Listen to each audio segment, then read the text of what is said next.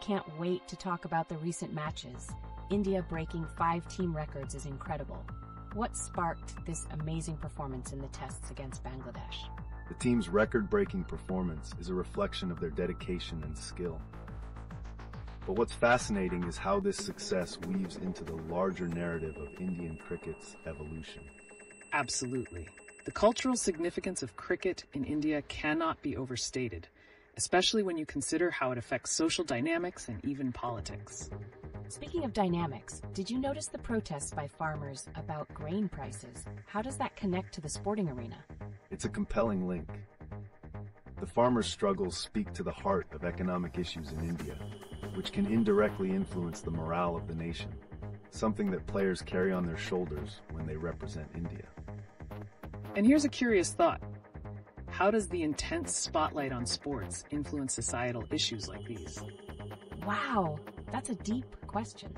So are we saying that cricket can affect the way people perceive and react to important social issues? Exactly. Wins can uplift the nation, but the struggles of farmers remind us of the challenges lurking in the background. This dynamic can shape or challenge public sentiment significantly. What a captivating discussion. We might need to explore how these layers impact future trends in cricket and beyond. What do you think, viewers? Your thoughts on how cricket can serve as a platform for social change? Yes, let's hear from everyone. This could lead to intriguing insights that might surprise us all.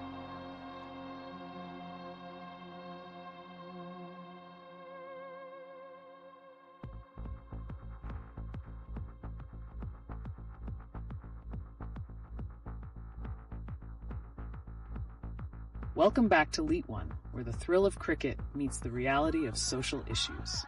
Recently, India achieved a historic feat by breaking 5 team records during the latest test match against Bangladesh. 5 record-breaking performances? That's astounding. What do you think led to such an incredible showing, and how does it reflect on the players' mindset in light of current events, especially with farmers' protests? The synergy between the players' focus on the game and the underlying social challenges, like the farmers fighting for fair grain prices, can't be ignored. This success might distract from pressing concerns, but can also elevate national morale. Exactly. It's fascinating to consider how the atmosphere in the country during such protests can influence the players. Does success in sports create a brief escape from the struggles people face? Absolutely. And how do you think the connection between sports and social issues shapes public reactions, particularly in cricket-crazy India? The emotional weight of cricket can amplify voices. When the nation rallies behind its team, it could lead to increased awareness and support for various social concerns, especially those affecting farmers. Speaking of awareness, the recent protests in Punjab highlight a dire need for fair agricultural practices. How can the cricket community or any other public figures contribute to this dialogue? That's a great point. Do you think providing a platform for our athletes to speak on these issues could lead to significant change, or is it more complicated than that? Athletes are influential figures in society. Their voices carry weight. However, the nuance of their statements must be carefully considered, as interactions between sports and social commentary can be tricky to navigate. What a fantastic discussion we're having. And now, let's pivot to another hot topic.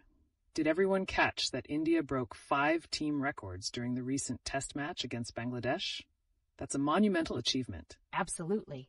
But I keep wondering, how does a team's performance at such a level impact public sentiment beyond just the cricketing community?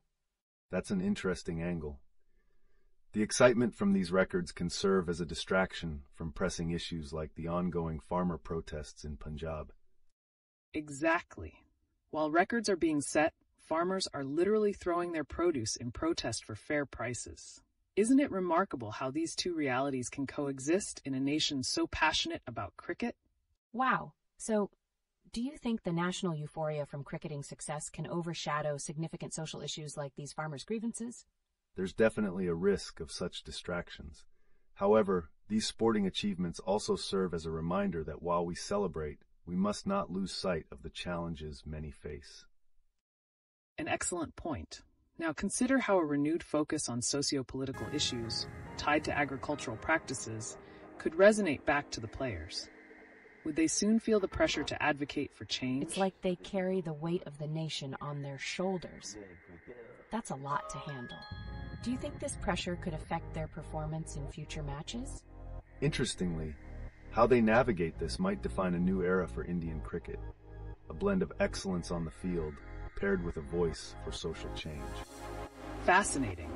Could this lead to players becoming more than athletes, perhaps even becoming activists of sorts?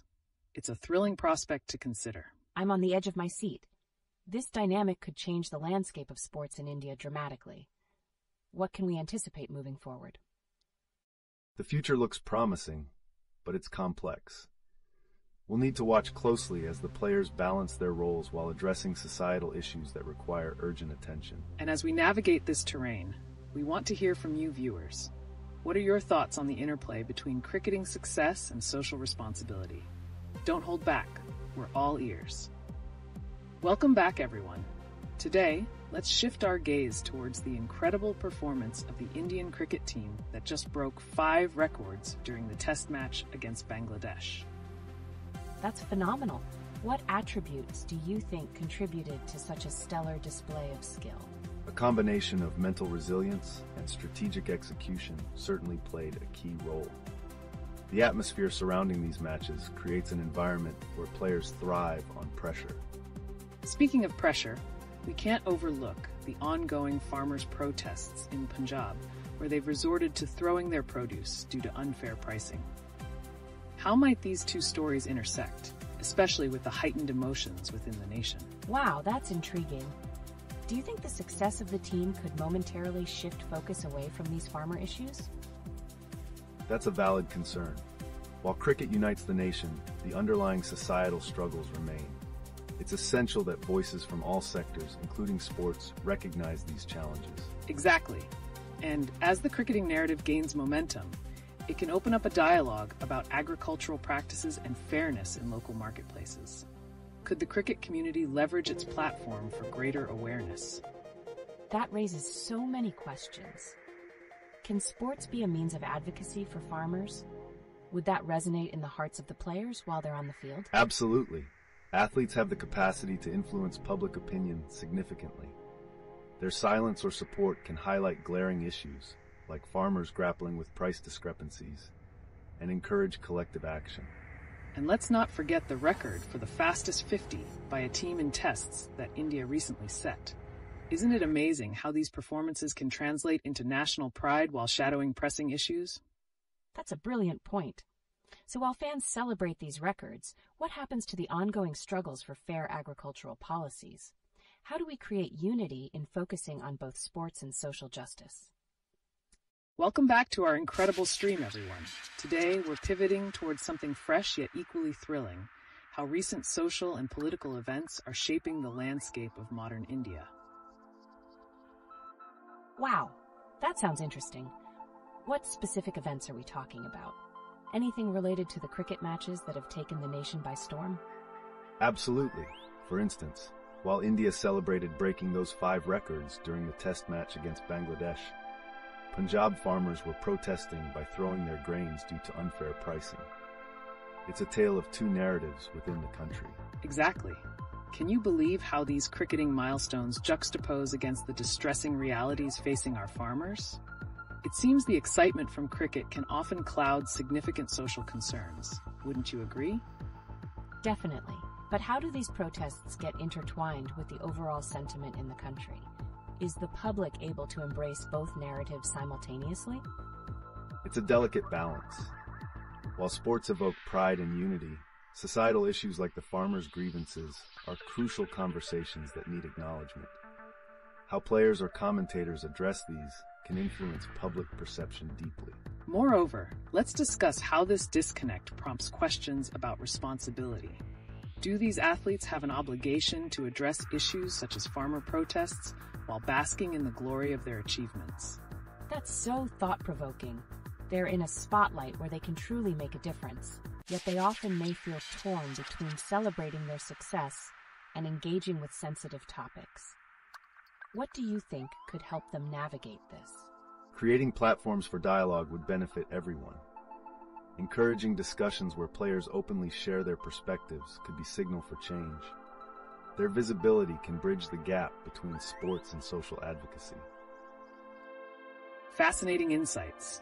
Our viewers are certainly keen, and I wonder how they feel about the interplay between these stark contrasts in national narratives. How can one uplift the other? I can't wait to hear what everyone thinks. Balancing both celebrations and struggles could redefine how we view sportsmanship and advocacy in India. What are your thoughts out there? Welcome back, everyone. Today, we're steering towards an exciting intersection of culture and recent events, specifically focusing on the clash between sports glory and the current socio-political landscape in India. That sounds captivating. With the Indian cricket team breaking multiple records, how do you view the relationship between these sporting feats and the backdrop of farmer protests happening simultaneously? The contrast is striking. While cricket has always been a celebration of national pride, prevalent issues like farmers' struggles highlight the urgency of addressing socio-economic disparities within the country. Exactly. Consider this. The recent records, including the fastest 50s by a team, captivate India, but they overshadow the serious plight of farmers protesting for fair pricing by literally throwing their grains. How do we reconcile cheer with concern? It feels almost paradoxical. Do you think there's potential for cricket to serve as a launchpad for raising awareness about these serious matters, especially with the public's engagement in sports? Absolutely. Sports figures wield immense influence. If cricketers use their platforms to speak out on pressing issues, it could create a powerful shift in public consciousness, linking their success to social responsibility. And this isn't just relevant for cricket. We saw various forms of protest recently, like anti-Israel demonstrations showcasing a broader spectrum of public sentiment. Could we be witnessing a resurgence of activism across different sectors? That's an insightful point. With different societal layers engaging in protests, can we expect a snowball effect, where sports figures also throw their weight behind these movements, influencing outcomes directly? That intersectionality is critical.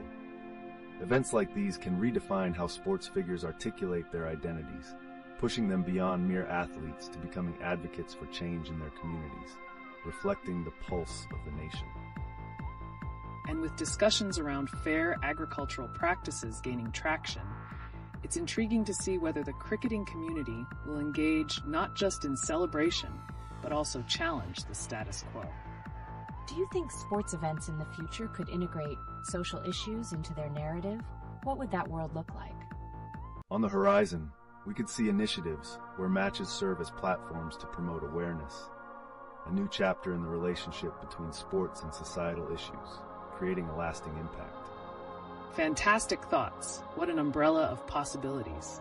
Let's keep tapping into the dynamic nature of sports and its potential role in driving social change. What do our viewers think? We'd love to hear your thoughts. Welcome back, everyone. Today, we have plenty of engaging stories to explore, particularly how the recent achievements in Indian cricket connect with ongoing socio-political issues, including farmer protests. That's fascinating.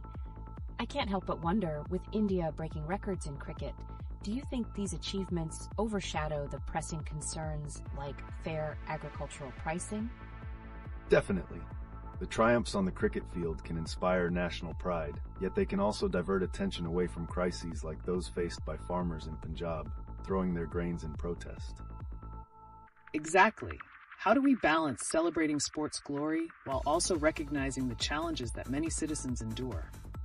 Those records are impressive, but they often come with a backdrop of social responsibility that needs addressing. And it's not just cricket. The protests in Lucknow against geopolitical issues also show that public sentiment is charged. How do these sporting accomplishments connect with greater societal movements in India? That's a critical observation. Sporting events can serve as focal points for community identity, but they can also reflect societal discord. For instance, both the farmer protests and anti-Israel demonstrations are signs of growing mobilization across different sections of society. Absolutely. The narratives intertwine so starkly. While cricket celebrates national records, socio-political activism heightens in the same frame. Do you think athletes could play a role in these protests, perhaps even using their platforms to speak up? Wow, that's a compelling idea. With athletes having such a huge influence, could they create a bridge between the ecstatic celebrations of cricket and the serious calls for social justice? They certainly could. Athletes discussing sensitive topics can catalyze broader public awareness and support. What's intriguing is the latent potential for these stories. There's a new chapter just waiting to unfold in the relationship between sports and activism in India. It's thrilling to think how the sporting narrative can evolve. If cricketers become ambassadors for social issues, they could elevate the discussions beyond the field. What could the future hold if this transformation occurs? I can hardly wait to find out.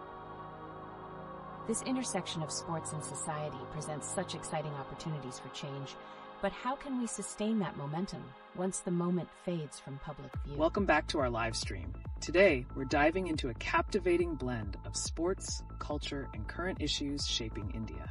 Fantastic. I'm really curious about how the recent cricket records coincide with social dynamics. Could they figure into the larger narrative of change in India? Absolutely. The sporting fields may serve as a reflection of society. For instance, while India bags records like the fastest 50 in tests, there's a stark contrast with ongoing farmer protests. It raises questions about focus and priorities in public discourse. That contrast is striking.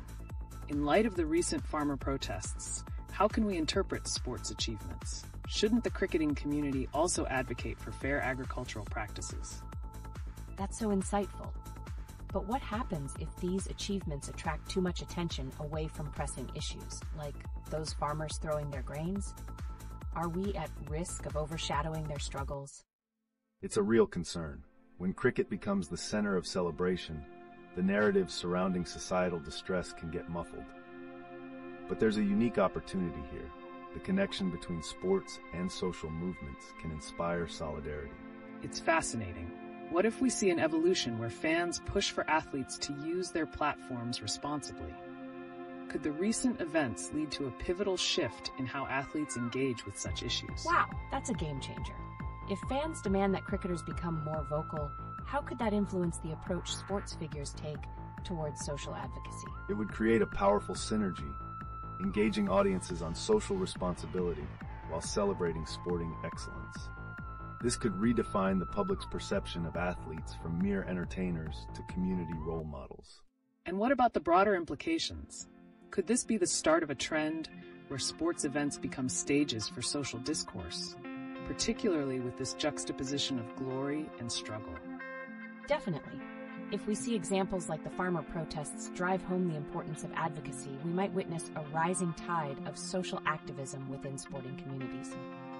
What does that future look like? That future could invigorate movements across various sectors. By connecting these themes of achievement and activism, we could reshape the narrative, making sports a catalyst for societal change. What remains is how fans, players, and community leaders can collaborate effectively. Welcome back to our LeetOne live stream, where we're diving into some hot-button issues shaping modern India. I'm so excited for today's conversation. After breaking multiple records in cricket, it seems we have a lot of intersecting topics, especially with recent protests about agricultural pricing. How can these events influence public sentiment in India? That's an insightful question. What's happening in cricket can mirror the bigger picture in society. For instance, the records achieved by the team spur national pride, yet they coincide with farmers in Punjab protesting for their rights, which raises important questions about equity and visibility. Exactly. With these achievements shining a spotlight on cricket, we also need to consider the ongoing struggles that many face, like those farmers throwing grains in protest. How can we effectively bring those narratives into the mainstream conversation? It's incredible to see these connections. If sports and activism are intertwined, could we anticipate sports events becoming platforms for dialogue on pressing matters? They certainly could. We could see matches dedicated to highlighting specific causes or inviting farmers as guests, making their struggles visible through the celebration. Now, that's a unique angle. Are there any historical precedents for this? Have sporting events previously been leveraged for social and political advocacy? Definitely. Various global sports events have been used for powerful activism. Think of instances like the 1968 Olympics Black Power Salute. Such actions resonate and inspire a communal sense of purpose.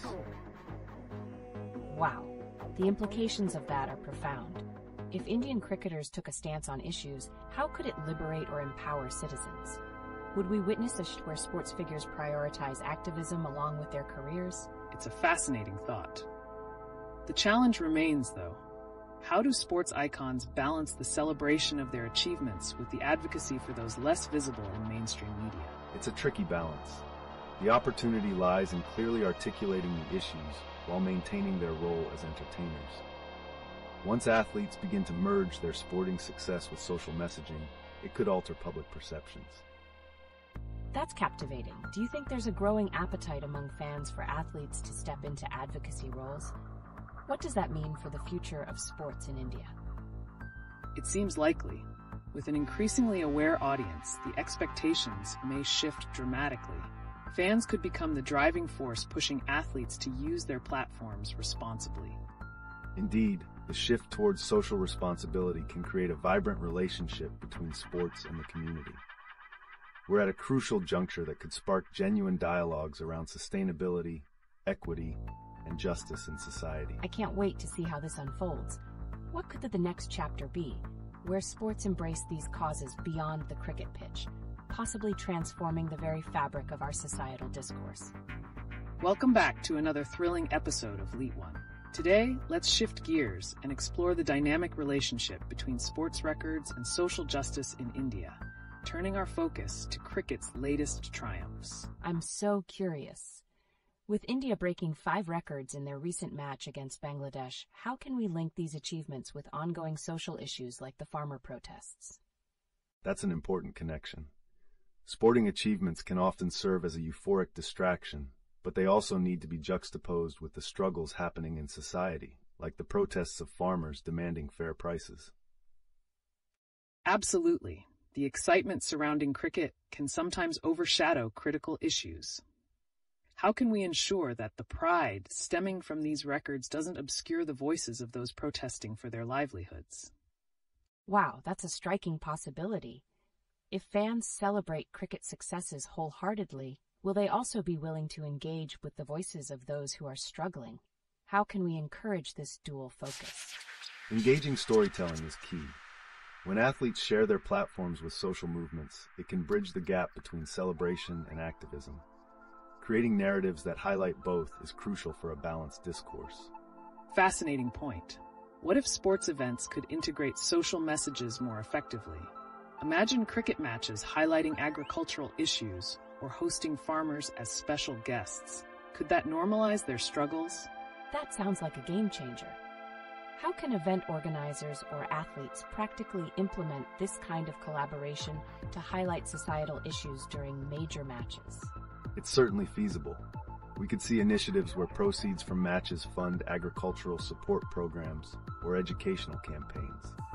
This kind of collaboration not only raises awareness, but also supports tangible change. That's an excellent direction. Crafting those connections could potentially revolutionize how sports influence public sentiment. Are there any historical examples we can draw from to guide these initiatives? Yes. I wonder if the historical context of sports activism, like the iconic protests during the Olympic Games, resonates with our current situation. Is it possible we could spark a similar movement in India?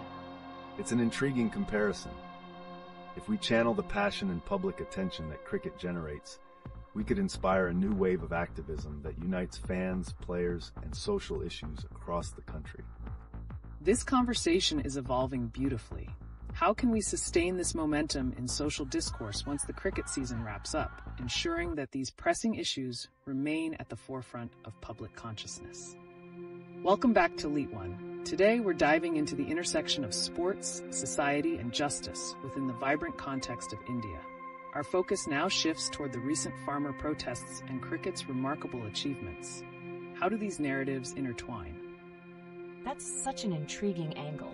With India breaking 5 cricket records against Bangladesh, can we draw parallels to the farmers protesting for fair prices? How should those triumphs be contextualized against the backdrop of such social struggles? Absolutely. Cricket has an exceptional ability to unify people, but it also presents a stark contrast to the agricultural challenges faced by many. Protests like those in Punjab highlight urgent issues that demand collective action, even as sports celebrations continue to captivate the public. Great point. This duality presents a unique opportunity. What if these cricketing milestones were infused with awareness surrounding such socioeconomic issues? Could cricket matches even provide a platform for farmers to share their experiences? That's fascinating. By featuring farmers during major matches, it might bridge the gap between cricketing successes and civil issues, right? How could we encourage organizers to adopt this approach during upcoming events? Engaging storytelling is vital here. If athletes incorporate social messages into their narratives, we could witness an impactful shift towards awareness and advocacy in sports. It's about creating a dialogue both on and off the field. Certainly. The idea of chronicling narratives that highlight the struggles of farmers during cricket celebrations is revolutionary. Could this become a new trend that resonates with audiences and encourages action? It would be amazing. If cricketers use their platforms to amplify farmers' voices, would we see a cultural shift that empowers communities? How do you think fans will respond to that kind of integration? It could lead to a heightened sense of social responsibility among fans, pushing them to engage with broader community issues. Just like the iconic protests in sports history, those connections could also yield powerful movements for change. Absolutely. As we witness the enchanting stories of cricket, merging them with real-life hardships could forge a compelling narrative. How do we ensure such narratives don't get lost amidst the celebrations? That's the million-dollar question. Will the allure of sports overshadow pressing concerns? What safeguards might we implement to balance this dual focus on achievement and advocacy? It involves continuous dialogue. By integrating narratives into sporting culture, we have a chance to engage fans not just as audiences, but as participants in social advocacy, weaving a richer tapestry of unity and purpose. With cricket records lighting up the scoreboard, it's essential to remember those striving for basic rights. So, as we celebrate these victories, let's keep asking, how can we spotlight crucial social issues without dimming the glory of the game? Welcome back to LeetOne. Today, we're shifting our focus to the incredible intersection of cricket and current events shaping India, particularly the farmer protests and record-breaking performances. How do these narratives reshape our understanding of success and advocacy? That's intriguing. With India breaking 5 records during their match against Bangladesh, how can those achievements be framed against the backdrop of farmers struggling for fair pricing? Is there a way to merge these stories into one powerful narrative? The connection is profound. The excitement from cricket can spotlight pressing social issues like the farmer protests. When we showcase players' achievements alongside the challenges of farming communities, we create a richer, more complex dialogue about success and responsibility. Absolutely. Could it be that sporting events serve as a platform not just for celebration, but for social engagement? What if next matches not only highlight the teams, but also raise awareness for farmers facing economic hardship? That raises an important question. How can the cricketing community leverage these moments to support visibility and advocacy for farmers? Are there historical examples from other countries where sports have been used to lift social issues? Yes, indeed. We've seen similar initiatives during the Olympics. When athletes use their platforms for advocacy, it creates waves far beyond just sports. If cricket can adopt such practices, we might witness a cultural shift towards more united social movements in our own country. That's a compelling image. With India's cricket triumphs currently dominating headlines, will there be a transformative moment when these records ignite a purposeful debate around farmers, just like we've seen in other sports environments globally? I'm captivated. How do event organizers, players, and fans collaborate to ensure these socioeconomic narratives get the traction they deserve during such high-profile occasions? It's about blending the narrative threads. If we weave the stories of agricultural struggles into the tapestry of cricketing excellence, we can inspire grassroots initiatives. players embracing advocacy could bring real change and unity to the larger community. Just think of the possibilities. If cricket took on a more prominent role in social conversations, could we inspire new ways of engagement that resonate with the younger audiences, potentially reshaping their views on societal values? Wow, that's a bold thought. Can cricket's rising global influence be harnessed to create actionable changes in agriculture and beyond? And what might our future look like if these discussions become standard practice at sporting events? The potential is limitless. As we envision this, it's crucial to recognize that thoughtful engagement around these issues will only continue as we navigate the evolving landscape of social justice within sports. Welcome back to LeetOne.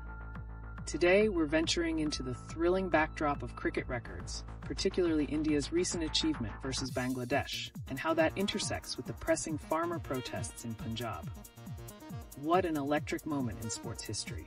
Wow, that's such a powerful combination. With India breaking 5 records in the recent test match, will these moments of glory overshadow the critical issues farmers are facing? How do we maintain that balance between celebrating sports and recognizing real-world struggles? It's a delicate equilibrium, but necessary.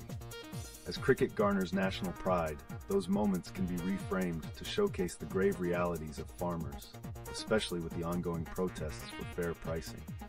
It's about illuminating both sides of the coin. Exactly. Imagine this. What if we could create a narrative that not only celebrates cricketing successes, but also serves as a catalyst for social change? Are we heading towards a new paradigm where sports can elevate voices from the agricultural sector? That's fascinating. How can the cricket community, including players in the audience, foster conversations around such socio-economic challenges while enjoying the thrill of the game? Can cricket matches effectively become platforms for this kind of dialogue? It's all about engagement strategies. Current global sporting events have seen athletes targeting social issues, and cricket has that potential too. If cricketing heroes stand in solidarity with farmers, it would not only draw attention but inspire collective action. Indeed. And what about the fascinating intersection of cultural storytelling? Cricket could highlight various narratives, from record-breaking performances to the very real stories of farmers. But how can we ensure none of these vital messages get overshadowed amid the celebrations? What a challenge. Would fan engagement through social media play a crucial role in promoting these narratives? Could platforms like Twitter or Instagram help create discussions about farmers' struggles paralleling cricket's triumphs? Absolutely. Social media acts as a powerful tool for connecting the dots. By personalizing these stories and showcasing players engaging with farmers, we can transform the cricket community into a nexus of empathy and dialogue. And could this larger awareness translate into action? What if we could use the momentum from these cricket victories to fund initiatives supporting farmers, creating a sense of unity and decision-making among fans? That's a compelling thought. Turfing for cricket meant not only celebrating winners, but also uplifting those whose hard work feeds the nation. Could this be the spark for a movement? How do we champion this intersection of sports and social justice further? The air is thick with possibility. If India's cricketing legends spearhead campaigns during matches, spotlighting stories from agricultural communities, we might witness a cultural shift providing much-needed support to these farmers. That's just the beginning. As India revels in sporting success, we stand on the verge of a fascinating evolution, blurring the lines between sports and societal advocacy. How we navigate this could reshape the future of cricket and its powerful cultural role in our society. Welcome back, viewers, to LeetOne. Today, we are shifting gears slightly while still navigating that vibrant intersection of sports and societal change. Let's talk about how India's recent cricket success might spark conversations about a range of issues, including farmer protests and cultural representation. Exciting pivot.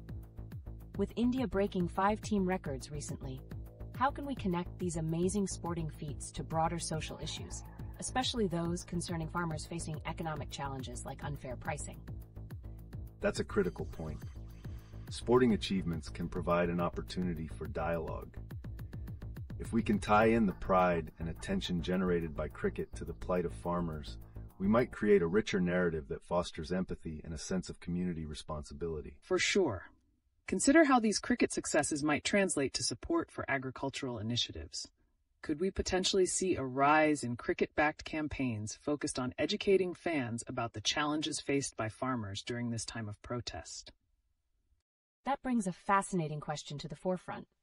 What role do local sports figures play in advocating for such causes? If cricket stars step up, could their influence really change perceptions and mobilize fans to take action in support of the farmers? Absolutely. Their platforms are powerful. We've seen how athletes have successfully engaged in conversations around social issues. Imagine the impact if Indian cricketers addressed farming issues during matches or through social media. It could shift the narrative dramatically. Great perspective. And if we discuss this in an upcoming match context, how can we ensure that the excitement of victory doesn't drown out the urgency of grassroots issues? Could we see innovative collaborations that marry sports with agriculture? Wow, that's intriguing. Could we witness events where portions of ticket sales go directly to support farmers? What about fan engagement techniques where attendees are encouraged to share chanted messages supporting farmers during the matches?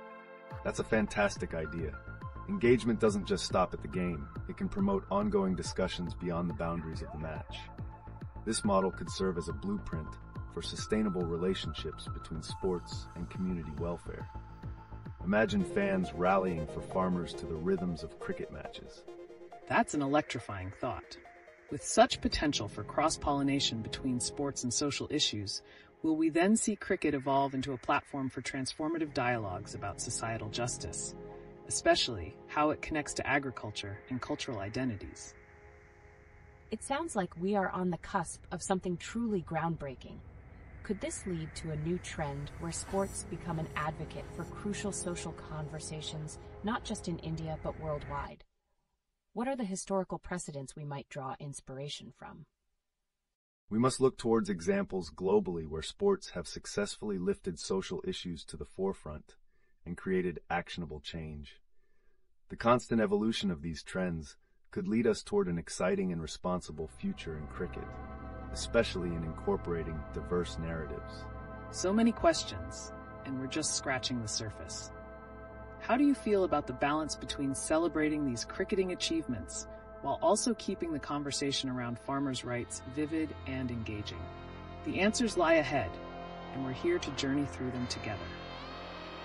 Welcome back to LeetOne, where we intersections of cricket and social responsibility continue to unfold. Today, let's spark a fresh dialogue surrounding the recent farmer protests in Punjab and how they coincide with India's cricket success, potentially harnessing sports as a vessel for change. That's an eye-opening direction. How can we leverage the heightened awareness from cricket victories to shed light on such pressing farmer issues? Are athletes in a unique position to create tangible impacts here? Definitely. The attention that cricket garners can amplify farmer advocacy. With recent records being broken, this could catalyze conversations that resonate with fans, turning celebrations into moments for reflection on economic disparities faced by farmers. Absolutely. What if matches became more than just competitions, but stages for storytelling? By weaving farmer narratives into the emotional fabric of cricket celebrations, fans could engage emotionally with the cause, enhancing both solidarity and support. Fascinating. Would integrating farmers into promotional campaigns around cricket matches change how fans perceive these social issues? Can organizers craft messages that celebrate victories while advocating for those affected by economic challenges? Indeed, think of it as images of farmers sharing the spotlight with cricket stars flash across screens. It could change the game entirely. The future may see cricket move beyond just sport into becoming a united front for agricultural justice. And could we see cricket events where proceeds contribute directly to farmer support initiatives? Let's not forget, the success of cricket teams has the potential to bring communities together. But how do we ensure that message of community support resonates through every game? It sounds ambitious. However, could a unified front from players and fans advocating for farmers reshape public perception and invite ongoing discussions? Would fan-driven movements make a difference in policy changes or provide noticeable aid? Yes, fans expressing their concerns through social media could indeed intensify pressure for change. Imagine a movement that sees cricket, culture, and community converge. That could result in powerful actions aimed at long-lasting solutions. So, as we reflect on the current cricket climate and ongoing farmer protests, how do we chart a course forward? Is there potential for these athletes to not only win matches, but win hearts for their fellow citizens battling economic injustices? The answers will unfold as we continue this captivating debate. Welcome back to LeetOne, where we bridge the gap between sports and pressing societal issues. Today, we're shifting gears to explore India's vibrant cultural tapestry, sparked by recent cricket triumphs. How does success in sports intersect with the fashion and entertainment realm in India? That sounds so intriguing. With events like the recent cricket series leading to spectacular performances, could we see such success influencing trends in fashion, especially regarding how public figures like Aishwarya dress? Are these cultural reflections something we should pay more attention to? Precisely. Fashion often mirrors prevailing sentiments in society, and the synergy between cricket successes and public appearances could inspire a wave of new styles. For instance, what if we witnessed initiatives where designers collaborated with athletes to highlight cultural narratives through their wardrobe choices during matches? That's an exciting thought. With cricket drawing large audiences and celebrities stepping into the limelight, how might this leverage local artistry and traditions, such as lehengas worn at events? Could the ongoing farmer protests impact the themes and inspirations behind the designs celebrated in the cricketing context? Absolutely. It raises questions about responsibility within the entertainment space. If cricket celebrations included tributes to farming traditions, how might that influence public perception? Are designers ready to intertwine agricultural themes with modern fashion? Indeed, we could be at a turning point where designers echo the voices of farmers through their fashion choices at matches, making statements not just about style but solidarity. Imagine players and celebrities sporting outfits that pay homage to agricultural heritage. As we continue, it's crucial to note the balance between celebration and social consciousness. With India's cricketing triumphs making headlines, could these successes open a dialogue about the importance of fair trade and the plight of farmers on national platforms? That would be revolutionary. What if cricket matches didn't just showcase talent, but also narratives of resilience in local communities? Would that serve as a catalyst for change, urging spectators to engage both with the sport and the socioeconomic topics at hand? Precisely. With the spotlight on players who share these stories, there's the potential for transformative engagement. As we watch these sports figures grow in influence, could we foresee a future where the lines between fashion, cricket, and social activism become beautifully blurred? It's an incredible vision, and with our audience's varied perspectives, we invite everyone to share their thoughts. How can we deepen these conversations around cricket and cultural identity while ensuring we elevate those essential narratives surrounding farmers? Your insights could shape this dialogue. Welcome back to LeetOne, where we're amplifying the voices that matter. Today, our spotlight shines on the recent remarkable performance of the Indian cricket team, which recorded not just one, but 5 amazing records during their match against Bangladesh. Wow, 5 records, that's something to celebrate. But how do these extraordinary achievements resonate beyond the sport itself? With the ongoing farmer protests in Punjab still making headlines, could there be a vital connection here that needs to be explored? Absolutely. The records the team is breaking could signal a rallying point for various social issues, especially when juxtaposed with the struggle of farmers. As cricket captures the nation's attention, it presents a unique opportunity to discuss the economic challenges faced by farmers in the wider narrative. Right! And let's not neglect the cultural aspect. With discussions around fashion, like Aishwarya and Aradhya's elegant attire, could we see a trend where cricket celebrations and the fashion surrounding them highlight these social issues, representing the voices of the farmers more actively? That's a fascinating perspective. So, Are you suggesting that through cricket and its cultural expressions, we could help elevate the plight of farmers and promote awareness? Would the fashion statements made during matches move public sentiment towards a more empathetic view of these protests? Indeed. Cricket serves as a cultural touchstone in India, where fashion and public sentiment intertwine. Collaborations between players and designers to create pieces that tell the stories of farming communities could effectively educate audiences and foster empathy. Exactly. But there's a question we need to ask.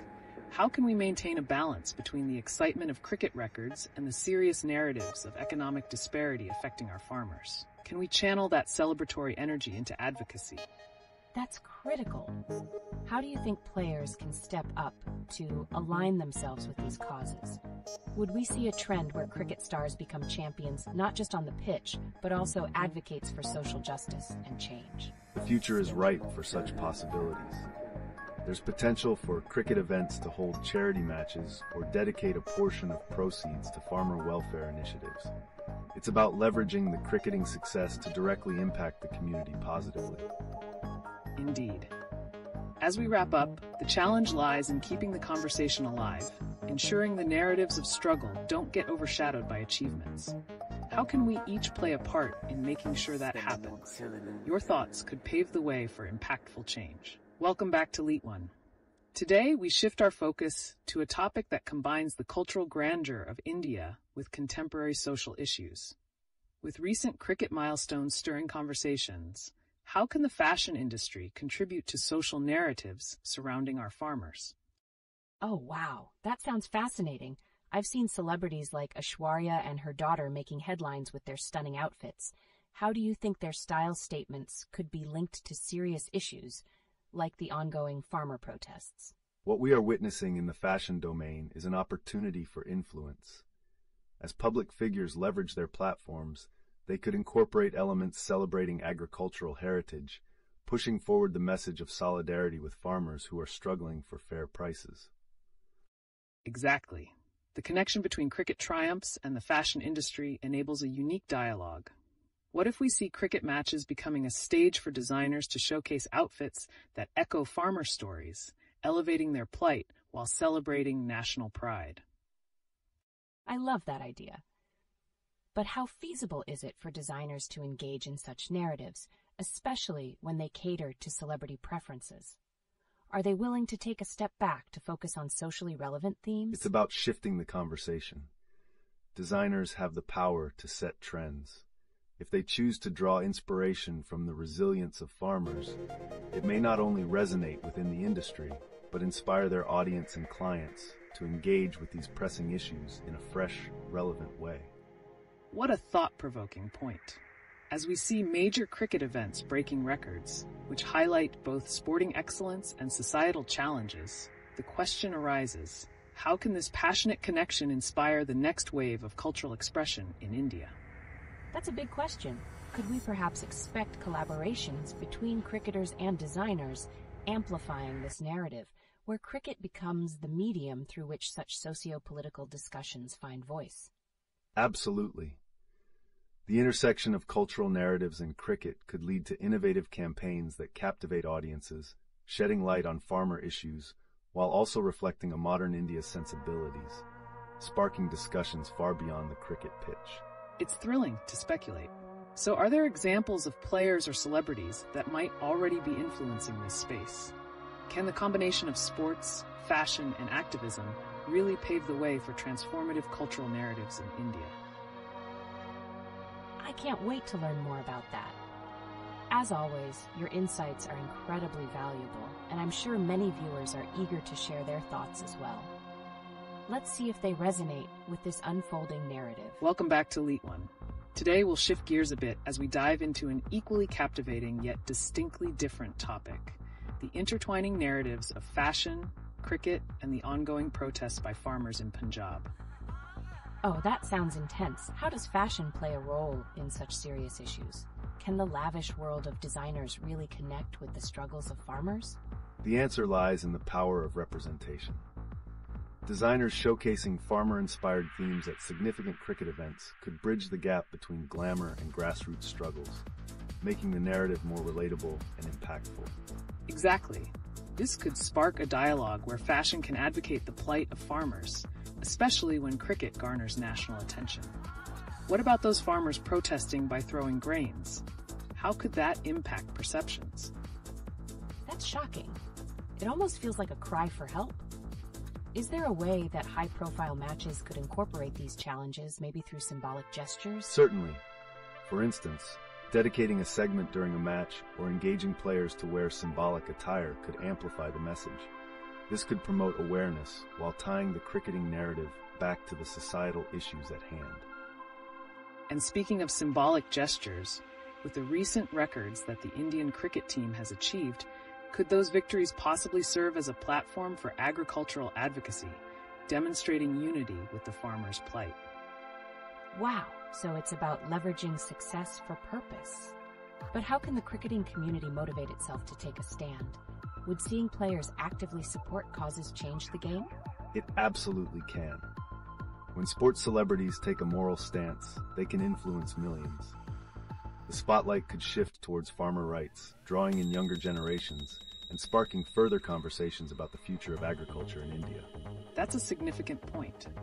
But amidst all this celebration in sports, we should inquire, how can we ensure that these discussions remain relevant and impactful rather than just a fleeting spectacle? That's crucial. It shouldn't just be a momentary trend. What kind of sustainable initiatives could emerge from this collaboration between sports, fashion, and farmer welfare to ensure change is lasting? Welcome back to LeetOne. Today, we're pivoting to a different yet equally important topic, the intertwining elements of technology, big industry, and culture in India, particularly how platforms like Spotify are reshaping our entertainment landscape. Oh, that sounds really intriguing. I've heard various opinions about Spotify's recent actions. Can you fill me in on what exactly has crossed the line? Certainly. Many users are expressing frustration over pricing strategies, feeling that the company has become shameless in terms of cost and service quality. This leads us to consider how tech companies impact cultural consumption. Is convenience becoming a detriment to content quality? Definitely.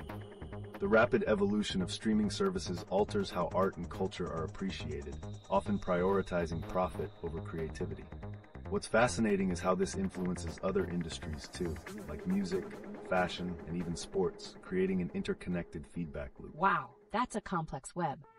So with such influences, how might traditional forms of expression like the fashion choices of celebrities be gradually transformed by these trends? Great question. For instance, celebrity fashion statements can be heavily influenced by popular music trends promoted through platforms like Spotify. We could see more designers taking cues from music styles, merging both worlds into a cultural melting pot that resonates with the youth. Furthermore, this democratization allows lesser-known artists to broadcast their voices widely, challenging established norms. If we consider the ongoing farmer protests, a song highlighting this struggle could potentially gain traction on streaming platforms, creating a cultural dialogue. That's powerful. Speaking of cultural influence, how might high-stakes cricket matches play into this scenario? Given their visibility, could there be a shift in the narratives shared during these events? Absolutely. If cricket players start aligning with popular cultural movements, it could lead to matches becoming platforms for wider social issues to be spotlighted. Imagine cricketers collaborating with artists to promote not just their sport, but also relevant causes like the farmers' plight. It's all about creating narratives that resonate. If cricketers use their influence to advocate for social justice, they could amplify the voices of those who often go unheard, potentially sparking grassroots movements across the country. Wow, it makes me wonder, how could we see these shifts manifest in day-to-day life? Could fashion, music, and sport continue collaborating to inspire meaningful change in society? That's an essential perspective. The potential for cross-industry collaboration is limitless. With ongoing events and cultural expressions merging, we could witness fashion lines launched in solidarity with farmer movements, alongside music tracks advocating for change being played publicly during cricket matches. Precisely. This interconnectedness could reshape the landscape of Indian culture, allowing societal themes to flourish in a way that challenges the current narrative. What can we expect in the future? Perhaps a wave of campaigns driven by celebrities, stirring discussions that break barriers between entertainment and activism. I can't wait to see how this unfolds. Thank you for such an engaging discussion. It seems like the synergy between these worlds will create opportunities for societal conversations like never before. Welcome back to LeetOne. Today, we're shifting gears to discuss a topic that many of you have been buzzing about: the recent controversies surrounding platforms like Spotify and their impacts on culture and consumer behavior in India. Oh, that sounds intense. What specific actions from Spotify have sparked such strong reactions among viewers? The latest discussions reveal dissatisfaction over pricing strategies that many feel have reached a level of exploitative shamelessness. The frustration seems to stem from the perception that quality is being sacrificed for profit. Exactly. This situation presents a twofold concern. How does this affect the way we consume music?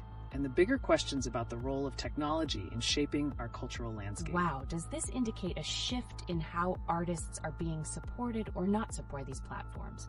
Are they losing their share in light of these emerging challenges? Precisely. Many artists are finding it increasingly difficult to navigate this environment.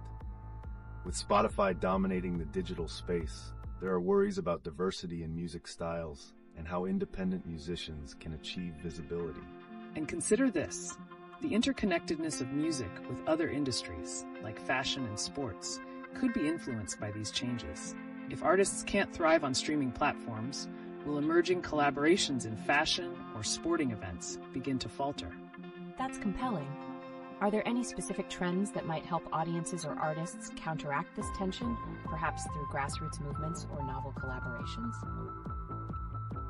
Definitely. Grassroots movements may begin to emerge as artists and consumers prioritize ethical consumption.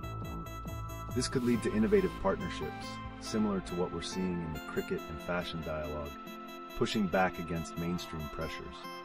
Speaking of innovations, have there been any notable responses from the cricket world that reflect this sentiment, especially after recent records achieved by teams like India in the Test series? Oh, so cricket's involvement isn't just in the sporting arena, but also creating a societal ripple effect. That sounds fascinating. What can we expect in terms of collaborations or campaigns addressing these issues going forward? There's potential for cricketers to use their platforms, especially after recent achievements, to advocate for broader societal changes, potentially blending their influence with ongoing conversations around fair pricing and artist support. Exactly. The conversation isn't just about sports anymore. It's about uniting various cultural elements to drive meaningful change. So, how might we anticipate this dialogue evolving in upcoming events? Wow, that's definitely a cliffhanger. It's clear that we're on the brink of a major cultural pivot, and it's exciting to see how this will unfold in the coming months. Welcome back to LeetOne. Today, we're diving into another hot topic that has been sending ripples across India: the recent controversies surrounding Spotify and its effects on the cultural landscape. Buckle up, because we're going to explore some exciting intersections of culture. That's intriguing. So, what specifically about Spotify has stirred such heated feelings among the audience? The frustration stems primarily from perceptions of exploitative pricing models, which many feel prioritize corporate profits over artist welfare. This sentiment acts as a catalyst for broader discussions on fair treatment across various industries. Excellent point. Beyond the music realm, one of the key concerns is the plight of farmers, as we see protests highlighting the fight for fair pricing in agricultural markets. Could there be connections emerging between cultural platforms and ongoing societal struggles? Wow, that's a pivotal connection. How might these dialogues about fair pricing in different industries encourage solidarity among artists and farmers? Well, public attention created through music and culture can elevate the voice of farmers. When artists align their performances with social causes, like the farmers' protests, there's an opportunity to amplify important conversations that resonate with a broader audience. Precisely. This integration could lead to new collaborations where artists set out to create anthems for movements, influencing mainstream awareness while simultaneously driving sales for ethical local goods. That's transformative. Are there examples where this has happened successfully in the past? How can we witness such movements materializing in future cultural expressions? It's all about timing and momentum. For example, during major social movements, artists have often come together to produce collaborative projects that highlight shared struggles. There's potential for similar actions today. With platforms like Spotify, will we see more artists genuinely advocating for change through their work? The potential is enormous. If launched strategically, these musical campaigns could start a chain reaction, inspiring the youth and forging connections that dissolve barriers across fields. Who knows? We might even see cricket matches supporting farmer rights, combining fandom with activism. That's fascinating. So will these collaborations focus solely on social justice, or do you foresee them expanding into other realms like fashion or technology? The possibilities are vast. The trend of cross-industry partnerships will likely continue, with technology and fashion intertwining to create compelling narratives that resonate with societal themes, ultimately revealing the interconnected fabric of our culture. In summary, it's clear that the music industry isn't just about entertainment anymore. It's becoming a powerful force of activism and cultural dialogue, particularly in India, where traditions meet modernity. What do you think our audience can do to support this evolution? Welcome back to LeetOne. Today, we're shifting gears to discuss another hot topic that's been stirring up conversations across India, the ongoing farmers' protests and their connection to recent societal trends. Buckle up as we explore how these protests are reshaping our cultural narratives. That sounds urgent. I've noticed that farmers are taking dramatic steps like throwing grains to draw attention to their plight. How effective are these actions, really? Those actions, though shocking, are powerful symbols. They evoke a strong emotional response from the public and can significantly sway opinions. Protests like these highlight an urgent call for fair pricing, and history shows us that they can lead to tangible change. Absolutely. And considering the backdrop of recent cricket achievements, it raises a question. Can these victories further amplify the farmers' voices? That's interesting. So cricket not only represents sportsmanship, but can also serve as a platform for activism. How would that connection be made, especially given the emotional weight of these protests? It's primarily about unity in the narrative. When cricketers align their achievements with the farmers' struggles, using their popularity for advocacy, it can create an avenue for widespread awareness. But what happens if that doesn't materialize? A vital concern indeed. We could witness a generational divide, younger fans pushing for social consciousness, while some traditionalists might resist this shift. How can artists and athletes navigate such tensions? So there might be conflicting views even within fandom. How can they bridge those gaps? Would collaborations between farmers, advocacy groups, and cricket initiatives help unify the message? Definitely. Collaborative campaigns that marry sports with social justice could normalize conversations about these issues. But what if, on the flip side, these collaborations face backlash from certain demographics? Interesting point. While this could fracture support, it also opens opportunities for dialogue, bringing forth multiple perspectives. Wouldn't it be crucial for both sides to engage in constructive conversations? It seems the stakes are high, but the potential is exhilarating. What future actions can we anticipate from this intersection of sports and social advocacy, especially with the ongoing farmer challenges? As trends evolve, we might begin to see innovative grassroots movements emerge, with support for farmers coming not just from cricketers, but from a broader spectrum of society. Will this be enough to save their livelihoods? Such compelling questions. The convergence of sports and societal struggles is indeed a thrilling topic, and we will continue to track how these narratives unfold in India. Let's keep the conversation going. Welcome back to LeetOne. Today, we're pivoting towards a controversial topic that's sending ripples through society. Recent protests by Punjab farmers, particularly their powerful act of throwing grains in dissatisfaction over fair pricing. Let's unpack how this act of rebellion is intertwined with cultural elements and current trends in India. That's striking.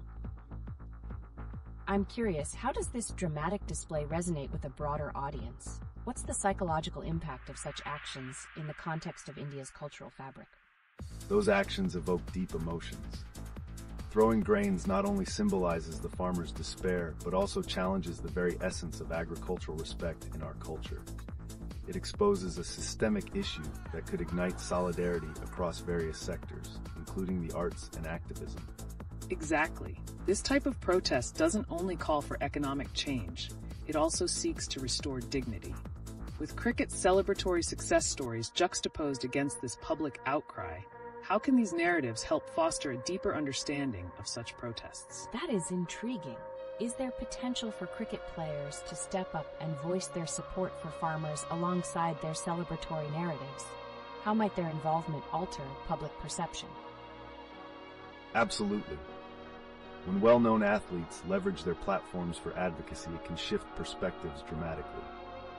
Their involvement could influence fan sentiments and draw attention to the pressing reality farmers are facing, enriching the dialogue about fair pricing.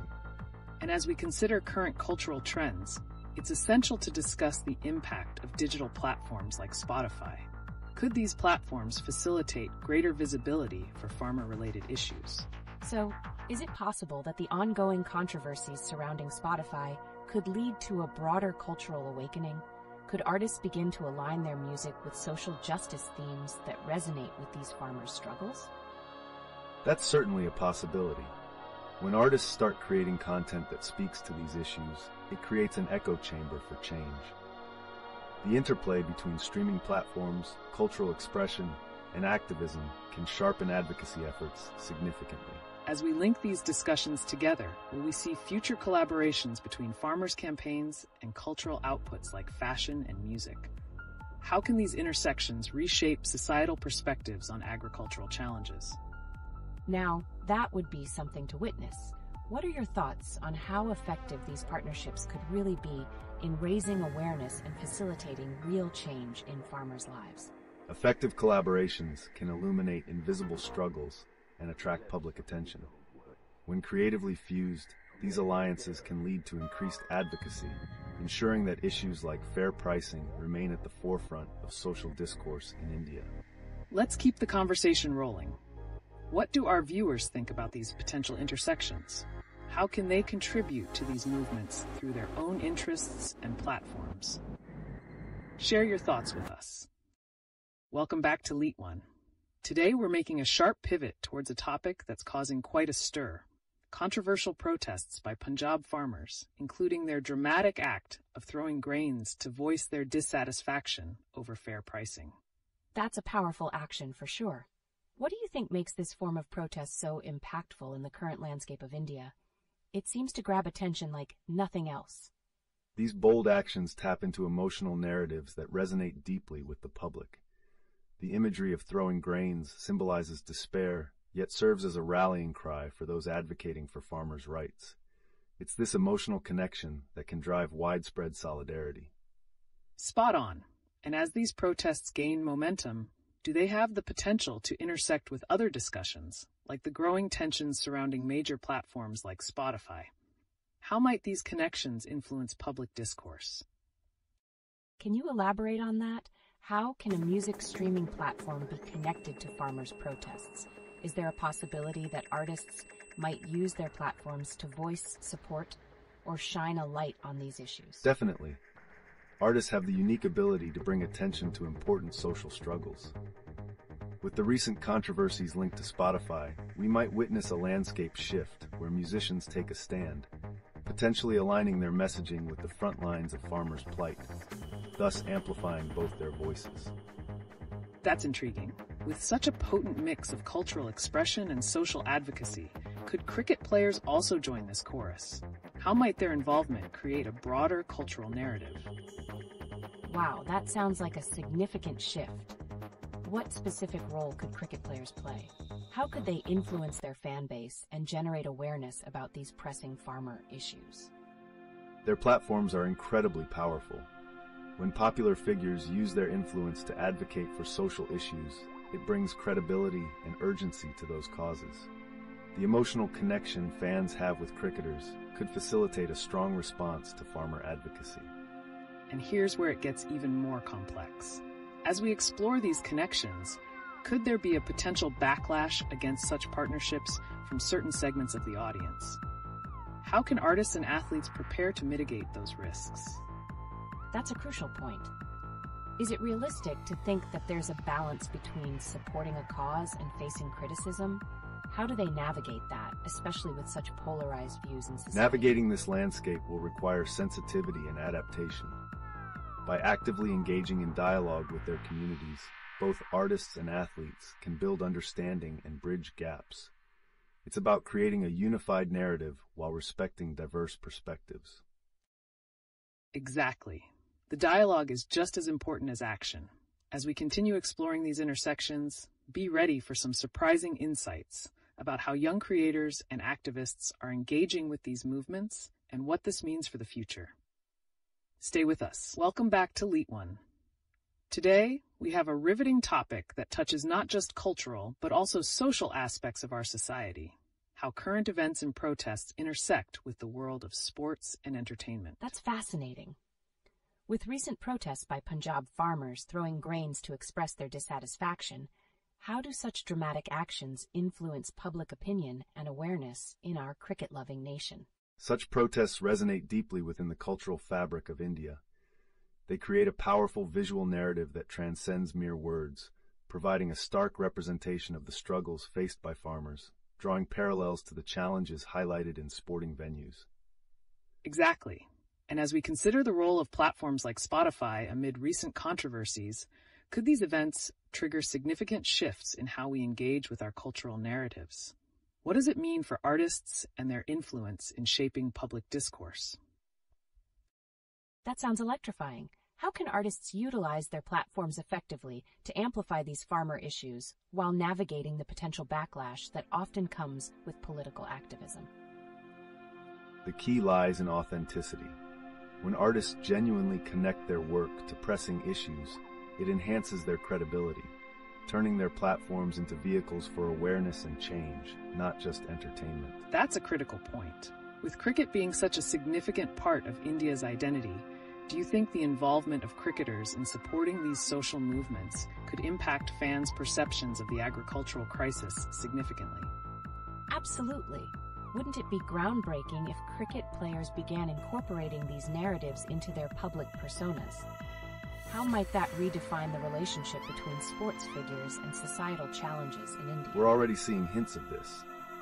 If cricketers align their voices with social justice causes, they can harness their popularity to create a wave of awareness, potentially affecting everything from policy discussions to grassroots movements. And it applies to more than just the cricket field. Can we see spontaneous activism rise from unexpected places, bridging the gap between sports, music, and societal protests to drive a collective conscience? I really hope so. With the growing awareness of various social issues, do you think the youth could lead a shift in cultural activism, potentially reshaping the landscape altogether? We might be on the cusp of such a transformation. The intersections of sports, art, and activism reflect a generational shift, wherein creative minds are willing to speak out on matters that matter deeply to their communities. And with that in mind, how can we remain engaged? As our viewers contribute their thoughts, let's continue exploring these impactful connectors. Welcome back to LeetOne. As we dive into today's engaging conversation, let's touch on something that resonates across multiple dimensions: how current events shape cultural expression and societal awareness in India. That sounds intriguing. With recent news about Punjab farmers protesting their plight, how do such actions influence public perception and discussion on platforms like this? Absolutely. The gravity of these protests can extend far beyond the fields. It represents a cry for justice that can spark a ripple effect, potentially encouraging other social movements to rise. And this might connect beautifully with another layer. How have recent performances by teams, like India breaking records against Bangladesh, energize fans in the wake of such societal issues? Right. How does sportsmanship blend with activism during such times? Could the players' achievements serve as a double-edged sword? It's a fascinating interplay. When athletes excel, they capture attention, but can they transform that spotlight into advocacy for farmers? The two realms intersect, creating a powerful narrative. Yes, and with platforms like Spotify getting involved, might we soon see artists aligning with these movements, perhaps launching campaigns that spotlight farmer issues? Wow. Can you picture popular musicians harnessing their reach to amplify protests? It would be a significant merger of entertainment and activism. Precisely. Each grain thrown carries stories waiting to be told. What if these artists use their platforms to transform that imagery into songs advocating for change? That's a potent narrative waiting to emerge. And think about it. Where does that leave the cricketing community? Do they remain silent observers or step up to challenge systemic issues through their beloved sport? That's a critical question. If cricketers echo these sentiments, how could they reshape fans' relationships with both the game and social issues? Exactly. They wield immense influence, and their collective voices could elevate the entire movement, potentially shifting the way millions perceive societal challenges in India. Welcome back to LeetOne. As we turn our attention to the ever-evolving landscape of media and social issues in India, let's explore something that's been buzzing lately: how major brands like Spotify are navigating their roles amid rising social tensions. That's an interesting angle. Seeing how brands interact with activist movements is crucial. How do you think Spotify's recent controversies might impact their relationship with Indian artists and social causes? It's significant indeed. As we've seen, brands have the power to either uplift or undermine social movements. If Spotify chooses to align with causes like the farmers' protests, it could redefine their credibility and connection with local communities. That alignment could also drive a creative renaissance, inspiring musicians to actively engage in socio-political narratives. Imagine artists releasing tracks that directly challenge corporate practices while highlighting farmer struggles. That could shift public perspectives dramatically. Wow, that sounds groundbreaking. Could this spark a revolution in how commercial entities support social causes, or might they face backlash for overstepping their boundaries? A delicate balance, for sure. While engagement can empower, there's also the fear of commodifying activism, which could isolate audiences. So how do brands ensure authenticity in their support without falling into the pitfall of being perceived as insincere? Authenticity is key. They'll need to partner with local NGOs or grassroots organizations to truly understand the complexities involved. This approach can humanize their efforts and showcase their commitment beyond surface-level marketing. That's insightful. Do you think the recent protests, like the Punjab farmers throwing grains to draw attention to their struggles, highlight a shift in public activism? How does this connect back to how brands respond? Absolutely. The dramatic visuals we see during protests resonate deeply and can garner massive media attention. Such actions not only amplify the cause, but also pressure brands to address these issues, playing into the narrative of social responsibility. Yes, and as brands face public scrutiny, their responses will inform the narrative going forward. The intersection of protest, music, and media could redefine how we view cultural expression in India, a fascinating development to keep an eye on. So, are we witnessing the birth of a new movement that blends activism, art, and commerce in ways we've never seen before? What are the potential ramifications for upcoming artists and their engagement with social issues? Definitely. As we speculate on the future, it's crucial to stay tuned for how these dynamics unfold. How will upcoming artists harness these changes to advocate for societal issues and possibly reshape their own identities in the process? Stay with us as we explore these questions. Welcome back to LeetOne. Today, we're shifting gears to address some recent events that have ignited debates across the nation, particularly the farmers' protests and the evolving dynamics in media representation. That's fascinating. I saw the news about Punjabi farmers protesting by throwing grains due to unfair pricing in the mandi.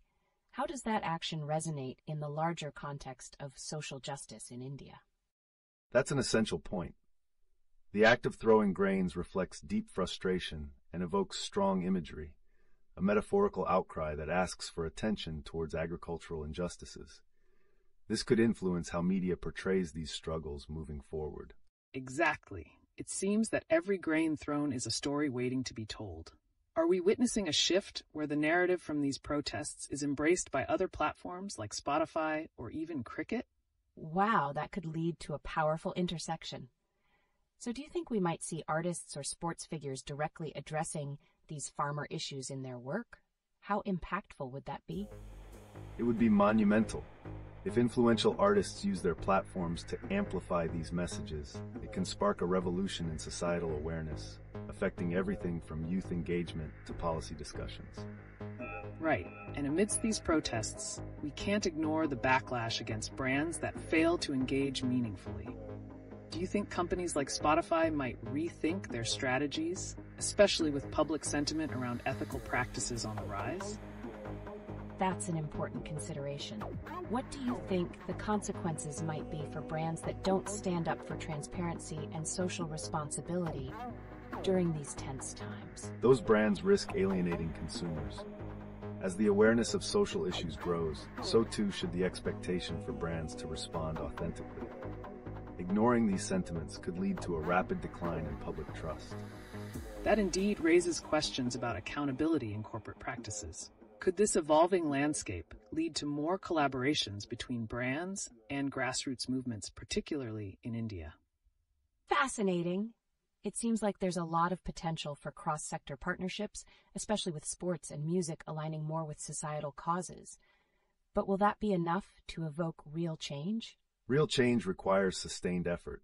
Collaborations must go beyond promotional campaigns to foster genuine dialogue and initiatives that benefit communities. The momentum generated must translate into actionable support for the people in need. Welcome back to LeetOne. As we analyze the latest buzz, a striking topic emerges: how social movements, like recent farmers' protests, are connecting to everything from politics to sports, seemingly reshaping public discourse. This intersection is intriguing. How does the farmers' collective action, such as throwing grains to symbolize their plight, redefine public perception not just of agriculture, but also of the brands like Spotify who stand to engage? Great observation. These actions hold significant power. They spotlight issues traditionally overlooked and compel brands to engage genuinely. As consumers become increasingly aware, they demand transparency and accountability from corporations. Absolutely. The scrutiny on brands escalates as we see patterns of activism woven through sports, music, and social justice dialogues. What might be the repercussions for companies that misinterpret or mishandle their role in these movements? It sounds like the stakes are high. Given the recent uproar about brands and social responsibility, could we witness a seismic shift in brand strategies with a growing emphasis on authentic partnerships with local communities? Indeed, brands that fail to adapt risk facing backlash. Collaborations with grassroots organizations can lead to impactful initiatives, especially in a vibrant culture like India's, where community narratives are incredibly powerful. Precisely. It raises the question: will brands like Spotify pivot their approaches to use this cultural awakening as a medium for change?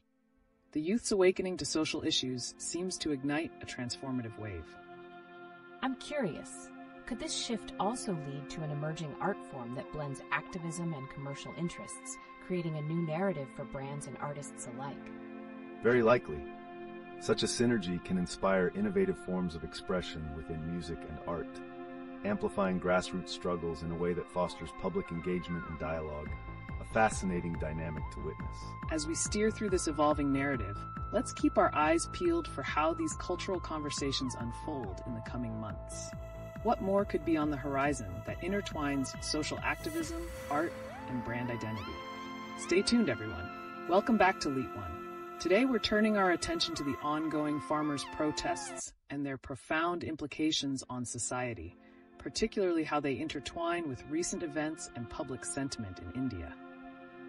It's hard to ignore the significance of the farmers' protest, especially with the striking symbolism of throwing grains as a form of expression. How does that action reflect the larger narrative of social justice we've been discussing? That gesture is powerful. It not only signifies frustration, but also channels a collective voice against systemic injustices. Such expressions are pivotal in shaping public discourse and challenging societal norms. Adding to that, we see the recent cricket achievements and how they might serve as a backdrop to the protests. Do you think India's impressive records, like the fastest 50 in tests, could inadvertently highlight agricultural struggles simultaneously? I'm intrigued by that idea. With sports often celebrated in India, could these achievements draw more attention to the issues faced by farmers, especially if celebrated alongside their protests? Absolutely. The duality of sporting success and social struggle can foster a unique dialogue, encouraging fans and the public to recognize the disparities within their celebration of success, thus generating awareness. And what about the role of brands in all this? With platforms like Spotify facing backlash based on their responses to social issues, do you think they're at a pivotal crossroads regarding how they engage with the farmers' plight? That's a compelling thought. If brands fail to convey genuine concern or acknowledgement of these pressing issues, what kind of impact might it have on their relationship with consumers in the long run? It's critical. Brands that overlook the context of their consumer base may face a significant backlash. The delicate balance between authenticity and marketing is essential, especially given the heightened awareness among today's consumers. Overall, with the farmers' protests, cricket records, and brand responsibilities converging, we seem to be at a dynamic intersection of sports, culture, and activism in India. How could this fusion shape the identity of future artists and athletes? It sounds like a transformative period. Are we likely to see a new generation of artists and athletes taking a stand on social issues, driven by the events happening around them? Very much so. This intertwining of different facets of society is likely to inspire bold expressions in the arts and sports, creating a ripple effect that could redefine cultural consciousness in the years to come. Welcome back to LeetOne. Today we're diving into another pertinent topic, how the ongoing farmers' protests are shaping a new wave of cultural expression, especially in light of recent cricket achievements. It's incredible how interconnected these events are. With India breaking multiple records in cricket, how could this influence public sentiment towards the farmers' plight? Certainly. These cricket milestones could serve as a platform to raise awareness about the struggles faced by farmers, transforming sports celebrations into powerful opportunities for social commentary. Exactly. The juxtaposition of athletic triumphs against the backdrop of protests not only unites fans, but also forces them to confront the realities faced by our agricultural communities. That raises a compelling question. Could these sporting achievements push brands like Spotify to engage more meaningfully with social issues, rather than merely tapping into cultural trends for profit? Absolutely. As pressure mounts on brands to take a stand, we might witness a shift where collaborations with grassroots movements become essential to maintaining consumer trust. And that would be a crucial development. As public awareness grows, what might be the implications for brands that choose to ignore the sentiments surrounding the farmers' protests?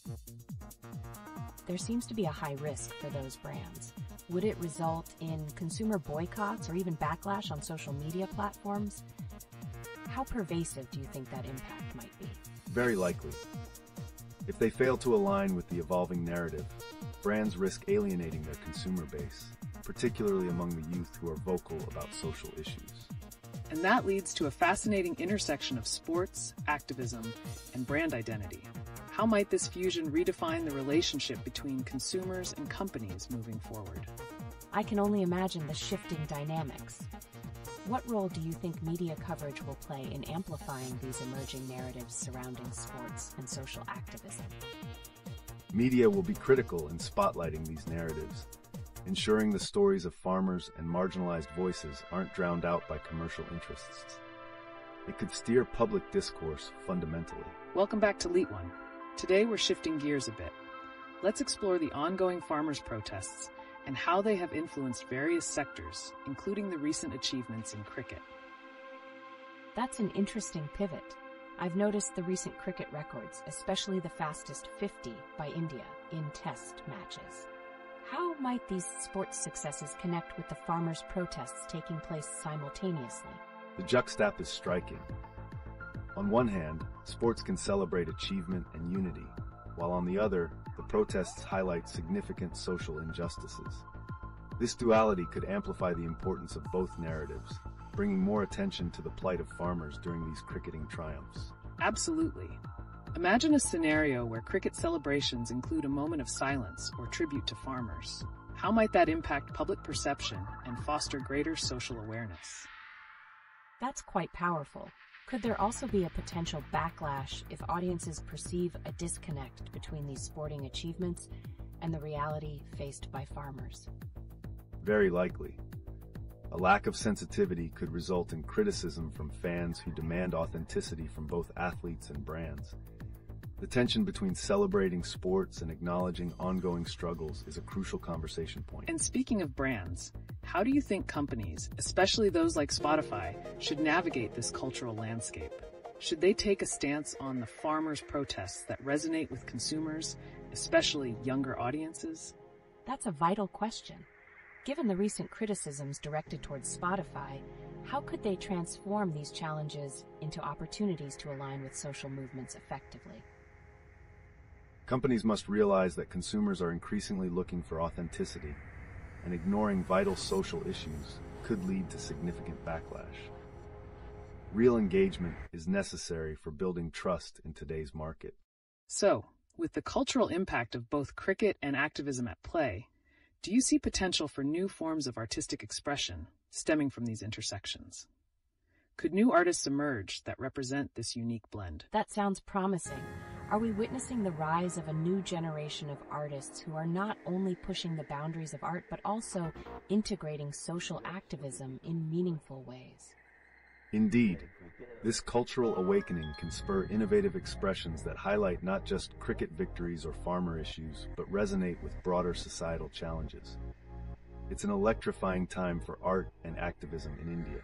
Stay with us as we continue to explore how these dynamics play out in real time. What other events do you think might further intertwine sports, culture, and activism in the near future? Welcome back to LeetOne. Today we're diving into a pressing issue, the ongoing farmers' protests and the implications they're having across various sectors, especially in the wake of India's cricket triumphs. That's really intriguing. Could these protests actually be altering the way we consume sports and culture? Absolutely. The current climate suggests that consumers are increasingly seeking content that resonates with their values, especially social justice and equity. Brands should take note. Right. Recent cricket records, like the fastest 50 in test matches, seem to shine brightly against the backdrop of these protests. How do you think they correlate? It's amazing how sports can overshadow important social issues. Are we at risk of normalization, where we celebrate achievements without addressing pressing matters like the farmer's plight? Indeed, it's a fine line. Celebrations can divert attention from critical issues. Yet, an intentional approach in sports narratives could serve as a catalyst for awareness. Fascinating. Could this lead to artistic expressions that merge sports achievements with social commentaries? What might this look like? I can only wonder. Perhaps we'll see more artists and musicians drawing from this cultural intersection to create messages that resonate with younger audiences. Very likely. As the landscape changes, the potential for innovative expressions that challenge norms will grow. Artists embracing both cricketing successes and the farmers' struggles could define a new era of activism. Absolutely. With the tension escalating, will media outlets take a more prominent role in amplifying these narratives? How should they approach this responsibility? Oh, that's a critical question. If coverage is not handled delicately, could it risk sensationalizing rather than educating? That could be a slippery slope.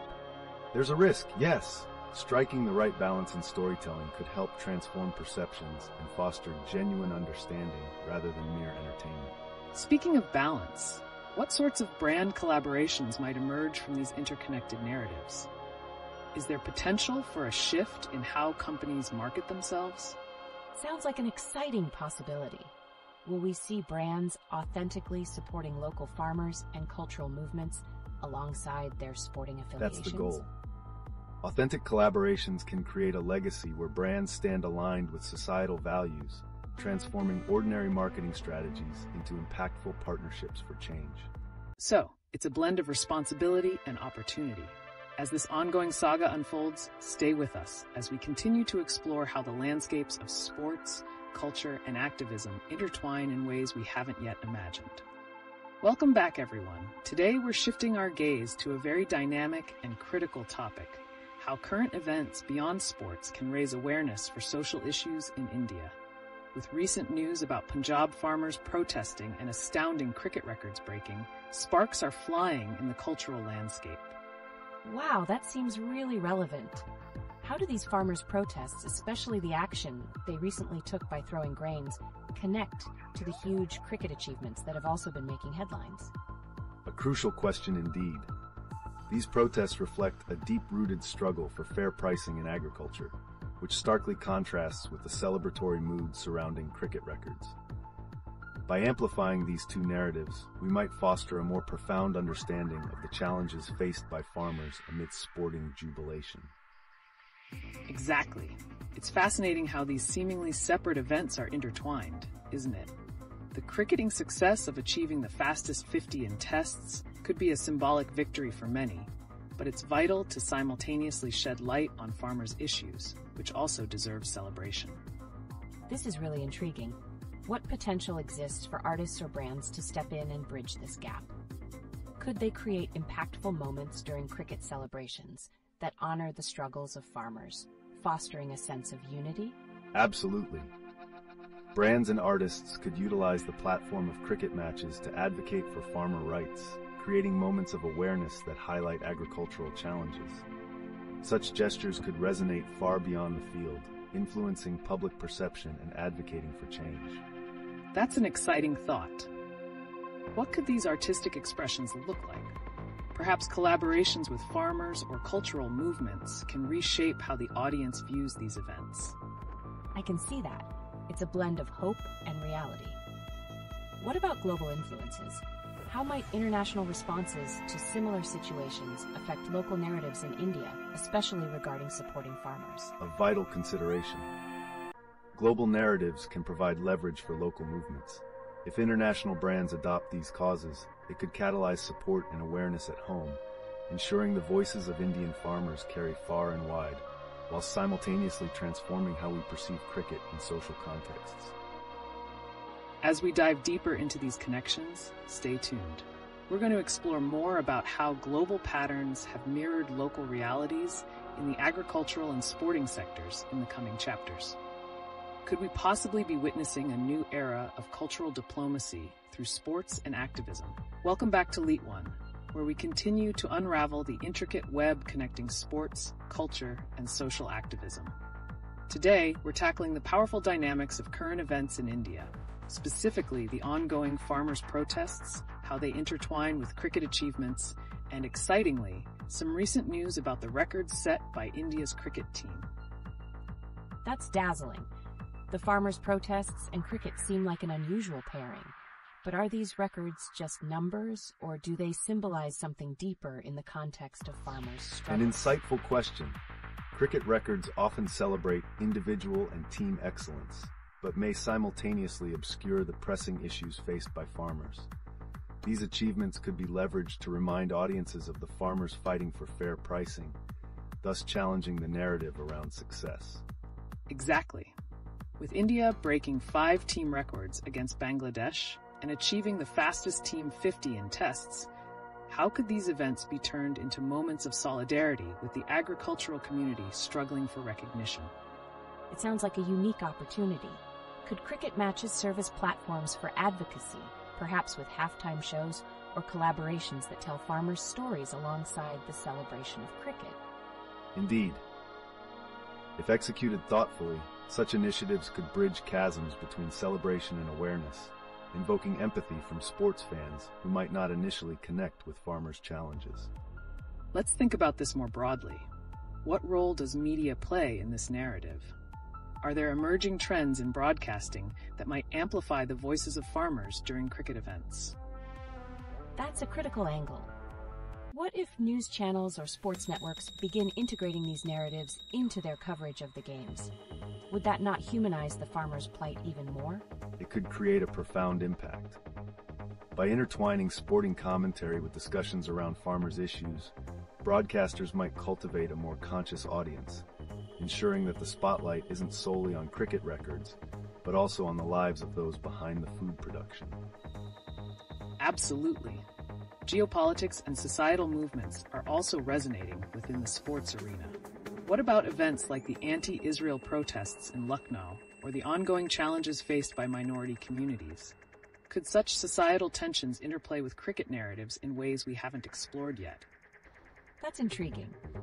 Should we also consider how individual players might take stances on social issues, influencing their public personas and potentially even team branding? Precisely.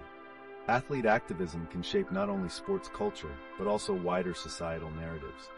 When a player uses their platform to advocate for social justice, it not only generates conversation, but also inspires younger audiences to engage with these crucial topics. And that leaves us with tantalizing questions about identity and culture. How do we preserve the essence of cricket while also ensuring that we don't turn a blind eye to the struggles affecting the very fabric of our society? Wow, that's a powerful thought. As we see this convergence of sporting success and social struggle, the possibilities for fostering unity and understanding are immense. What are your thoughts on the potential impact artists and brands can have in this intersection? The potential is significant. Moving forward, we might witness artists and brands partnering to create thoughtful campaigns bridging sports milestones with social advocacy. This fusion could drive meaningful dialogues, ensuring these stories resonate with broader audiences. Stay tuned as we venture through this exciting waterway of sports, activism, and culture. Let's explore how our cricketing victories can become catalysts for social change rather than mere points on a scoreboard. Welcome back to LeetOne. Today, we'll connect the recent farmers' protests in Punjab with the cricket world and broader cultural movements. It's fascinating how a sporting achievement can resonate in turbulent social contexts. Absolutely. This is a profound link. I just read about the farmers protesting in Punjab by throwing grains because they aren't getting fair prices. How do these events potentially relate to India's cricket achievements, especially breaking records during a difficult time? Crucial point. The record-breaking performances in cricket could serve as a moment of collective pride that distracts from ongoing struggles. If sports narratives are coupled with social justice discussions, we can illuminate the realities farmers face, amplifying their voices. Exactly. The contrast of jubilant cricket records against the backdrop of societal unrest poses essential questions. Are moments of celebration in sports overshadowing the pressing issues of those laboring tirelessly for fair treatment? That's thought-provoking. In what ways can media coverage of cricket evolve? Shouldn't it be integrating these poignant social narratives instead of only focusing on the sport's highlights? Definitely. A shift from traditional sports reporting to a more integrated approach could create awareness around the socio-economic issues tied to the agricultural sector. It can change how fans perceive not just the sport, but the community surrounding it. And keeping in mind the ongoing protests, it begs the question, could these cricketing celebrations actually serve as a rallying point for greater solidarity with the farmers' plight, rather than just a moment of personal triumph? That's an interesting perspective. Could we see players or teams using their platforms to advocate for farmers during matches, creating an even deeper cultural connection? Absolutely. Collaborations with farmer advocacy groups during significant cricket events could help humanize the struggle of farmers, expanding the narrative far beyond the field and into the societal landscape. It's riveting to think of cricket as a bridge between celebration and advocacy. How do we transition from mere acknowledgement of these issues to proactive support that leads to genuine change? A shift in mindset is needed. Fans and brands alike could take the initiative to engage with these issues passionately, right? What role do you think cultural icons play in this emerging narrative? Cultural icons can be powerful catalysts. They possess the ability to shape perceptions and can utilize their platforms to bring essential visibility to farmers' issues, enabling these narratives to penetrate deeper into public consciousness. It's about amplifying their stories. This is a conversation that's just beginning. What are your thoughts, viewers? Do you see cricket's influence growing beyond the pitch and into the daily realities of people affected by such protests? Welcome back to another riveting discussion on LeetOne. Today we're shifting gears to explore a nexus of recent events, focusing on India's cultural landscape, particularly around social media platforms and societal issues. That sounds exciting. I've been hearing a lot about Spotify's controversies. How are those issues resonating within the broader cultural context in India right now? Very interesting connection. The uproar over Spotify raises questions about freedom of expression, the music industry, and even creator rights. Such controversies can ignite powerful conversations about societal values and priorities. And let's not forget how these controversies can serve as microcosms for larger social movements. For instance, how can the backlash against platforms like Spotify intersect with ongoing farmer protests and media coverage of those narratives? Absolutely. So, the successful records by the Indian cricket team offer a celebratory lens, but could they also overshadow these pressing social discussions, like those in Punjab? Indeed. Cricket triumphs often dominate headlines, yet if they intentionally integrate messages of social justice or advocacy, there's an opportunity to unify these narratives. Can we find a way for media coverage in cricket to amplify other urgent issues? That's a critical point. Could we see collaborations where artists and athletes align their platforms to address grievances like those faced by farmers?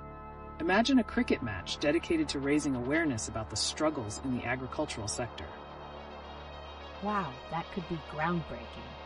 Given the diverse range of audiences, do you think such collaborative efforts might also influence fashion and lifestyle trends in India? Certainly. Fashion has always been a reflection of societal changes.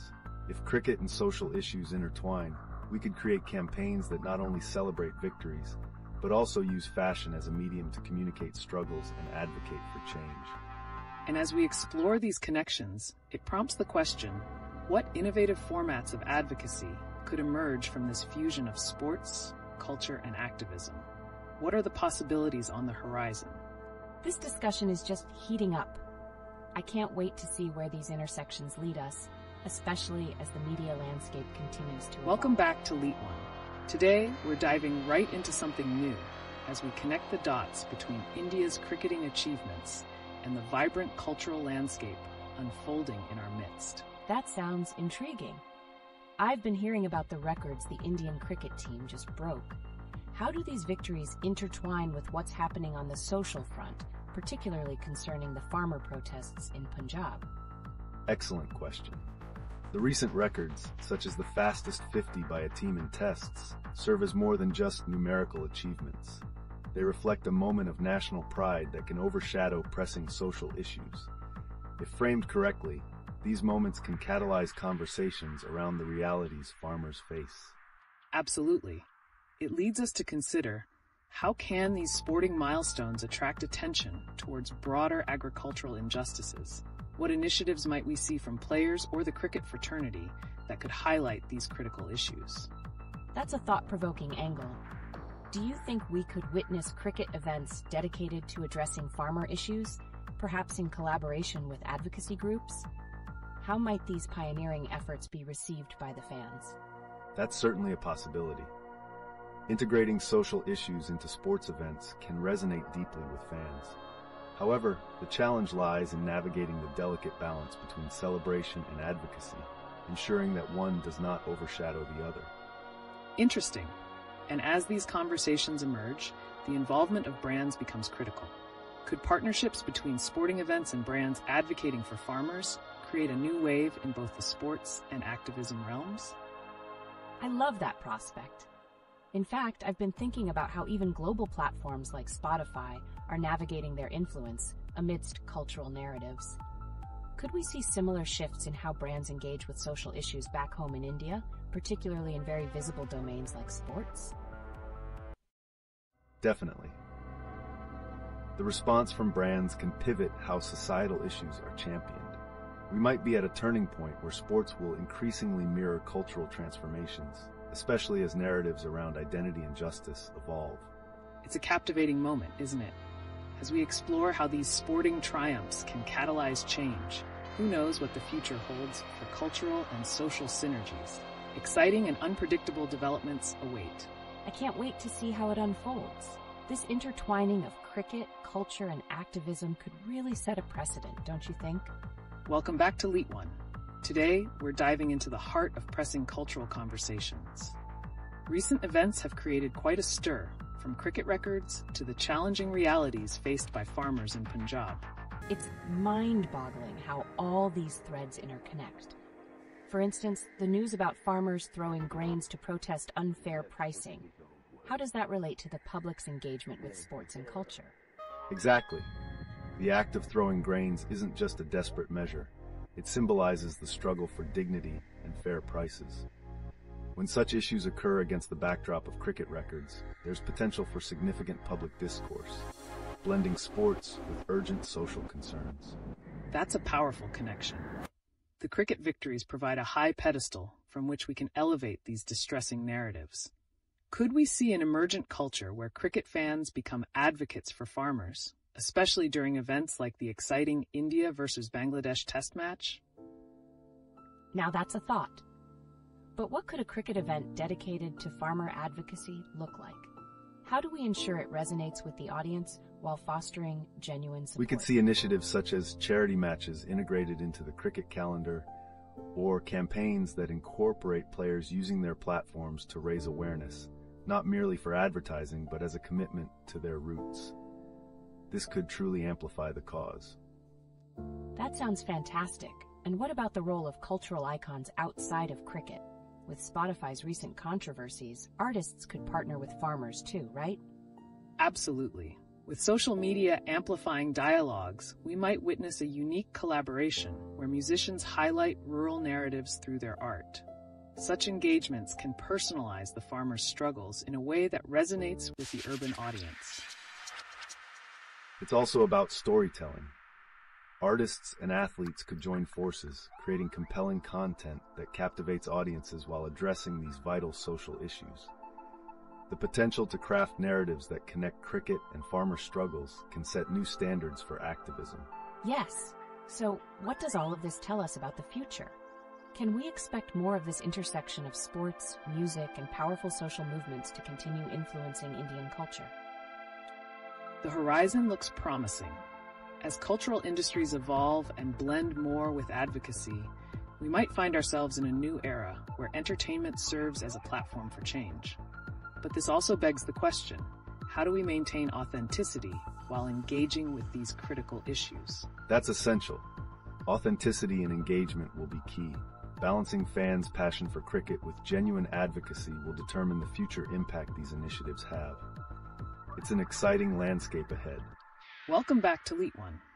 Today's discussion takes a riveting turn as we explore the latest intersections in India's cultural landscape, particularly spotlighting the vibrant echo of cricket records amidst pressing social issues. Oh wow, this sounds exciting. I'm intrigued by how the recent records, like the fastest 50 by a team in tests, can serve a deeper narrative, especially with farmers protesting for fair prices. How do you think these achievements resonate with these real-world struggles? That's a significant question. Just think about it. Sports triumphs can captivate nationwide attention and can also provide an engaging platform for social discourse. When a cricket team breaks records, it's not just about the numbers, it's about who benefits from the attention those records generate. Exactly. These records can catalyze conversations surrounding farmer welfare, prompting discussions as to how sporting events can interlace with wider social issues. But what other recent events have sparked similar dialogues? I read about the farmers throwing grains in protest. That seemed to capture a painful reality they face. How can the cricket world leverage such poignant moments to amplify their cause? That's crucial. Events like these can serve as a backdrop for cricket matches themed around advocacy. Just think, a charity match where proceeds support farmer welfare, coupled with a narrative that links the game to the very soil that nurtures the players' roots. It creates a powerful relationship between sports and societal challenges. The synergy between these contrasting threads, a cricket game and farmer struggles, creates a layered narrative.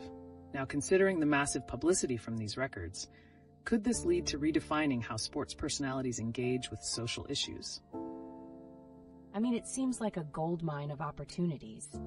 But do you think fans would support such initiatives, or is there a risk of them perceiving it as an overly commercialized effort? That's definitely a balancing act. Fans are passionate, and while they love celebrating triumphs, meaningful engagement resonates well, provided it's done authentically. If players and organizers show genuine commitment, fans are likely to rally behind such causes. It prompts another layered thought. Could we witness a resurgence in cricket's cultural significance as a vehicle for change, especially with the growing human narratives surrounding these sports records? What's the roadmap for that? Indeed. If cricket continues to embrace its role in advocating for urgent issues like agricultural injustice, the cultural landscape can shift towards more profound empathy and understanding. And there's still so much potential waiting to be uncovered in how we can bridge these narratives. Oh, I can't wait to see how this all unfolds. Each conversation seems to be a stepping stone towards reshaping perceptions around sports, culture, and activism in India. What else does the future hold? Hold tight, because as we continue to monitor these interactions, fascinating developments are bound to arise, weaving cricket and social consciousness into one compelling tale. Welcome back to LeetOne. Today, let's shift our focus to a hot topic surfacing in India: farmers protesting by throwing grains, expressing their plight amidst the backdrop of cricket records. Wow, that sounds intense. How does the throwing of grains connect to the cricket achievements, especially with cricket breaking records during such protests? It creates a striking contrast. While cricket records like the fastest 50 can bring joy and pride, the farmers' actions reflect their desperation for fair pricing and recognition. This juxtaposition raises fundamental questions about the value society places on both sports success and agricultural livelihoods. Precisely. As cricket captures the nation's attention, it lays fertile ground for an important dialogue about farmers' rights and well-being. How can cricket's popularity pave the way for a deeper understanding of rural struggles? I'm curious. Do you think the cricket community, players, management, and fans can step in to support farmers? How could that look in practice? Absolutely. Event organizers might consider incorporating charity elements into matches. Hosting themed games where ticket sales go towards farmer welfare could resonate deeply, inviting fans to participate in activism while enjoying the game. That raises a significant point on the alignment of sports and social responsibility. With cricket's reach, could we anticipate partnerships between agricultural advocates and sports personalities? It could highlight personal stories of farmers during matches, right? Yes, that would be impactful. And what about integrating narratives of the farmers in these cricket events? How might the connection with cricket players enhance public empathy towards the agricultural community? It's a perfect blend. If players share their own connections to farming, be it through family ties or personal experiences, it humanizes the issues and allows for greater public engagement. People often relate to stories they can connect with, fostering a meaningful dialogue. Engaging storytelling will certainly play a crucial role. But amid this wave of social consciousness, will we see brands eager to partner in this advocacy? What does this mean for their future strategies? That's a fascinating angle. Are brands going to step up in supporting these initiatives and use these causes to resonate with consumers, especially young audiences who are driven by purpose? Definitely. Brands will look to proactively associate themselves with causes as consumers increasingly prefer organizations that contribute to social good. This alignment can redefine brand identity in the context of advocacy, especially in light of recent Spotify controversies and their critique of social responsibilities. It'll be intriguing to watch how these dynamics unfold. Tune in as we continue to explore how cricket, culture, and activism might intertwine, ensuring the voices of the farmers are not only heard, but also celebrated amidst cricket's glory. Welcome back to LeetOne, everyone. Today we're diving into a riveting angle surrounding the ongoing situation in India, the farmers protesting by throwing grains, which intersects with our recent cricket records. This is such a critical issue, but I'm curious, how do these protests, with such poignant imagery, affect the general perception of farmers in India, especially among cricket That's a fans? compelling point. These visual protests not only draw attention to the farmers' struggles, but also invoke empathy. When people see grains being thrown, it symbolizes desperation, prompting a re-evaluation of how society values those who cultivate our food. Right. And with cricket being a unifying force in India, how can these incidents encourage fans to support a broader narrative around agricultural equity? What role does sportsmanship play in this context? It's intriguing to think about. Could we see cricket personalities stepping up as advocates and using their platforms to highlight these critical issues? That's a powerful image. Absolutely. If cricketers align themselves with these causes, it could not only humanize the plight of farmers, but also galvanize their massive fan bases towards action. Authenticity in these partnerships will be key for resonance. So, as we consider the balance of culture and sports, do you believe that cricket can effectively serve as a catalyst for change, realigning public focus from just sporting achievements to social responsibility? I mean, that sounds incredibly hopeful. But are there risks? Can the overwhelming commercialization of cricket overshadow the genuine advocacy needed for these causes? That's a valid concern. While leveraging the cricket platform can spark action, it must be approached thoughtfully. If done correctly, it can lead to a slew of positive outcomes, promoting farmer welfare while engaging fans meaningfully. Let's not forget how recent cricket achievements have coincided with previous farmer movements. Could this connection redefine what it means to be a responsible sport in India? Absolutely. In the dynamic landscape of sports and activism, the potential is vast. What's next for the future of cricket's cultural impact in India, especially regarding societal issues like these? The future looks promising. As cricket continues to evolve, we could witness a shift where sporting events serve as platforms for crucial narratives, blending entertainment with advocacy. Can the game become a beacon for change? Let's keep exploring that dynamic. How about we turn our sights to the role of brands in all of this? How can they transform their strategies in response to the ongoing protests and cultural moments? Welcome back to LeetOne, everyone. Today, let's steer our conversation to another pressing topic that's emerged as farmers protest by throwing grains in Punjab due to unfair pricing. This protest not only reflects their desperation, but also challenges us to rethink cultural values surrounding food and agriculture in India. That's intense. I'm curious, how does this farmers' protest resonate with the younger generation, especially when entertainment platforms also depict these issues? It's a fascinating intersection. The younger audience, shaped by social media and digital storytelling, may engage more deeply with visual narratives that highlight the farmer's plight. They tend to rally behind authenticity, especially through platforms like TikTok or Instagram. Exactly. The power of digital platforms can amplify these voices significantly. Do you think there's potential for cricket players or celebrities to use their influence to bridge this gap further? Oh, definitely. How can we expect cricket stars to gain traction in this area? What kinds of initiatives could they undertake to connect with these issues authentically? They could do a lot. For instance, hosting charity matches where proceeds go to support farmers, or participating in campaigns that educate fans about agricultural equity can make a real difference. Their involvement could humanize the issue for fans. That sounds promising. Could these initiatives also spark collaborations between brands and cricket players? How might those partnerships redefine societal engagement in sports? It's interesting to think about. Brands capitalizing on these narratives could elevate their image while genuinely contributing to the cause. But what's the risk? Can over-commercialization dilute the message? Indeed, striking a balance is essential. If done sensitively and authentically, brand partnerships could uplift the narrative. However, if perceived as exploitation, it could backfire and undermine the cause. Will brands learn to navigate this delicate landscape? We'll be keeping an eye on that. As we discuss the broader cultural implications, let's turn our attention to what role food culture plays in shaping societal attitudes toward the agricultural sector amidst the protests. Yes, that sounds crucial. Can food narratives unite people in advocating for farmers' rights? How might that play out? Definitely.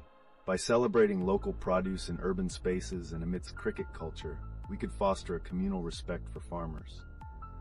This connection might push for better policies and support for the agricultural sector as a whole. What a thought-provoking angle. As we continue this engaging discussion, please stay tuned for more insights into how cultural narratives around food and cricket can reshape our perceptions of agriculture and advocacy in India. Welcome back to LeetOne. Today, we're exploring a critical current event, farmers in Punjab throwing grains as a form of protest. This raises significant questions about their fight for fair pricing and how this dilemma reflects broader societal values surrounding agriculture in India. This is such a striking image. What do you think this protest signifies for the general public? Is it just about pricing, or is there a deeper narrative at play that connects to our everyday lives? Absolutely. This act not only highlights economic distress, but also symbolizes the disconnect between urban consumers and the farmers who feed them. It's a call to action for society to rethink how we value agricultural labor and the goods produced. And it's fascinating how these protests are visually impactful, drawing attention to farmers' struggles. But does this fire up support for the agricultural sector in unexpected ways? That's what intrigues me. Can the outrage from these protests create a ripple effect, influencing viewers to reconsider their shopping habits or engage more with local produce? There's great potential here. We might see a shift in consumer behavior driven by empathy, consumers recognizing the importance of fair wages for farmers and seeking out ethical brands that support them. Great point. But what about the role of media in shaping this narrative? Can it effectively bridge the gap between these protests and the everyday consumer's understanding of agricultural issues? Media plays a crucial role in amplifying these messages. By focusing on human stories behind the protests, they can stir empathy among audiences who might not be directly affected, creating a collective consciousness around these struggles. That makes sense. And with the recent cricket records, how do you see sports media contributing to or complicating the message of these protests? Indeed, as cricket becomes increasingly associated with advocacy, its influence on consumer consciousness and farmer welfare will be fascinating to observe. Can sports media serve as a vital channel for amplifying farmer narratives effectively? Without a doubt, the connection drawn between sports successes and social issues could encourage cricket players to leverage their influence, advocating for agricultural equity even as they celebrate their achievements on the field. Wow, that's such a powerful vision. So how can fans further engage with these issues while enjoying sports events? That's a great question. Perhaps fans can support campaigns that resonate with them during key matches, sparking conversations around agricultural rights during celebratory moments. What's your take on how this could unfold in the context of a match? Welcome back to LeetOne. Today, as we continue our exploration of current events, let's turn our focus to a recent headline that's been creating a stir: the resurgence of farmers' protests in Punjab, with farmers throwing grains in protest of unfair pricing. That's intense. It seems to draw attention to not only economic struggles, but also cultural perceptions about agriculture in India. How do these protests resonate with broader societal sentiments, especially now? Great observation. This is certainly more than just an economic issue. It symbolizes a call for respect and recognition for the agricultural community, challenging long-standing stereotypes about farmers and their essential role in society. Absolutely. And this momentum of protests is happening alongside major events like cricket matches between India and Bangladesh, where records are being broken. Do you think this juxtaposition can give a new dimension to how the general public perceives both agriculture and sports? That's a fascinating connection. So, could cricket's popularity amplify the farmers' message, or do you feel there's a risk of overshadowing their plight with the excitement of sports? It's a delicate balance. While cricket can certainly raise awareness, there's always the risk of sensationalizing issues rather than creating substantial dialogue. What remains critical is a shift toward impactful narratives that resonate with fans. Speaking of impactful narratives, we also have the Spotify controversy. It has been stirring discussions about cultural accountability. How do you think this affects public trust in brands and platforms in relation to social movements? Interesting. Could the backlash against Spotify lead to a more cautious approach by brands regarding social activism, especially in relation to the farming community's protests? That's entirely possible. Brands might start navigating these issues more thoughtfully, aiming to build genuine connections rather than exploitative marketing tactics. This aligns directly with how brands should approach their messaging in light of current events. Exactly. So as we look ahead, how do you envision the synergy of sports, culture, and activism evolving from these current events? Wow, that's an exciting prospect. Could we be witnessing a shift where players and brands actually take stands on social issues, not just in sports, but across all cultural platforms? Yes, it's about creating a wave of social consciousness powered by influence. It might lead to partnerships that advocate for farmers while engaging broader audiences. Always keep an eye on how these partnerships and narratives evolve. It's thrilling to think about. So much depth in these intersections, where social justice, sports, and culture meet. Thank you for joining us in this riveting discussion on LeetOne, and don't go anywhere. More insights are coming your way. Welcome back to LeetOne. Today we shift our focus slightly to a trending topic, the recent protests by Punjab farmers throwing grains as a statement against unfair pricing. This act raises critical questions on agricultural rights and consumer consciousness in India. That's striking. With this direct approach, do you think farmers are effectively capturing public attention? How does this compare to other civil movements we've seen in recent times? Indeed, it's a bold move. This tactic is reminiscent of other global protest strategies that aim for visibility and urgency. It not only raises awareness, but also cultivates a deeper connection between urban consumers and their food sources. Absolutely. And we can't ignore the backdrop of Indian cricket records being broken simultaneously. Do you think these two narratives can merge in a way that amplifies the farmer's message?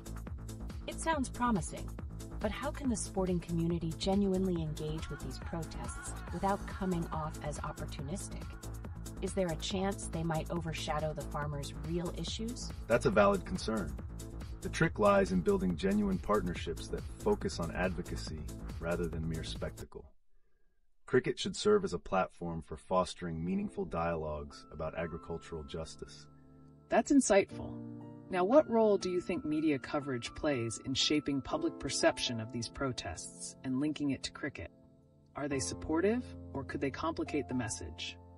Media can be a powerful ally when they highlight the human stories behind the protests. However, sensationalism can lead to misunderstandings, diluting the core issues at stake. A balanced narrative is crucial for fostering empathy. That makes sense. As we look forward, could we also see a shift in public behavior towards ethical consumption, possibly influenced by both cricket's role and the farmer's plight? Definitely. Watching how consumers respond out of empathy could reshape their shopping habits in significant ways. This intersection of agriculture and the sporting world opens up a compelling dialogue that seems only to be intensifying. And interestingly, as this narrative unfolds, it may challenge brands to rethink their strategies, creating a ripple effect in the market and potentially leading to a more ethical consumer landscape. What an exciting avenue to explore. Do you think the spike in visibility for the farmers' cause amplified by cricket records will encourage more brands to align with social justice initiatives, or will it merely be a passing trend? That's a question worth pondering. As we wrap up today's discussion, keep an eye on how these dynamics unfold, because this intersection of sports, culture, and social activism is just beginning to heat up. Welcome back to LeetOne. Today we're pivoting to a pressing issue making headlines, the Punjab farmers' protests. Farmers are expressing their frustration in a dramatic way by throwing grains, fighting against unfair pricing practices. That's incredibly impactful. But could there be a broader view on how this particular form of protest, which connects perfectly with the resurgence of Indian cricket's success, plays into public consciousness? Absolutely. The act of throwing grains not only symbolizes the farmer's despair, but serves as an evocative metaphor. It can echo across stadiums and screens, linking agricultural struggles with the national love for cricket, making these issues impossible for the public to ignore. Right. And considering that India recently broke multiple records against Bangladesh in Test cricket, do you think there's an opportunity for these sports narratives to coalesce with farmer narratives more consistently? That's such a compelling thought, but could this also lead to potential backlash against brands aiming to align themselves with such poignant issues? especially with the Spotify controversies still fresh in public discourse about cultural accountability? It's a delicate dance. Brands risk being seen as exploitative if they try to monetize these protests without authentic engagement. If they merely use farmers' struggles as a marketing gimmick, they can damage their reputation rather than build trust. So these cricket successes next to farmers' challenges create an interesting juxtaposition. Could it pressure brands to respond more thoughtfully and meaningfully in their campaigns, or will it lead to a spectacle that overshadows the farmers' messages entirely? Wow, that's fascinating.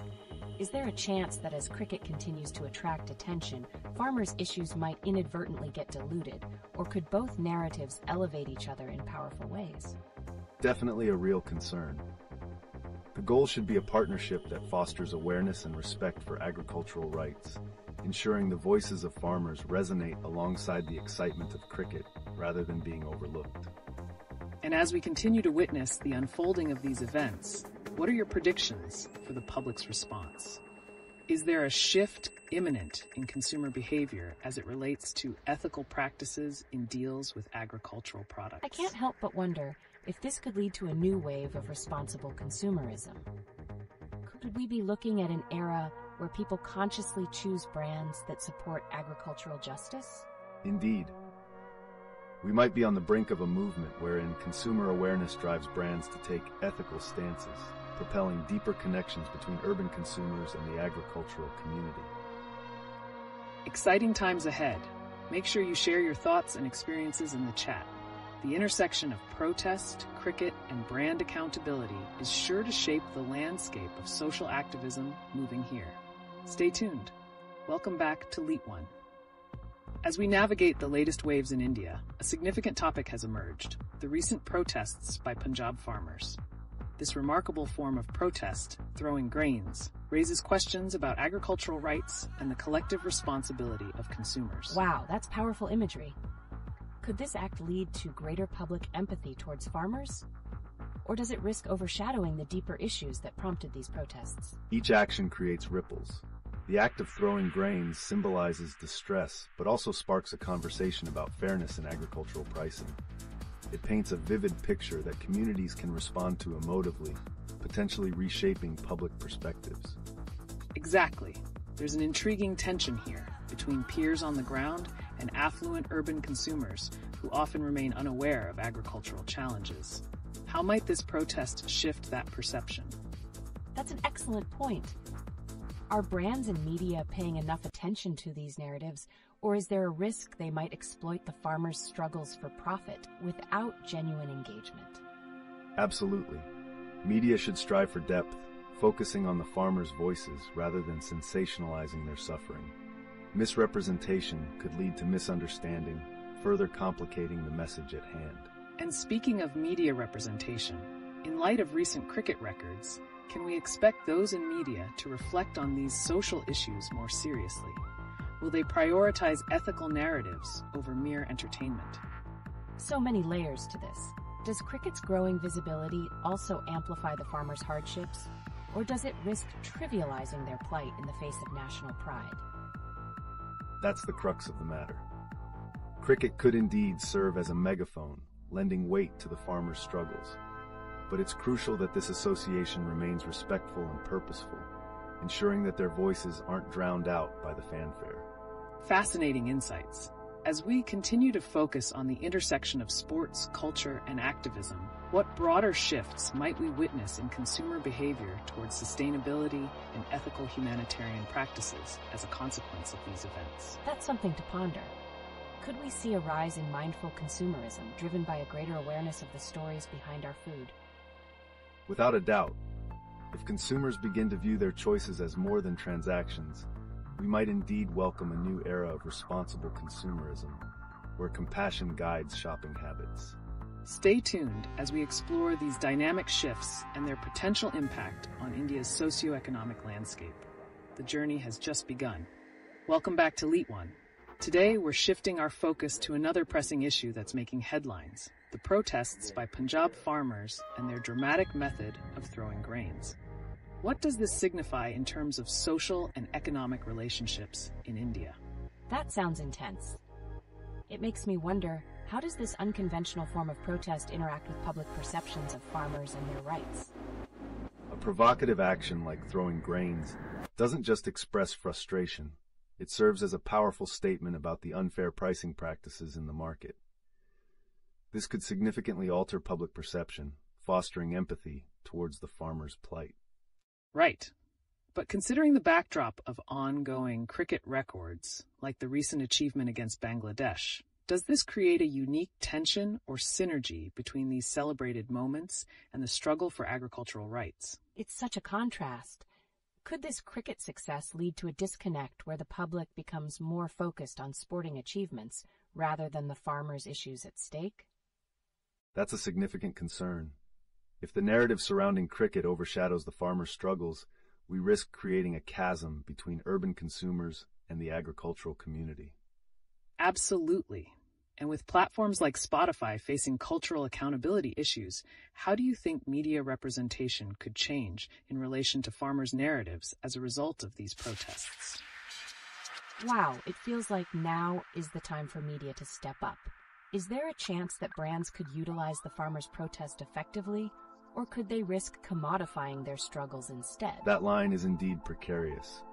Brands must tread carefully. Aligning authentically with farmers' struggles can enhance credibility, but any hint of exploitation can lead to backlash and cultural condemnation. Interesting perspective. So to summarize, we are on the edge of a transformation where consumer behavior, cricket, and activism might collide dramatically, reshaping how these narratives are connected in modern India. What do you think will be the biggest takeaway for consumers? Could we witness a rising consciousness among consumers, leading to more responsible choices in brand allegiance, especially in the context of agricultural support? There's potential for that shift. If consumers consistently engage with the stories behind their products, the agricultural community might gain the respect and support it deserves, forming a new foundation of collaboration. This dynamic intersection of sports, culture, and activism is surely one to watch.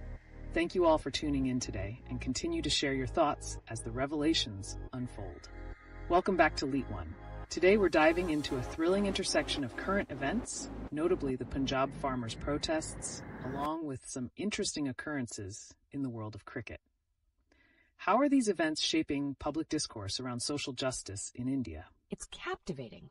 With the recent protests involving farmers throwing grains, I can't help but ask, what impact do these actions have on public perception about agricultural rights? Are we seeing a genuine shift in conversations?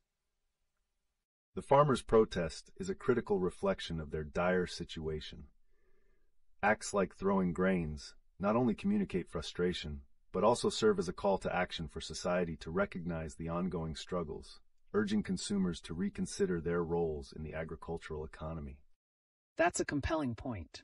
Moreover, with India breaking multiple cricket records against Bangladesh, doesn't this sporting achievement risk overshadowing the serious issues at play? How can media balance these narratives to ensure both get the attention they deserve? Wow, that's a fine line. Is there a chance that media could become so engrossed in the cricketing accolades that they overlook the farmers' plight? What does ethical journalism look like in this context? Ethical journalism involves presenting a holistic view of events. Media should highlight both the sporting successes and the pressing issues within the agricultural sector without letting one drown out the other. We need to see more intersectional storytelling. Absolutely. Let's not forget about platforms like Spotify grabbing headlines for their cultural accountability. Could their growing role in shaping narratives also influence public support for farmers? Great thought. Are brands like Spotify capable of elevating social issues effectively, or could they inadvertently commodify the struggles faced by farmers, thus diluting the narrative? It's a double-edged sword. Brands must tread carefully and engage authentically if they want to resonate with consumers and support social justice effectively. Otherwise, they risk being seen as opportunists trying to profit from a critical situation. Fascinating dynamics at play. With consumers becoming increasingly aware of ethical considerations in their choices, how could the outcomes of these events reshape consumer behavior towards agricultural products in the long term? Sounds like a possible shift. Could this lead to a new wave of consumer consciousness where support for farmers becomes a defining factor in brand allegiance? The potential is definitely there. If consumers can connect the dots between their choices and the farmers' struggles, we might witness a new era of mindful consumerism assuring fair treatment for the agricultural community. Stay with us as we keep exploring these pivotal connections that could ultimately influence India's socio-economic landscape. Your thoughts are vital as always, and together we can shape a deeper understanding of these pressing issues. Thank you for joining us today on LeetOne. We're diving into an intriguing topic that spans various facets of society: the protests by Punjab farmers and the underlying issues around agricultural pricing in India's economy. This really sounds intense. I've noticed that farmers have resorted to throwing grains as a form of protest. What does this extreme action represent in terms of their struggles for fair pricing? That act of throwing grains is not just a solitary protest. It communicates their deep frustration over market exploitation and asks for urgent recognition of their plight. It's a dramatic oversight that could capture public attention towards agricultural rights. Exactly. And what's fascinating is how this form of protest circles back to broader social conversations. When people witness such impactful actions, it raises questions regarding our food sources and the fairness entwined within them. How can this transform public perceptions of agricultural practices in India? That's a thought-provoking point. Does this mean that urban consumers might start feeling a larger responsibility towards supporting farmers, especially when they connect their consumption choices to these protests? Certainly. As consumers begin viewing these protests as reflections of their food system's failures, we could see an uptick in conscientious consumerism. If they embrace the narrative of farmers struggling for pricing fairness, it may alter their purchasing decisions significantly. Now, hold on. With the cricket world witnessing record-breaking successes, does this sports narrative overshadow the farmer's plight? How do we ensure that these agricultural issues remain in the limelight when sports can draw such massive attention? That's a crucial inquiry. Is it possible that media outlets will prioritize cricket developments over farmer advocacy, despite the pressing need for dialogue surrounding this economic disparity? That's a significant risk. Ethical journalism plays a pivotal role here. Media must bridge these two narratives, ensuring that while they celebrate cricket's records, they simultaneously shed light on the vital issues farmers face. Balance is essential. A key question remains: how can various sectors, media, sports, and consumers, collaborate to amplify these voices? What role does fashion or public figures play in this dynamic relationship? And how can they draw attention to farmer struggles now? So many layers. I feel like these connections could create a massive cultural shift that benefits agricultural communities in ways we haven't fully explored yet. What might the future hold for such advocacy movements in India? Welcome back to LeetOne. Today, we're switching gears to explore a fresh angle emerging from the rich tapestry of Indian society. With recent news surrounding farmer protests, cricket accolades, and even cultural critiques resonating across platforms like Spotify, there's a lot to unwrap. Wow, it seems there's a lot simmering beneath the surface. How do you see the interplay between farmer protests and recent cricket success? Is there a tangible connection we might be overlooking? Absolutely. The ongoing farmer protests, particularly the dramatic act of throwing grains, acts as a stark contrast to the jubilant cricket records being shattered. This cultural juxtaposition highlights societal disparities and reveals how success and struggle coexist. Exactly. Now, consider how these cricket achievements amplify the experiences of farmers in society. When the nation rallies around a cricket victory, do we inadvertently sideline the pressing issues faced by agricultural communities? That's a compelling question. Is it possible that this focus on cricket might serve as a distraction, overshadowing the farmers' voices? How can we strike a balance between celebrating sports and highlighting essential agricultural concerns? The answer lies in forging stronger narratives. By intertwining stories of social justice and sporting triumphs, we can create a comprehensive portrayal that not only celebrates success, but also brings farmers' battles to the forefront. Inspiring. And what about the role of entertainment platforms like Spotify? With the ongoing cultural dialogue, could they play a part in elevating these social issues? That's intriguing. Can platforms like Spotify shift public consciousness about these protests while also navigating the fine line of not commodifying the struggles of farmers? Yes, they indeed have a pivotal role. As we see them diving into cultural critiques, there's an opportunity for authentic storytelling that resonates with the audience while acknowledging the plight of farmers. And it's essential to discuss how brands can engage in these movements without being perceived as opportunists. What strategies can they adopt to ensure their support for farmers feels genuine? It seems there's a lot at stake. How can emerging brands successfully navigate this landscape and align their values with the movements for social justice? The journey towards meaningful engagement involves deepening connections with local communities, understanding their struggles, and being transparent about intentions. Only then can brands authentically advocate for social causes. Indeed, the intersection of culture, sports, and social justice continues to evolve. Stay with us as we explore these connections further and hear more of your thoughts. Your participation is key in unfolding this complex narrative. Welcome back to LeetOne. Today, we're veering into a crucial aspect of contemporary Indian society that intertwines sports and activism, particularly in light of recent debates around agricultural pricing and ongoing farmer protests. This sounds intense. How does the dynamic between successful cricket performances and the farmers' struggles shape the narrative in India today? Are we witnessing a clash of priorities or something deeper? It's more than just a clash. It's a simultaneous evolution of narratives. The cricketing world is inhabiting a space where its visibility can draw attention to the unsung battles of farmers, creating a dualistic reflection of triumph and despair. Absolutely. With India's cricket team making headlines by breaking records, can we reflect on how this sporting success might overshadow the urgent cries for change from agricultural communities? Is this a moment of celebration or overshadowing real issues? That's thought-provoking. If cricket captures the limelight, how do farmers leverage this momentum to harness attention for their cause? Are there innovative approaches they could adopt? Indeed, they could integrate their narratives into cricketing celebrations. Collaborating with cricketers or using platforms that showcase these sports achievements to educate audiences on their plight could offer them a substantial voice. And looking at recent events, like the farmer protests involving throwing grains, how does this symbolism resonate with the public?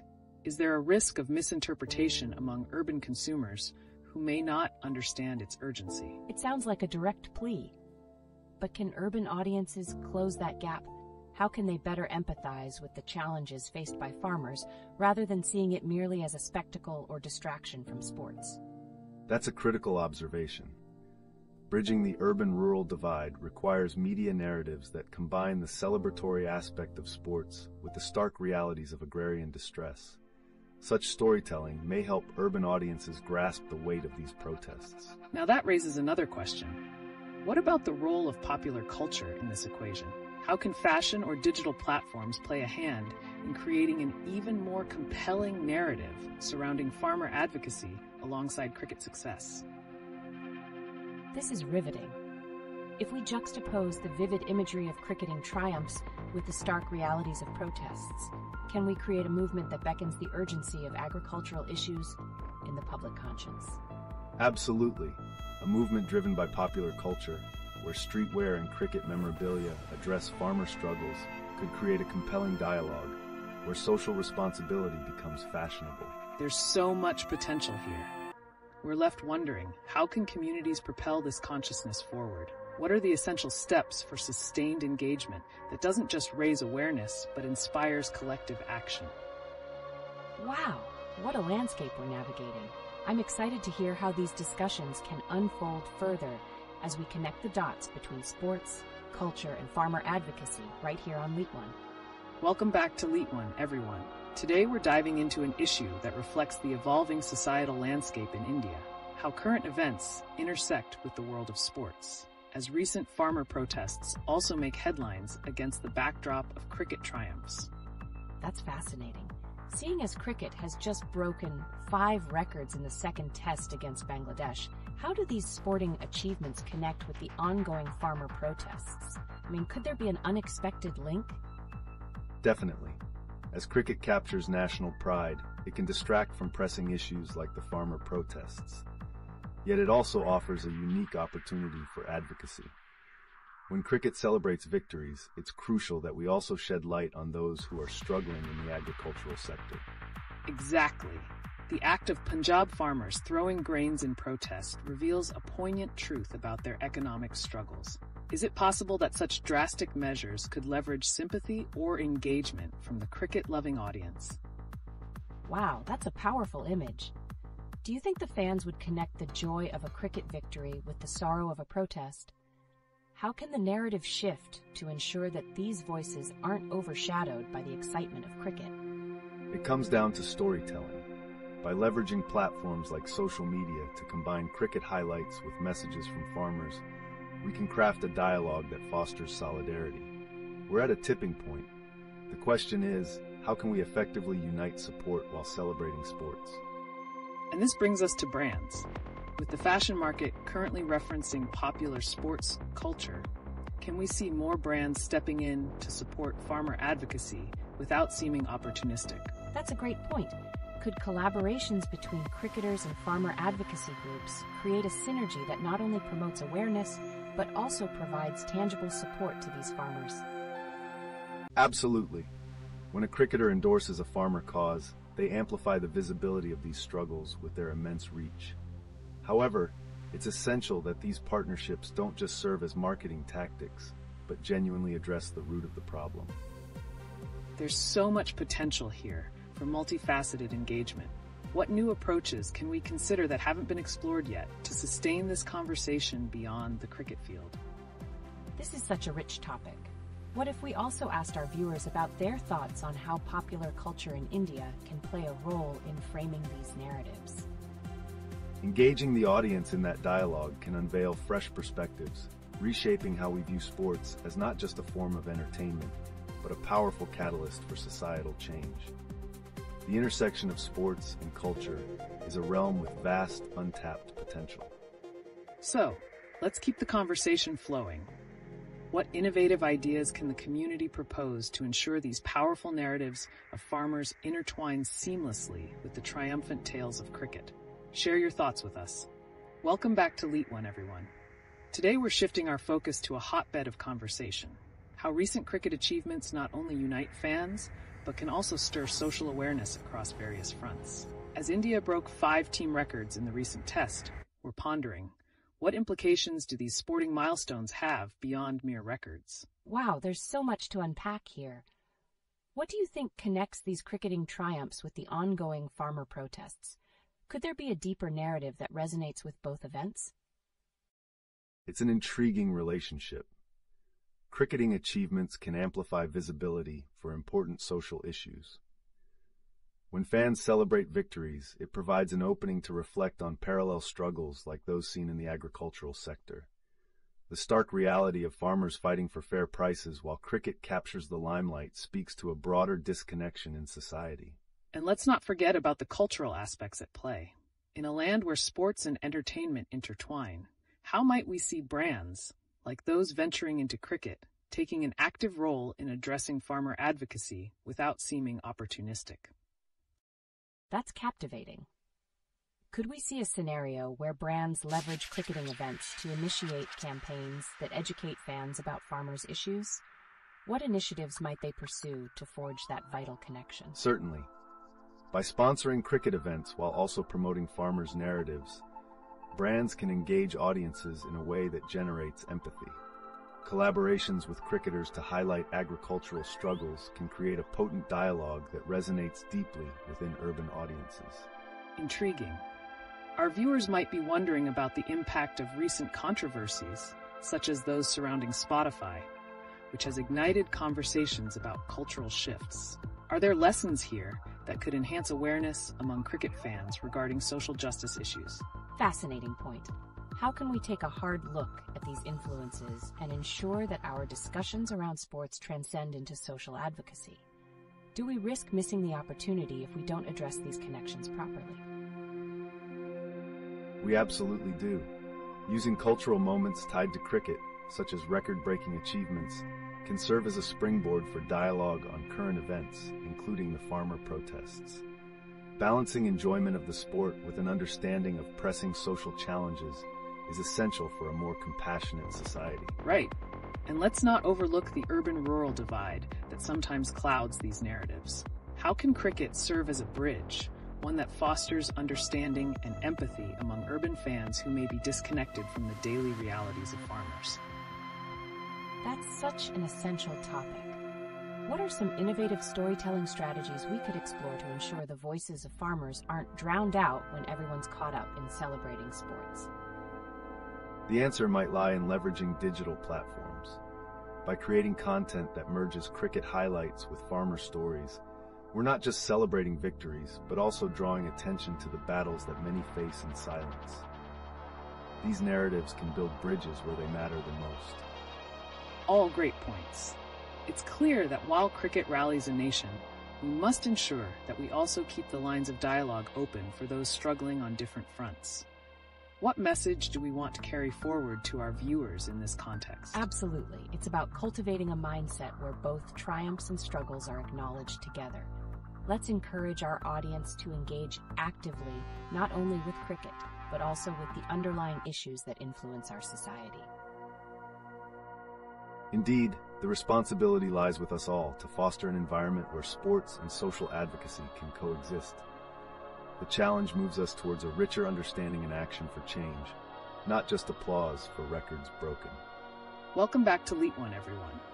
Today we're diving into something stirring within our cultural fabric, how the recent protests by Punjab farmers are concurrent with the cricketing milestones that have captivated India. Oh wow, that's a compelling angle. How can the narrative of farmers struggling for fair prices be intertwined with the excitement around cricket achievements? Are there contrasting emotions that resonate in both stories? Definitely. The farmer's plight showcases a harsh financial reality, while cricket brings joy and celebration. By aligning these narratives, we can underscore the disconnect between urban celebration and rural struggles. It allows us to foster empathy in a unique way. Exactly. Now, what if we consider how this cultural intersection could reshape consumer habits? With cricket's popularity, could we encourage fans to support local farmers through their purchasing decisions? That's a fascinating idea, but how do we ensure that fans connect their love for cricket with actionable support for farmers? What kind of campaigns or collaborations could make that happen? A strategic approach is vital. Brands can create campaigns showcasing cricketers advocating for fair farm prices while promoting products. Authentic storytelling can weave together the narratives of cricket and agriculture, encouraging fans to act. And what about social media's role in all this? In today's world, many fans engage with sports online.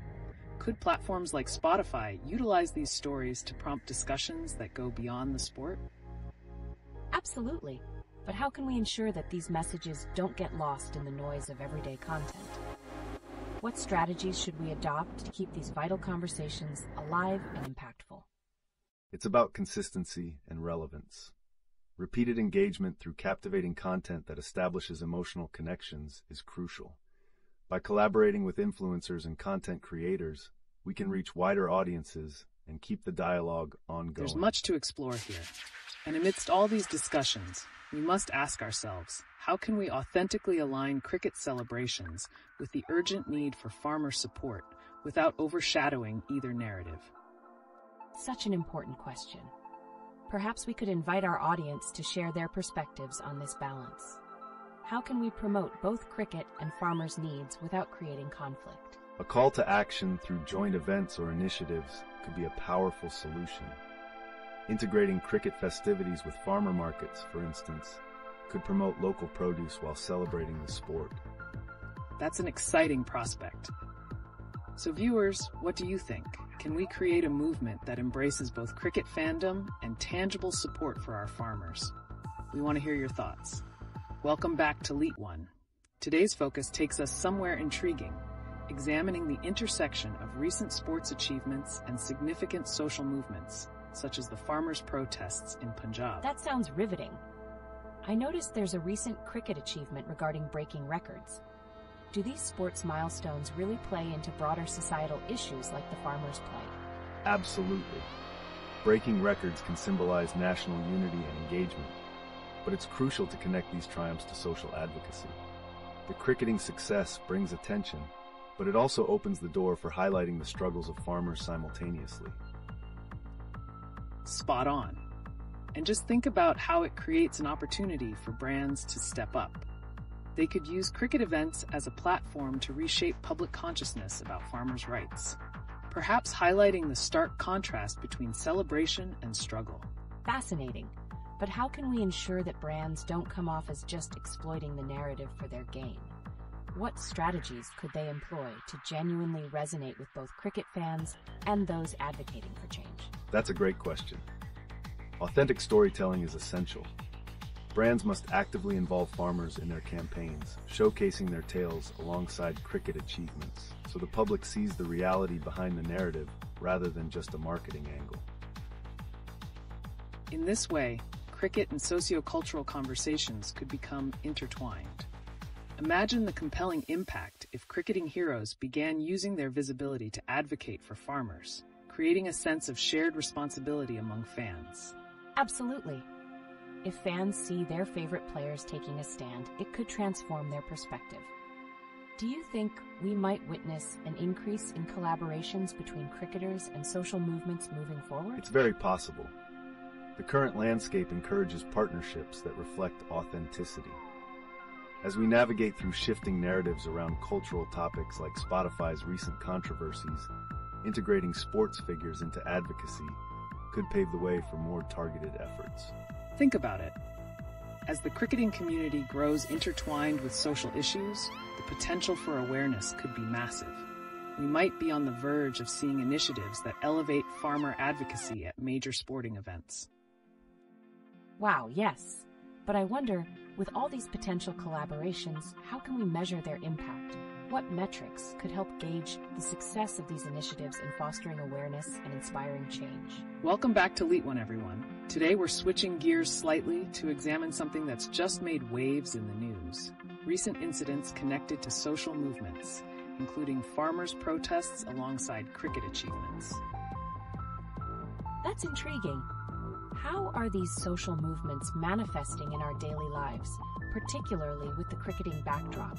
And what does it mean for our culture as we witness such unity among various social causes? A significant aspect is how sports can transcend mere entertainment and catalyze action. Recently, there have been incidents like farmers protesting for fair prices and cricket records being established simultaneously, which can serve as a backdrop for raising awareness. Right. That juxtaposition, the joy of cricket milestones alongside disheartening protests, illustrates a compelling narrative. So how can these themes intertwine to motivate fans and consumers alike toward active participation in social causes? Definitely a thought-provoking question. It makes me wonder, what innovative strategies can brands use to funnel the excitement of cricket achievements into actionable support for initiatives like the farmers' struggle? Engaging storytelling is vital here. Brands can weave farmers' narratives into cricket events, showcasing not just what's celebrated on the field, but also spotlighting the lives affected by these larger issues. Fascinating. And what role do you think social media platforms could play in amplifying these discussions? Can they bridge the gap between cricket fandom and awareness of farmers' protests more effectively?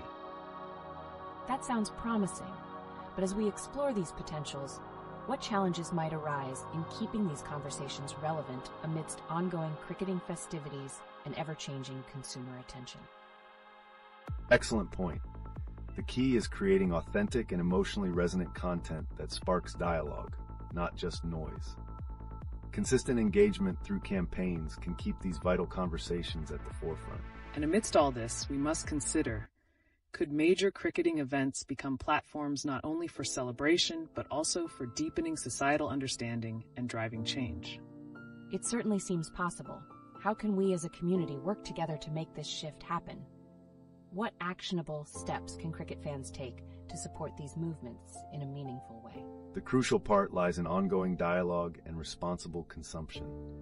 By encouraging fans to engage with both cricket and social issues mindfully, we can foster a culture that celebrates achievements while also advocating for change. Thank you for those insights. Let's keep exploring. What are some examples of successful initiatives that have managed to create this impactful connection between sports celebrations and activism? Welcome back to LeetOne, everyone.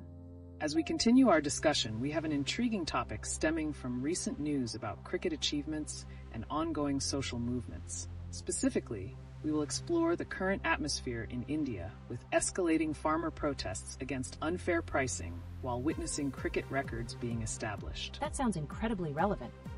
But what does this juxtaposition of celebratory cricket records alongside distressing farmer protests really mean for the average Indian? How can these contrasting narratives coexist, and what does it say about our national priorities? It deeply reflects a societal contradiction. While sports inspire joy and foster unity, the protests highlight severe disparities affecting the agricultural community. We must acknowledge that, amidst cricketing celebrations, there are pressing realities impacting many lives. Exactly. And considering the vast reach of cricket in India, we have to ask, how can cricket figures leverage their fame and create a genuine connection to the farmers' struggle? Could this lead to broader awareness and tangible change? Wow, that's a game-changing perspective. If cricket stars genuinely advocate for farmers' rights, how might their influence shift public perception of these protests? What kind of alliances should they look to build to amplify their message effectively? Strengthening collaborations between agricultural activists and cricket legends can create a powerful platform. Engaging storytelling and authentic endorsements can humanize the plight of farmers, encouraging fans to take interest and ultimately inspire action. Fascinating. We might witness a shift in the narrative, like the creation of campaigns that utilize cricketing milestones to spark conversations around social justice. But how can fans themselves play a part in this? That's intriguing. What specific actions can cricket enthusiasts take to support these initiatives meaningfully? How can they transform their passion for the game into support for causes that matter? Support can come through participation in campaigns that merge cricket culture with activism.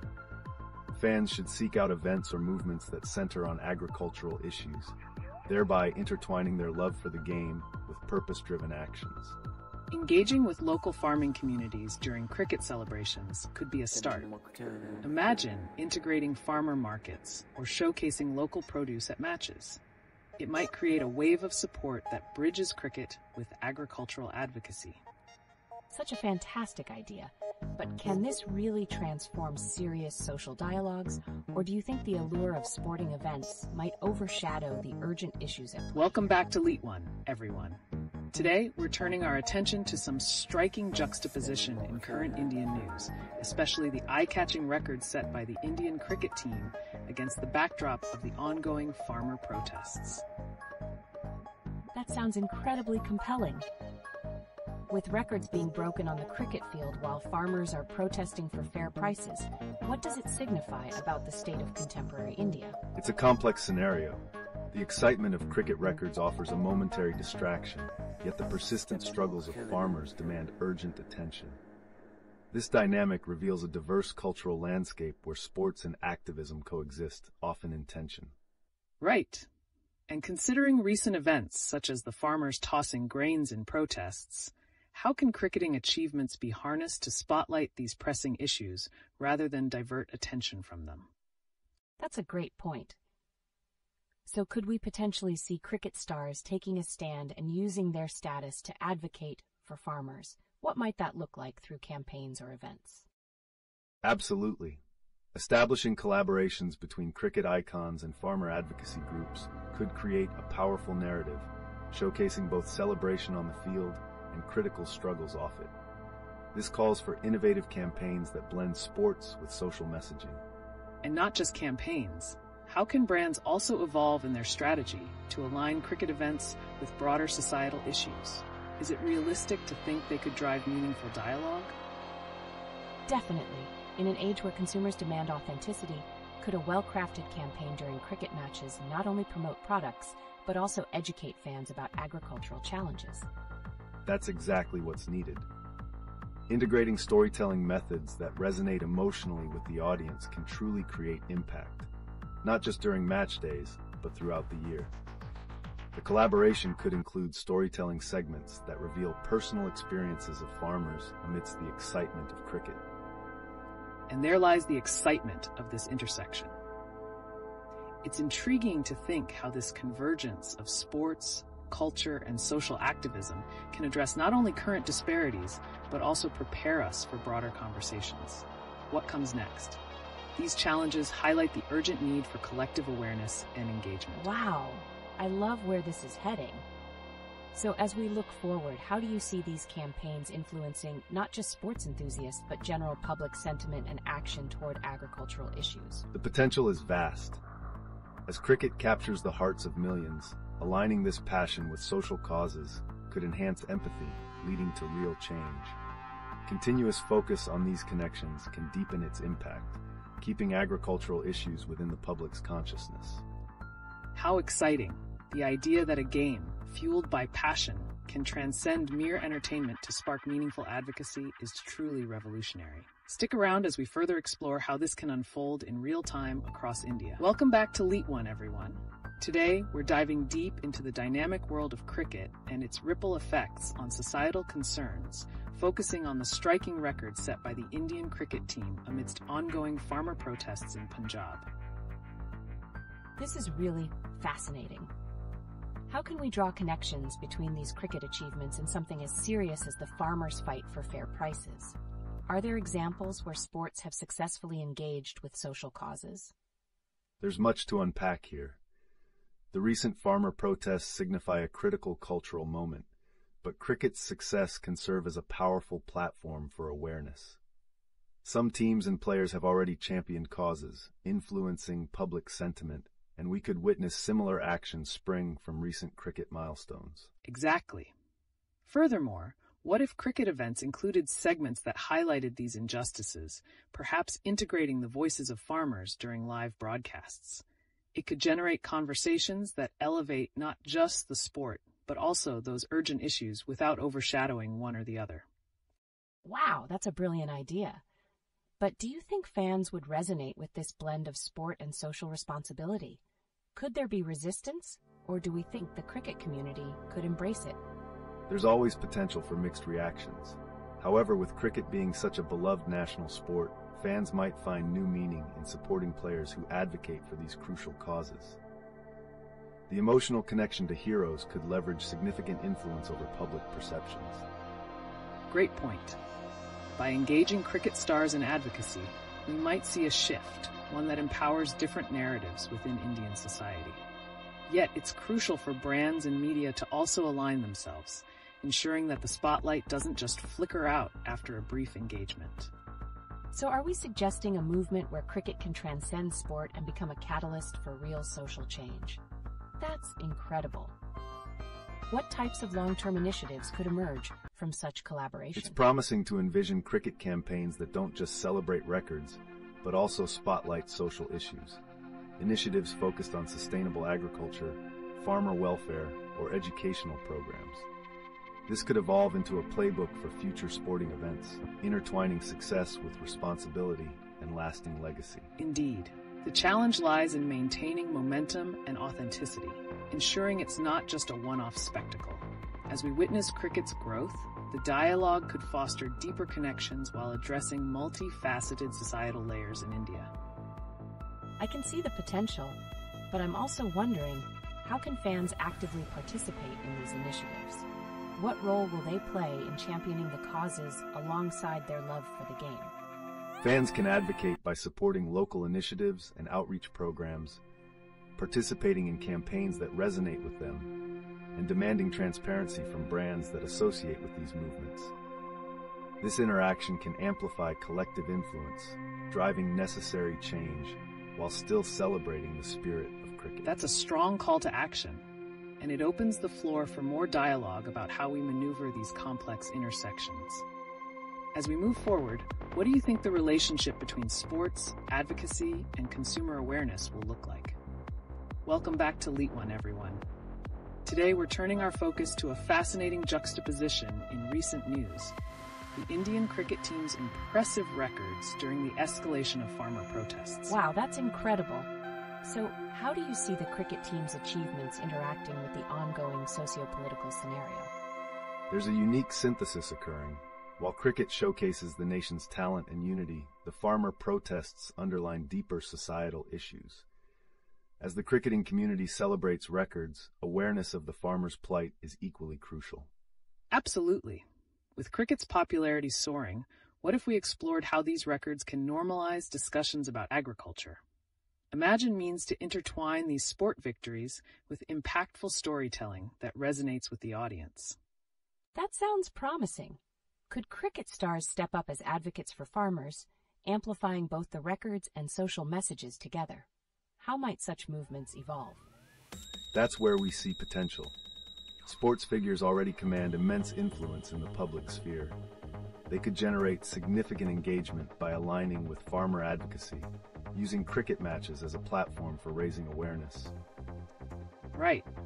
And as we explore this connection further, what role do brands and media play in this dynamic? Are there ways they can creatively incorporate these critical narratives without feeling forced or insincere? I see. Could you provide examples of brands that have successfully blended sports with social issues in their campaigns? This may shed light on effective strategies to drive awareness. Certainly. Successful campaigns often leverage emotional connections with audiences. Collaborations between cricket stars and social causes showcase personal stories that resonate deeply, creating a compelling narrative around collective struggle. So there's a lot to unpack. Can these cricket achievements transform public perception around pressing social issues, especially when the narratives are tightly woven together? Absolutely fascinating. As we look forward, what types of storytelling could seamlessly integrate victories and the fight for farmers' rights in a way that captivates the audience? Service-oriented storytelling is vital, illustrating the farmer's journey alongside the cricket team's triumphs. Through this narrative lens, we can engage broader conversations that bring fresh perspectives to age-old issues and inspire real change. Welcome back to LeetOne, everyone. Today, we're shifting gears and focusing on a unique element in the cultural landscape of India: the interplay between cricket records and the ongoing farmer protests. I think that's a brilliant angle. How do records achieved by the Indian cricket team influence public perception about critical issues, particularly those facing farmers? The dynamic is crucial. When cricket teams shatter records, it can prompt discussions that connect these victories to societal challenges, particularly around farmers not receiving fair prices at the mandis. It's worth considering that within these sporting triumphs lies an opportunity for consumers to engage with those social causes. How can brands utilize this momentum to amplify awareness in a meaningful way? That sounds promising. But what if the strategies employed by brands seem insincere? How do they walk that fine line to ensure credibility in their support for farmer-related issues? Authenticity is key here.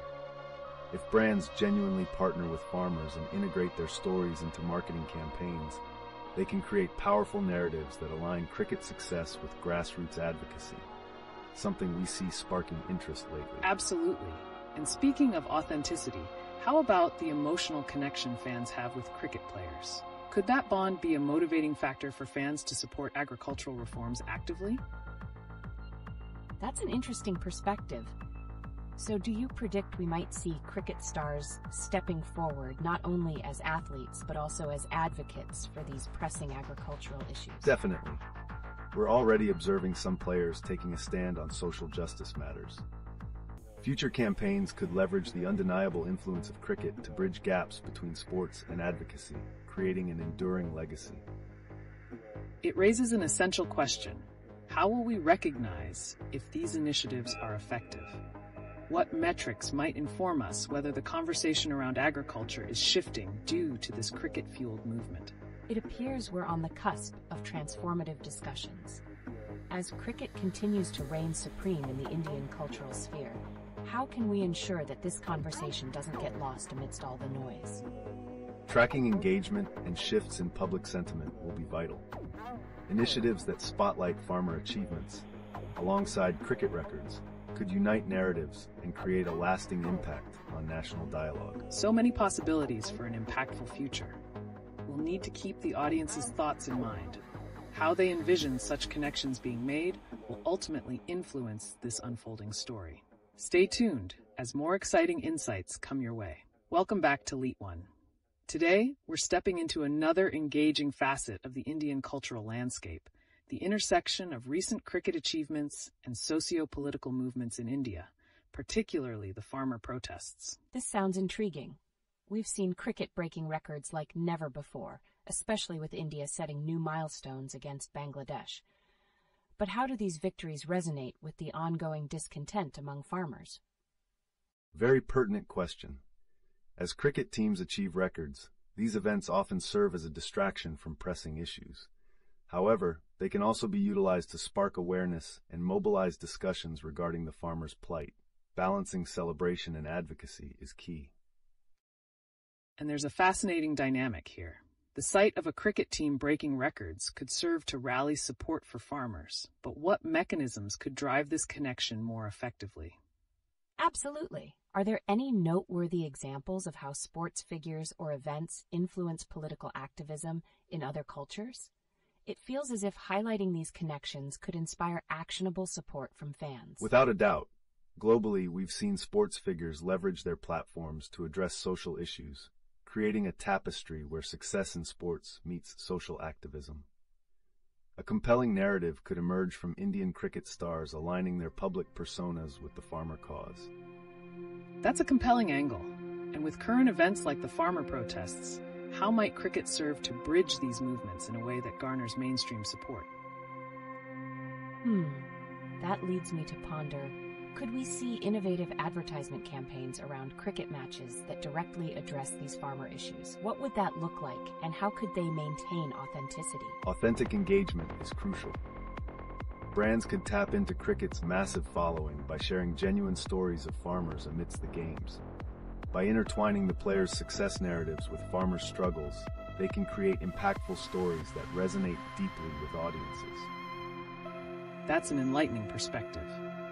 As we look ahead, what significant trends do you foresee in the relationship between sports and advocacy, particularly in the context of Indian cricket and farmer protests? Oh, that's a topic that needs further exploration.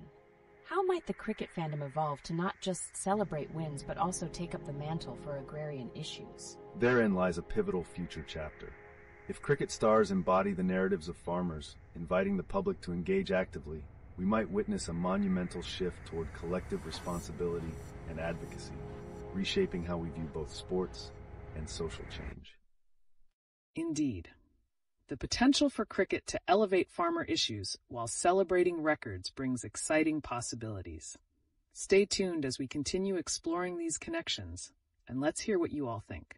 Welcome back, everyone, to LeetOne. Today, we're diving into a further intriguing discussion around the latest cricket records, specifically focusing on what these achievements mean for emerging socio-political narratives in India. Wow. India has recently smashed several records in their test matches against Bangladesh. How might these victories resonate beyond the pitch? Excellent point. These records can galvanize fans and prompt conversations around pressing social issues, particularly the ongoing struggles faced by farmers. Linking success in sports with grassroots advocacy could create new pathways for dialogue. Speaking of which, we've seen farmers protesting for fair prices. Could the cricket community play a role in amplifying these issues? What tangible impacts could celebrating these records have on the farmers? That's fascinating. If cricket players publicly support these causes, how might that influence public perception and political action surrounding agricultural reforms? Engagement from players can indeed reshape public sentiment. If cricket stars become advocates for farmers, it blends the emotional connection fans have with sport and their awareness of social justice, creating a symbiotic relationship. Right. With the backdrop of cricket milestones, how could innovative marketing campaigns, perhaps tied to these matches, help bring more attention to the farmers' plight? Innovative marketing sounds like a game changer. What examples can we draw from past campaigns that effectively blended sports success with social causes? We've seen campaigns where athletes take a stand on social issues globally.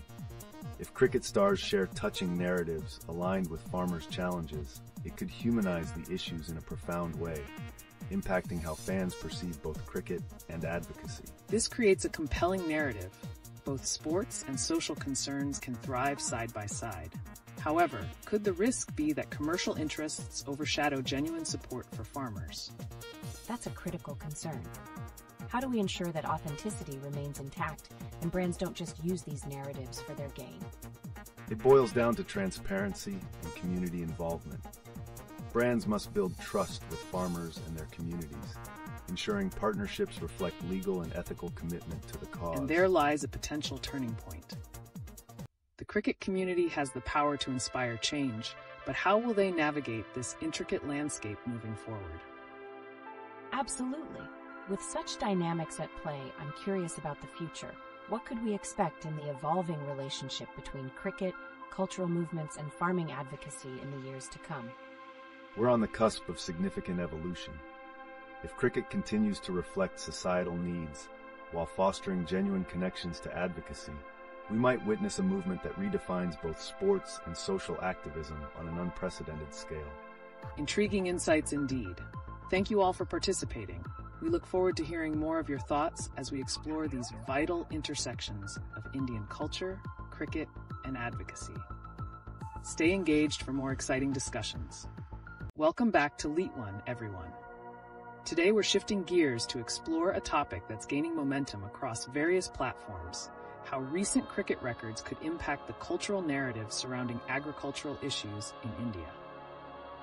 That sounds compelling, especially with the latest records broken in the second test against Bangladesh. I'm curious, how might these milestones elevate discussions around farmer protests? A pivotal connection indeed. Cricket serves not just as entertainment, but as a powerful platform to resonate with fans. High-profile victories can amplify the critical narratives surrounding agricultural pricing and the ongoing struggles faced by farmers. Exactly. And amidst the cricketing triumphs, we witnessed farmers protesting by throwing grains as a sign of their discontent. How can sports like cricket bridge the gap between celebration and the stark realities faced by farmers? Wow, that sounds like a powerful visual. How could a cricket match create a space for acknowledging and addressing these pressing societal issues? When cricket players openly support farmer initiatives during significant matches, their visibility can lead to a community-wide conversation. It brings together fans who share a passion for the sport with a growing concern for social justice. It's fascinating to consider how social engagement trends can evolve from cricket. Do you think the next series of matches could include awareness campaigns directly addressing farmer challenges? That would be amazing. What would it look like to transform cricket stadiums into platforms that celebrate both sporting success and farmer advocacy? It's all about collaboration.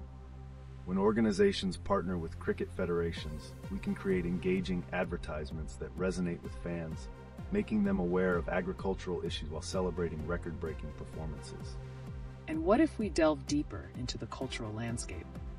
The backlash against brands that misrepresent social issues could lead to a more authentic approach to partnerships within the cricket sphere. How crucial is authenticity in these narratives, especially in the context of farmer advocacy? Authenticity is paramount. Fans can easily discern when initiatives are just marketing ploys, so genuine representations of farmers and their struggles are essential for fostering long-lasting relationships within communities. Truly insightful. It seems there's a unique opportunity for cricket to transcend solely being a sport and actively engage in social dialogues. Will we see the tide change, driving fans to participate in these causes? Welcome back to LeetOne, everyone. Today, we are diving into a fresh topic that's causing quite a stir: how recent cricket records could impact cultural narratives and social activism in That's India. riveting. With India breaking not just individual but multiple cricket records, what do you think these sporting achievements could signify for underrepresented issues like those facing farmers? These records extend beyond the game. They can serve as a launchpad for social conversations, particularly in rural communities, where cricket heroes can propel discussions about agricultural reform and help tackle farmer grievances. Absolutely. The recent farmers' protests, where grains were thrown symbolically, exposed the underlying distress in agricultural pricing. How can cricket players step in, leveraging their popularity, to bridge this gap between sports and the rural economy? That sounds crucial. Are we expecting a scenario where cricketers might take a stand during major games, raising awareness without it feeling forced or purely commercial? Exactly. The key is authenticity. Cricketers can share genuine stories about interactions with farmers and the realities they face, creating a heartening narrative that resonates with fans, allowing for a deeper connection to the cause. It's fascinating to think about. Just as cricket thrives on teamwork, what might partnerships between cricket organizations and farmer advocacy groups look like? Could we see collaborative efforts and promotional campaigns tied to tournaments? Wow, that sounds powerful. Do you believe that such partnerships could continuously occupy a space in popular culture and not just be temporary engagements? Indeed, sustained engagement through cricket can redefine how social narratives unfold. If we see genuine collaboration evolve, it might echo through other sports and domains, creating a cultural shift towards a more supportive environment for farmers' rights. And as the lines intertwine between cricketing success and social advocacy, could this trend influence how agricultural issues are reported in media, steering public perception towards more empathetic views of farmers' struggles? That's an interesting point. As cricket records spark conversations, what could this mean for the next generation of athletes and how they understand their role in addressing societal issues that go beyond the sports arena? Indeed, that could be transformative. There's potential for cricketing stars to emerge as advocates, inspiring young athletes to leverage their platforms for social change, which could gradually reshape prevailing narratives in sports culture. With so many evolving connections, it's clear that cricket's impact extends far beyond just sport. It encapsulates the very spirit of advocacy and awareness. Thank you all for joining this lively discussion, and stay tuned for more exciting insights. Welcome back to LeetOne, everyone. Today, we are shifting our gaze to a topic creating waves beyond sports: the sensational records achieved by India in the latest cricket series and their connections to ongoing protests. Wow, the way cricket can intersect with pressing societal issues is truly staggering. How do you think the record-breaking performances against Bangladesh might influence public sentiment regarding the farmers' protests? It's intriguing. High-profile cricket events can become significant cultural moments. The emotional connection fans have with victories can easily be aligned with the struggles farmers face, especially when cricketers openly express their support. Absolutely. Consider the visual impact during matches. What if platforms were created for players to share moments or stories of farmers during critical games, thus tying cricketing success with agricultural advocacy? That sounds powerful. Could we see a scenario where cricketers engage in grassroots initiatives like visiting farmer communities to better understand their hardships and then reflect on those experiences in their public personas? That's a plausible direction. Such engagements would emphasize authenticity, enabling cricketers to become relatable advocates. By showcasing shared stories, they can fuel a cultural shift towards empathy and support for the agricultural sector. And amidst this, how do you think brands associated with cricket might evolve their marketing strategies? Will they pivot to promote campaigns focusing on social messages linked to these agricultural realities? Definitely. But I wonder how audiences would react if brands missed the mark in representation. Is there a risk they might face backlash if fans perceive their efforts as shallow or merely transactional? Precisely. The recent controversies surrounding brands misrepresenting issues highlight the need for genuine narrative alignment with real-life struggles. Audiences today are very discerning, and authenticity must weave through every campaign to truly resonate. It's remarkable how these cricket milestones could create a narrative shift. As India celebrated its historic achievements, the farmer protests intensified once more, with visuals of grains being thrown. How might those powerful images intertwine with cricket's celebratory moments and drive home the message of urgency? That leaves me curious. Would incorporating those visuals lead to a deeper connection among fans, intertwining their love for sports with a sense of responsibility towards social issues? Absolutely. Sports undoubtedly affect the cultural fabric, and weaving in agriculture's plight with cricket creates a richer tapestry. As this connection strengthens, we may see increased advocacy lighting a fire under both the cricket community and fans alike. Now, let's explore the potential long-term implications of such engagements. Could cricket not only serve as a platform for current dialogues, but also influence future generations to carry on the mantle of social activism within Indian sports? That sounds enlightening. So, the legacy of today's cricket achievements could very well establish pathways for future athletes to view their fame as a responsibility towards broader societal issues? Spot on. By embracing these narratives now, cricket can instill values in young athletes, encouraging them to carry social consciousness into their careers, possibly even shaping the future of Indian sports in remarkable ways. Fascinating insights. Let's hear what everyone thinks. How do you see cricket's role evolving amidst these significant cultural dialogues in India? Keep engaging as we unravel the exciting possibilities. Welcome back to LeetOne, everyone. Today we're shifting gears to discuss the sensational records achieved by Team India in their latest cricket series, especially focusing on the astonishing fastest 50 in tests and what it means for the sporting landscape. That's indeed a remarkable achievement. Records like these not only elevate the team's stature, but also serve as a rallying point for fans, especially amidst ongoing discussions around farmers' protests and cultural identity in India. That's interesting. So, do you think these achievements will resonate with fans emotionally, making them more likely to support causes such as farmers' rights at this critical juncture? Absolutely. The emotional attachment fans have with their team can transition into broader social consciousness. When a team excels, it inspires pride. What if this pride also leads to increased awareness and activism for farmer issues? Right. And it's not only about cricket records. Media coverage of these events could either amplify or overshadow the ongoing farmers' protests. It's a delicate balance, and how these narratives are shaped will be crucial. I see. It sounds like a fascinating intersection. But could this concentration on sports records take away from the urgency of the farmers' struggles? How can we ensure both get the attention they rightfully deserve? That brings us to a pivotal question. With the cricket season bringing excitement, how might advocacy groups and players align to keep these pressing social issues in the spotlight alongside sports? It could be a game changer. Imagine cricket matches becoming venues for featuring farmer stories and advocating for fair agricultural practices. This could enhance both the sporting experience and social relevance. Wow, that sounds impactful. How might fans react to such initiatives at matches? Would they embrace a dual narrative of sport and social responsibility? Great point.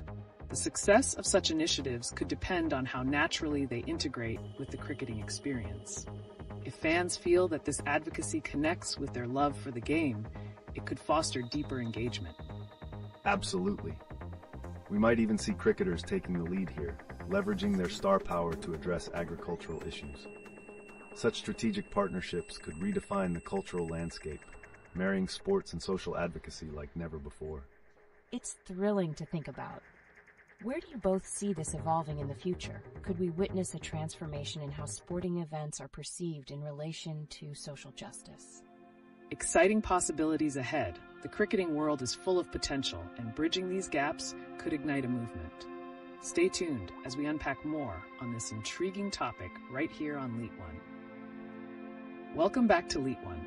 Today we're setting our sights on some captivating recent events taking the spotlight in India.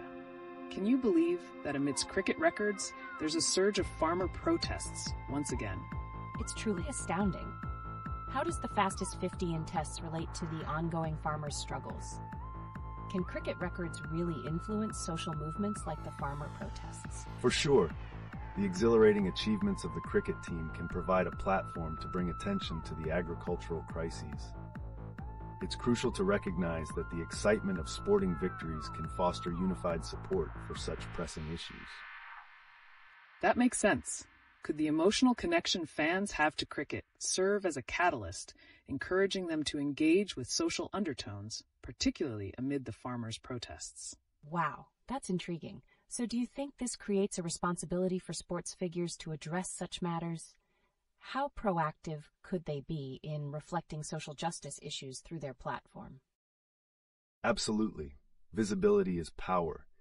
By engaging with the realities faced by farmers during their celebrations or appearances, they can magnify the narrative surrounding agricultural advocacy. There's potential for deeper impact. Speaking of narratives, with the recent protests and visible dissent among farmers, how do you see media coverage evolving? Will it pivot more towards advocacy during major sporting events? That's fascinating. Do you think brands involved with cricket will also feel prompted to align their campaigns with social issues like these farmers' protests? Definitely. Brands today must build genuine connections with their audience.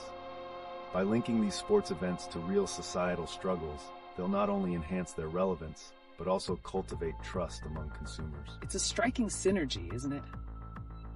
As fans rally behind their teams, could cricket grounds transform into vital venues for social discussions, bringing the plight of farmers even more into focus? Wow, that sounds impactful. With everything happening, will we be witnessing a trend where sports victories blend seamlessly with social narratives? What could that look like moving forward? Welcome back to LeetOne, everyone. Today, we're shifting toward an intriguing topic that touches on a crucial aspect of our society. With recent cricket records highlighting societal issues, let's cast our gaze on the ongoing farmer protests. Oh wow, it sounds like there's so much to unravel. Do you think this protest movement is gaining momentum in the wake of these cricket triumphs? Absolutely. The visibility that cricket provides can play a significant role in shedding light on farmers' struggles. With recognition and success comes the possibility for broader societal engagement. Right. As cricket records pile up, it creates a unique opportunity. Fans might see their heroes not just as athletes, but as advocates for pressing societal issues facing the farmers. That's fascinating. How could this relationship between sports and social activism evolve in the coming years? Are we likely to see players stepping up more prominently? Indeed. We may witness a generation of athletes who are vocal and engaged, utilizing their platforms to highlight agricultural challenges. This could redefine not just sports, but also societal engagement. Great perspective. The potential for cricketers to support farmers can foster a deeper emotional connection. But will audiences embrace this dual narrative of sport and social responsibility? It's thrilling to consider. Do you think cricket matches could become venues for awareness campaigns about farmers' rights or agricultural practices? It's entirely plausible. Such efforts could create a narrative where fans rally not only for the game, but also for the causes connected to it, blending sports with social advocacy seamlessly. That leads us to another engaging question. How do you see public response evolving if sports figures actively advocate for farmers during major cricket events? Wow, what a thought. Could this kind of intersection reshape how fans perceive both cricket and the ongoing struggles of farmers in India? Absolutely. By aligning sports with advocacy, we create a powerful platform for dialogue. The challenge will be maintaining momentum and ensuring the narrative remains consistent and impactful. Exciting times ahead. Let's keep discussing how these dialogues could shape the future of both cricket and social advocacy. What are everyone's thoughts as we dissect this fascinating topic today on LeetOne? Welcome back to LeetOne. Today we're pivoting towards a fascinating intersection of culture and technology. Amidst discussions on cricket and farmer protests, it's imperative to highlight the recent unrest around various media platforms like Spotify and its cultural implications in India. Wow, that sounds intriguing. How do controversies like Spotify's relate to the broader conversations about responsibility within our media landscape? That's an excellent point. These controversies reveal the friction between artistic expression and the ethical responsibilities platforms hold, especially within transformative societal contexts like the farmer protests. Exactly. With Spotify facing backlash, we could explore if this cultural pushback signals a shift in consumer expectations. Could it lead to brands reconsidering their alignment with social issues? That sounds powerful. How might this affect other brands connected to cricket or farmer advocacy? Will they feel compelled to adapt or actively engage in social dialogues? Certainly, we might see a trend where brands strive for authenticity, connecting their campaigns to real societal events, enhancing both their relevance and brand loyalty. There's still much to be seen. Fascinating perspectives. It's also interesting to consider if these shifts in media will influence how sports figures engage with their platforms to advocate for farming communities. Oh, that's intriguing. With cricketers being popular figures, could their involvement in media controversies create a ripple effect, urging fans to engage with social issues more actively? Absolutely. The potential for athletes to leverage their popularity for advocacy in response to media narratives shapes not only sports culture, but also broader public discourse. And speaking of ripple effects, how can we analyze the recent farmer protests tied to these media conversations? What kind of impact do they have on public awareness moving forward? It's thrilling to think of the possibilities. Could we see collaborations emerge between farmers, sports icons, and media platforms to improve awareness of agricultural issues? That could be a game changer. Such partnerships might not only foster empathy, but also amplify the urgency surrounding farmers' rights, reshaping the fabric of societal engagement in India. What a captivating journey this could unfold. As we explore these intersections, the potential to revolutionize advocacy through diverse platforms might just be on the horizon. Let's keep the conversation going. Welcome back to LeetOne. Today, we're transitioning towards another compelling aspect of contemporary Indian society. As we sift through recent events, one significant point stands out: the ongoing farmer protests and their intricate connection with media narratives. Those protests certainly highlight critical economic issues.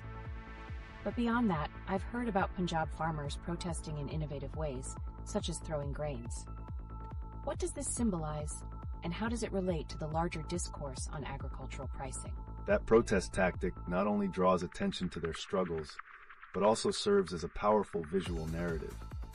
It confronts the public directly with the harsh reality of their plight, desperation for fair prices, while evoking strong emotional reactions from consumers.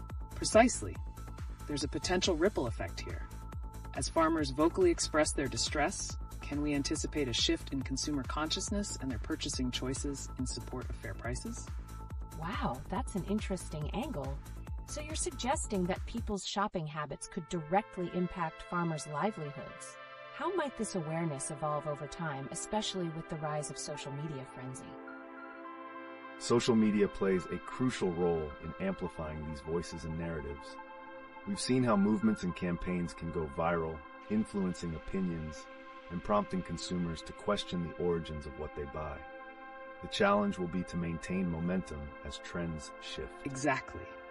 And with cultural intersections like cricket, how does the impact of agricultural advocacy move into mainstream discussions?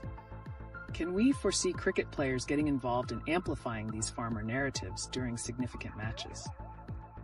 That would be astonishing. As cricket becomes a medium for social conversations, could we see matches transforming into awareness campaigns, merging sports with urgent societal issues? Absolutely. If prominent cricketers take a stand, they can influence a massive audience. This could lead to a cultural shift where aspiring players see social advocacy as an integral part of their professional personas. And that leads us to another gripping thought. With cricket records being broken, how does this spotlight on sports intertwine with shifting paradigms in agricultural consciousness? Will we see increased pressure on brands and stakeholders to support such movements? Welcome back to LeetOne. Today we're setting our sights on another compelling narrative: the recent farmer protests in Punjab and the remarkable ways they are intertwining with cultural expressions in India, particularly through media and public events. That's quite intriguing. I've heard that farmers are resorting to unique protest methods, like throwing grains. What does this signify beyond the surface level? It's a powerful visual metaphor. Throwing grains not only highlights their despair over receiving fair prices, but also evokes a deep connection to the agricultural roots of the country and serves as a poignant reminder of their contributions to society. Absolutely. And speaking of cultural expressions, It's fascinating how these protests resonate with the broader feelings shared during major cricket events. Do we think they have the potential to alter the way fans engage with the sport? Wow, that does sound impactful. If farmers' narratives seep into the cricketing landscape, could we witness a new wave of fan identity that blends sports enthusiasm with social consciousness? I foresee that happening. As cricket engages fans across various demographics, these narratives can enrich the audience's experience, fostering deeper emotional ties with the sport and the societal issues at play. That's a compelling point. And just think about the potential collaborations that could arise. With cricket icons advocating for agriculture, do you believe this could lead to substantial changes in public perception and support for farmers? Oh, that's an interesting thought. How far-reaching could such an influence be? Would brands then feel pressured to align themselves with these newfound narratives, especially in an era where corporate social responsibility is on everyone's mind? Definitely. Brands that take a stand during these pivotal moments can resonate with consumers who are increasingly seeking authenticity and meaning in their engagements. It transforms marketing from merely promotional dialogues to influential narratives on real societal issues. What an exciting direction we're heading in. If cricket becomes a vessel for agricultural advocacy, can we expect a renaissance of collaborative initiatives uniting entertainment, advocacy, and economic justice? Wow, that paints a vivid picture. How do you think this would influence the dialogues around other contemporary issues in India, and could this set a trend for more sports to engage similarly with societal challenges? That's certainly a possibility. As we've seen, when one area of culture adapts to these challenges, others tend to follow suit. The connection between sports, advocacy, and cultural narratives could indeed set the stage for a broader movement across various platforms. Welcome back to LeetOne. Today, we have an exciting topic on the horizon, connecting sports, cultural narratives, and recent societal events. Did you know the recent farmer protests, especially in Punjab, have been shaking things up in ways we might not initially see? That's fascinating. How do these protests relate to the buzzing cricket scene, or perhaps even the recent controversies around platforms like Spotify? Great observation. It's crucial to highlight that as cricket captures the nation's attention, these protests evoke powerful emotions, creating a dialogue that intertwines agriculture with popular culture. Absolutely. The convergence of these elements reverberates through the community, and when figures from cricket express solidarity with farmers, it can radically shift public perception. But what does this signify for brands that traditionally stayed clear of controversy? Oh, that's an interesting question.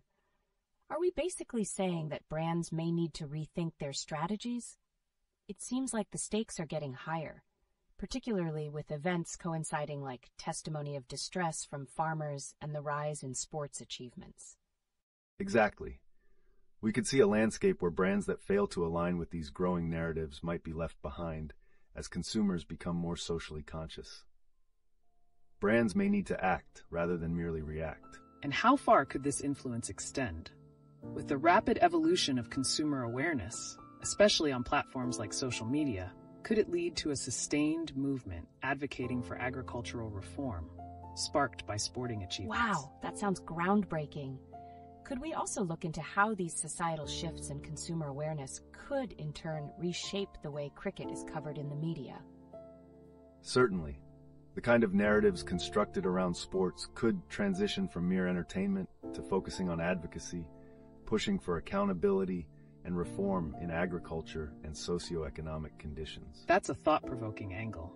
As we witness India breaking records in cricket, we must also question: will this new brand of conscious consumerism fuel grassroots activism in ways we have yet to comprehend? I can't wait to see where this leads.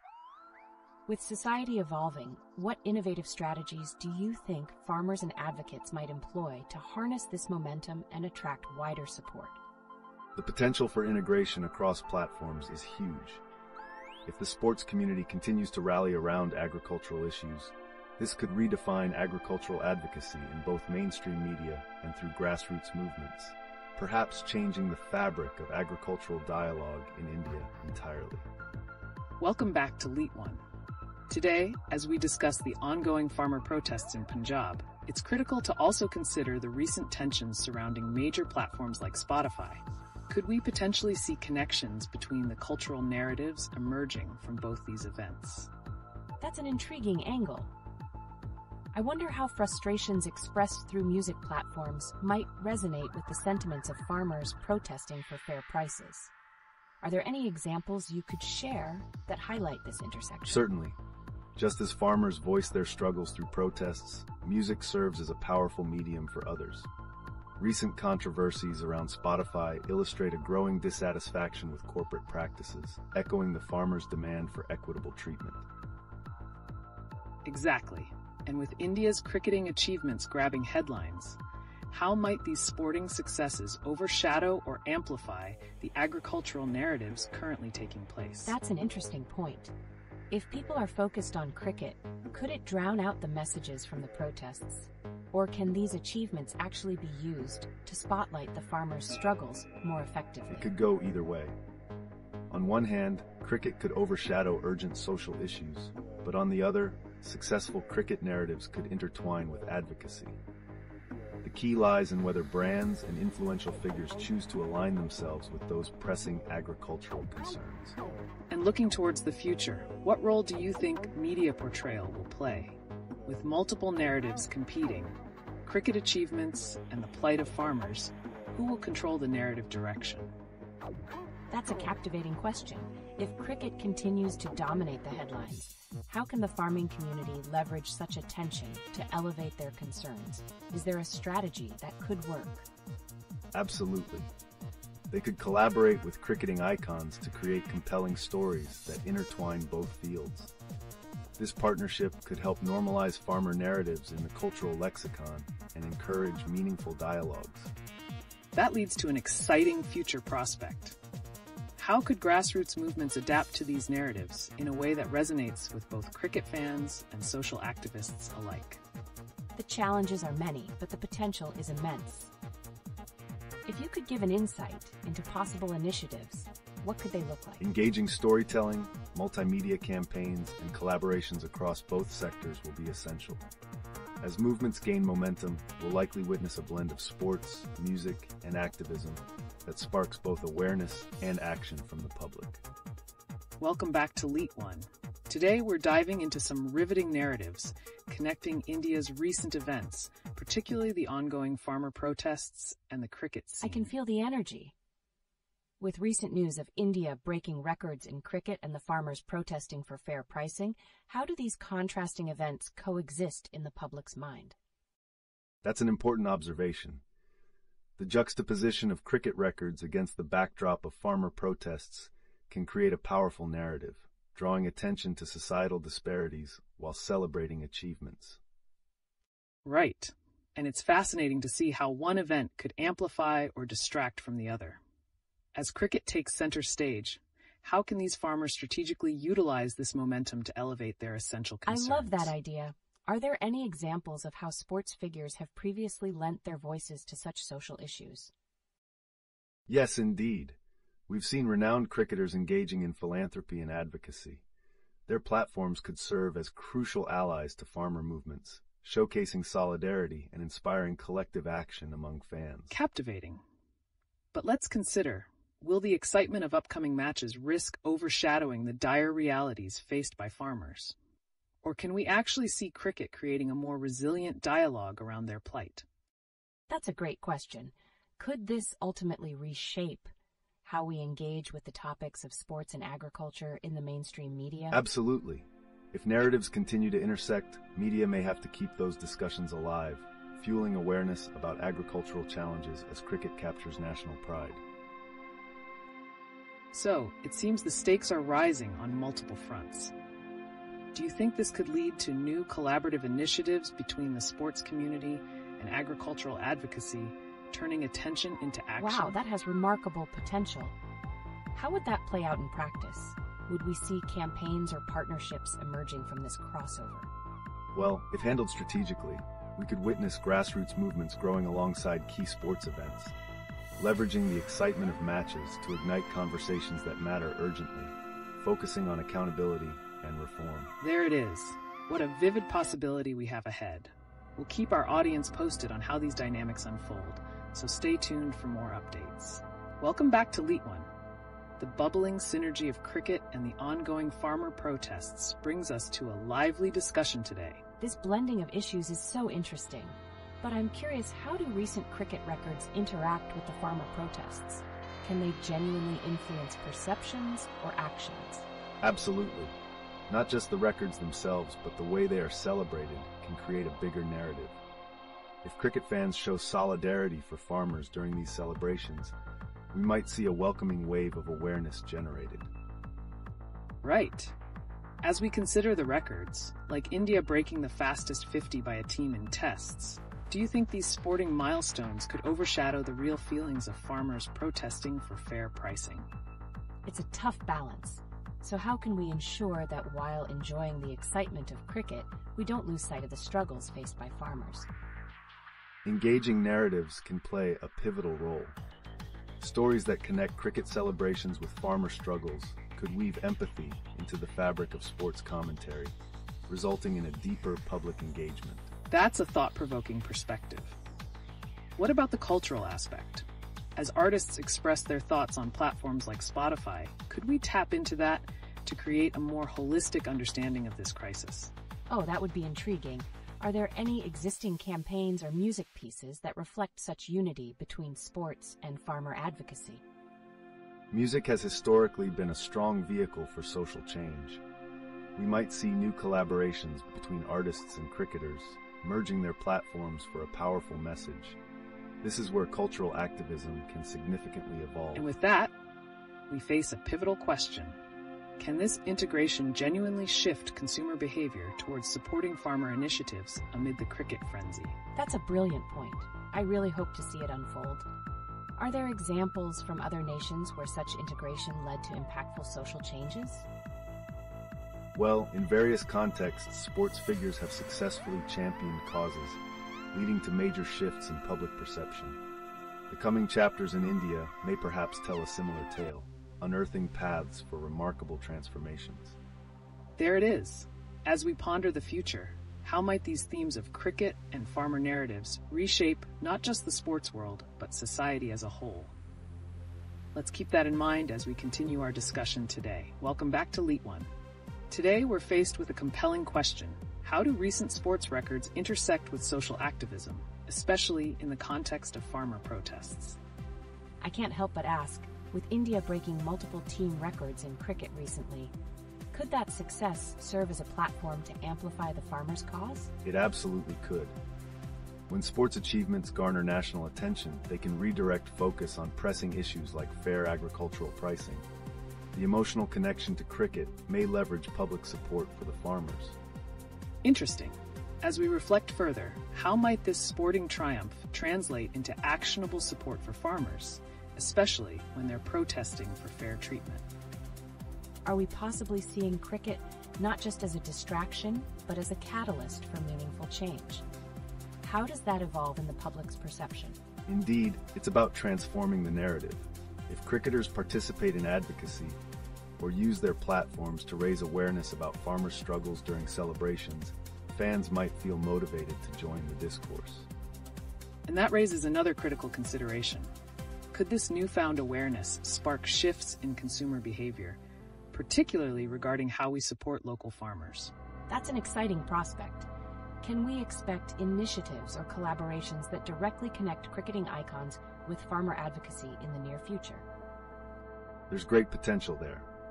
Expect to see innovative campaigns where sports figures could host charity matches, funneling proceeds to farmer organizations, enhancing visibility for their plight. Absolutely. Stay tuned for examples, as the interplay between these elements could reshape how we see cricket and its social responsibilities in India moving forward. I love this concept. So what's next?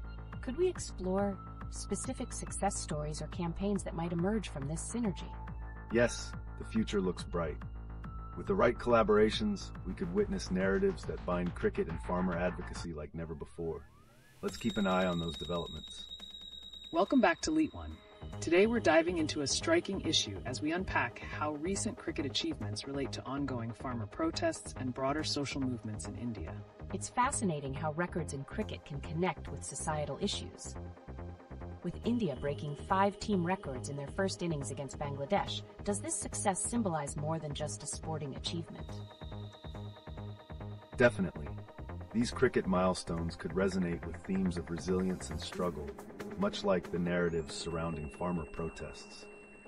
It makes one ponder whether these records could draw attention to agricultural injustices. Right. And as we highlight farmer protests where they're throwing grains due to unfair pricing, do we see a potential for cricket to bridge that attention? Could cricket fandom translate into active support for farmers' rights and economic justice? That's a powerful notion. How might symbols of national pride in cricket stir public consciousness about farmer issues? Is there a viable path that cricketers could take to advocate for these causes? For sure, it's all about leveraging their platforms. If players openly discuss the plight of farmers during interviews or on social media, it could amplify awareness significantly and get fans thinking critically about the struggles behind their favorite sport. Exactly. And what about the role of music in popular media? There's a potential for collaborations that intertwine with cricket to highlight farmer narratives. Do you think artists could align with cricketers in this movement? Absolutely intriguing. Could we see music artists creating anthems that unite cricket fans and farmer advocacy? What would that look like? It could be impactful. Collaborations in concert performances or music videos that feature cricket stars alongside farmers discussing their challenges could create a compelling narrative that resonates widely. As we keep that thought alive, let's consider how national joy from cricket victories can be balanced with somber realities faced by farmers. Can this duality in emotions potentially lead to more conscious consumer behavior? Wow, that's a compelling question. How can cricket fans be encouraged to convert their enthusiasm into action supporting local farmers? And could brands step in to bridge that connection? Brands have a vital role to play here. If they utilize these cricket moments to promote local produce or partner with farmer advocacy organizations, it can create a ripple effect that engages consumers on different levels. Indeed, it's about shaping a new narrative that fosters community spirit while ensuring social justice matters stay at the forefront. Are we on the verge of witnessing a cultural shift driven by the sporting world? It seems so. There's potential for cricket to serve not only as an entertainment medium, but as a powerful platform for activism. How exciting is that? Welcome back to LeetOne. Today, we're taking a closer look at how current news intersects with the cultural landscape in India. That sounds exciting. I noticed some strong feelings about Spotify recently. How might that controversy reflect broader issues in our society? Great observation. Spotify's situation is more than just music streaming. It speaks to consumer rights, content accessibility, and how entertainment platforms shape cultural discourse. Absolutely. As these streaming services evolve, could they threaten artists' rights and impact local talent visibility? That's intriguing. If Spotify's actions are seen as shameless, what might that mean for emerging artists in India trying to get noticed? How is their creativity affected? Precisely. Emerging artists might find their chances diminished in a crowded space where international platforms prioritize global hits over regional authenticity. And let's not forget the power of sports. With India breaking records in cricket, could that also influence how we view our music industry? Right. Is it possible that the unifying force of cricket victories could elevate discussions about local music, driving awareness towards grassroots artists? Definitely. Just as cricket champions societal issues, so too can our music spark dialogues about cultural identity and representation in the industry. That brings us full circle. As we ponder these connections, how might public perception of both cricket and music evolve together in the near future? I'm excited to see that development. Are there any examples of where music and sports collaborated to amplify social causes that you can share? As the chapters unfold, expect to see collaborative efforts between music artists and sports figures that champion local narratives and elevate substantial conversations. Think of the possibilities. Welcome back to LeetOne. With India breaking records in cricket, it's a phenomenal time to explore how these sports milestones might influence our approach to cultural narratives. That's really interesting. Could this impact extend beyond just cricket, perhaps influencing other areas like music or fashion? What connections can we draw here? Absolutely. Cricket has an incredible ability to inspire not just other sports, but also the arts. Successful cricket events could lead to collaborations in advertisements, music anthems, and even fashion trends that reflect national pride. Imagine a world where every stunning cricket victory directly fuels a movement in music, leading artists to create pieces that reflect societal pride and address undercurrents of struggle. What might that look like? Wow, that sounds captivating. So are there recent examples of how cricket victories have impacted popular culture in India? There have been instances where cricket wins coincided with celebrations in music and fashion events, showcasing the symbiotic relationship between these fields. We're bound to see more synergistic efforts emerge. So could it be possible that with cricket success, musicians start addressing social themes in their songs more proactively? What remains the artistic responsibility in these moments? That's an important point. How might artists utilize the moment of victory to encourage social change or highlight local issues? Could they create a collective message through their work? Precisely. By leveraging cricket's popularity, artists can draw more attention to pressing issues, engaging the audience in a narrative that not only celebrates achievements, but also pushes for collective awareness and action.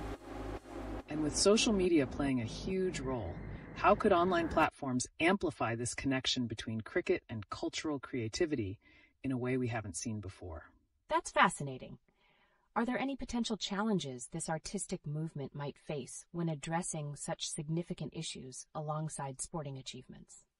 Adapting these narratives requires sensitivity.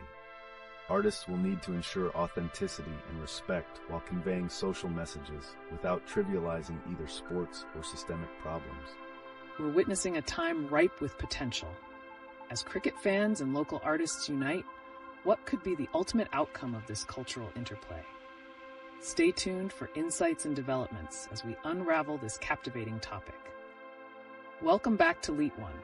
Today, we're diving deep into the world of cricket and how it shapes broader conversations around cultural identity and social responsibility. That sounds incredible.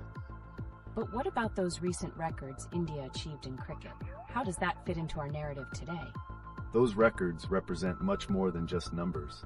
They're symbolic milestones that mirror societal expectations and aspirations, especially concerning issues like farmer welfare and communities' rights. Precisely. When we think about cricket achievements, the victorious moment can provide a unique opportunity to push forward messages that resonate with ongoing struggles, particularly through artistic collaboration. Interesting. Could these cricket milestones inspire not only a reaction from within the sports community, but also influence how we consume other cultural products like music and fashion? Definitely. We can anticipate a wave of creativity that straddles both worlds, seeing artists turn cricket celebrations into meaningful messages. Songs and fashion might begin to reflect not just joy but responsibility towards local challenges as well. And with recent controversies surrounding platforms like Spotify, how might these developments change the narrative around how we market and share music linked to cricket triumphs and the social fabric? It's a complex dance, isn't it? If platforms are becoming more selective, could rising artists find new avenues through cricket's popularity, potentially leading them to connect with larger audiences? Exactly. Emerging artists might harness cricket's momentum as a springboard to elevate grassroots narratives. This creates a dialogue bridging sporting achievements with artistic expression that advocates for societal change. There's so much potential here. As we witness these shifts, how can brands become effective catalysts in this movement to amplify these important stories? Wow. So the convergence of cricket records and music artistry potentially help elevate marginalized voices in society, especially concerning issues like farmer struggles we've touched on previously. Welcome back to LeetOne. Today, we're turning our attention to the recent cricket accomplishments that saw India break several records in the tests against Bangladesh. What do these achievements signify for our national pride? I can only imagine the excitement among fans and players alike. How do you see these records influencing cultural narratives beyond just cricket? Are there larger societal messages at play here? Exactly. The recent records, such as the fastest 50 by a team in tests, resonate deeply within the Indian psyche. They not only fuel national pride, but also heighten conversations about unity and resilience amidst societal challenges. Speaking of societal challenges, recent protests by Punjab farmers highlight an ongoing struggle within the agricultural sector. Could these cricket records create a platform for addressing such issues and drive collective action? That's a fascinating thought. Do you think cricket can become a powerful tool for representing these farmer struggles? Would musicians be likely to pick up on this and create anthems around these topics? That's highly probable. When the country unites to celebrate cricket, artists can leverage that energy to produce works that capture both the joy of victory and the pressing issues like farmer welfare. It's a potent blend of sport and social commentary. And with platforms like Spotify facing backlash, could artists take this opportunity to redefine their approach to narrating social issues? How might these cricket achievements influence their storytelling? That's an important question. Could we see artists using cricket triumphs as a backdrop to highlight the struggles of farmers? What role could brands play in promoting this kind of activism through their campaigns? Quite possibly.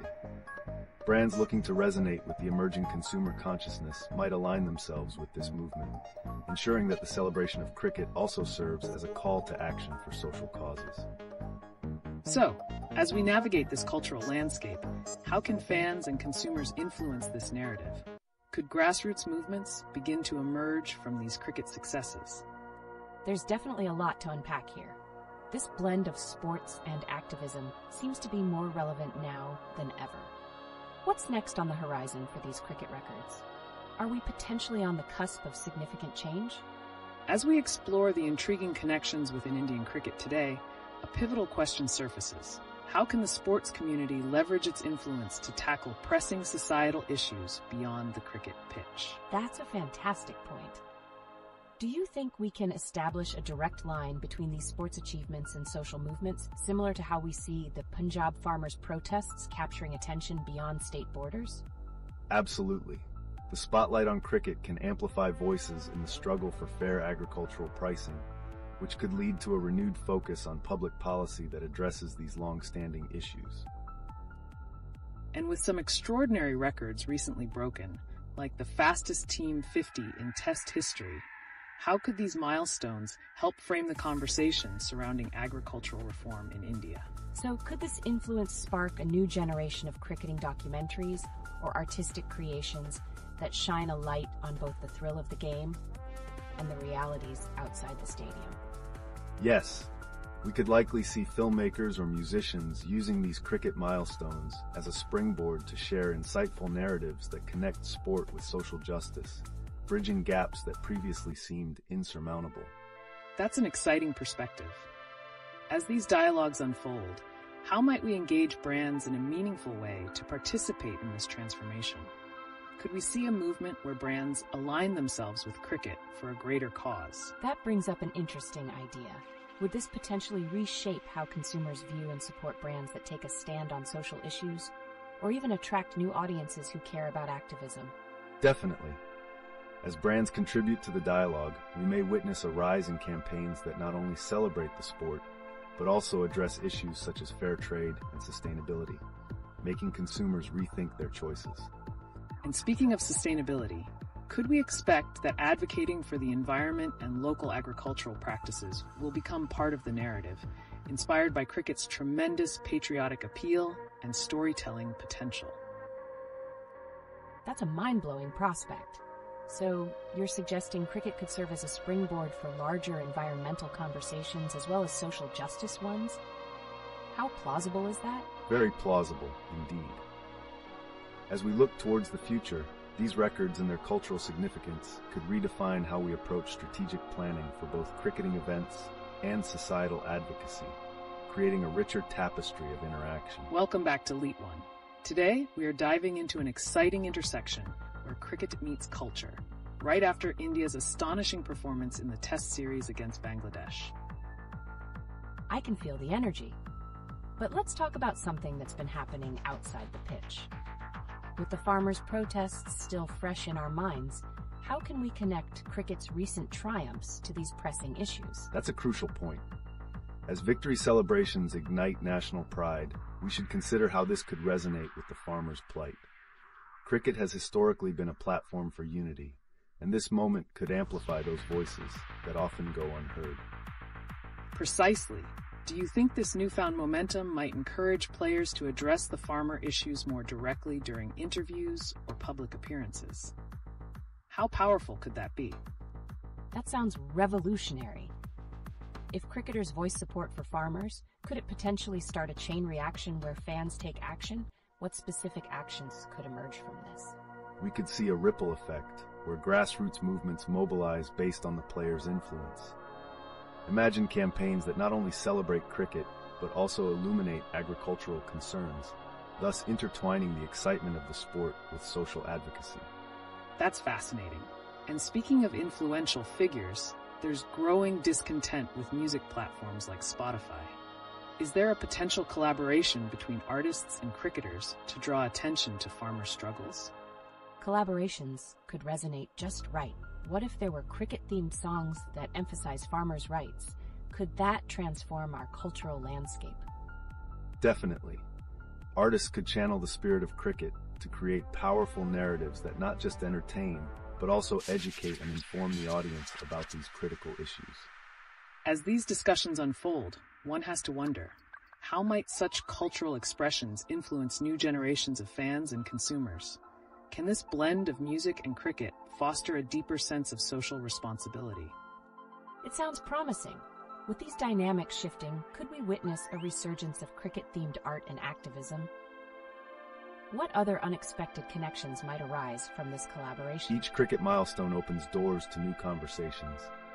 We may just be on the brink of a creative renaissance, one that marries sport, art, and activism in a way we've never seen before. So, as we navigate this intriguing path forward, what challenges could arise in maintaining such collaborations? Are we ready to explore the potential of activism through cricket? I'm all in for this exploration. Let's dive deeper and discuss what strategies could effectively sustain this momentum. What do you think? Welcome back to LeetOne. Today, we're shifting gears slightly to discuss some remarkable cricket milestones, stretching from historical achievements to contemporary triumphs. Did you know that India recently recorded the fastest Team 50 in Test history? Wow, that's incredible. I mean, how does that compare to past records? Is this new milestone changing the narrative about Indian cricket? Absolutely. This rapid success reflects not only the players' extraordinary skills, but also shifting training methods and technology in cricket. It's redefining our expectations of the game itself. And speaking of history, it's interesting to juxtapose Barry Richards' monumental 325 in a day back in 1970 with today's high-tempo play. How might these comparisons influence current players and fans alike? Oh, I can see how that might create a sense of legacy. Do you think older players like Richards feel a connection to this modern style, and could they inspire today's talents? It's very likely. Players from earlier eras like Barry Richards often share insights about resilience and adaptability in the game. Historical performances become benchmarks that motivate contemporary athletes. It's fascinating how milestones can serve as not only records, but also as narratives connecting generations. Now, we can't ignore how records like these might also impact public engagement with cricket, especially amongst younger fans. What do you think? Could this create a ripple effect for cricket's popularity? That makes total sense. If younger fans are captivated by high-scoring matches, might it lead to increased participation in cricket and inspire new talent across the country? Definitely. The more thrilling the game becomes, the more likely we'll attract fresh talent. This excitement can pave the way for future narratives around team spirit, individual narratives, and even broader societal stories related to cricket. But while we celebrate these milestones, there's also room for concern. With cricket's rising profile, what challenges do you think we should be wary of, especially around issues like commercialization or involvement in social issues? That's a thought-provoking question. Could there be a risk of losing that grassroots connection to Pakistani cricket amidst all this hype? Quite possible. The focus must remain on inclusivity and community support. If cricket can nurture talent from the grassroots while achieving commercial success, it can fully realize its cultural potential. As the conversation unfolds, it leaves us pondering, how will these records shape not just cricket's immediate future, but also its wider impact on society and culture? Can these achievements resonate beyond the field and connect with community aspirations? Welcome back to LeetOne. Today, we have something highly captivating on our hands. Let's discuss the fascinating juxtaposition of cricket's rich history with today's modern game, right down to cultural implications and even music. Oh wow, that sounds intriguing. I mean, with Barry Richards holding on to that bat from his monumental 325 in a day, how do you think such historic moments influence current players like David Warner? It's a potent reminder. The legacy of past players provides a benchmark, a source of inspiration for today's athletes. These icons embody the evolution of skill and strategy that is crucial in today's fast-paced game. Exactly.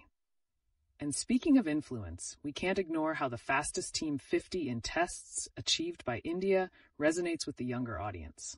Could this newfound spirit connect these historic achievements to modern-day conversations around cultural identity and responsibility? That makes total sense. But with the ongoing farmer protests and various social issues gaining traction, how do we bridge cricket's popularity with the need for social advocacy? That's where cricket's role as a unifying force comes in. If players leverage their platforms to create awareness, it could galvanize public support for important causes like farmers' rights, while engaging a broader audience. So, will we see this lead to artistic collaborations as well? Perhaps cricketers could team up with musicians, echoing the sentiments of the farmer protests through cricket-themed songs. How impactful could that be? It feels revolutionary. Imagine cricket icons stepping into music or art scenes to amplify those messages. What would that look like? We're on the cusp of a dynamic transformation. Engaging the youth through relatable content could potentially ignite a wave of activism, one that marries sport with critical social issues. And the exciting question is, how far can these collaborations stretch? Wouldn't it be fascinating if we saw a fusion of cricket and contemporary social issues, maybe even sports-themed art exhibits advocating for farmer rights? Now that's an idea. How do you think the public would respond to such initiatives? Would fans actually rally around this blend of sports and activism? Absolutely. The answer lies in emotional engagement. If the art, music, and cricket resonate deeply, we might witness a formidable movement that elevates awareness while celebrating our cultural essence. And as we explore these connections, we can't forget about the technological advancements reshaping the landscape of cricket and cultural expression. How can tech innovation further empower these discussions? I can't wait to find out. It seems there's so much potential here. What groundbreaking initiatives could we see next in bridging these worlds? Welcome back to LeetOne, where cricket narratives and cultural movements collide. Today, we're diving into a striking topic, the incredible journey of cricket milestones and how they connect with present-day social issues in India. That sounds amazing. I've heard about Barry Richards and his legendary 325 runs in a single day and how players like David Warner are pushing the boundaries today. How do these records resonate with modern socio-political contexts? It's a brilliant question. Barry Richards set a standard that current players aspire to reach, but the game has evolved significantly.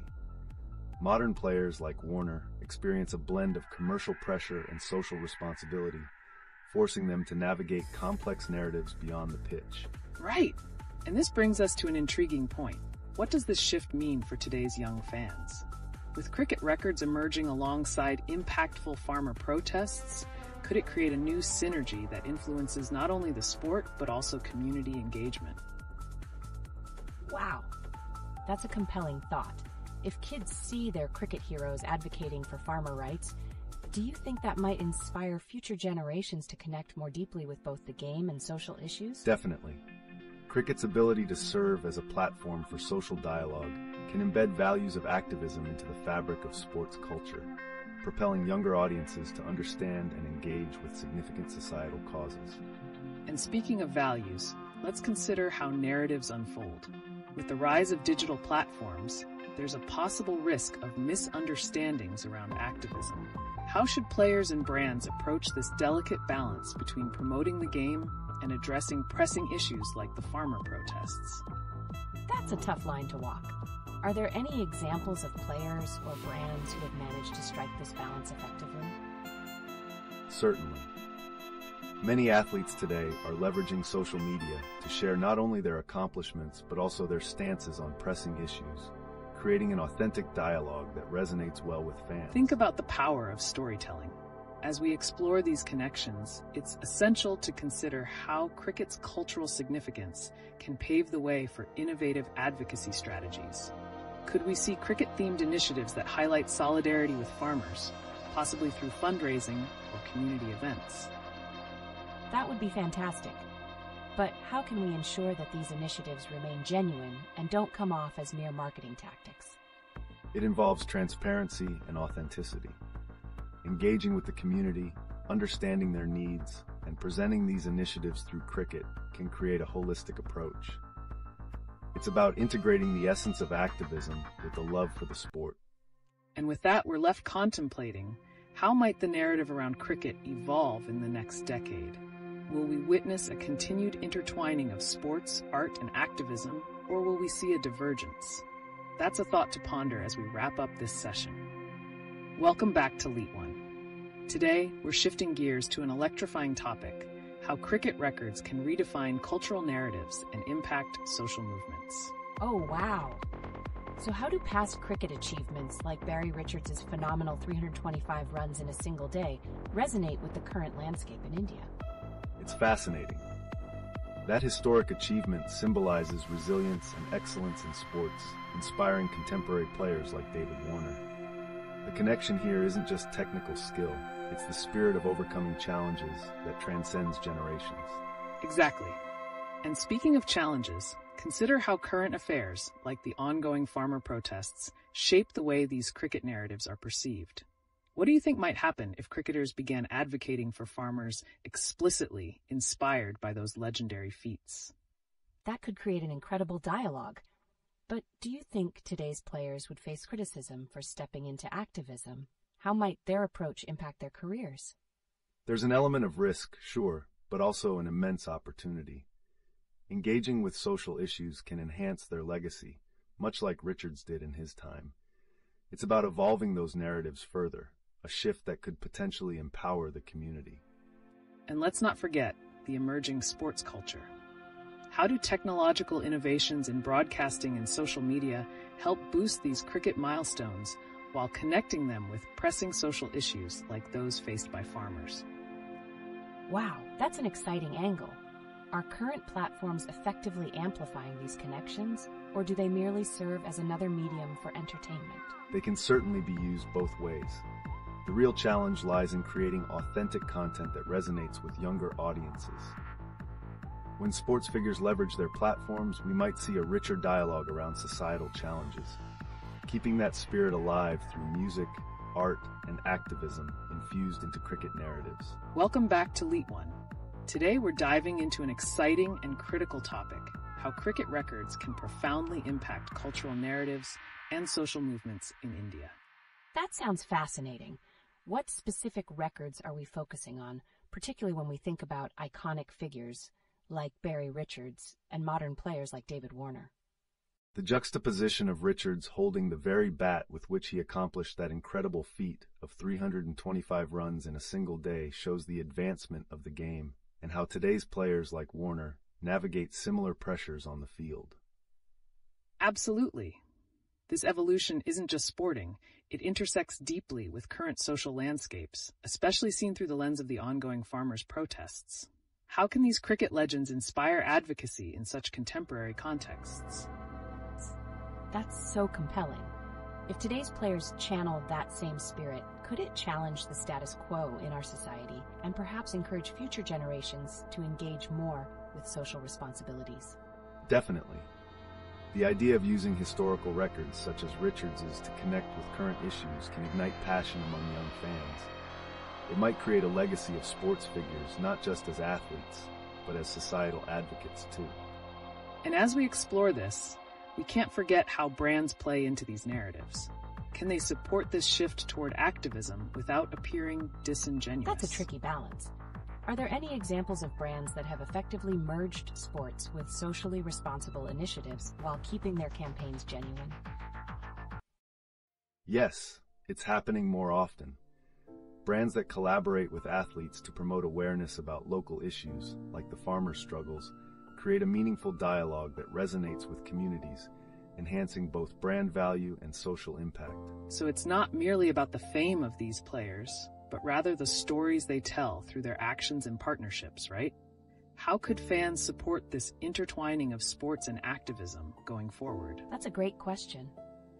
By advocating for causes they believe in and engaging with initiatives that resonate with their cricket heroes, fans could truly make a noticeable difference in advocating for social change. Precisely.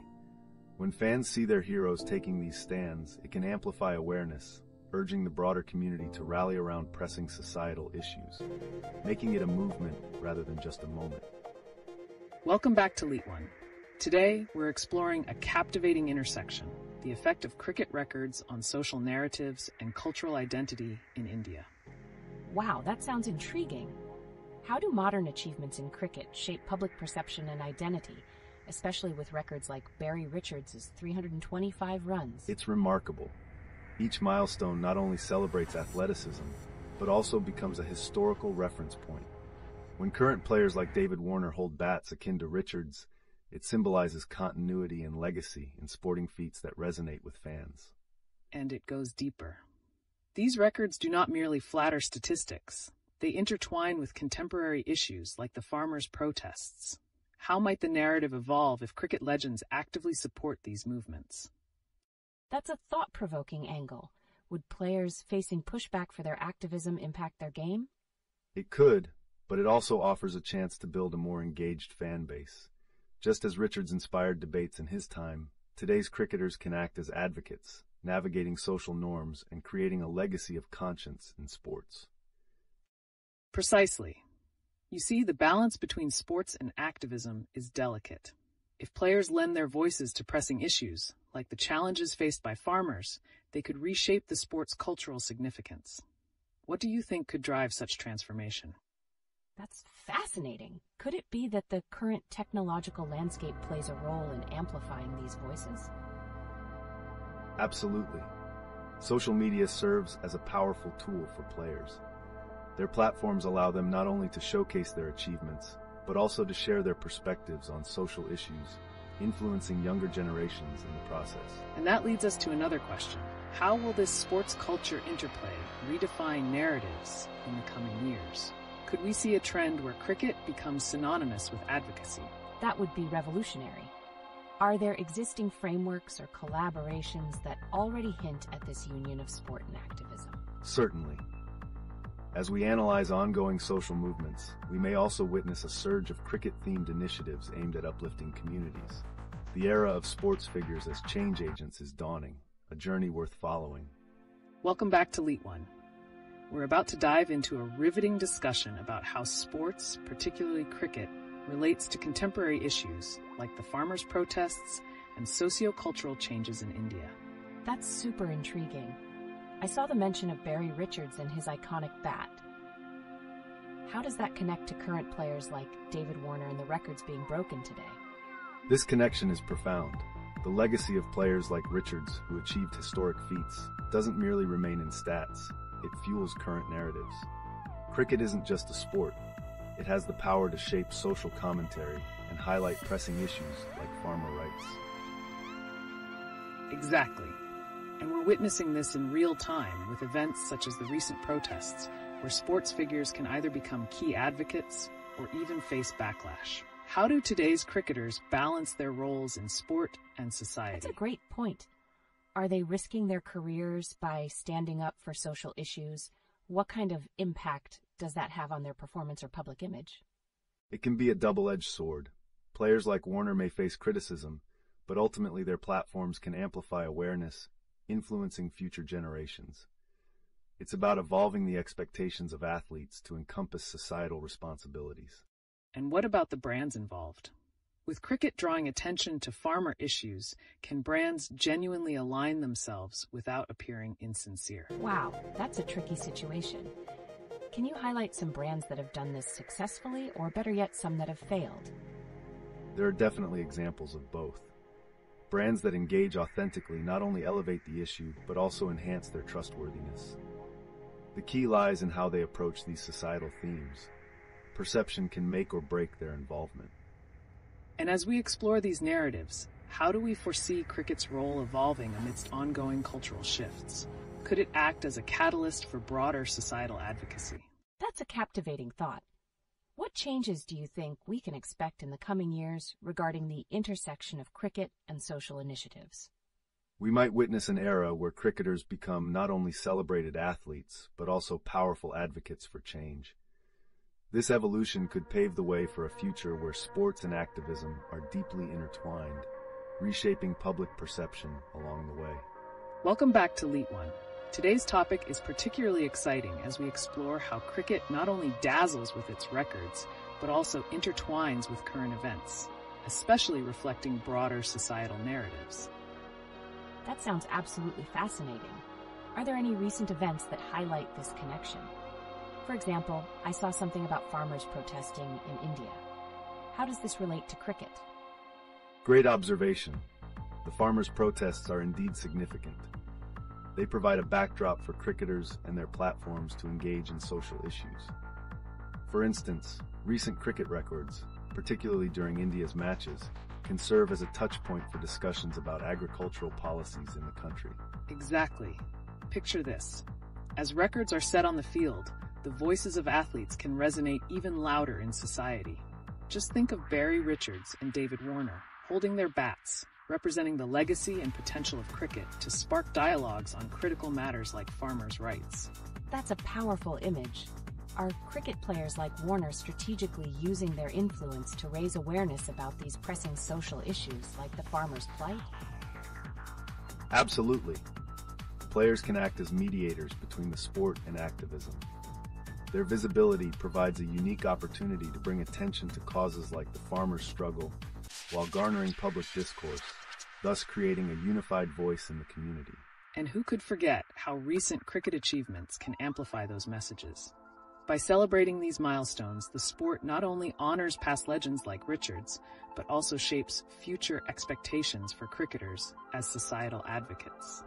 That makes perfect sense. So, does this imply that fans, just by supporting their teams and heroes, can play a role in this societal change? Spot on. When fans engage with both the sport and the activism around it, they form a community of advocates. Each participation can lead to greater awareness and collective action, contributing to the conversation around issues like fair pricing for farmers. There's an undeniable link here that can drive real change. With cricket echoing social realities, what can we expect from future matches? Will we see more players addressing these societal themes openly during critical moments in the game? That's a great question. It seems like we are at a crossroads where cricket's influence could redefine how athletes relate to their communities. Definitely. As we look ahead, it's clear that the dialogue emerging from the sport's social interaction can pave the way for a new era where activism becomes a part of the game. Engaging with social themes can redefine legacy, bringing a fresh dynamic to cricket. And remember, there's always more to explore in this intertwining of cricket with societal issues. The question then remains, how do we further integrate these narratives to ensure that every match becomes a platform for advocacy? Welcome back to LeetOne. Today, we're shifting our focus to a recent stir in the cricketing world, the connection between Barry Richards and David Warner's cricketing legacy, and how it resonates in today's socio-political climate. It's not just about who wields the bat, but the stories each swing holds. Wow, Barry Richards made headlines when he hit that extraordinary 325 in a day, didn't he? How does that remarkable feat relate to David Warner's current gameplay? Is there a deeper narrative behind this? Absolutely. Richards' achievement at the Waka not only set a high bar for batting excellence, but also serves as a poignant reminder of the sport's evolution. Warner embodies that evolution with his modern techniques, yet there's an opportunity to tie both cricketers to broader themes of influence and responsibility. Right. As cricket continues to break new records, like the fastest 50 recently, what's the significance of these milestones in the context of current socio-political challenges, especially concerning issues like the farmers' protests? That's a fantastic connection. Can cricket really play a role in addressing such serious issues? It feels like the players and the game's narratives are woven into the very fabric of societal change. Without a doubt, when cricketers like Warner and Richards showcase their skills, they simultaneously shine a light on ongoing struggles, whether directly or indirectly. It creates a space for fans and advocates alike to engage more deeply with pressing matters, including farmer rights. And let's not forget the cultural implications. With the recent upheaval around brands and their responses to social issues, how might cricket's influence evolve to reflect or reshape these dialogues in the public eye? Interesting. So you're suggesting that as societal expectations shift, cricket could either bolster or challenge how brands position themselves. Precisely. The pathway is twofold. Cricket can either be a powerful platform for advocacy or a mere backdrop for distraction, depending on how players and brands respond to the ongoing societal convulsions. The stakes are high. That's a powerful narrative. As we witness these intriguing intersections between cricket, legacy, and activism, what mind-bending shifts should we anticipate in the future of cricket as a societal influence? Welcome back to LeetOne, where we dive into the fascinating universe surrounding cricket and its social implications. Today, let's turn our attention to a subject that has recently exploded onto the scene: the intertwining narratives of cricket, cultural identity, and the ongoing farmers' protests in India. Wow. So how exactly do these cricket legends, like Barry Richards and David Warner, become the ambassadors for societal change amidst pressing issues? Great question. These players hold significant sway within their communities and beyond. When they break records or showcase their talent, it amplifies the visibility of ongoing struggles, such as the farmers' protests. Their influence can transform cricket into a potent tool for advocacy. Right. Take Barry Richards' historic 325 in a day.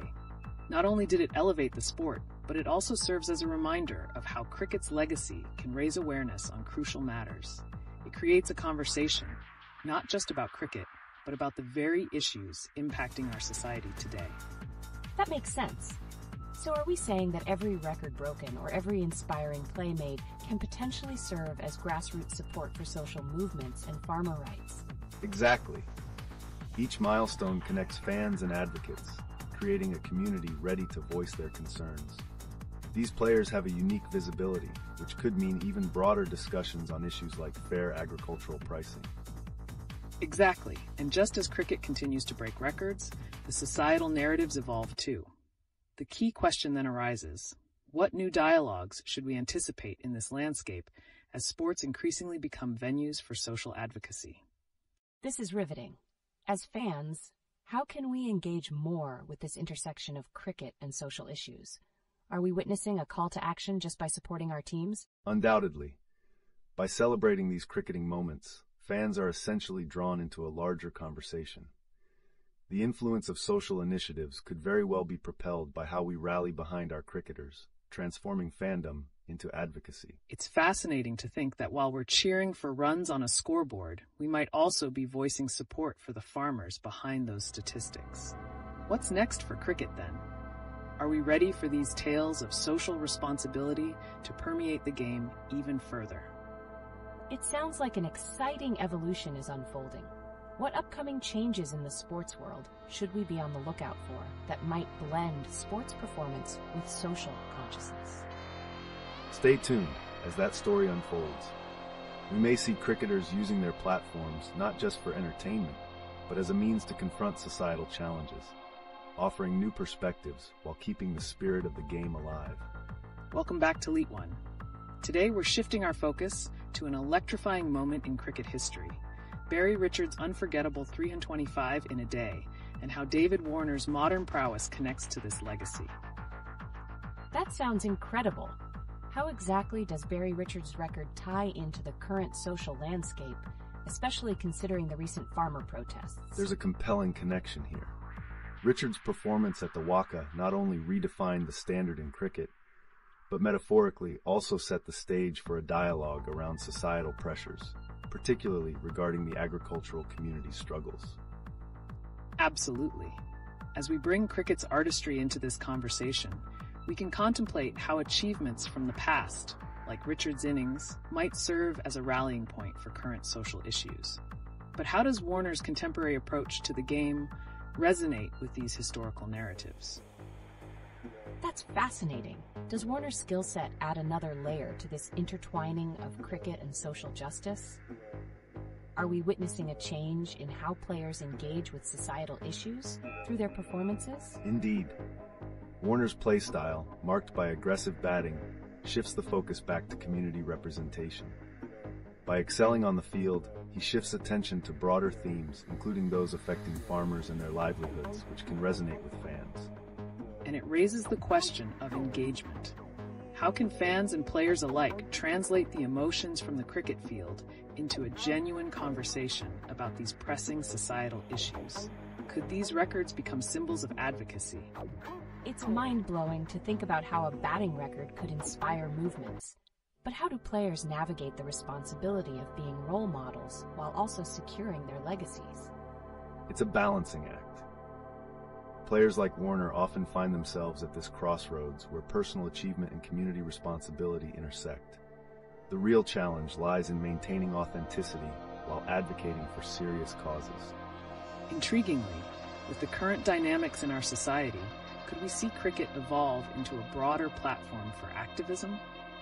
This might suggest an exciting future where sports figures transition to become prominent advocates for social change while wielding the bat. Wow! So, are we on the cusp of witnessing a new era in sports where athletes can instigate real conversations about cultural and societal issues through their legacies? I can't wait to see how this unfolds. Stay tuned. The cricketing world is genuinely at a turning point. As players harness their impacts, we may well start to see a convergence of sports, culture, and activism shaping the future like never before. Welcome back to LeetOne. Today, let's pivot to a hot topic making headlines: the ongoing farmers' protests in India and how they resonate deeply with cultural narratives, particularly related to cricket and sports. Oh, that's really intriguing. How exactly do the protests link to sports, and why should we care about this intersection? The connection lies in the shared cultural experiences and identities that cricket represents across India. It becomes a powerful medium for addressing farmer issues and sparking broader conversations about economic justice. Precisely. As you think about India breaking records in cricket, like achieving the fastest Team 50 in tests, one can't help but consider how these achievements can reflect, or even overshadow, the ongoing struggles faced by farmers. That's mind-blowing.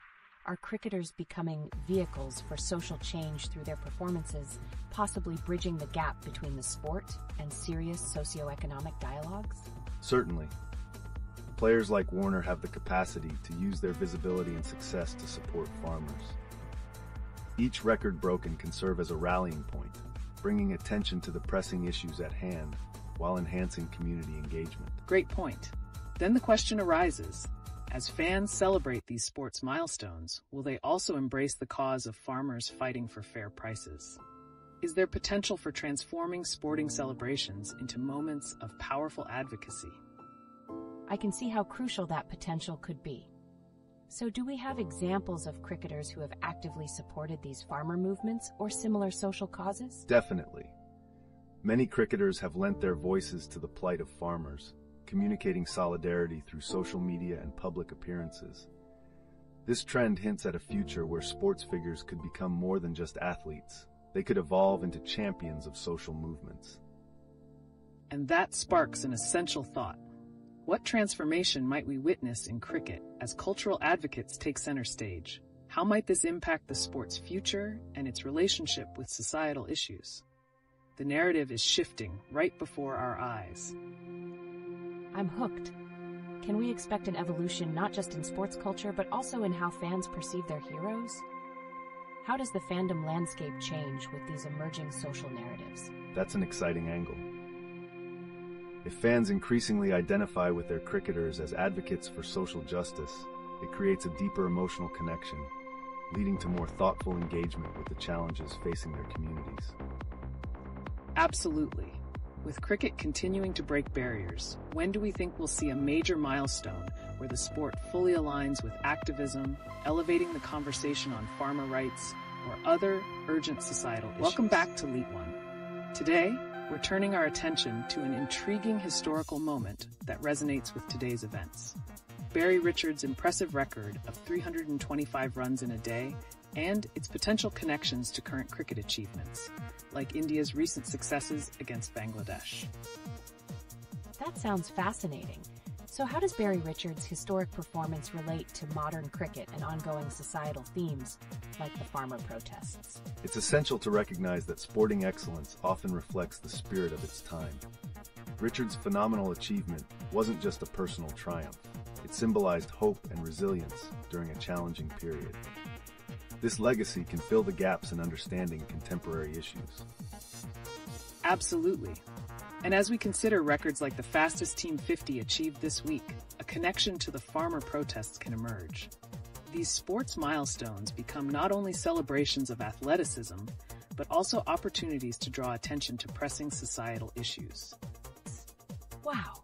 Are we saying that the excitement generated by these cricket records might actually enhance awareness of the farmers' struggles? How does that work on a community level? That's a good question. The emotional connection fans hold for their players leads to deeper engagement. When cricketers triumph, it can create a collective sense of pride, which fans might redirect toward empathizing with those in distress, like farmers facing unfair pricing. Definitely. Just imagine a situation where a celebratory cricket event coincides with farmer advocacy efforts. These moments could illuminate shared struggles, enriching both sports culture and social conversations. That's really interesting. So, is there a tangible way that the cricket community could mobilize around farmers' rights while continuing to celebrate sporting achievements? Certainly. We've seen initiation of awareness campaigns during matches or player-led charity events to support farmers. Integrating messages into the fabric of cricket celebrations can bridge the gap between fun and meaningful advocacy. As we think about this, let's not forget that sports power extends beyond the boundary. It can challenge socio-political narratives while providing a platform for grassroots movements, helping warriors of social justice, such as farmers, gain stronger visibility. Mind-blowing. So you're saying cricket could shape not only its community, but also act as a catalyst for broader movements? What's the potential impact on the future of the sport and its players? Absolutely. Players may evolve into champions of these movements, channeling their fame towards creating change. We could be on the precipice of witnessing a cricketing revolution that intertwines social responsibility with athletic achievement. And that's where the conversation continues. Let's explore further how the legacies of past players like Barry Richards can inspire today's athletes to leverage their platforms for social advocacy while breaking records. The synergy of sports and activism is just beginning. Welcome back to LeetOne. Today we're pivoting our focus to an exciting convergence: cricket records and the ongoing farmers' protests. Let's dig into how recent milestones, like the fastest Team 50 by India, could create an unmistakable synergy between sports triumphs and social justice. That's really captivating. But how does a cricket record resonate with the struggles of farmers protesting for fair prices? Can cricket truly act as a megaphone for their voices? Absolutely. Cricket, being a unifying force in India, has the power to amplify the farmers' narrative. As teams achieve significant milestones, they can evoke strong emotions and perspectives, potentially aligning fans with the social issues at stake. And let's not overlook the dynamics of cultural representation here. The passion surrounding cricket can promote a larger conversation about economic justice, often transferring that excitement into meaningful action for farmers. So if these records become celebrated, can we expect fans to adopt the farmers' plight as part of their celebration? How can we visualize this shifting mindset on the ground? It's about deeper emotional engagement. Fans may begin to see players not just as athletes, but as ambassadors for their local communities, reshaping the collective identity that intertwines sports pride with advocacy for farmers' rights. Fascinating. As we explore this, let's consider the cultural narratives around cricket and their impact on consumer behavior. What if cricket brands began aligning themselves openly with farmer advocacy? Would it ignite a revolution in sports marketing? That's a thought to chew on. Can we see established companies shifting their branding strategies to embody that social responsibility? How might that change the perceptions of fans and patrons alike? Definitely. With the rise of conscious consumerism, brands that support these causes will likely find themselves receiving strong backing from the public. It's a two-way street where the celebration of records can elevate awareness, building a genuine connection between commerce and community advocacy. And therein lies the potential cliffhanger: how farmer-friendly branding establishes a relationship that could reshape both cricket and social activism. We are just scratching the surface. Stay tuned as we uncover how this dynamic will unfold in the near future. Welcome back to LeetOne. Today, we're shifting our discussion towards a fresh yet interconnected topic: the impact of current events on cricketing achievements and how records can stir social conversations in India. Interesting. The recent milestones made by the Indian cricket team, especially during the test match against Bangladesh, seem to be stirring quite the buzz. How are these records related to the ongoing agricultural protests? Precisely. Each cricket record, like the fastest 50, can create ripples, with fans linking the spirit of celebration to the struggles of farmers. It shows how sports can be more than just games. They can carry significant social implications. That brings us to an exciting juxtaposition. As Barry Richards' phenomenal record becomes a benchmark, what lessons could contemporary players draw from past records to advocate for farmers? Could they act as cultural symbols during protests? That's an excellent point. But how do these historical cricket records become relevant in today's social landscape, especially when there are pressing issues like fair pricing for farmers? It's about creating narrative bridges. When cricketers acknowledge those who stand for farmers' rights and use their platforms to voice these struggles, it resonates deeply with fans, creating an emotional connection and fostering awareness through their triumphs.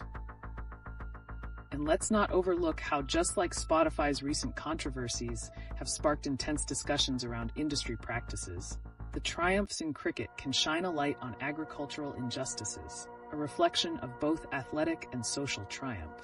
That's fascinating. So cricket records might not just celebrate sporting achievements, but illustrate broader societal conversations about fairness and support for farmers? Exactly. This intertwining of sports and societal issues can shape a new era where victories on the pitch amplify the voices of the marginalized off it. As we move forward, expect cricket to not only entertain, but elevate crucial dialogues around farming rights. Well said. And with these records evolving alongside societal movements, we may witness an exciting landscape where sports truly becomes a catalyst for advocacy. Stay tuned as we continue to explore these connections. Welcome back to LeetOne. Today, we're diving into a thrilling connection between current events, cricket milestones, and the ongoing farmers' protests. The recent achievement of the Indian cricket team recording the fastest 50 in Test cricket during a match against Bangladesh has set the stage for some intriguing discussions. Wow, that's incredible. How does this record tie into the farmers' protests we're seeing across India, especially the ones where they are demanding fair prices for their crops? It's a compelling intersection. A cricketing feat like that ignites national pride and discussion, which can be shifted to align with the urgent agricultural concerns faced by farmers. The electrifying atmosphere of sports can merge with advocacy, creating an opportunity for fans to connect sport with social responsibility. Absolutely. The excitement surrounding a cricket record offers a moment where communities can rally together in celebration, but also in reflection of the issues at hand. With teams representing the hustle of ordinary lives, these records provide a platform to spotlight the challenges faced by farmers. So, do you think brands will leverage this cricket milestone to further promote farmers' rights? How could marketing strategies change in light of such events? Without a doubt, brands that resonate with the nation's pulse can enhance their connection to consumer sentiments by associating with cricket and the farmers' movement. This merging gives companies the chance to demonstrate social responsibility and grow their audience base. And think about the potential ripple effects.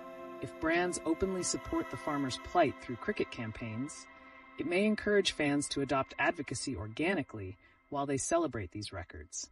It's a captivating thought.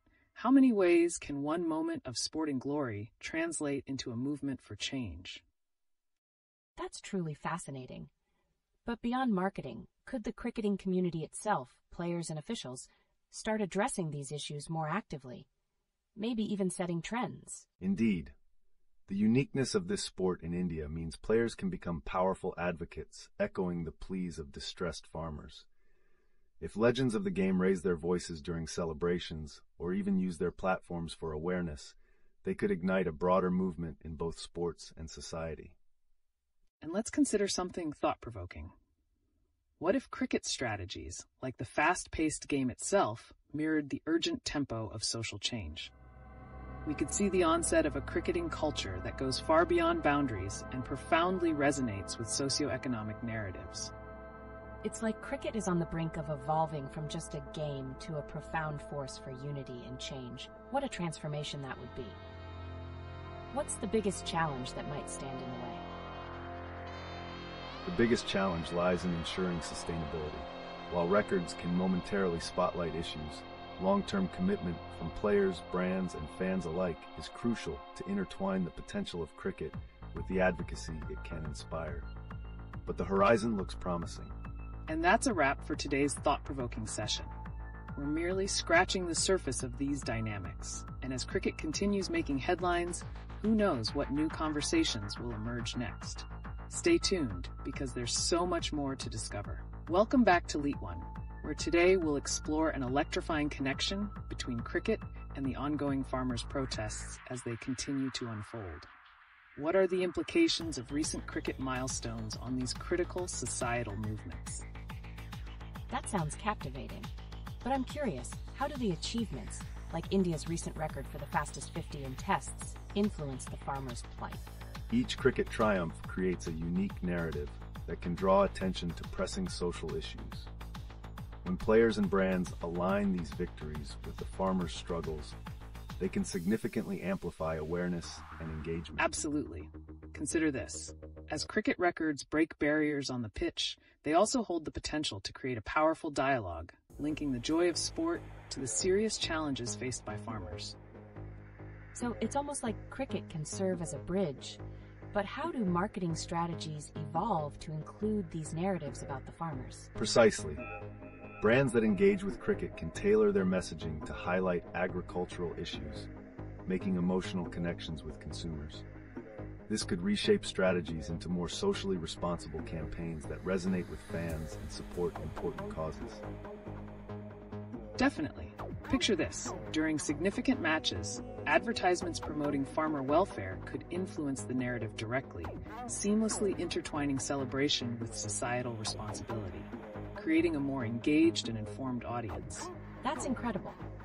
But how do historical records like Barry Richards' iconic innings play into this modern context? Do they still hold significance today? Historical records serve as timeless symbols, reminding current players and fans of the rich legacy of cricket while inspiring a sense of purpose. They can be reframed to elevate not just sporting achievements, but also the social responsibilities that come with having such a substantial influence. And let's not forget the vibrancy of cricket culture. It's immersed in tradition, yet constantly evolving. As the cricket community embraces these changes, could we see a generation of players who actively champion farmers' rights just to connect with fans? Wow, what a thought.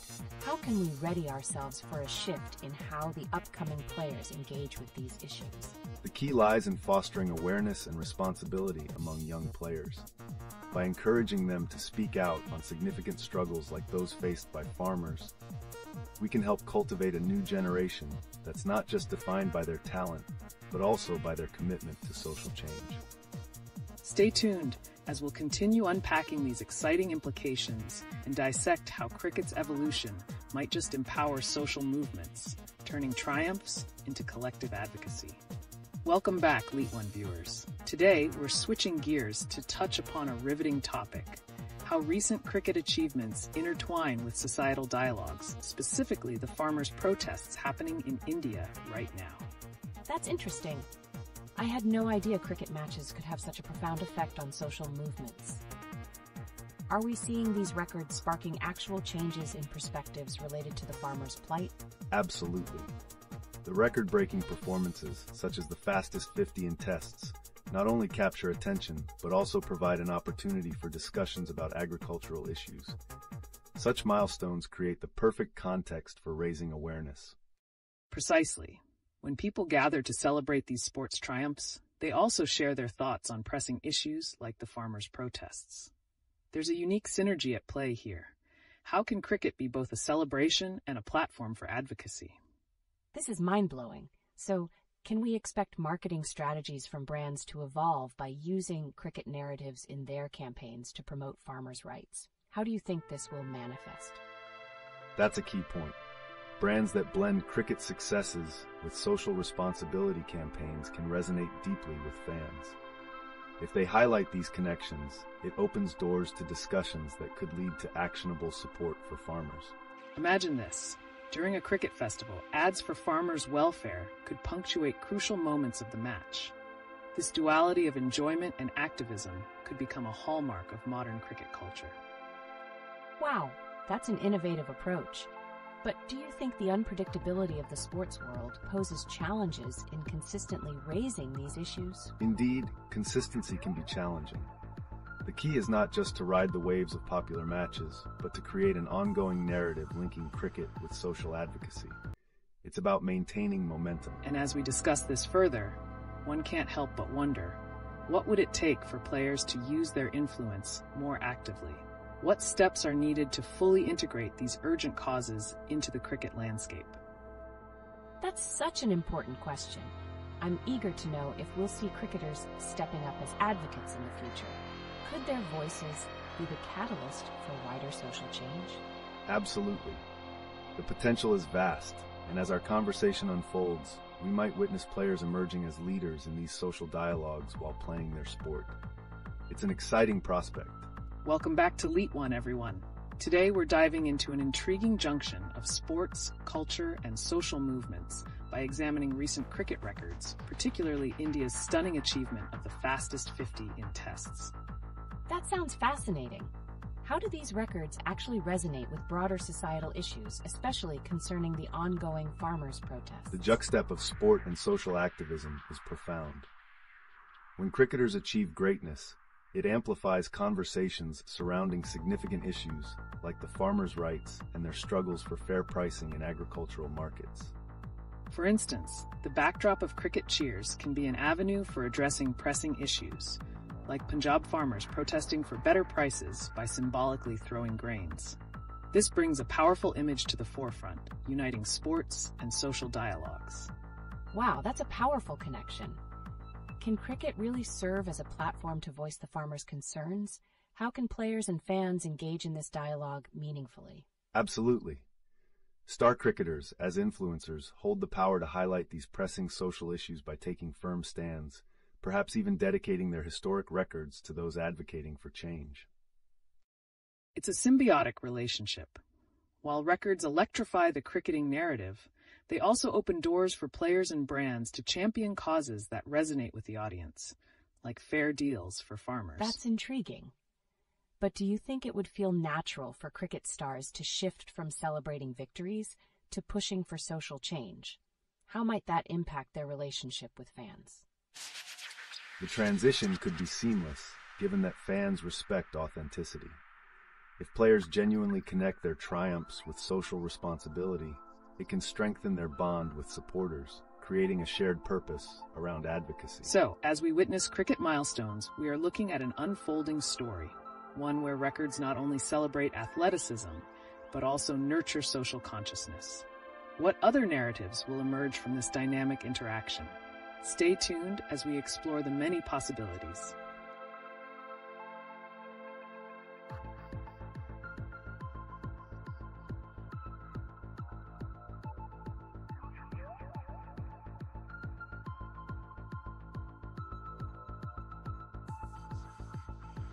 Welcome back to LeetOne, everyone.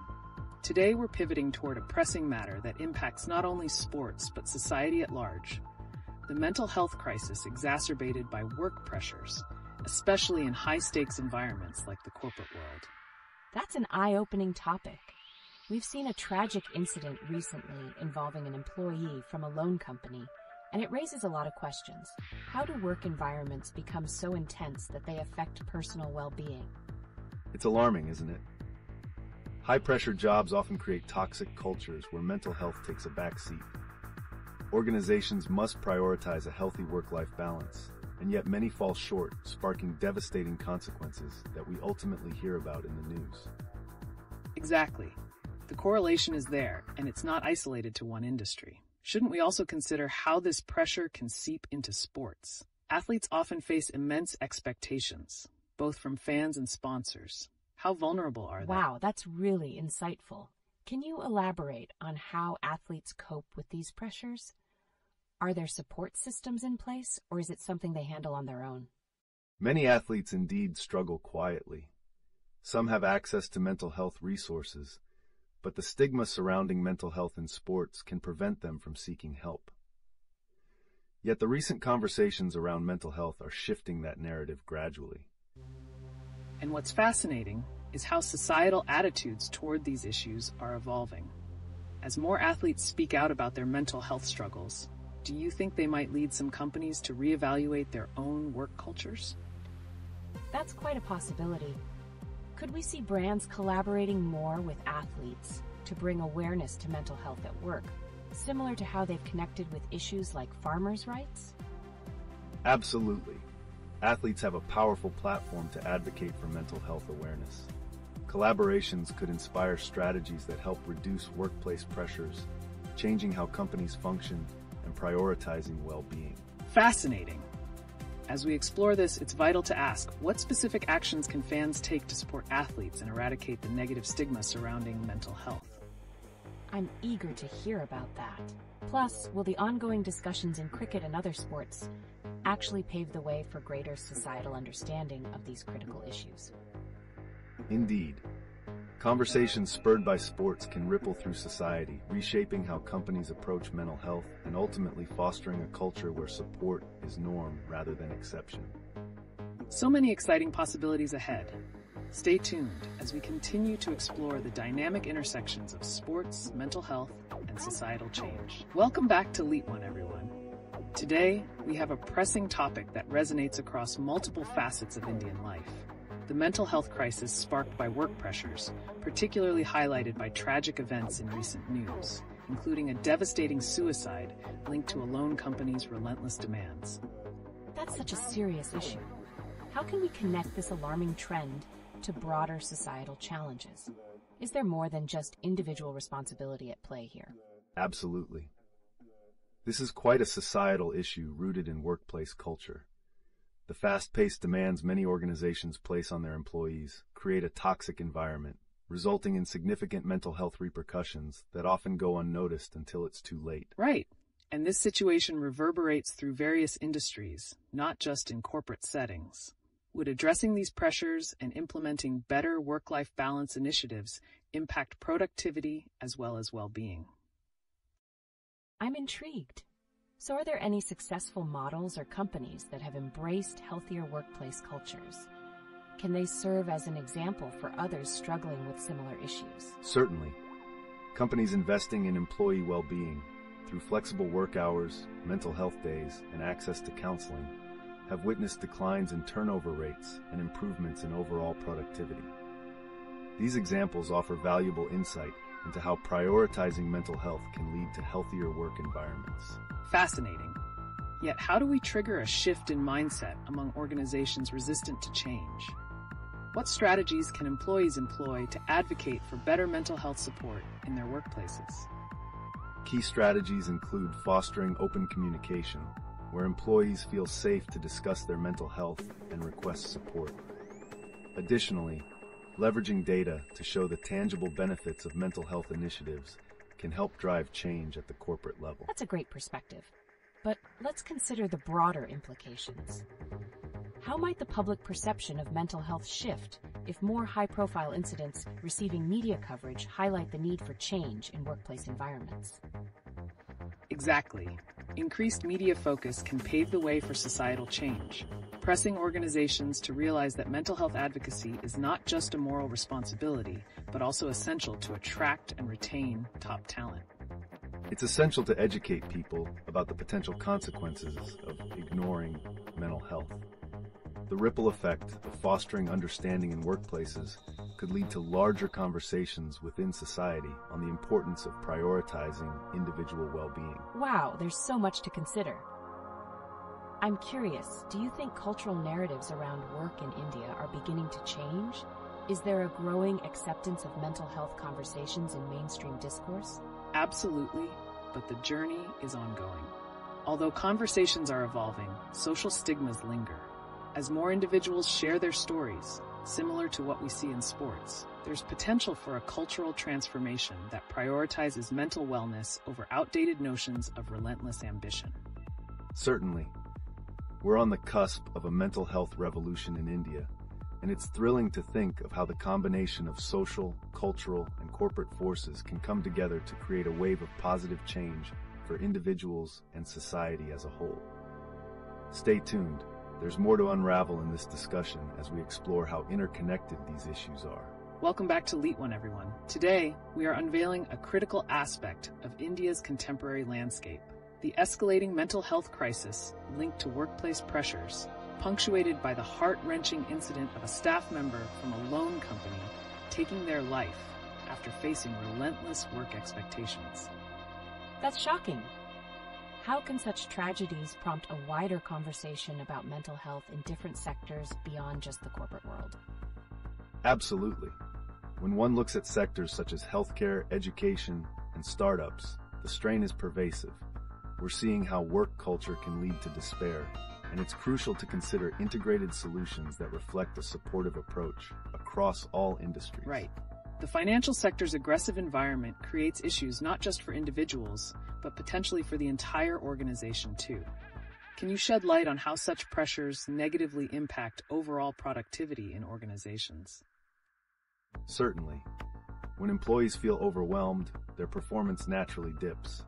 There are numerous studies showing that mental health challenges can increase absenteeism and reduce team morale, leading to high turnover and instability within teams. That's a profound insight.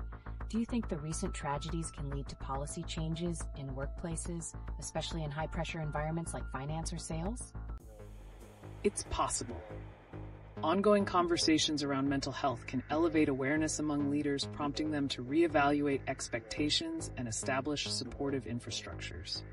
But will that alone be enough? Well, legislative initiatives could play a key role. We need a framework encouraging organizations to put mental health policies into practice, like mandated mental health days or access to counseling services. Wow, that sounds impactful.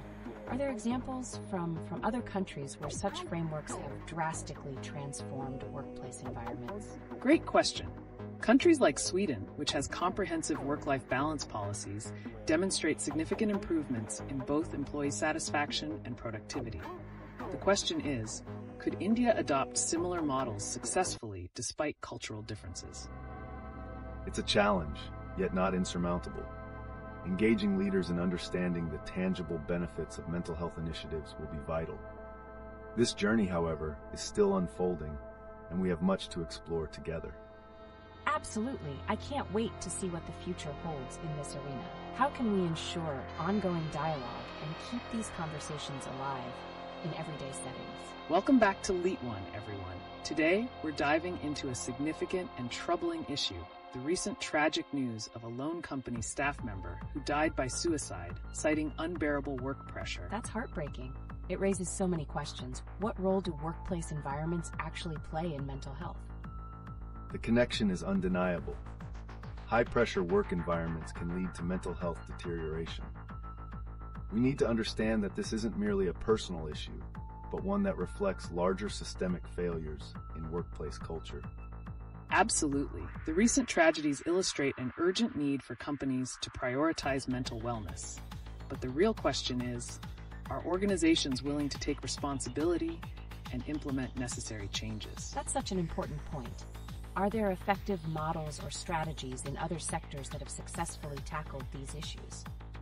Certainly, we see some forward-thinking organizations implementing wellness programs that include mental health days and counseling services. But some companies are still resistant to these changes, viewing mental health support as an added cost rather than an investment. Exactly. This resistance could exacerbate existing problems. The question remains, what will it take for organizations to recognize that employee well-being is inherently tied to overall productivity? It seems like a cultural shift is desperately needed. How can employees advocate for these changes if their organizations aren't open to dialogue? Employees can start by creating supportive peer networks to foster open discussions about mental health. This collective voice can be powerful in driving change. And this opens up another layer of complexity. How do we break down the stigma surrounding mental health challenges in the workplace? Yes, it's essential that high-profile incidents trigger discussions not only within organizations, but across society as a whole. How can we ensure these tragic stories prompt genuine action, rather than just momentary outrage? Welcome back to LeetOne.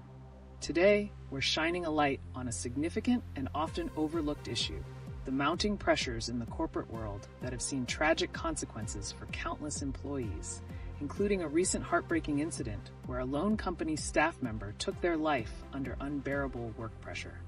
That's incredibly sad.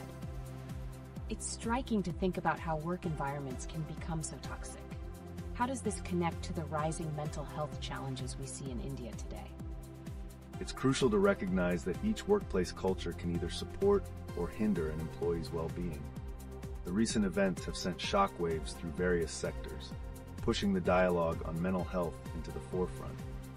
One must explore if companies will finally prioritize employee welfare over profit margins. Exactly. This raises a pressing question. Can we expect to see corporate India taking responsibility? Are there enough incentives for organizations to reevaluate their policies when faced with such tragedies? That's fascinating to consider. Have international examples shown us effective measures that can be implemented? What can Indian organizations learn from them? Certainly, there are successful models from countries with robust mental health policies. Companies that prioritize mental wellness, such as flexible working hours and mandatory time off, have reported higher productivity and employee satisfaction. Yet, implementing such models in India faces unique challenges. One particularly poignant challenge relates to cultural perceptions. In a society that often equates hard work with moral virtue, how can we shift narratives to value mental health alongside traditional success metrics? Wow, that's a crucial perspective. Are there any emerging movements or initiatives in India that aim to challenge these stigmas? There's a growing wave of grassroots movements focusing on mental health awareness. Initiatives led by young professionals and activists aim to reshape the conversation, encouraging people to talk openly about their struggles and advocating for change in workplace policies. As these movements gain traction, the question remains, will the corporate sector listen and adapt, or will they cling to outdated notions of strength and endurance in the face of adversity? It seems the conversation is only just beginning. What role do you think media and public figures will play in facilitating these discussions moving forward?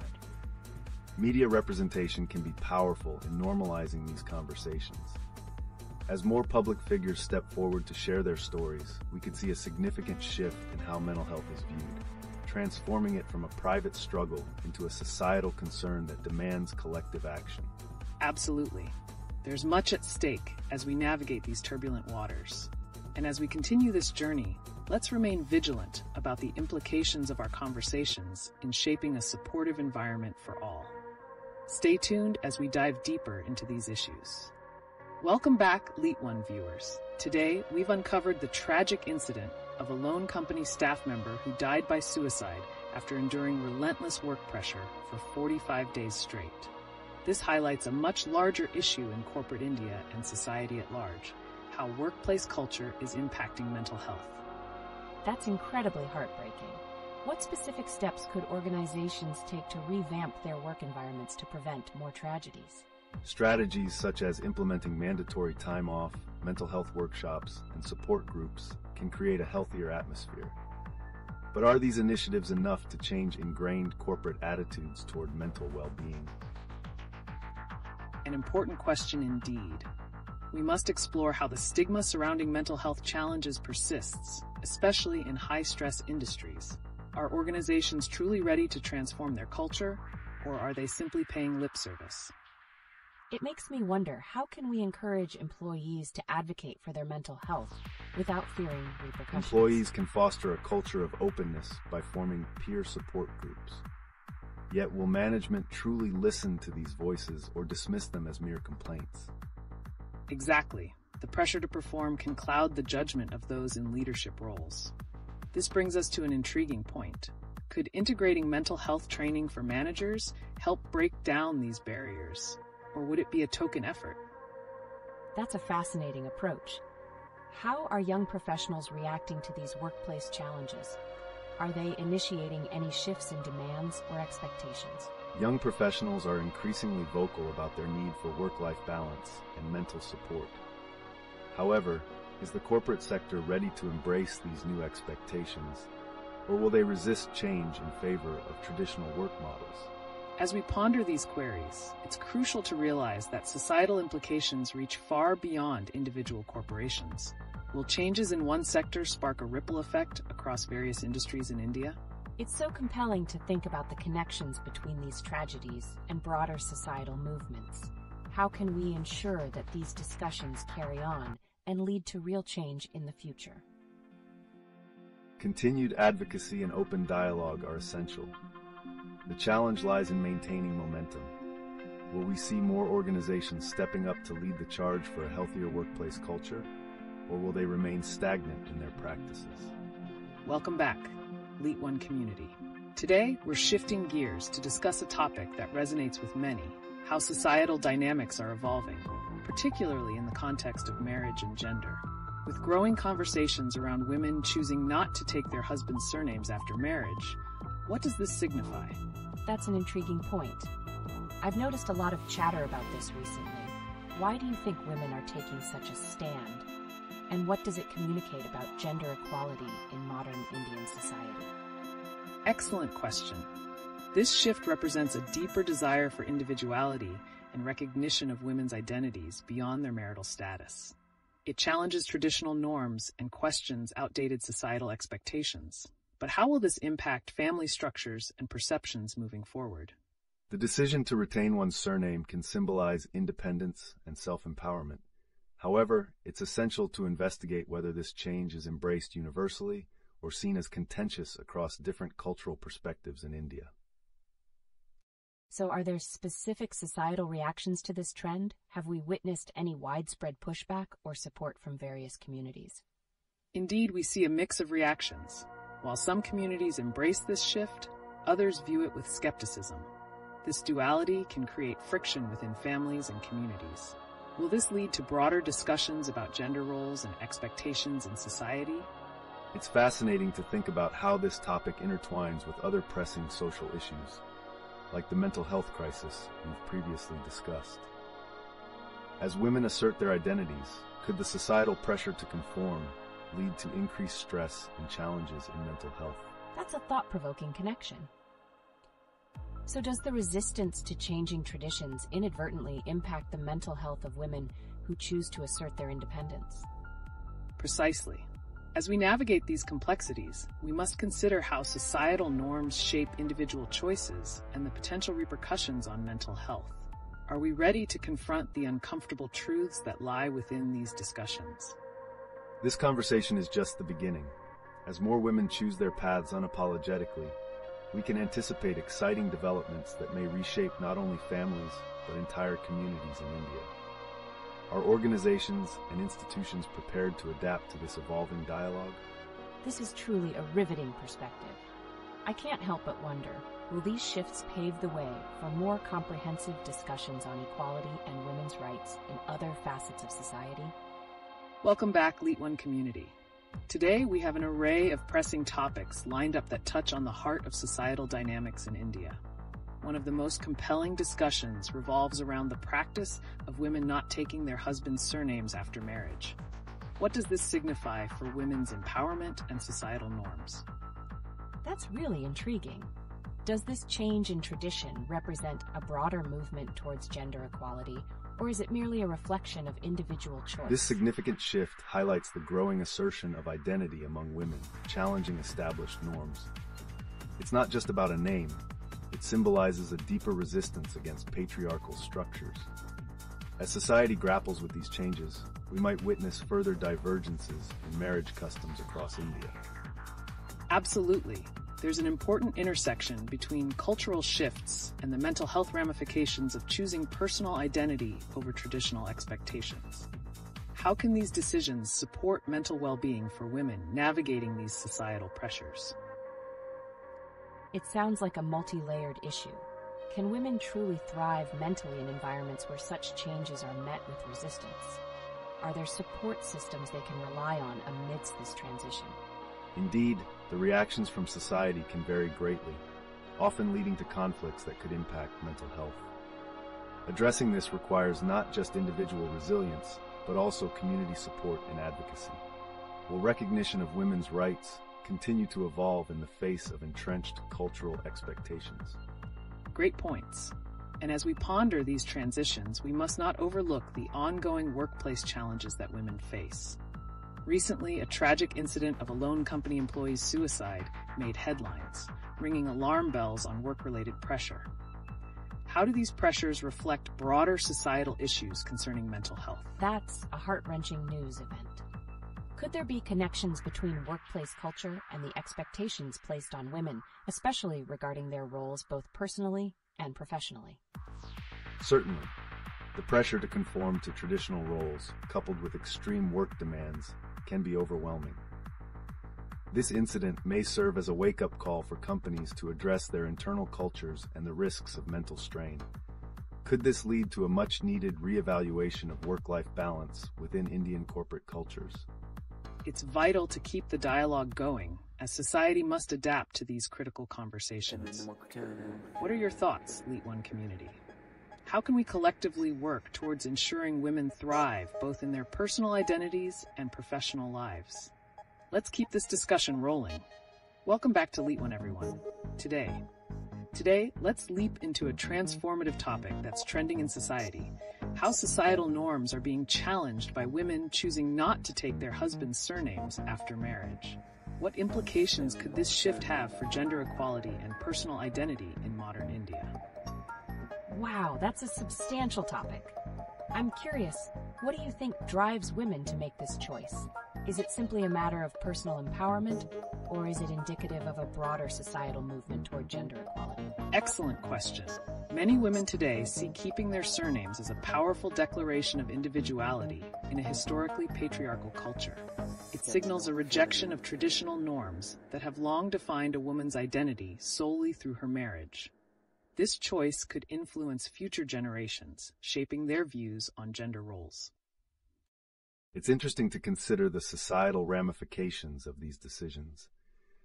As more women opt to retain their surnames, will we ace various changes in legal and administrative frameworks, ensuring that these modern identities are recognized?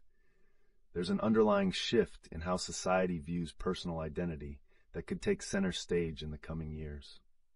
It sounds like there are many layers to this issue. How do familial reactions play into this? Do we see more acceptance, or are there often tensions within households? Familial reactions can vary widely.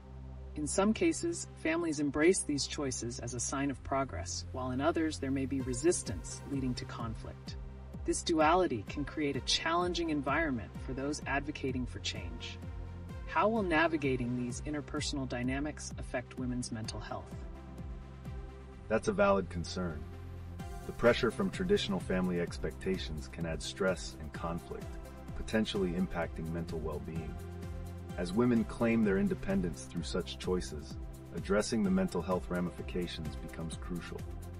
Will advocacy for mental health awareness be integral to supporting women in these journeys? Speaking of journeys, this topic seems interconnected with the recent pressures on working women. as highlighted in the tragic incidents related to workplace stress? Could the intertwining of personal and professional spheres intensify the struggle for identity in today's society? Right on point. The interplay between professional pressures and personal identity further complicates the broader narrative. As women strive for empowerment both at home and work, how can we foster supportive environments that prioritize their mental health amidst these changes? Indeed, promoting open conversations about mental health in the workplace will be key. With evolving identities reflecting the need for equality, how will organizations react? Could we see significant policy changes that embrace women's choices holistically? It's thought-provoking to consider the future. If these changes continue, what might the landscape of relationships and societal norms look like in 10 or 20 years? Are we looking at a potential paradigm shift in how families define roles and identities? That's an exciting cliffhanger. The implications could be monumental, paving the way for new family structures and further advancements in gender equality. Let's unpack this fascinating progression as we continue our discussion. What do you think, LeetOne community? How do you envision the future of these traditions and the impact on women?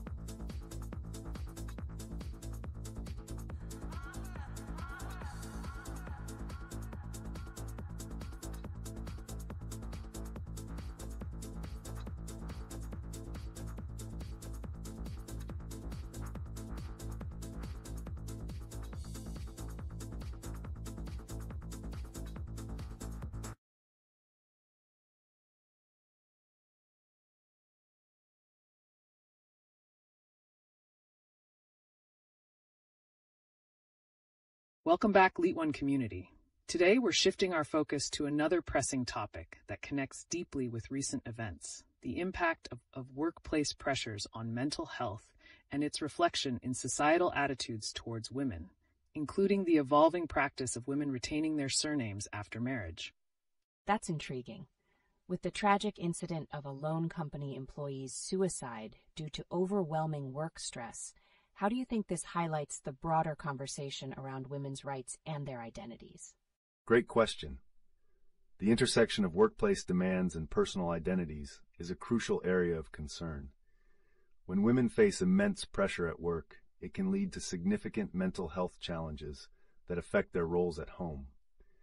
This could be a pivotal moment where the choice to keep one's surname becomes a statement of defiance against oppressive traditional norms. Absolutely. Currently, women asserting their identities in professional settings while also challenging traditional expectations is an emerging narrative. But it raises another question. How can organizations effectively implement measures to alleviate workplace stress?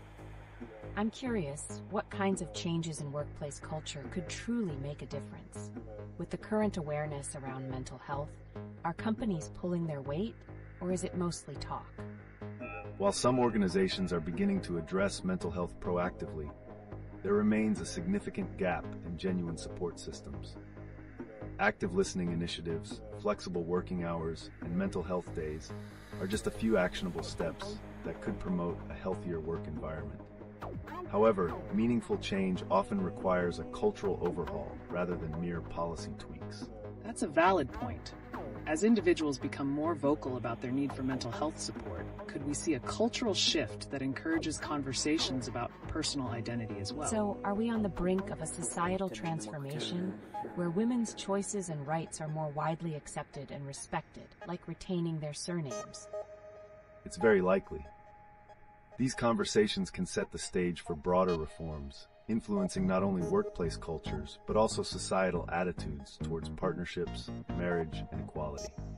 Each conversation holds the potential for individual and collective empowerment. Keep those thoughts coming, LeetOne community. We'd love to hear your perspectives on how these interconnected issues might evolve. Could the choices women make today shape future generations' views on gender roles? Welcome back to LeetOne, where our discussions take a fresh turn today. With the tragic news about a lone company employee's suicide due to extreme work pressure, we're diving deep into the impact workplace culture has, especially on women navigating these challenges. That's heartbreaking and so relevant. What are some immediate steps organizations can take to address these alarming mental health issues? The focus on mental health needs to transition from mere policies to tangible support systems. Companies can start with implementing wellness programs that include mental health resources, providing training around stress management, and ensuring regular check-ins with employees. Indeed, these improvements are vital. But what about the societal implications? Could the way women are treated in the workplace today influence the next generation's perception of gender roles? That's a fascinating angle. Are we witnessing a shift where young women might feel empowered to take control of their identities, like retaining their surnames, which could reflect their independence right from the start? Absolutely. As women challenge traditional norms and express their individuality, it sets a precedent for future generations.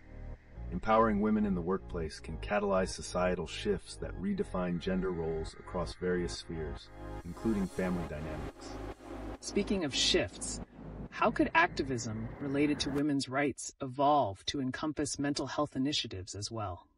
Do you think this could create a more holistic approach to advocating for women's welfare? I love that thought. It feels like a pivotal moment. Could women's movements pave a new path by integrating mental health discourse, sparking wider conversations about well-being alongside identity? Exactly. The synergy between women's rights and mental health advocacy could not only drive policy reforms, but also cultivate a cultural environment that values mental wellness alongside personal empowerment. As we unpack this, LeetOne community, how do you think these pressing issues, workplace stress, gender identity, and mental health connect? Share your thoughts and let's explore together. Welcome back, LeetOne community. Today, we're diving into a rather thought-provoking topic: how recent events and workplace culture intersect with women's rights and identity, particularly around the topic of surnames after marriage. That's intriguing. What strikes me is how the choice of whether a woman takes her husband's surname could symbolize much more than just a name change in today's society. What do you think this reveals about shifting attitudes towards gender equality? Excellent observation. The decision to retain a surname can be a powerful statement against traditional roles, and it illustrates a growing movement towards asserting individual identity within marriages. This trend can potentially lead to broader discussions about equality in partnerships and the expectations we hold. And, speaking of expectations, let's not forget the recent tragedy involving an employee whose extreme work pressures pushed them to take their own life. How does this incident highlight the urgency of addressing workplace culture, particularly for women who might be facing dual pressures at home and work? That's heartbreaking. Could it be that as women become more empowered to express their identities, they also face heightened scrutiny and expectations in the workplace? How can companies balance empowerment with support? Great question. Companies need to foster a safe environment where employees can discuss their mental health openly. Initiatives like flexible working hours, mental health resources, and training sessions can create support systems that encourage not just productivity, but also overall well-being. Absolutely. This brings up the importance of creating policies that recognize and address mental health while empowering women in professional spaces. But does that mean we might be on the brink of witnessing a significant shift in workplace policies alongside societal expectations regarding surnames? I hope so. Are there any signs showing companies currently implementing these changes? It feels as if we could be at the edge of a cultural transformation, but how quickly can it actually happen? There are signs of a positive shift, especially as progressive organizations take the lead. Yet systemic change often requires time and persistent advocacy. Moving forward, aligning workplace culture with the evolving definitions of personal identity, like the choice of surnames, could redefine success in corporate environments. What a powerful insight. As we explore these interconnected topics, what do you think the future holds for women's identities and rights in light of these challenges? Could we see a world where individual choices spark universal changes in workspace culture? Share your thoughts, LeetOne community. Welcome back, LeetOne community. Today we're shifting gears to another pressing issue that's recently made headlines: the tragic loss of a lone company staff member who died by suicide after facing extreme work pressures. That's so disheartening. It raises the question, how prevalent is this workplace pressure affecting not just employees, particularly women, navigating their professional lives? It's an urgent issue. High-pressure environments significantly strain mental health, especially for women who often juggle multiple roles at work and home. It's crucial to address how these pressures morph into broader societal implications. And speaking of implications, we can see how recent conversations around women retaining their surnames post-marriage play into this dynamic. It's not just a personal choice, it's a statement about identity and empowerment in an already complex workspace. So, by choosing not to take their husband's surname, could women be signaling their desire for autonomy in both personal and professional realms? How might companies respond to this evolving identity? Absolutely. Organizations could benefit from recognizing these shifts. By supporting women's choices in their personal lives, companies signal respect for individual empowerment, which can translate to greater workplace engagement and mental wellness. Now, bringing some recent news into the mix. Protests in Punjab about fair pricing highlight a parallel theme. As farmers advocate for their rights, can we draw a connection between societal unrest around agricultural issues and workplace pressures on women? That's a thought-provoking connection. Could the collective push for change in economic stability, like fair prices for farmers, reflect a broader demand for equitable workplace practices, especially for women under pressure? Exactly. The fight for dignity in one sector mirrors struggles in another. Social movements about fair treatment can inspire similar dialogues in corporate environments, expanding the narrative of empowerment and rights across boundaries. So where do we go from here? Could the call for justice in farming unfair pricing translate into greater corporate awareness around mental health and women's roles in the workforce? It really feels like we are at a tipping point. With all these threads connecting, is it possible that activism in one area sparks a revolution in another, creating collective momentum for change? The potential is significant. As these conversations evolve, we might see a ripple effect across societal structures, fostering a transformative culture. Each discussion has the power to reshape future generations' perceptions of gender roles and rights. And there you have it, LeetOne community. The interplay between workplace pressures, societal identities, and activism can lead to profound changes. We want to hear your thoughts. How do you see these topics intersecting in your lives? Welcome back, LeetOne community. Today, we're pivoting towards a shocking recent event that's capturing headlines: the tragic loss of a lone company staff member who took their own life due to extreme work pressure. This brings us to an urgent discussion about how workplace culture might evolve in response to mental health crises. That's deeply distressing. How does this tragedy highlight the urgent need for workplace reforms, especially considering that many employees, particularly women, face similar pressures? It's a wake-up call.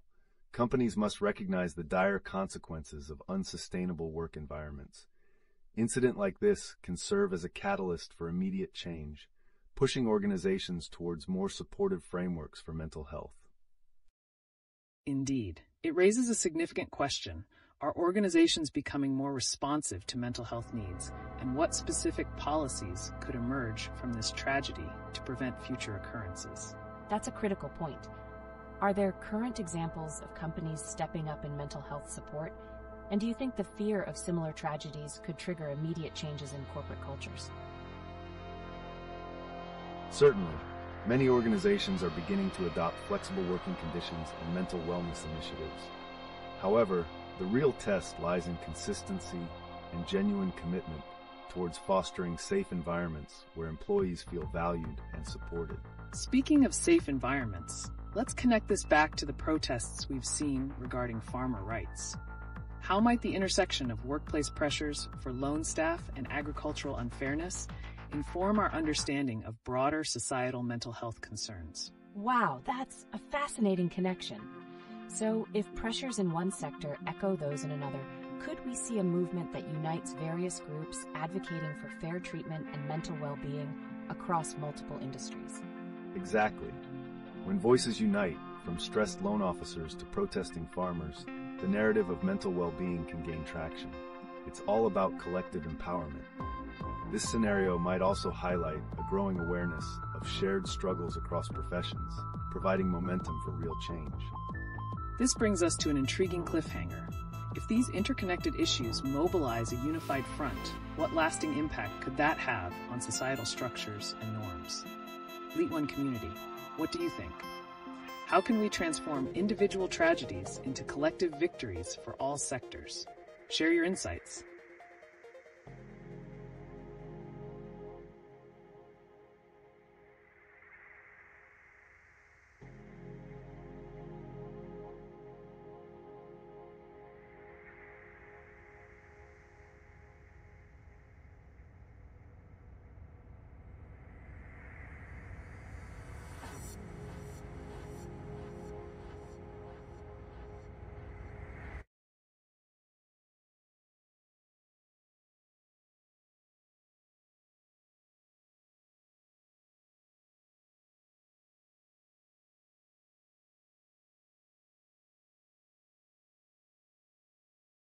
Welcome back to LeetOne, everyone. Today's hot topic circles around the fresh waves of protests, both from farmers in Punjab demanding fair prices and societal conversations on women's rights, particularly the choice to retain their surnames post-marriage. It raises the question, how do these battles manifest in the workplace and societal structures? This is exciting. I can't help but wonder how these protests impact professional environments. Do they spark similar movements within corporate culture, especially regarding gender roles? Absolutely. The workplace is often a microcosm of societal norms. The ongoing farmer protests and the conversations surrounding women's rights challenge traditional authority structures, which can lead to broader workplace reform. It's about recognizing each individual's unique struggles. So, if we see the protests gaining momentum, could it catalyze movements that push for mental health reforms due to work pressures? Just like the heartbreaking news of loan company staff who faced immense stress before a tragic outcome. That's incredibly sad. How are workplace constructs reflecting the mental health crisis? And what role do movements outside the office, like farmer protests, have in influencing that? Such tragic events underline the urgent need for awareness and change. Farmers' protests can raise consciousness about mental health, not just among agricultural workers, but within corporate environments too. Both groups underscore the importance of dignity and well-being. Correct. So, could this be an era where the interconnectedness of these movements leads to a powerful convergence? A situation where farmers' rights activism empowers gender equality movements and mental health considerations in the workplace. Wow, if that happens, it might reshape societal expectations entirely. What steps can be taken to foster this unity, and how can the movements support each other? There's a real opportunity here. By collaborating across sectors, sharing narratives and support mechanisms, we could foster a culture of solidarity, making it easier to tackle indirect issues like workplace mental health, thereby creating a more inclusive environment. Then, let's open the floodgates, LeetOne community. What do you think? How can these movements coalesce into a collective force for change? Your insights could pave the way for a revolutionary approach to social justice in our society.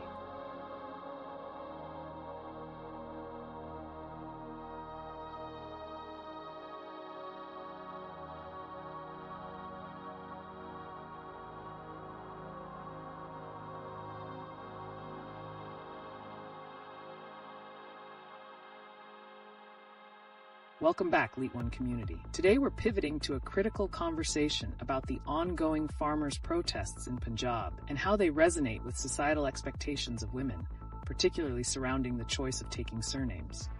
This raises an important question. How do these protests echo in broader social narratives? That's really interesting. There seems to be a lot of passion and urgency around these issues. But how exactly do farmers' protests relate to women's rights and their identities? Isn't it fascinating how something happening in one part of society can influence another? Absolutely. The farmers' protests symbolize a collective fight for dignity and rights, much like women's movements striving for autonomy post-marriage. Both challenge deeply rooted societal norms and inspire support structures. Right. And with the tragic stories we hear about workplace pressures leading to devastating consequences, like the recent incident of a loan company staff member who took their own life, it begs the question, are these societal shifts inspiring corporate environments to reconsider their approach to employee well-being? That's a heartbreaking situation. It makes me wonder, could changes in societal norms regarding identities, like women choosing to retain their names, also lead to a more supportive workplace culture rather than the current high-pressure environments? Definitely. When individuals assert their identities, it fosters an environment where personal well-being is prioritized. Greater acknowledgement of mental health in the context of workplace pressures can potentially transform corporate cultures drastically. Thank you, LeetOne community. What's your take on this? Could the activism surrounding farmers' rights not only highlight agricultural issues, but also influence discussions on mental health and gender equality in the workplace? That's a powerful thought. So it sounds like there's potential for a domino effect here. If you'll permit me to ask, what active steps can be taken in workplaces to infuse these values of solidarity and support, driven by movements like the farmers' protests? We see grassroots organizations taking the lead, merging movements and promoting campaigns that advocate both agricultural justice and women's empowerment. Such alliances enhance visibility and address interconnected struggles. And here's another angle. What role does social media play in amplifying these shared narratives? How can platforms encourage solidarity among different advocacy groups? Wow, that sounds so impactful. I can only imagine how these interconnected movements can create a network of support. So how might we harness the power of digital platforms to elevate these critical discussions further? Engaging storytelling through social media can create a wave of awareness and support. By relating personal stories of struggle across movements, we not only foster community, but also push for systemic change in workplaces and beyond. Continuing this thread, what if we drew parallels between the struggles farmers face with those of corporate employees under severe stress? Are we witnessing a universal quest for dignity and acknowledgement of each individual's identity? Welcome back, LeetOne community. Today, we're shifting our focus to a pressing issue highlighted by recent events, the sorrowful suicide of a loan company employee due to crippling work pressure. This tragedy reveals a vital connection to discussions surrounding the rights of farmers and women in society. It's shocking to hear about the pressures that people face in their jobs. How can we draw comparisons between the extreme stress faced by employees in corporate environments and that experienced by farmers protesting for fair prices in Punjab? A striking parallel exists. Both groups suffer under systemic pressures that diminish their dignity and well-being.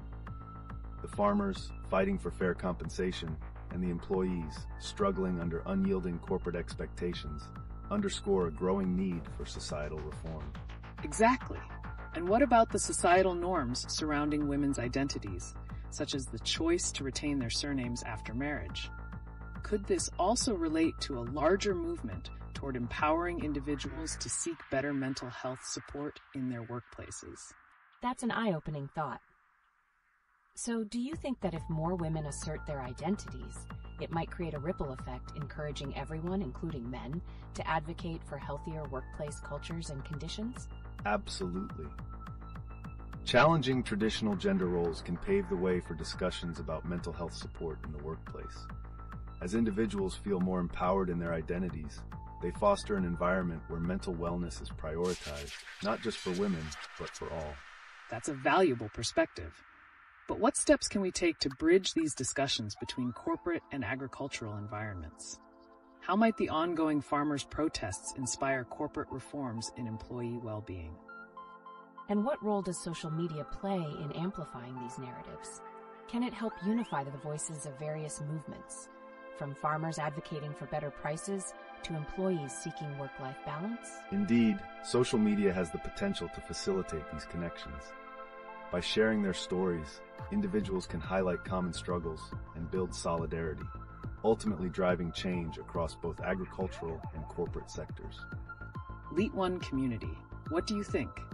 Is there a tipping point where these simultaneous movements can coalesce into a broader call for change?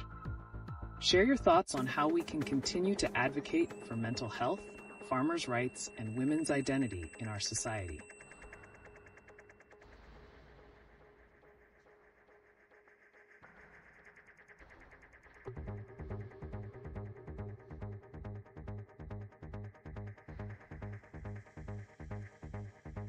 Welcome back, LeetOne community. Today we're confronting a pressing issue that ties in with recent tragic events and cultural shifts. The struggles faced by both corporate employees under immense work pressure and farmers fighting for their rights. How do these pressures intertwine, and what cultural implications do they have? This is such a vital topic. The heartbreaking news of a lone company employee's suicide due to relentless work pressure is shocking. How does this relate to the ongoing farmers' protests in Punjab? Are we looking at a situation where multiple societal sectors are under siege? Absolutely. The unfortunate reality is that both groups are grappling with immense stress that often leads to crises of identity and mental health. The loan company's tragedy reflects a broader cultural malaise that resonates with farmers who feel unrecognized and undercompensated. And here's a thought-provoking angle. Could the pressure from both corporate environments and agricultural sectors serve as catalysts for redefining workplace norms? What if these heartbreaking stories encourage a collective push for better working conditions across the board? That's a powerful connection. If both workers and farmers unite their voices, could we see a transformative impact on policy reforms? What might this look like in practice? It's essential we consider that when various societal struggles intersect, they can indeed amplify demands for reform. A unified voice from both sectors could press for systemic changes that prioritize mental health and fair compensation. Now that's intriguing. But how can social media play a role in this unification? As we've seen, movements gain momentum when shared widely. Could captivating narratives about both struggles foster greater solidarity and advocacy? Wow, the potential of social media in this context is significant. Are there existing examples where farmers and corporate employees have come together through social platforms to raise awareness? What strategies do you think would work best in this scenario? Several grassroots movements have already demonstrated the power of storytelling on social platforms. Both farmers and employees can share their experiences, building a tapestry of narratives that underscore common struggles and highlight the need for change. And here's the critical element. What societal changes might arise if we collectively confront rigid traditions, such as women retaining their surnames? Could challenging these norms lead to a healthier culture, ultimately benefiting both workplace environments and agricultural practices? That's thought-provoking.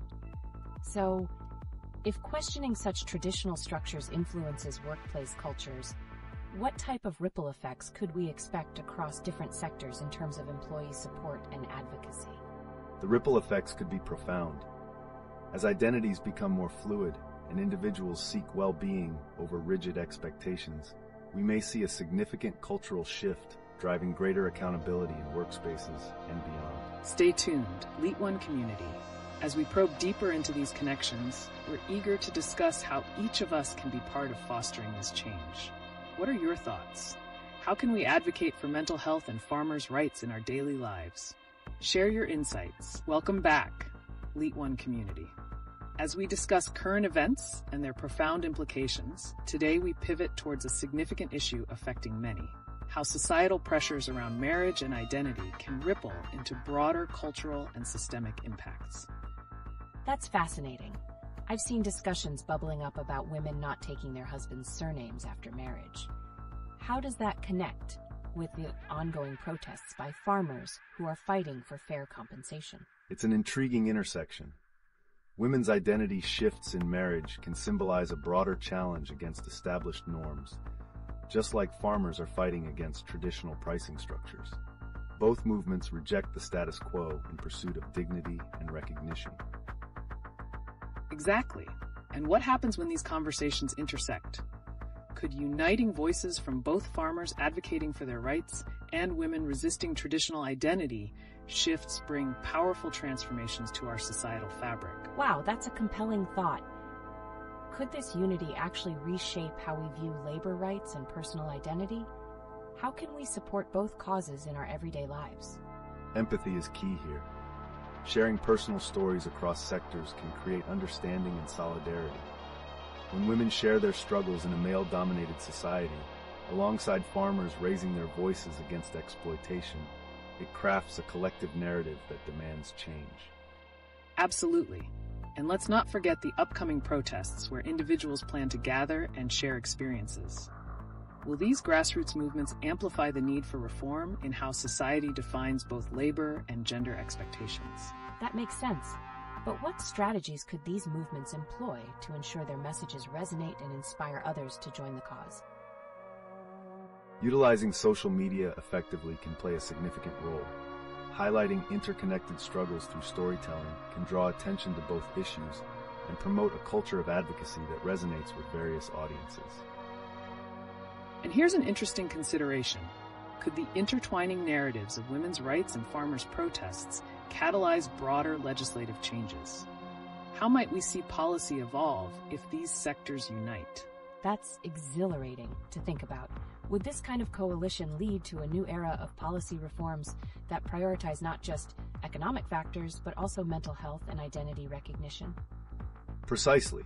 The groundwork is already being laid. If advocates from these movements continue their collaboration, there's potential for significant cultural shifts that extend beyond mere acknowledgement, paving the way for holistic policies that address both economic disparity and psychological well-being. A powerful notion to end our segment today on. Let's keep exploring how these movements can influence each other.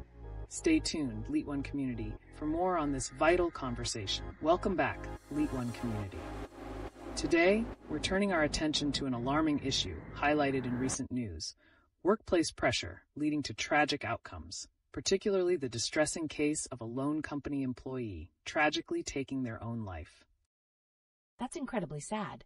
It raises important questions about mental health in high-pressure jobs.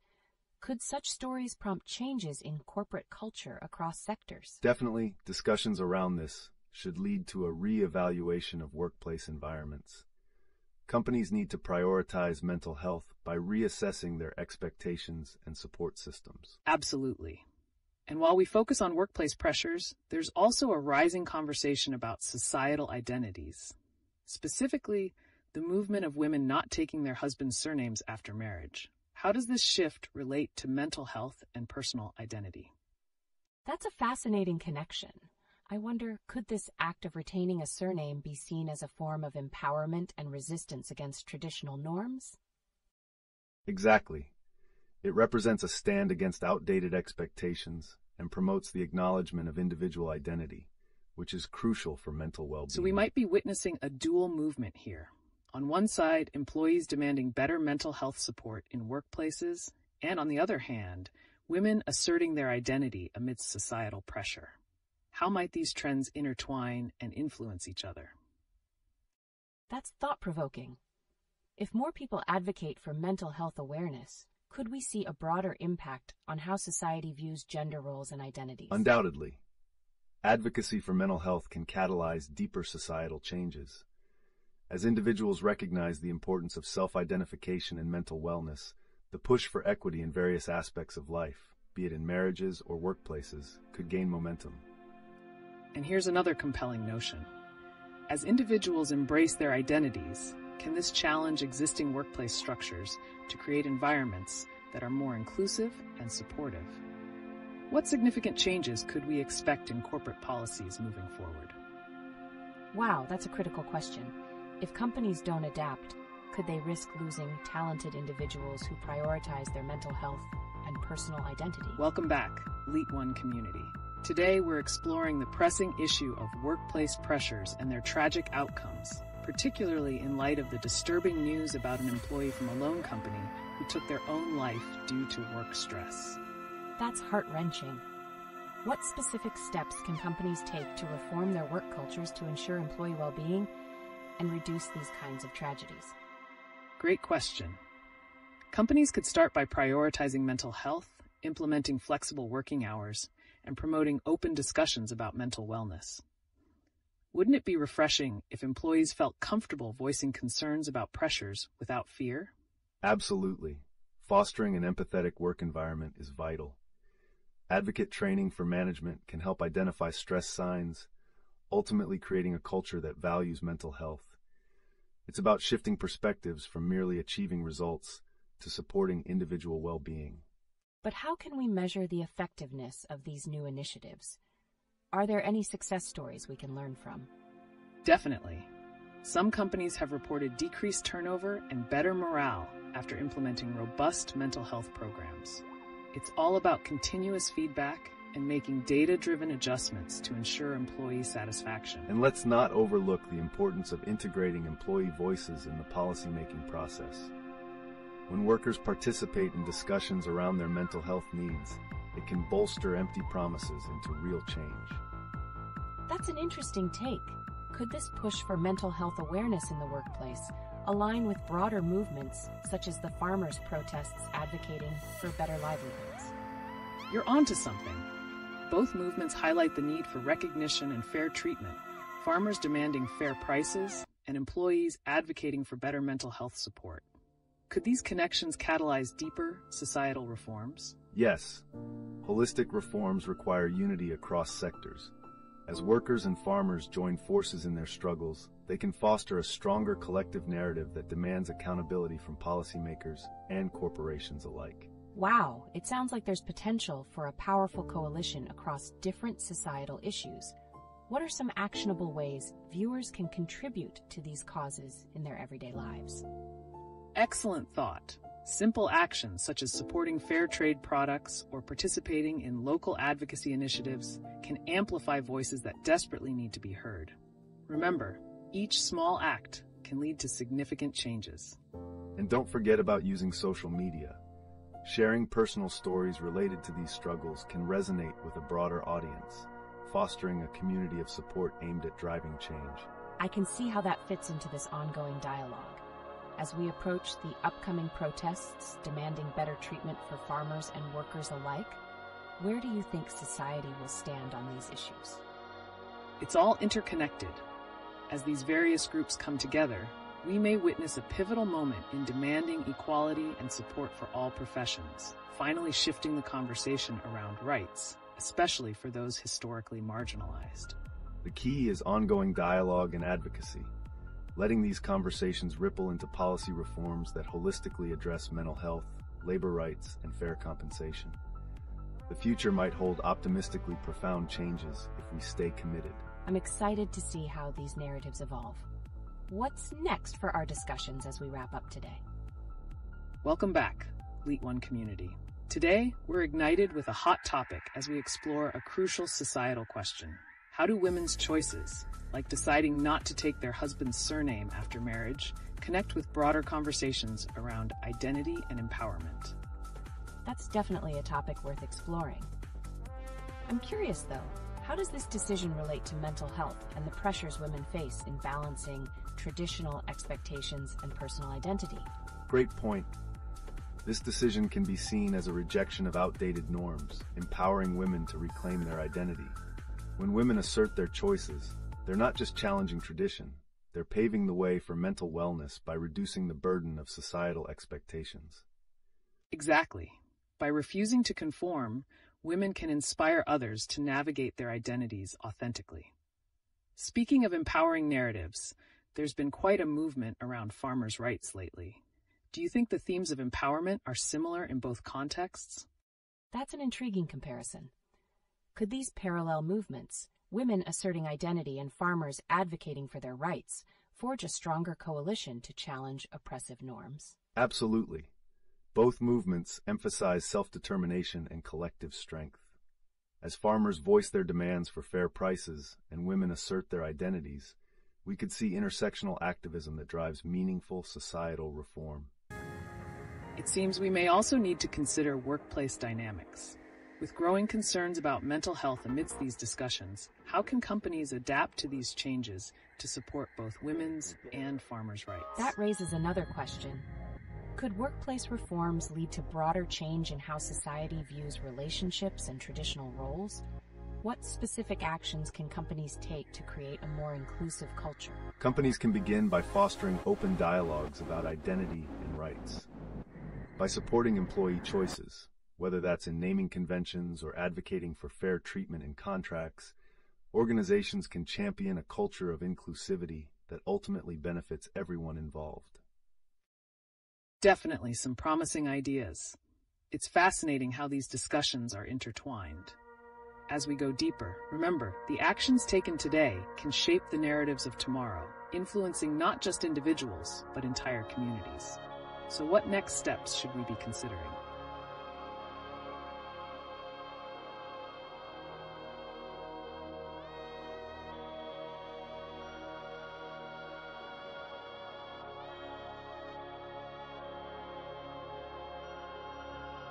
Welcome back to the LeetOne community. Today, we are turning our attention to a powerful and pressing topic: the ongoing challenges surrounding women's rights, particularly in light of recent reports on mental health crises in the workplace and the broader dynamics of identity in India. That's such a relevant issue today. With what's been happening, do you think the choices women are making, like not taking their husband's surname after marriage, are a response to these mental health pressures? Definitely.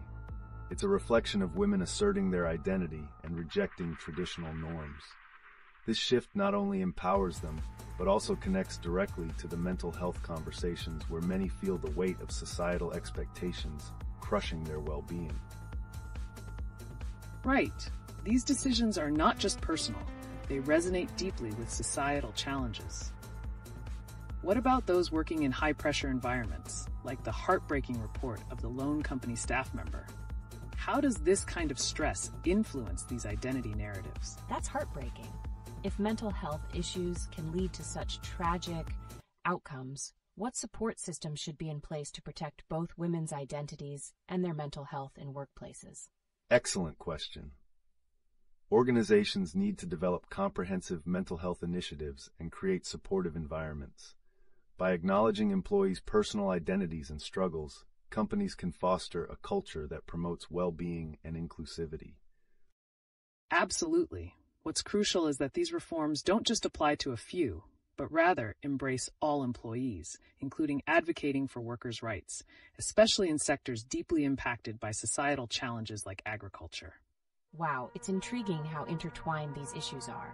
With farmers currently protesting for their rights, could this parallel women's movements in a significant way? How might their stories mirror each other? Precisely. Both movements are about asserting dignity and demanding fair treatment, be it for women in the workplace or farmers in the fields. When these narratives come together, they can create a strong, unified force for change. It's an inspiring thought. As these various struggles gain visibility and momentum, how might social media play a role in amplifying these stories and fostering a community of support? That's such a vital point. How can we actually harness social media to not only raise awareness, but also actively drive change in both women's rights and agricultural reform? By sharing personal stories, rallying support, and creating hashtags that resonate, social media can transform individual experiences into collective movements that demand accountability from institutions.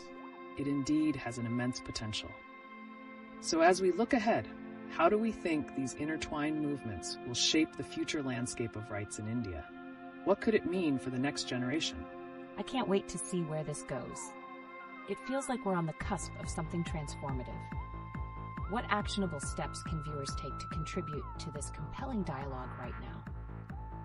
Welcome back to LeetOne, where today we're shifting our focus to the challenges faced by women in modern India, particularly regarding societal expectations like retaining their surnames after marriage and the pressure of workplace dynamics. That's such a fascinating angle, but is this really just a matter of personal choice?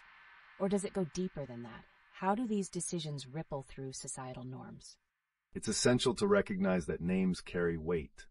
Retaining a maiden name can be seen as a declaration of independence against traditional expectations, reflecting broader struggles for women's rights and identity in today's society. Absolutely. And we can't ignore the alarming reports about workplace pressures leading to tragic outcomes, such as the recent case of a loan company employee. How prevalent do you think these issues are across sectors? That's a chilling thought. How does this link back to the struggles of women asserting their identities in their personal lives and workplaces? Are we seeing a connection between these pressures and the women's movement? Definitely. Both realms, the personal and professional, are interconnected. As women navigate through oppressive norms, the stress can manifest in their mental health, ultimately affecting workplace performance and general well-being. And raised eyebrows about the recent farmer protests resonate here as well. With farmers advocating for better pricing, can the economic struggles they face also impact women's rights movements in a significant manner? That's intriguing. What does this mean for the future of social movements in India? Are these struggles for rights converging to create a more powerful collective voice? And what steps can we take to support this intersectionality? It's essential to foster solidarity across movements. When women stand with farmers and advocate for their rights collectively, a stronger, unified front emerges, paving the way for comprehensive reforms that benefit all sections of society. That's a powerful message. As we wrap up, remember that every small change can contribute to the broader social fabric. So let's keep the conversations going. How can we amplify these voices in our communities? Welcome back to LeetOne, everyone. Today, we're diving into a topic that's making waves in our society surrounding women's identities and the recent farmer protests unfolding across India. Wow, that's a powerful angle. I've seen chatter about women not taking their husband's surnames after marriage. What does that signify in this cultural context? It represents a shift in perspectives on identity and autonomy. Retaining a maiden name can be a bold declaration against traditional gender norms, showing women reclaiming their individuality amidst societal pressures. Absolutely. And consider the backdrop of the farmers' protests, where both men and women are standing up for their rights. How does this collective struggle reshape the narrative of women's rights within agricultural communities? That's really interesting. Are we witnessing a potential convergence here? The fight for farmers' rights and women's rights seems to echo each other more than ever. Exactly.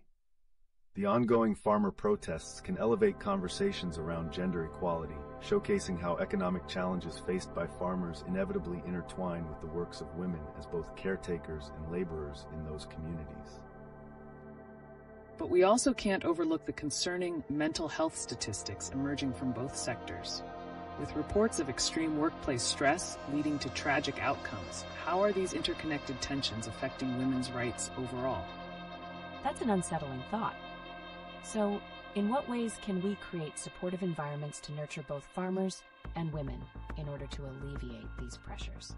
By focusing on mental health initiatives that address the unique challenges faced by both groups, we can build a culture of empathy and solidarity. Investing in their well-being will ultimately empower their collective rights and identity. Such a critical viewpoint. As we navigate these complex issues, what steps can the LeetOne community take to support these movements actively, fostering awareness and action around these interconnected struggles? I can't help but be excited about the potential for change. What stories or actions can each of us share that could guide this dialogue and show the way forward? Sharing experiences through social media campaigns or grassroots movements can amplify the struggles and victories of both farmers and women, creating a ripple effect that demands systemic change on a larger scale. Welcome back to LeetOne, where the discussions are evolving as we shed light on critical aspects of societal change. Today, we're diving into the connections between mental health pressures and identity transformations among women in India, particularly as they navigate traditional norms. I'm genuinely intrigued. There was recently a tragic incident involving a loan company employee who took their own life after facing immense work pressure. How do these high-stress environments affect individuals, especially women? This is a heartbreaking reality. Workplace stressors can exacerbate mental health issues, often leading to burnout and even tragic outcomes. For women, this can complicate their battle for autonomy and rights, as they face societal expectations alongside job pressures. Exactly. And it's essential to highlight that with more women stepping into powerful roles while holding on to traditional identities, we're witnessing a burgeoning conversation on the choice to retain maiden names versus adopting their husband's surnames after marriage. That's such a relevant point. How does the choice of taking a husband's surname relate to mental health and one's identity? Is it merely a personal preference, or does it reflect deeper societal expectations? It's definitely more complex. Retaining a maiden name can symbolize a rejection of patriarchal norms, thus empowering women. However, it can also lead to increased scrutiny and pressure, ultimately affecting their mental well-being in a workplace that already poses its challenges. Now, with farmer protests making headlines, there's potential to connect these conversations. The protests showcase women farmers fighting for fair wages. How does the economic struggle faced by women in agriculture link to their identity and mental health? Wow, that's a thought. So if women are taking a stand in these protests, does it indicate a transformation in their self-image and role in the family and society? Absolutely. When women engage actively in movements like these, they are asserting their identities and challenging societal norms. This collective action can enhance their mental resilience and contribute to greater societal change. And looking at the broader picture, how do we think these intertwined issues of identity, mental health, and activism could shape future generations of women in India? It feels like a turning point is approaching. That is such a captivating question. What steps can viewers take right now to support these discussions and actions within their communities? How can we foster solidarity and understanding? Engaging in open dialogues, advocating for mental health initiatives, and supporting local grassroots movements are vital. Each of us can play a role in amplifying these necessary conversations and pushing for sustainable change. Indeed. As we wrap up, what resonated most with our viewers today? Let's continue building on these connections and encouraging our communities to embrace transformative dialogue. Welcome back to LeetOne, everyone. Today, we find ourselves amidst the pressing narratives that weave together identity, mental health, and social activism, particularly as it pertains to women's rights in India. That's exciting. Given the recent news regarding high work pressures leading to tragic outcomes like the loan company staff who faced immense stress, how crucial is it to address workplace mental health right now? It's immensely crucial. Workplace environments must evolve to prioritize mental wellness. The alarming rise in work-related pressures contributes significantly to anxiety and even severe distress among employees, especially women navigating traditional roles alongside their careers. For sure. And let's tie this in with the ongoing farmer protests. These protests are highlighting economic disparities and the struggles for fair wages, which intertwine with women's roles in agriculture and household dynamics. How do we see this affecting their mental resilience? Fascinating connection. So as these women engage in protests for their rights, are they simultaneously redefining their roles within their families and communities? Yes, absolutely. This transformation can foster a sense of empowerment as they stand up for what they believe is right. It also challenges traditional expectations, thereby reshaping their identities in both personal and public spheres. That brings forth an intriguing point. The societal expectations towards women, particularly about retaining their surnames or taking on their husbands, symbolizes a deeper engagement with identity. How do these conversations about surnames impact their mental health and societal roles? I'm really curious about that. Does choosing not to adopt a husband's surname signify rebellion against societal norms and pressures? It often does. This choice reflects an assertion of individuality, empowering women to claim their agency. However, it also can lead to societal scrutiny, complicating their mental well-being as they navigate between tradition and personal identity. And just when we thought we could unpack that, recent news about Punjab farmers protesting for fair pricing adds another layer. It underscores the economic disparities women face in agricultural settings. How do we see these struggles resonating with mental health themes? Such a multifaceted discussion. It sounds like these interconnected issues are crucial for our social fabric, revealing how empowerment and advocacy can lead to significant societal changes. Indeed. The power of collective action, whether through protests or personal choices, ultimately holds the potential to challenge entrenched norms and foster new dialogues on empowerment, identity, and rights. Welcome back to LeetOne, everyone. Today, there's a significant wave of discourse that we can ride with the ongoing farmer protests in Punjab. But even more pressing is the impact of high-pressure work environments, as seen in the tragic news of a loan company's staff member who felt overwhelmed to the point of taking their own life. That's incredibly alarming. What does this tell us about the current state of workplace culture in India? Are the conditions so dire that mental health is being completely overlooked? Absolutely. The existing workplace structures often prioritize productivity over mental well-being. This imbalance can lead to adverse outcomes, particularly for those, like women, who juggle multiple roles in both their personal and professional lives. And this connects intriguingly with the farmer protests, where there's an array of women stepping up and asserting their economic rights. How does their activism reflect the balancing act of traditional roles and modern challenges? Wow. So does that mean the women protesting are not just fighting for fair pricing, but also redefining their identities amidst these socioeconomic struggles? Precisely. As women engage in these protests, they're also challenging societal expectations placed upon them, not only in agriculture but across various sectors. Their fight captures a broader momentum for women's rights and recognition.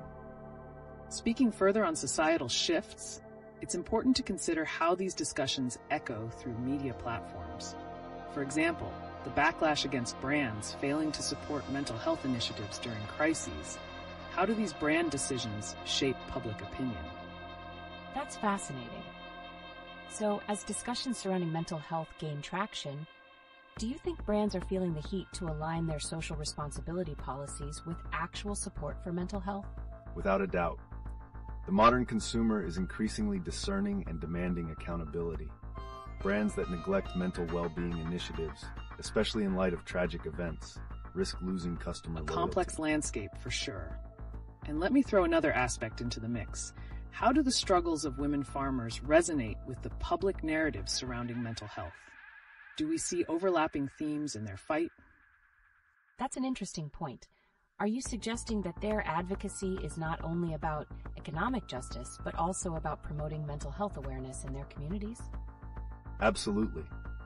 Each protest and call for reform is intertwined with working conditions, economic pressures, and the mental health ramifications that arise. It's a multi-layered issue that deserves our attention and action. Welcome back to LeetOne. Today we're discussing a sharp and urgent topic that resonates throughout systems in India: the pressures of modern-day work environments. With recent news of a loan company staff member taking their own life under immense stress, it's impossible to ignore the darker side of corporate culture. That's haunting. How do we connect this tragedy to the ongoing protests by the Punjab farmers? Are these issues truly intertwined? Absolutely, they are interconnected. Both scenarios highlight a severe struggle against exploitation, one by the corporate world and the other within the agricultural sector. Both fields face mounting pressures that strain mental health, particularly for women who juggle multiple roles. And don't forget the discussions about women choosing not to take their husband's surnames after marriage. This is an assertive stance against traditional gender norms, showcasing how personal identity intertwines with broader societal changes. How do those choices affect mental health in the face of workplace and societal pressures? Fascinating point. So are women actively redefining their identities to reflect their agency, even amid oppressive cultural narratives? Indeed. Such choices challenge societal expectations, yet they also bring a certain pressure. Navigating identity in times of change can be taxing and might provoke backlash from traditionalist viewpoints, impacting their mental health. As we discuss these dynamics, let's not overlook those supporting the farmers. How do the distressing experiences within the loan company employees relate to the mounting pressure on Punjab farmers protesting for fair pricing? It sounds like both groups are crying out for recognition of their struggles. Does this create a mutual understanding that could lead to collective action? Precisely. When societal issues overlap, as we see with the farmers and corporate workers, solidarity might ignite broader movements, maybe reshaping how we perceive both corporate ethics and agricultural justice. Staying on that note, viewers, what do you think about the roles of women in these crises? How crucial are they in spearheading these changes? Yes, share your thoughts in the comments. It seems we are on the brink of significant evolution, not just for individual rights, but for community solidarity as well.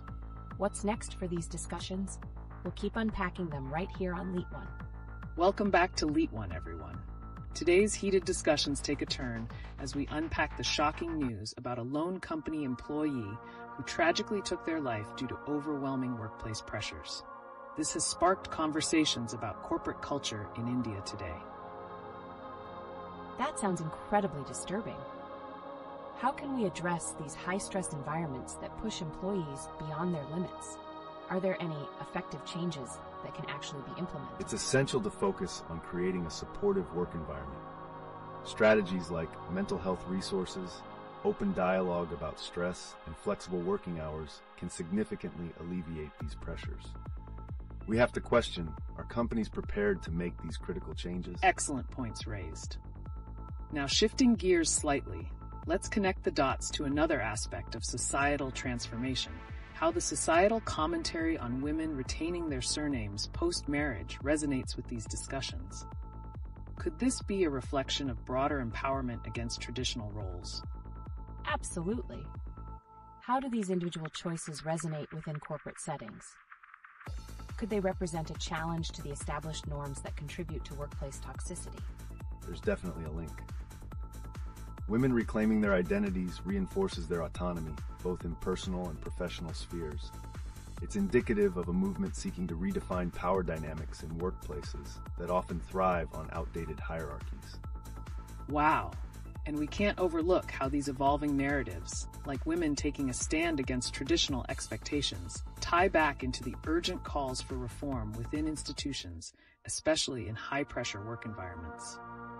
How do these cultural shifts influence public opinion about mental health? That seems like a big deal. Would these societal transformations around identity help in normalizing conversations about mental health? Precisely. Visibility breeds understanding.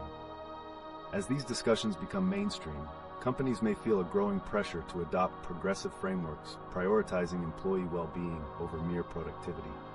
And with protests happening, like the ongoing farmer protests in Punjab, it's clear that the fight for rights, be it in agriculture or corporate sectors, integrates diverse issues, reflecting both economic and emotional struggles. How does this fit into the new narrative around personal empowerment? It sounds like a collective awakening. Are the recent protests merely about fair pricing? Or are they a symbol of deeper social justice conversations taking root in our society? Unequivocally, the protests signify much more than just an economic battle.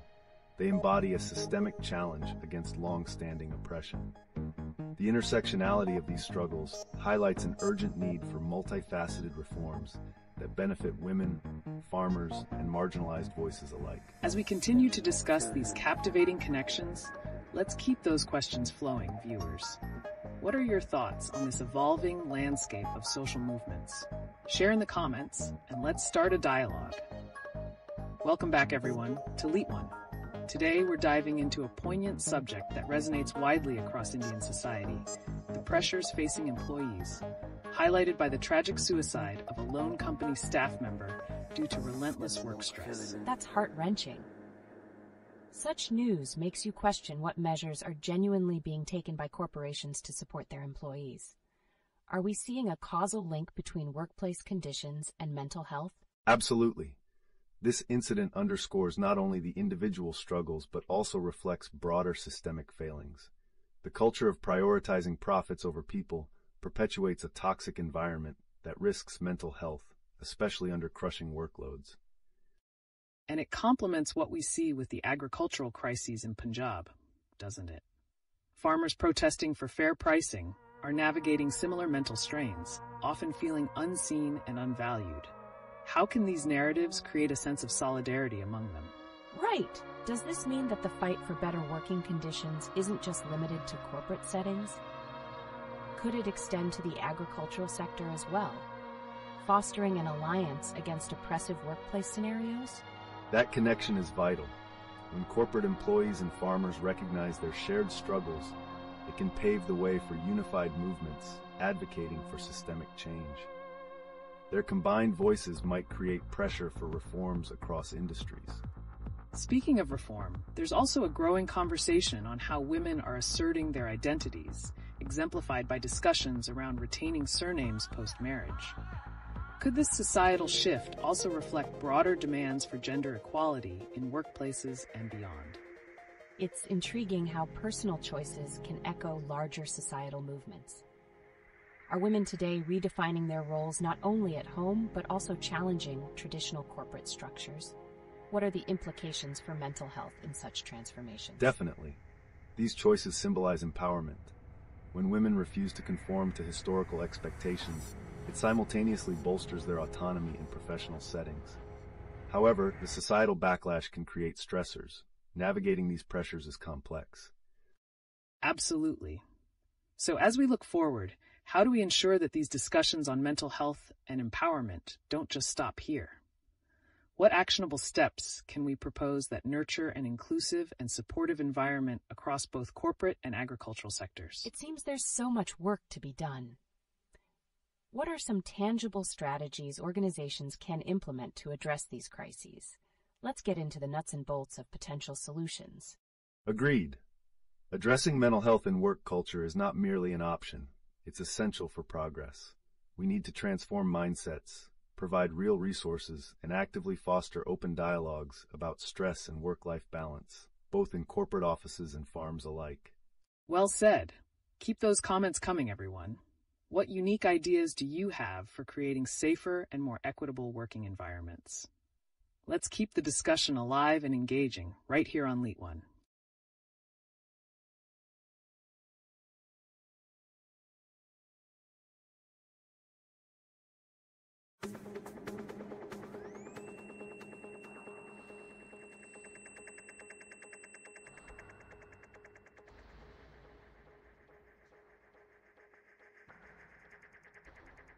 Welcome back to LeetOne, everyone. Today, we're tackling an urgent topic that blends media, activism, and the harsh realities faced by individuals. The rising pressure on employees, sparked by a recent tragic incident involving a loan company worker who died by suicide due to work stress. That's a heartbreaking situation. It raises so many questions about workplace culture today. How can we connect this to the ongoing farmers' protests, particularly with the narratives of people feeling unheard or undervalued? Exactly. The struggles are parallel. Both farming communities and corporate employees face immense pressures that can lead to despair. Perhaps we need to address how societal priorities shape perceptions of mental health across different sectors. Great point. Speaking of societal narratives, there's been a significant conversation surrounding women retaining their surnames after marriage, and how it intertwines with notions of empowerment. Could this shift be a catalyst for changing workplace dynamics as well? That's an interesting angle. Do you think this growing trend is creating a ripple effect that challenges traditional gender roles, especially in high-pressure environments like corporate workplaces? What do you think, expert? Absolutely. The transition in marital identity can empower women to assert their individuality both at home and in the workplace. This evolving mindset might encourage discussions about mental health and support mechanisms tailored for women facing dual pressures. And keeping in mind the no-seal, no-deal scenario that's currently affecting regional industries, which highlights terms and conditions following economic stress, how do we foresee these factors impacting workers' mental health? I can't help but wonder, are we reaching a tipping point where workers across industries, from agriculture to corporate, might unite their voices over shared challenges? What possibilities could arise from such solidarity? That alliance could create significant momentum for comprehensive reforms, advocating for workers' rights and mental health awareness. As we explore these intersections, there's an undeniable urgency for collective action and support systems that cater to everyone. And with the farmers in Punjab protesting for fair pricing, while facing similar mental strains, how can we start drawing lines between these disparate issues to foster a unified front? What small steps can we take today to encourage these conversations? Absolutely riveting. Is it possible that through these discussions, we get a glimpse into a broader movement emerging within the workforce? One that not only promotes mental wellness, but actively challenges oppressive systems. The potential is immense. Each step taken by individuals to empower themselves can indeed strengthen a collective narrative for change. The future seems intertwined with these evolving dialogues, and there's much to look forward to. Keep those thoughts flowing, viewers. What are your ideas on forging a path towards more equitable working environments in both corporate and agricultural sectors? Let's open up this enriching dialogue right here on LeetOne. Welcome back to LeetOne.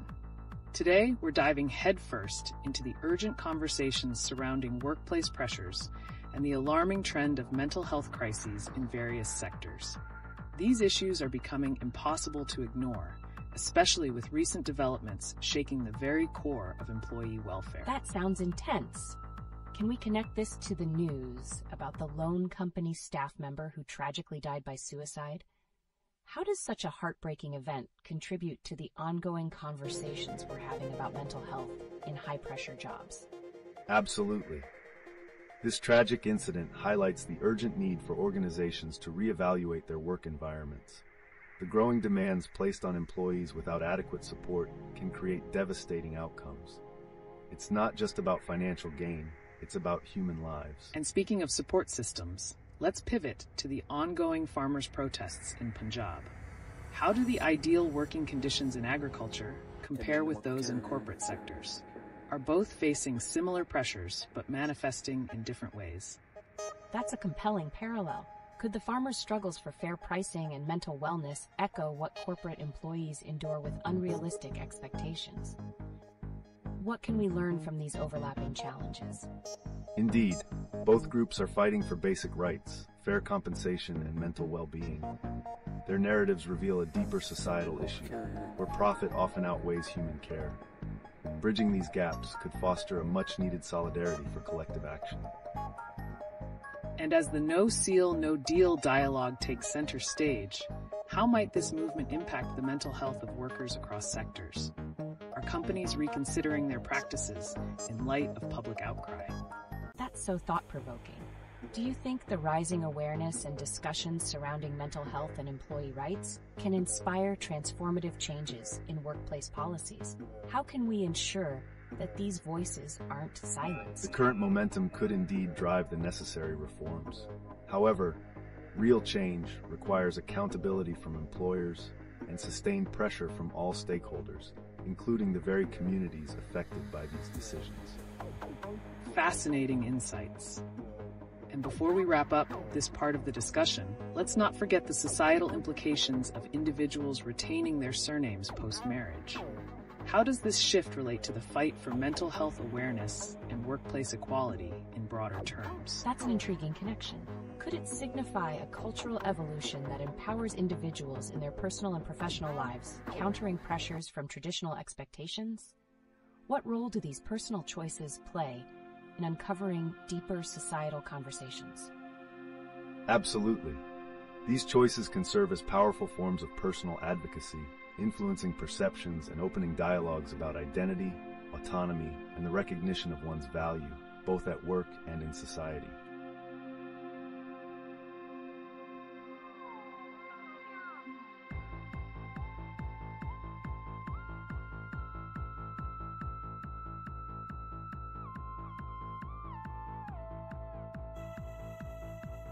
Welcome back, everyone.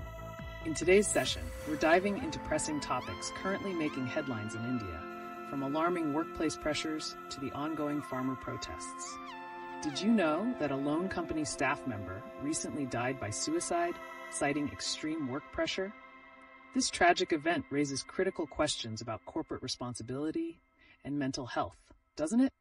That's heartbreaking. How does something like this happen? Are companies really acknowledging the mental health struggles of their employees? And what can we learn from this situation to prevent similar tragedies in the future? It's crucial that companies reevaluate their work environments, particularly in high-pressure sectors. We see a rising trend in awareness around workplace mental health, but tangible change is slow. Organizations must prioritize employee well-being, fostering a culture where individuals can discuss their challenges openly without fear of repercussion. Exactly. It's a wake-up call for employers. And speaking of awareness, how about the connection to the farmer protests? The same pressures that weigh heavily on workers in high-stress jobs seem to be mirrored in the struggles of farmers, fighting for fair compensation and respect. What do both sectors have in common? Wow, that's a striking parallel. Are these pressures not just economic but also emotional? How can we bridge the gap between corporate work culture and agricultural challenges to create a cohesive support system? Definitely. Both groups are advocating for fairness and recognition, highlighting the psychological aspect of their battles. Farmer protests often reveal mental health crises stemming from financial instability, similar to corporate employees' struggles with unrealistic expectations. It's essential for those in leadership roles to not just hear these narratives, but actively work to address them.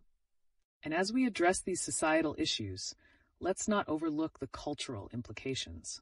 For example, the idea of women retaining their surnames after marriage is also part of this broader discussion, challenging traditional norms while navigating personal identity. How does this connect to mental health and professional environments? That's mind-blowing. Does this shift in personal identity empower women to advocate more effectively for their rights within corporate settings? Are they finding strength in these changes to demand better treatment and mental health support? Absolutely. These personal choices can serve as powerful statements, not just for individuals, but for the workplace as a whole. They reflect a growing recognition of the importance of mental health and equality in all areas of life. It's a multifaceted movement where every action adds to the narrative of empowerment. As we close this segment, the question lingers. Will the efforts of individuals and collective movements resonate enough to bring about real change? What do you think, viewers?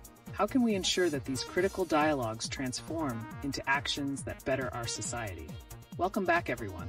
Today, we're taking a fresh turn to explore the intriguing interplay between societal expectations and individual choices that are shaping narratives across India. Did you hear about the ongoing farmer protests in Punjab, where farmers are protesting by throwing grains due to unfair pricing? This connects vividly to how people address identity in both personal and public life. That's fascinating. What do you think drives individuals to reject or uphold traditional practices, like women choosing not to take their husband's surname after marriage? How does this all relate to the broader pictures of protests and individual rights? It's a crucial moment for identity politics in India. The refusal to adopt a husband's surname signifies more than just a personal choice. It challenges patriarchal structures. Linking it to the farmer protests, we see that both movements stem from a demand for recognition and fairness, demonstrating how personal identity and public struggle often collide. Exactly. The echoes of these choices resonate in social activism. As businesses like Spotify face backlash, we need to ask, what responsibilities do brands have in advocating for societal change, especially when they benefit from these cultural shifts? Are they amplifying voices or merely capitalizing on trends? Wow, that's a great point. Do you think the pressures surrounding brands and how they engage with activism might influence how women and marginalized groups advocate for their rights? Are companies truly listening to these movements, or is it just surface-level engagement?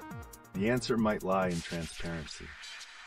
Many brands talk about social responsibility, but real change requires accountability and sustained engagement with the communities they impact. As we continue navigating conversations about identity and protest, these companies must align their practices with the values they promote. That's a thought-provoking angle.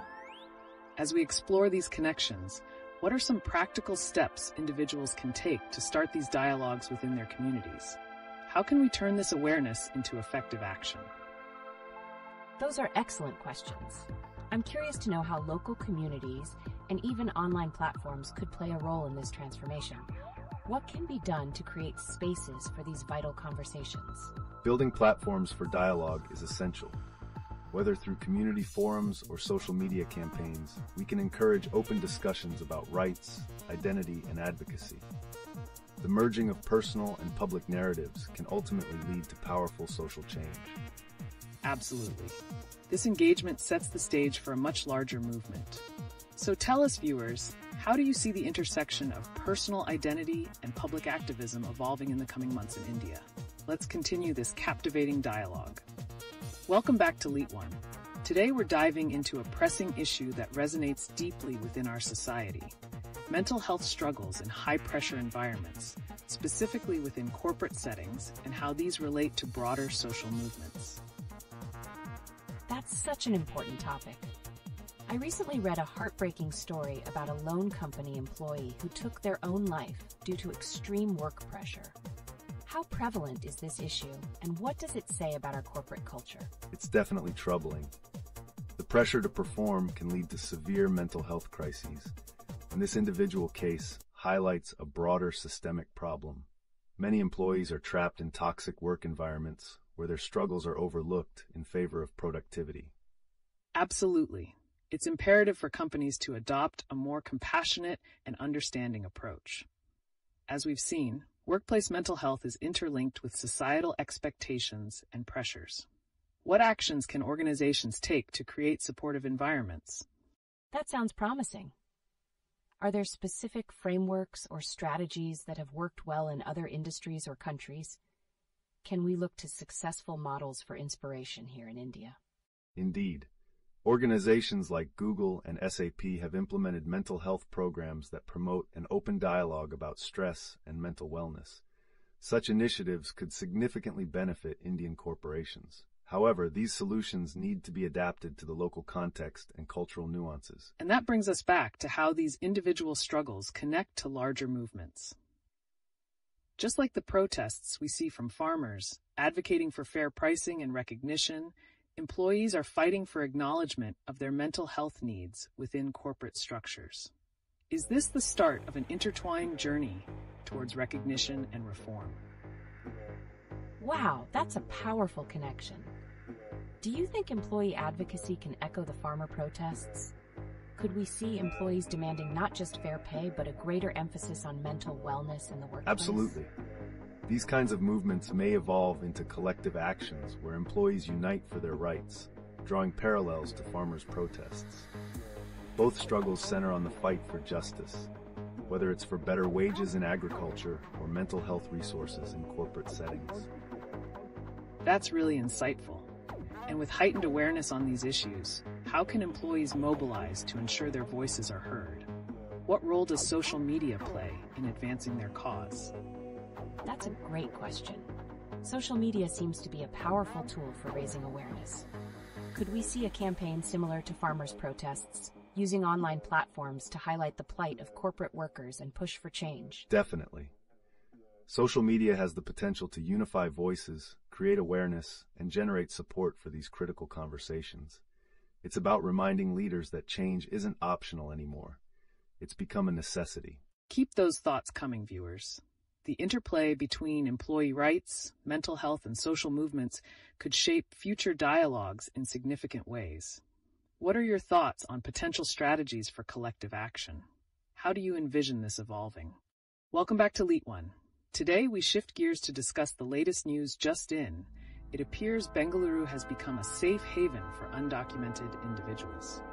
What implications does this have for social dynamics and governmental policies in India? Wow, that's surprising. What do you think has led to Bengaluru becoming this refuge? Is it the tech boom and job opportunities, or are there deeper societal issues at play? The tech industry's growth certainly attracts a diverse workforce, but it also highlights the stark contrast between those seeking opportunity and those facing systemic barriers. This raises critical questions about inclusivity and the need for reform within our frameworks. Right. And it's not just about job opportunities. These circumstances can further intertwine with women's rights and mental health. How do you see the tensions between job security and mental wellness manifesting in situations like these? That's a significant point. Could we see a scenario where those seeking refuge could also face the kind of pressure employees report in corporate environments. How does this tie into mental health and support systems in these communities? Absolutely. A rise in stress and anxiety among marginalized groups can exacerbate existing mental health crises, similar to corporate environments. The urgent question becomes, are our support systems adequately equipped to handle these complexities? Very relevant. Additionally, there's also a shift in traditional practices on the horizon. Many women now opt not to take their husband's surnames after marriage, signaling a push against patriarchal norms. How might shifts like this influence societal attitudes towards undocumented communities? That's intriguing. Could the empowerment of women and changing identity norms lead to greater advocacy for those in marginalized communities? Are we at a tipping point where personal identities are reshaping public policy? That's a fascinating connection. As individuals assert their identities, they not only challenge traditional roles, but also create a ripple effect within their communities. This could reinvigorate discussions around rights and recognition for all marginalized groups. It's a layered conversation, indeed. As we navigate these topics, viewers, what are your thoughts on the interconnectedness of these social issues?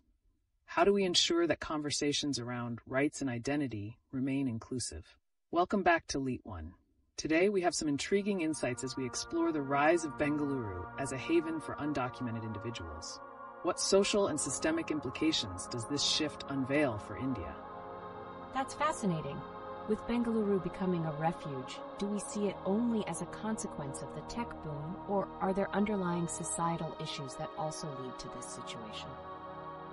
The tech boom certainly plays a role, but it's critical to note that entrenched socio-political factors like economic disparity and inadequate migration policies have contributed significantly to this migration phenomenon. Exactly. As we discuss these dynamics, viewers, how do you perceive the balance between opportunity and the potential exploitation of vulnerable communities in these scenarios? It seems like a double-edged sword. In seeking better lives, are undocumented individuals becoming more susceptible to workplace abuses due to their precarious status? How does this relate to the ongoing discourse about workers' rights? That's an excellent point to consider. Undocumented individuals often navigate dangerous waters in the workplace without the safety net of legal protections. This exacerbates existing issues like mental health crises among workers. And as mental health remains a central theme, viewer participation is crucial here. What strategies do you think are vital for organizations aiming to support their diverse workforce, especially in light of these challenges? Could social media become a powerful ally in bringing awareness to these issues? Just as we've seen it rally support in farmer protests, could it also unite voices for undocumented rights in Bengaluru? Absolutely. Social media could amplify these narratives, driving both awareness and collective action. Effective storytelling can humanize the statistics, encouraging empathy and support for reform in local policies. Well said. As we move forward, viewers, we invite you to share your thoughts or experiences with advocacy and societal changes, especially in the context of workplace rights and undocumented individuals. How do you perceive the evolving landscape? Welcome back to LeetOne, everyone.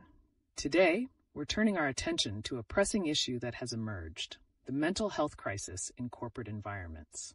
How does this intersect with the societal expectations placed on individuals, particularly in high-pressure jobs?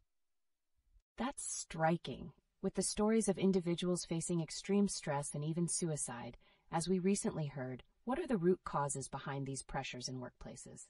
The modern workplace can be unforgiving, where the pursuit of productivity overshadows employee well-being. Systematic issues like job insecurity, excessive hours, and lack of support contribute significantly to these challenges, especially in an increasingly competitive landscape. Absolutely. As we dig deeper, what role does workplace culture play in either exacerbating or alleviating these pressures? Could shifts in corporate expectations lead to a healthier mental space? That's interesting. Do you think companies are beginning to recognize the importance of mental health? How can they implement changes that genuinely support their employees? Certainly. Organizations can foster a culture of openness where mental health is prioritized and employees feel safe discussing their struggles. This includes initiatives like mental health days, flexible work schedules, and access to psychological support. Those strategies sound promising. Viewers, what do you think are effective measures for companies to take?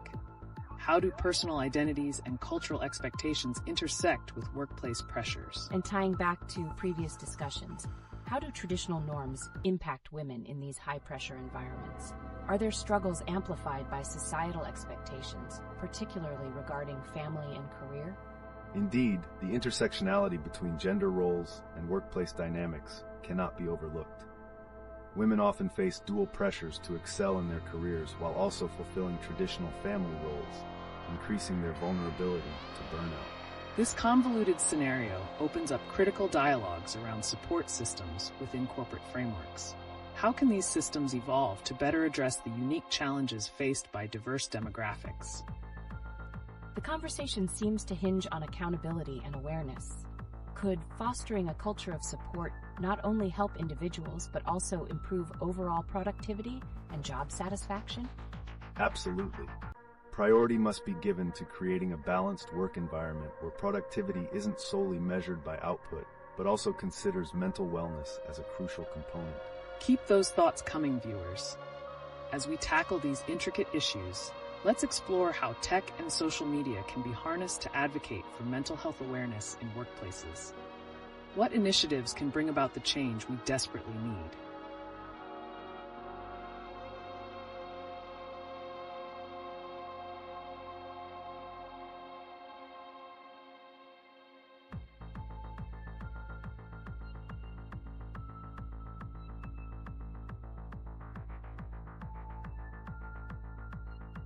Welcome back to LeetOne, viewers. Today we're shifting gears to discuss a thought-provoking topic: the societal implications of Bengaluru becoming a safe haven for undocumented migrants. What does this mean for our communities and the future of migration policies in India? Wow, that sounds intriguing. How does Bengaluru's emergence as a refuge impact the local economy and cultural dynamics? Are we seeing shifts in societal attitudes towards these communities? Certainly. As more migrants settle in urban areas like Bengaluru, they contribute significantly to the labor force and bring diverse cultural influences. However, it's crucial for local economies and government policies to adapt to these changes, ensuring that the needs of both residents and newcomers are met. Absolutely. And it raises a critical question. How can we foster an environment of inclusivity while addressing the challenges posed by this migration? What roles do local organizations and citizens play in this? That's a fascinating perspective. With the influx of diverse cultures, could we see a vibrant fusion of traditions, or does this lead to potential conflicts? How do communities navigate these complexities? Indeed, cultural fusion can enrich local communities, but it also requires proactive engagement to prevent tensions. Understanding and celebrating diversity through community events and outreach programs is integral to creating harmony. Great points. Now, viewers, what are your thoughts on the balance between welcoming newcomers and maintaining community identity? How should cities adapt to support both sides effectively? This is all so relevant, especially with recent discussions around identity and belonging.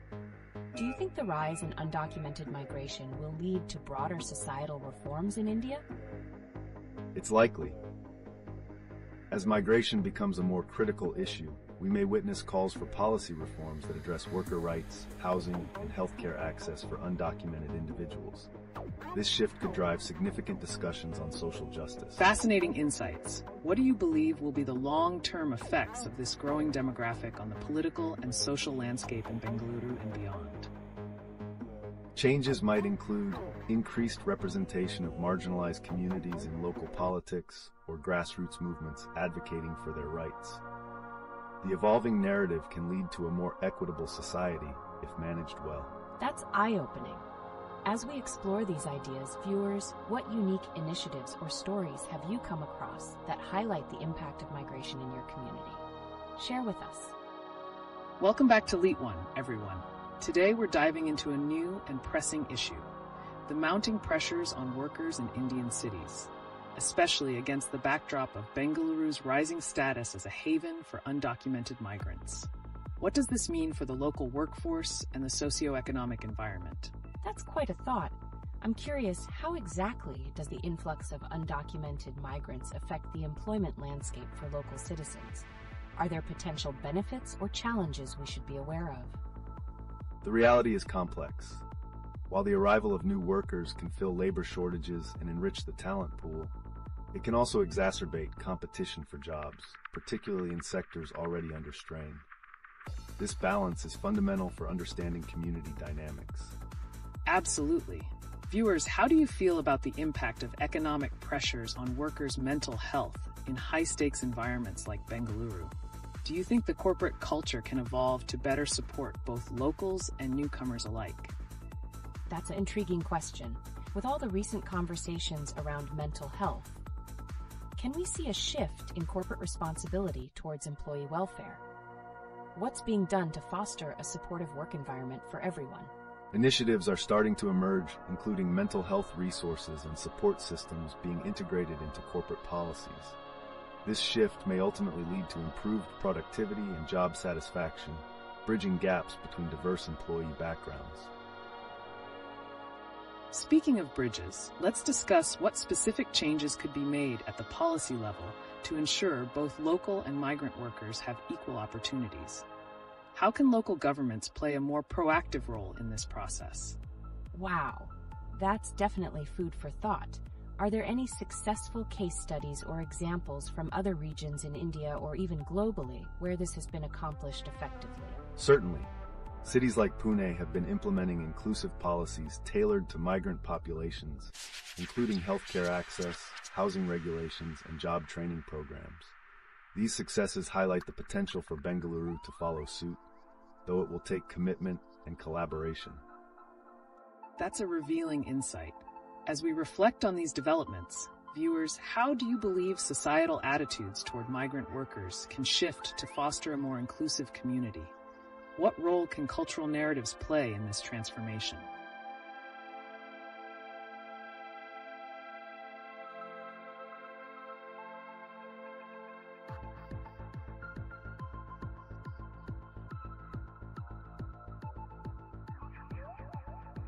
Welcome back to LeetOne.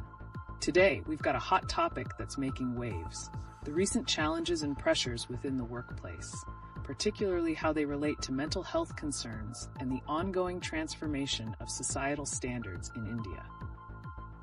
Wow, that's an intense subject. With stress impacting so many lives, how are different industries addressing mental health issues? Are there specific initiatives we should know about? Absolutely. Some companies are beginning to adopt mental health days, flexible work arrangements, and holistic wellness programs. These initiatives are vital for creating a supportive environment, especially for those facing undue stress from work.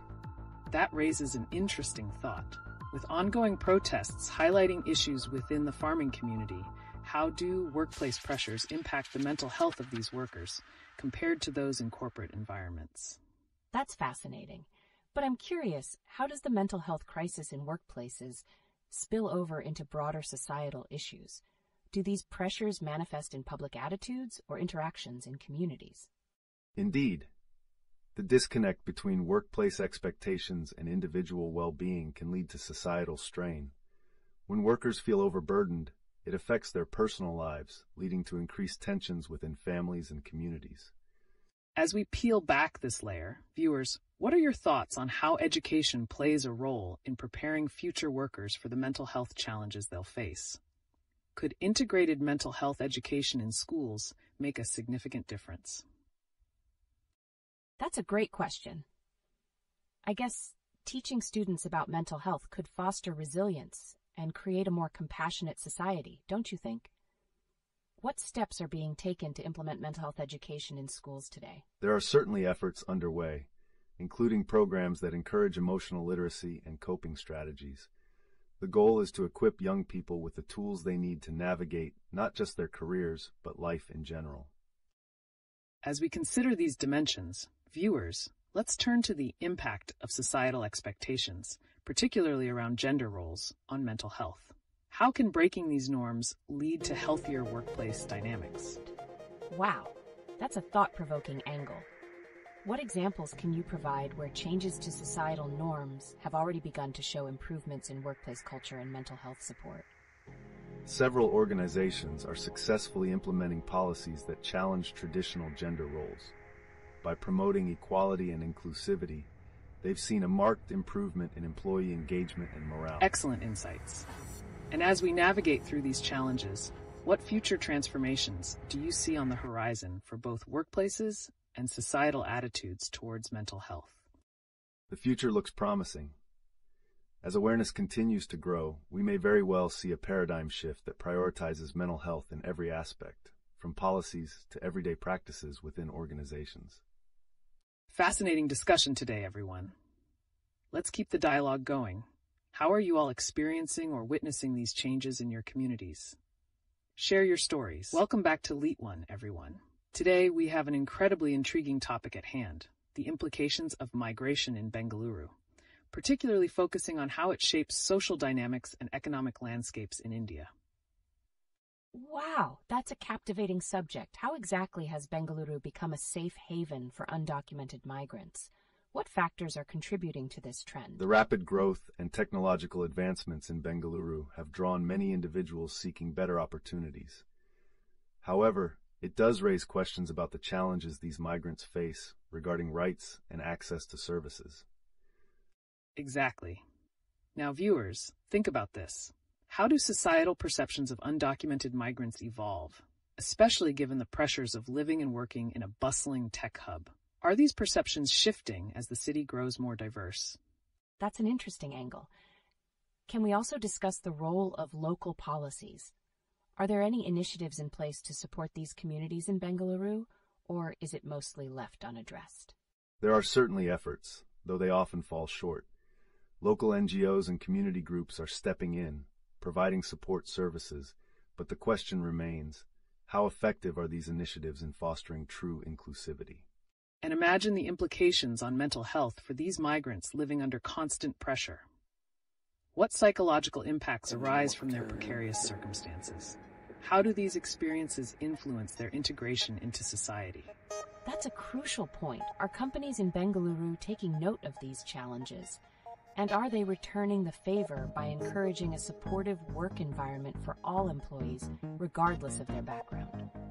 Some progressive companies are indeed leading the way. They're implementing training programs for their workforce aimed at creating an inclusive atmosphere. But there's still a long journey ahead to ensure sustainability. Wonderful thoughts. So, to the viewers out there, how aware are you of the migrant community in your own cities? What stories or insights can you share about their contributions or struggles? Let's keep this conversation flowing. Welcome back to LeetOne, everyone. Today, we're turning our attention to the significant recent news, particularly the critical situation with Sonam Wangchuk and the impact of the ongoing protests at the Delhi border. That sounds intense. What are the key issues at stake? Why is there such a large gathering of activists, and how does this connect to the broader social landscape in India? The protests at the Delhi border highlight pressing concerns around environmental sustainability and development, championed primarily by Wangchuk. As these activists rally for their rights, it provokes discussions on governance and the sustainability of projects in ecologically fragile areas. Absolutely. And what's fascinating is how the discussion around these protests intersects with the narrative of migrants in Bengaluru.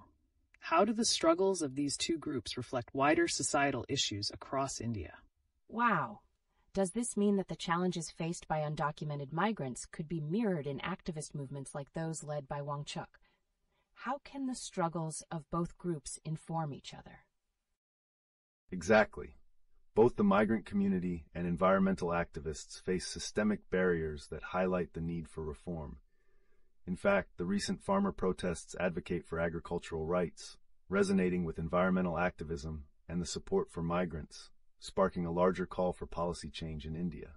And what about the mental health implications for those involved in both movements? Is there a growing awareness of how these pressures affect individuals in high-stakes environments? That's a compelling angle. So are there any initiatives in place to address mental health for activists or workers dealing with these pressures? What support systems exist, or should they develop? There are indeed initiatives seeking to create support networks for both migrant communities and activists. But there's still significant room for growth in mental health resources, tailored to those fighting for both social justice and environmental sustainability. Truly insightful. Viewers, how do you see these connections unfolding in your own communities?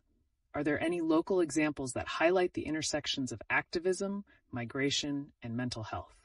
Let's hear your thoughts. Welcome back to LeetOne, everyone. Today we have some critical news emerging from Delhi. Sonam Wangchuk, along with 150 others, is currently detained at the Delhi border amidst ongoing protests. That's shocking news. What's the significance of this particular protest, and why are people rallying behind Wangchuk? It's substantial. Wangchuk's activism has long centered around environmental education and sustainable development, tying into broader discussions regarding land rights and resource management. His current detention showcases the growing tension between grassroots movements and governmental responses. A compelling point. This situation raises questions about how authorities are handling dissent amid complex social issues, especially when migrant communities are also involved in these protests. How do these protesters connect with the broader societal framework in India? That's intriguing. Are there parallels between the challenges faced by the migrant community in Bengaluru and those protesting in Delhi? Certainly. Both face systemic oppression, fighting for their rights under rising pressures from both the government and corporate entities. Moreover, as these movements evolve, they reveal the interconnections between environmental advocacy and the struggles of various marginalized groups. Fascinating connections. For our viewers, take a moment to reflect. How do you perceive the role of protest in shaping societal change within your own communities? Are there similar examples that resonate with Wangchuk's movement? That's a thought-provoking question. What strategies can activists adopt to ensure their voices are heard and effectively drive change, especially in the context of increasing governmental scrutiny? Activists are leveraging social media and grassroots mobilization to amplify their messages and connect disparate struggles. The challenge remains, though, how to maintain resilience without compromising their goals. Exactly. And as we monitor these unfolding events, it's vital to consider the long-term implications on societal attitudes, especially toward environmental issues and migrant rights. What transformations do you foresee in these areas? I can hardly wait to see how this all unfolds. With such pressing concerns, will we witness a shift in public discourse around these critical topics? The engagement we're already seeing hints at potential progress. It's an exciting and critical period for social justice in India, where various narratives now intersect. Welcome back to LeetOne, everyone. We've got some riveting developments today related to the protests in Delhi, especially concerning Sonam Wangchuk's detention. But let's pivot our focus slightly. Absolutely. I heard something about Bengaluru becoming a haven for undocumented migrants. What's the connection there? That's a crucial point. Bengaluru's situation highlights a critical intersection between migration, labor rights, and social activism. These dynamics play a significant role in shaping local policy and contribute to national conversations around rights and recognition. Exactly. And it's fascinating to consider how these new waves of migration could reshape labor markets and community structures. What are your thoughts on this, viewers? How does your local economy react to increasing migration? Wow, are there any movements or organizations specifically working to support these undocumented migrants? And how do they relate back to the protests happening in Delhi? Certainly, there are several grassroots organizations advocating for the rights of migrants. They often draw connections to broader movements, like the farmers' protests, highlighting shared struggles against systemic injustice. And that brings us to mental health. With the pressures faced by both communities, migrants and activists, what strategies should they employ to cope, especially in such stressful environments? Viewers, let us know your thoughts. That's an excellent point. Could these mental health challenges spark new forms of activism to address the needs of both migrant workers and environmental activists? Undoubtedly. The emerging dialogue could create a unique platform where differing struggles unite, perhaps laying the foundation for a stronger collective front in advocating for systemic change moving forward. So, there's a potential for solidarity. What fresh approaches or support systems might emerge from these interconnected challenges? Keep the conversation going, folks. Welcome back to LeetOne, everyone. Today's spotlight shines on the shocking news around Sonam Wangchuk's detention, along with other activists at the Delhi border. But let's broaden our scope a little and look at how this intertwines with recent farmer protests and social activism. That's definitely concerning. Why do you think Sonam's activism has garnered such attention, and how does it relate to the broader social movements happening in India? It's crucial to recognize Wangchuk's long-standing focus on sustainable development and education. His detention reflects the increasing tension between activists and authorities as social movements gain traction. This could signal a shift in public awareness around these critical issues. Indeed, the farmer protests reveal a deeper narrative. Problems like agricultural pricing, labor rights, and mental health are becoming intertwined within this activism. Viewers, how do you feel these protests resonate with issues in your own communities? I can see the connections. However, how do you think the social media landscape is influencing these protests? Are there effective ways that activists are sharing their stories to garner support? Absolutely. Social media acts as a powerful tool for grassroots movements. Campaigns can spread awareness in real time, driving more attention to the interconnected struggles of farmers, migrants, and environmental activists alike. Yet balancing exposure while mitigating governmental scrutiny remains a challenge. That's a critical point. As protests grow and social awareness widens, how will corporations respond? Will they adapt to align with social justice initiatives or tread carefully to avoid backlash? What do you think, crowd? It's fascinating to think about. Given recent controversies surrounding brands, do you think companies will embrace these causes genuinely or just as a marketing strategy? There's a fine line to walk. Genuine engagement is necessary to build trust, while insincere actions can provoke backlash. It's vital for corporations to show commitment beyond mere marketing to address the complex relationship between activism and their roles in society. Moving forward, we should consider how these evolving discussions will reshape societal norms regarding activism, labor rights, and mental health in the coming years. What changes are on the horizon, viewers? Don't forget to share your thoughts. Welcome back to LeetOne, everyone. Today, we take a closer look at how recent events, particularly the farmer protests and the ongoing situation surrounding Sonam Wangchuk's detention, intertwine with broader societal issues in India. It's quite alarming to see how activism is being met with such resistance. What do you think this means for the future of social movements in India? Well, it's crucial to recognize that these protests are not isolated incidents. They represent a larger struggle for rights and recognition across multiple demographics, including farmers, migrants, and environmental activists. As we see Bengaluru becoming a haven for undocumented migrants, how does this reflect on the changing narratives and policies in urban environments? Are cities ready to embrace this transformation? That's interesting. With so many stories unfolding, how can urban centers like Bengaluru effectively manage these pressures while supporting both local residents and the undocumented community? The challenges are substantial, but opportunities exist for creating inclusive policies. As cities grapple with these transformations, they may also see the emergence of unique solutions and partnerships to address societal concerns. Exactly. And speaking of societal concerns, the recent farmer protests, such as throwing grains in Mandi, speak volumes about frustration and the urgency for agricultural reform. How do you believe this act speaks to broader issues of economic security? It feels like a cry for justice. Could these farmer protests ignite a conversation about food sovereignty and the role of consumers in supporting agricultural practices? Absolutely. Consumer engagement can play a pivotal role in advocating for sustainable practices, and this movement may inspire innovative approaches to agriculture that balance economic viability with ecological responsibility. A fascinating perspective. Viewers, how do you see these interconnected struggles shaping the landscape of India's activism in the near future? Are you seeing any effects in your own communities? I can only imagine. With so much at stake, will we see a more unified front in activism, similar to what we've seen in the past with farmers and environmentalists? It's quite possible.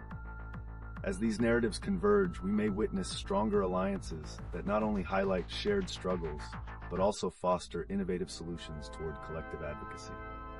Welcome back to LeetOne, everyone. Today, we need to shine a light on some recent news that ties into activism, particularly focusing on the recent farmer protests and the alarming incidents highlighted around mental health in the workplace. Absolutely. I can't help but wonder, with the ongoing farmer protests as seen with farmers throwing grains in Mandi, how is this directly influencing mental health awareness among workers in high-stress careers? That connection is quite significant. The broader societal pressures that farmers face due to agricultural pricing directly contribute to increased stress levels. And this notion isn't limited to the agricultural sector. Corporate environments are feeling the heat too, as seen by the tragic cases of workplace-related stress leading to suicides. Exactly. So the pressing question is this: how can shared struggles between farmers and corporate workers create a unified platform for advocating mental health reform? What do you think, audience? That's a thought-provoking angle.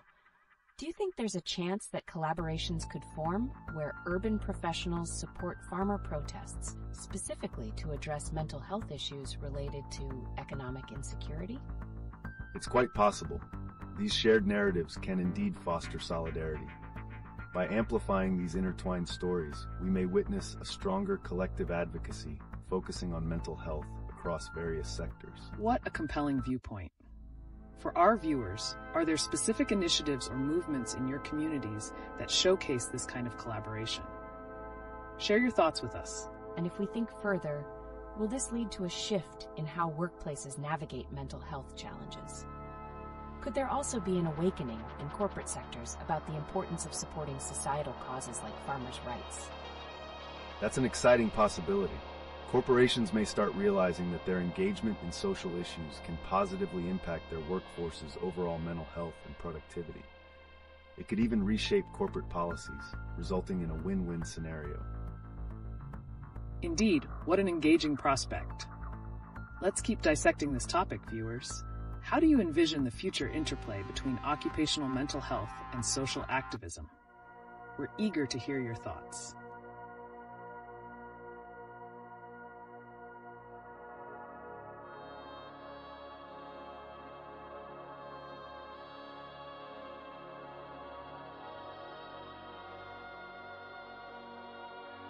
Welcome back to LeetOne, everyone.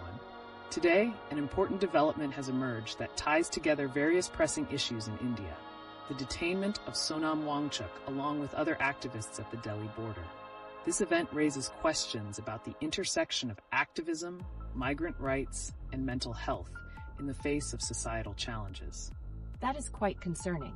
With Sonam Wangchuk being such a prominent figure, what does this detention imply for the future of activism in India? Will it hinder movements or encourage more resilience among advocates? It's certainly a pivotal moment.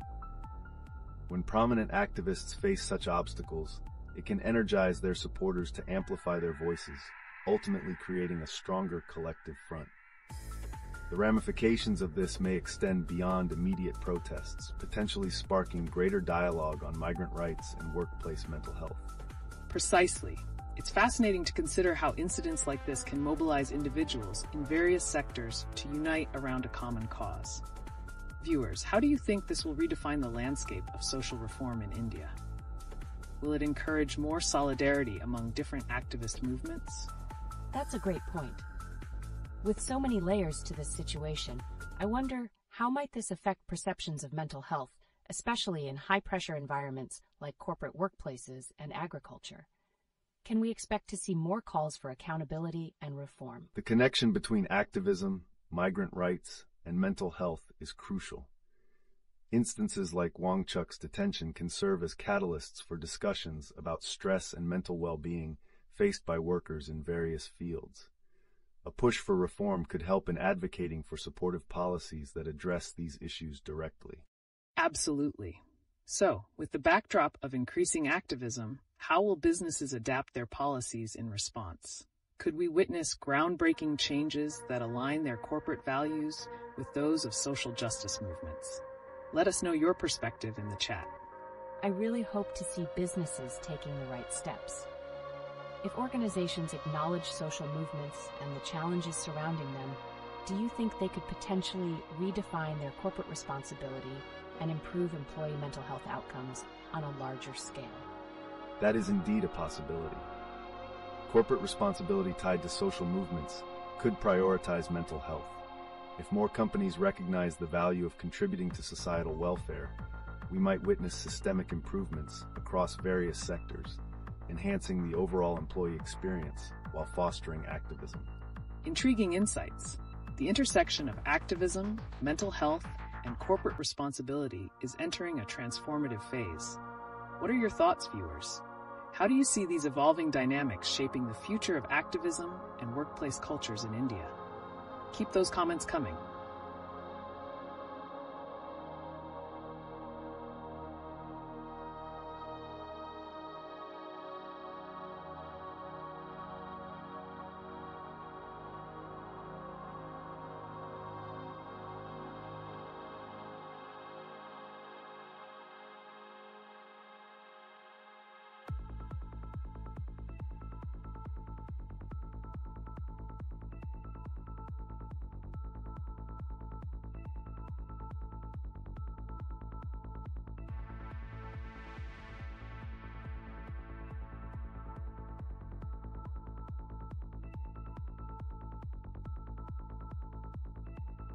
Welcome back to LeetOne, everyone.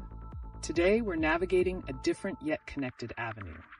The surge of mental health crises faced by workers, underscored recently by the heartbreaking incident involving loan company staff. How do you think such personal tragedies relate to broader societal issues within India?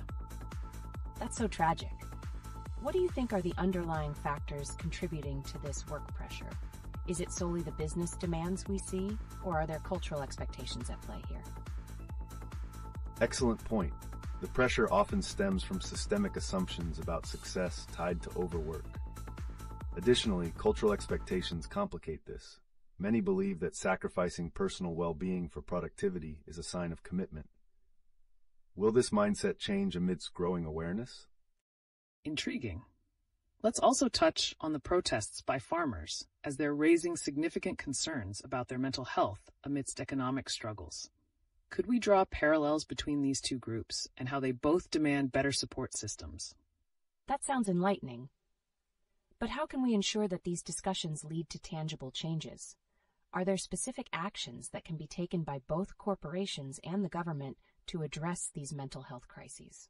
A multifaceted approach is necessary. Corporations need to prioritize mental well-being in their policies, while government interventions could include legal protections for mental health. Viewers, what steps do you think are most crucial in advocating for change in these areas? That's a powerful thought. Engaging our audience can amplify these conversations, and every voice matters. So let's keep the chat flowing. How do you see activism evolving in response to mental health challenges in the workplace, especially as the agricultural sector faces its own crises? Wow, that's heavy. Can we anticipate any alliances between sectors because of these shared struggles? What does the future hold for collaboration in mental health advocacy across diverse groups? Definitely. Such alliances could lead to a significant transformation in public awareness and policy changes. But the question remains, are businesses willing to adapt and embrace this shift both for ethical responsibilities and their bottom line? Right on. As we dive deeper, remember that your insights can drive change. With mental health issues escalating, can we truly expect a shift in employer attitudes, or are we just scratching the surface? Keep sharing your thoughts, everyone.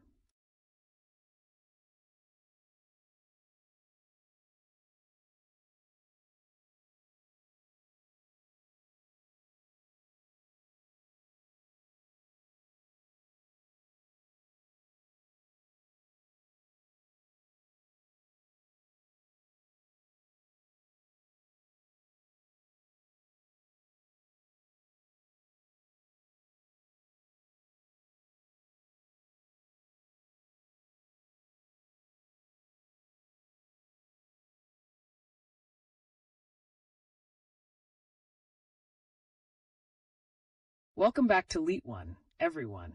Today, we're diving into an important aspect of the ongoing social narrative in India, the alarming trend of migration and its implications, especially in a city like Bengaluru, which is becoming a refuge for undocumented migrants.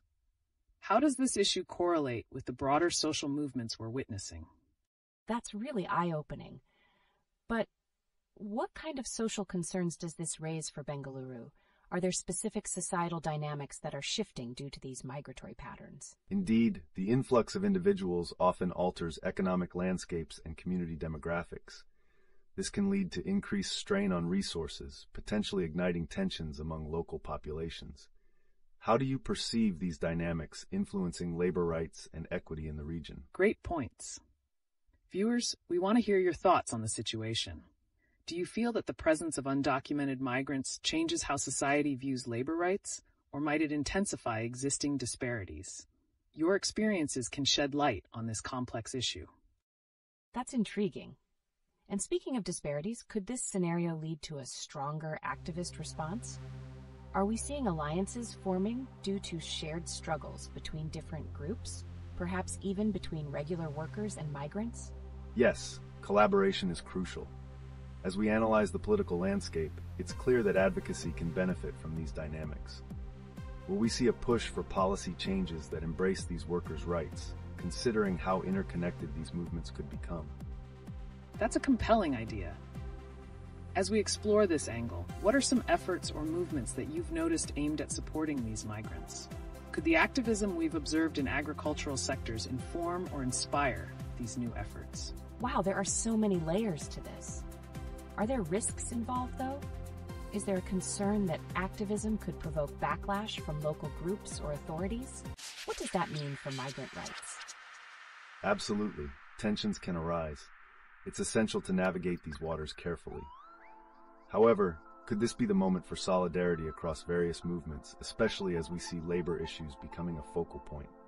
Let's ponder this as we look ahead.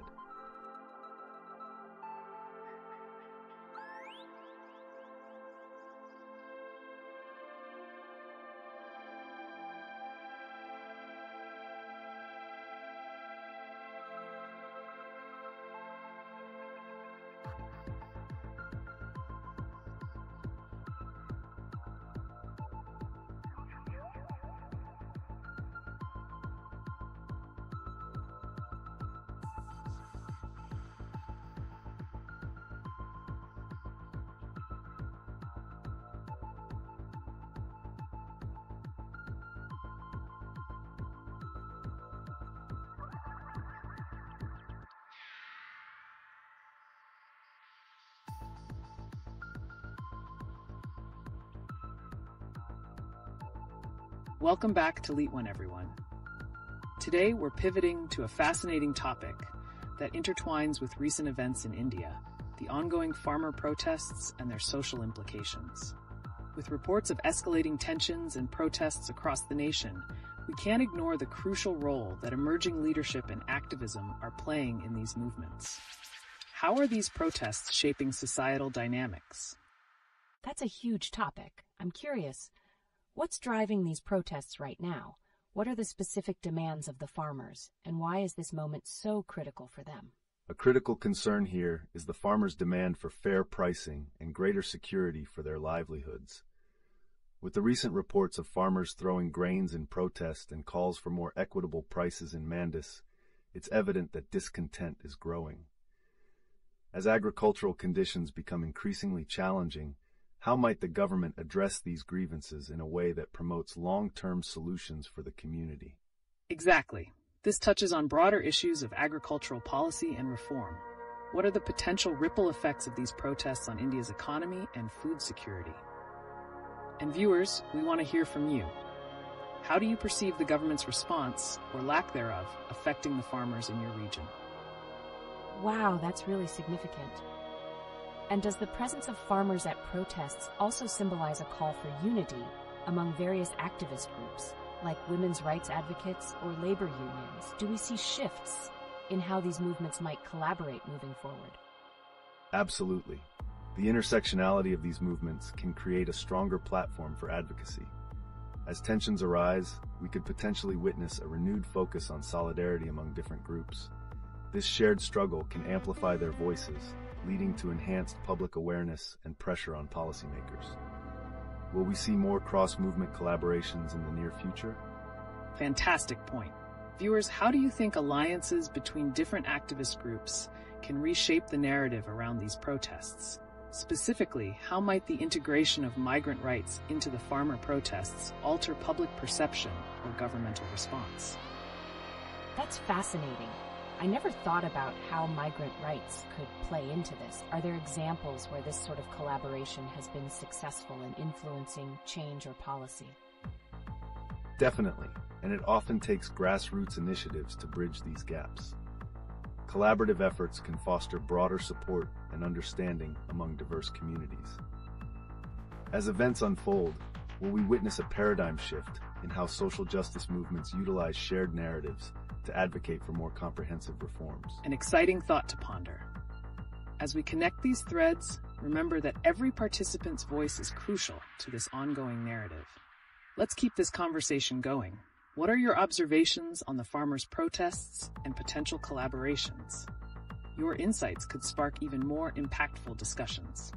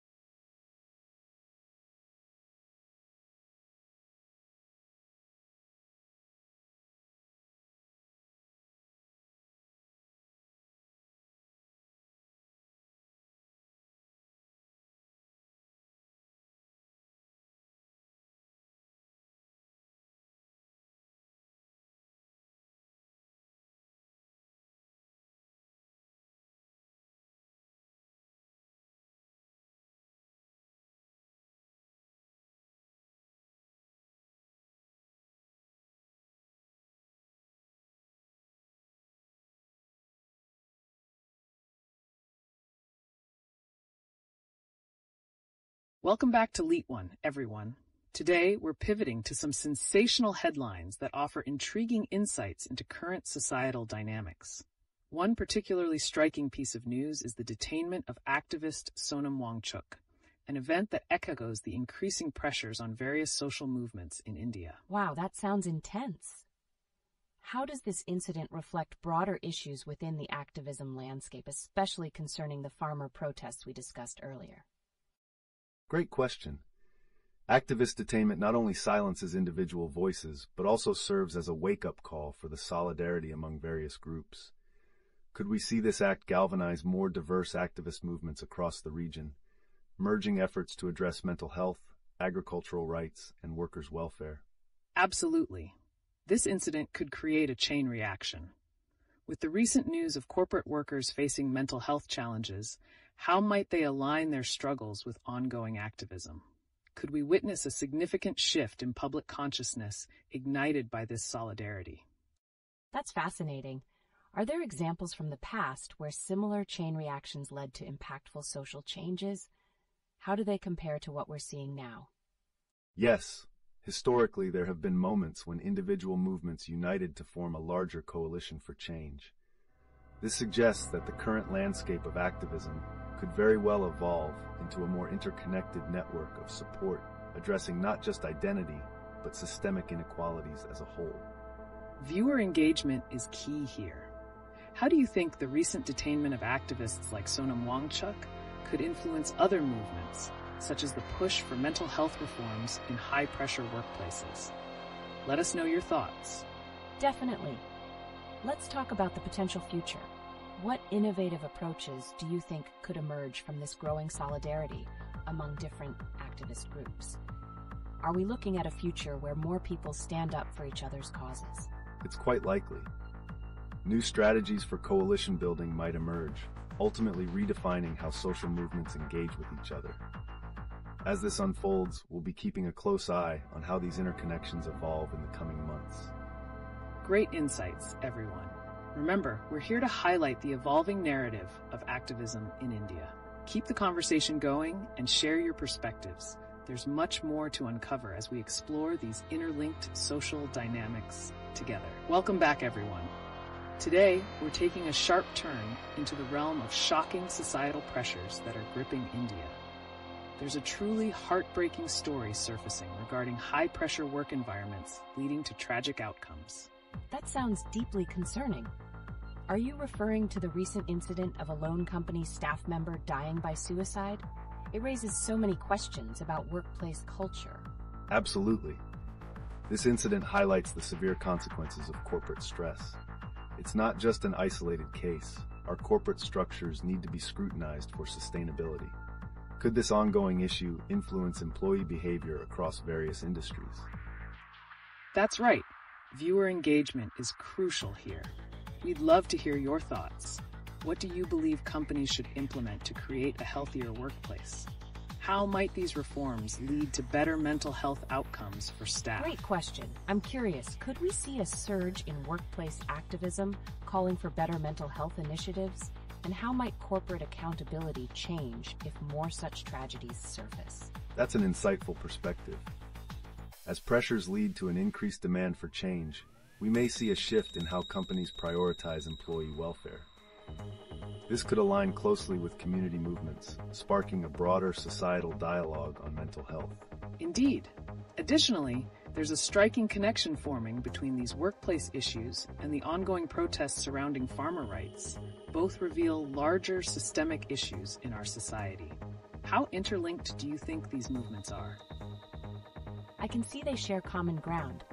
Both seem to highlight a struggle against oppressive circumstances, but will they unite to form a larger front of activism? The potential for interconnection is immense. Activist movements could amplify their voices on platforms tackling corporate responsibility while advocating for farmers' rights as well. How they come together will be key to generating impactful change. That's an exciting point to ponder. We invite you, viewers, to consider how these threads of activism develop uniquely but also cohesively. What might the future hold if these struggles converge in unexpected ways? I'm eager to see that unfold. Will grassroots initiatives gain traction? And will corporate accountability begin to reflect more social justice principles following these events? Certainly, as this dialogue evolves, it could reshape our understanding of solidarity within social movements. Continuous pressure could lead companies to rethink their values, a thrilling possibility for lifelong change. Remember, everyone, your voices matter. Share your views on how workplace pressures, activism, and social justice intersect in India. We'll be right back to explore more.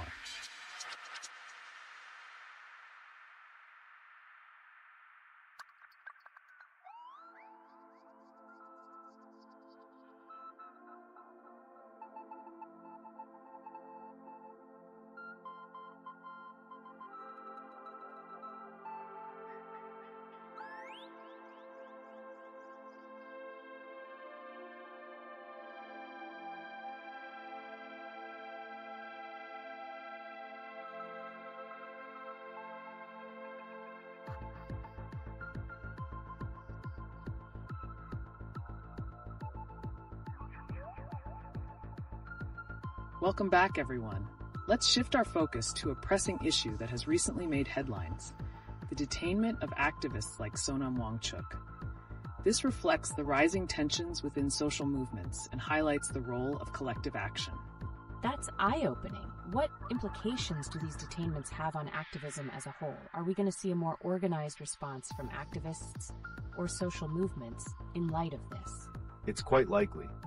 Activists often mobilize in response to heavy-handed measures, and the solidarity generated can serve as a catalyst for change. The intertwining of labor rights and environmental activism might lead to a powerful coalition seeking justice. Beautifully put. It raises fascinating questions about unity across various causes. For example, could this moment inspire a broader coalition that addresses both labor rights and the environmental issues faced by farmers? Absolutely. And how about the specifics? What strategies can activists adopt to amplify their message amidst such challenges? Is there a precedent for how public outcry has successfully led to change in similar situations? Certainly. History tells us that when communities unite, their voices grow stronger. For instance, during previous movements, significant public pressure often resulted in policy changes. This may inspire current movements to strategize and leverage their networks effectively. We've seen this in the past with movements linked to labor rights.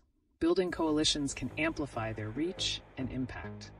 And just when we think there's a clear path forward, recent protests have indicated a backlash. What awaits on this journey towards social change? Exactly. I'm eager to hear more about what the future holds. Will activism evolve toward a hybrid model of grassroots movements and digital campaigns? And how will they navigate potential roadblocks in the quest for justice? The landscape is ever-changing. Activists are increasingly leveraging technology to galvanize support and raise awareness. One can envision a future where digital campaigns complement on-ground movements, leading to innovative forms of activism. Intriguing prospects indeed. We encourage our viewers to weigh in. How do you foresee the evolution of activist movements in India? Your insights can shape this engaging discussion.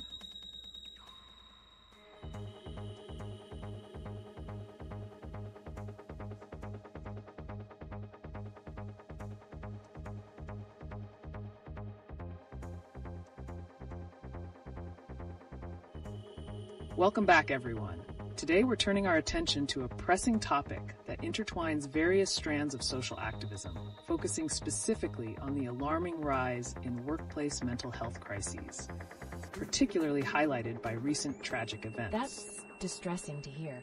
Can you shed some light on what's been happening? How are individuals and organizations responding to this rising crisis? Certainly. There have been notable cases, like the tragic suicide of a loan company employee who cited work pressures. This points to an urgent need for systemic change in corporate culture and mental health support. We might explore successful frameworks from other countries that have effectively managed these workplace challenges. That's an important consideration.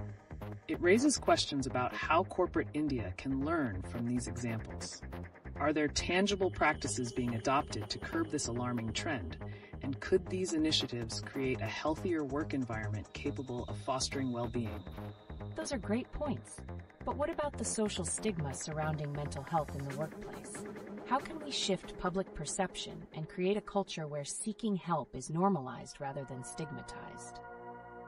Addressing stigma requires comprehensive campaigns that raise awareness about mental health issues. Initiatives that promote open conversations and provide mental health education in workplaces can help dismantle these barriers and encourage employees to seek help when needed. What's even more fascinating is how this movement could potentially align with ongoing labor rights activism. Absolutely. Just as we see various social movements gaining traction, could the intersection of workplace mental health advocacy and labor rights actually amplify support for both causes? And how might this also impact immigration policies, particularly in cities like Bengaluru, which are seeing an increase in undocumented workers? That's a captivating angle. How can we ensure that workers from all backgrounds, including undocumented migrants, have access to mental health resources without fear of repercussion? Are there successful models we might consider? Definitely. Various organizations in Europe have developed confidential support systems specifically designed for vulnerable populations.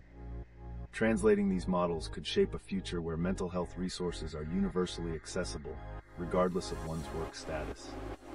And it also may spark new alliances among labor rights advocates and mental health proponents. We're on the cusp of a significant shift. How do you see our viewers engaging with these themes? What are their thoughts on the role of community support in fostering mental wellness at work? Welcome back, everyone.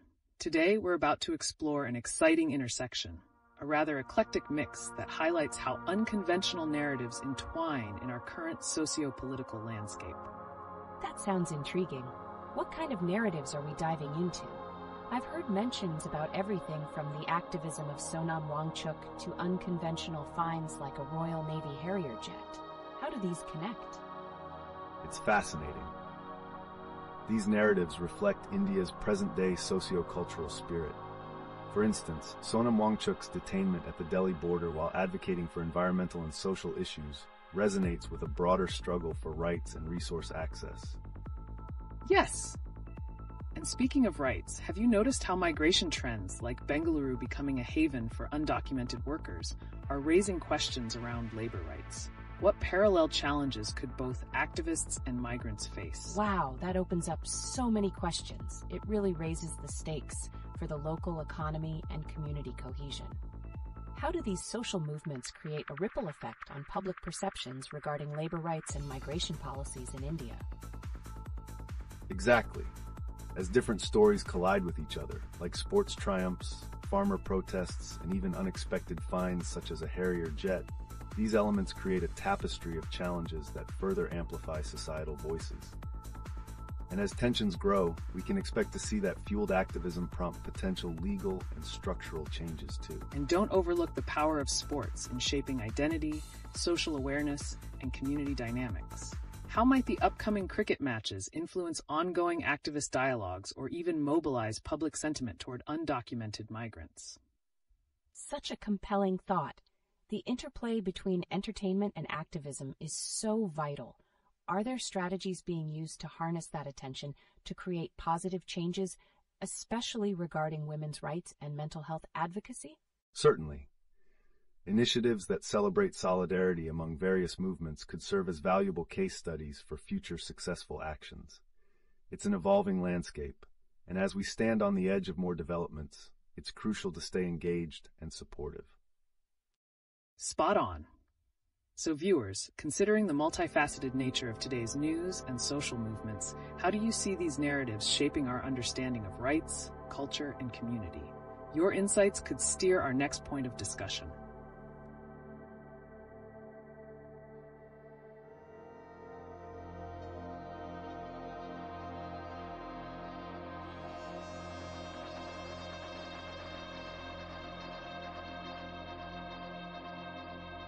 Hey everyone, welcome back. Today we have some intriguing headlines that blend thrills with serious societal narratives. Picture this: Lamborghinis navigating the stunning foothills of the Himalayas, yet at the same time we have reports of protests over agricultural pricing. Wow, that sounds incredible. How does a luxury car event juxtapose against the backdrop of farmers protesting for fair prices? Is there a deeper commentary on class dynamics happening here? Absolutely. Luxury events can highlight the disparities in our society. While some experience wealth in excess, others struggle for basic rights and fair compensation. The imagery of fast cars against peaceful protests creates a stark contrast that can draw attention to these inequities. And speaking of contrasts, how about the fascinating tale of that Royal Navy Harrier jet discovered while biking? This incredible find speaks volumes about history and our engagement with it. Could such events inspire communities to reflect on their past, especially in the context of modernization? That's such a captivating angle. How do you think this discovery can influence public awareness of historical significance, especially among the younger generations who might be more accustomed to digital narratives instead of physical relics? Heritage like a Harrier jet not only piques curiosity, but can serve as a vital educational tool. It intertwines with historical narratives, prompting younger generations to appreciate the legacies that shaped their identities and possibly fueling further activism in preserving these stories. Exactly.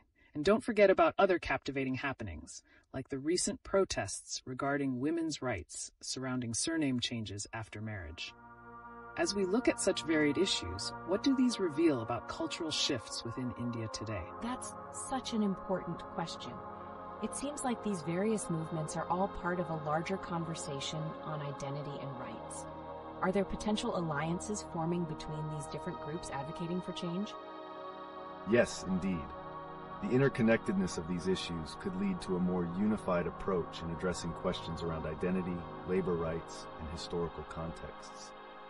It's about building a narrative that resonates across various movements, making societal engagement even more crucial. As we ponder these narratives, I'd love to hear from our viewers. Where do they see the potential for collaboration across these different movements? Your thoughts could really shape our next discussion point. Welcome back, everyone.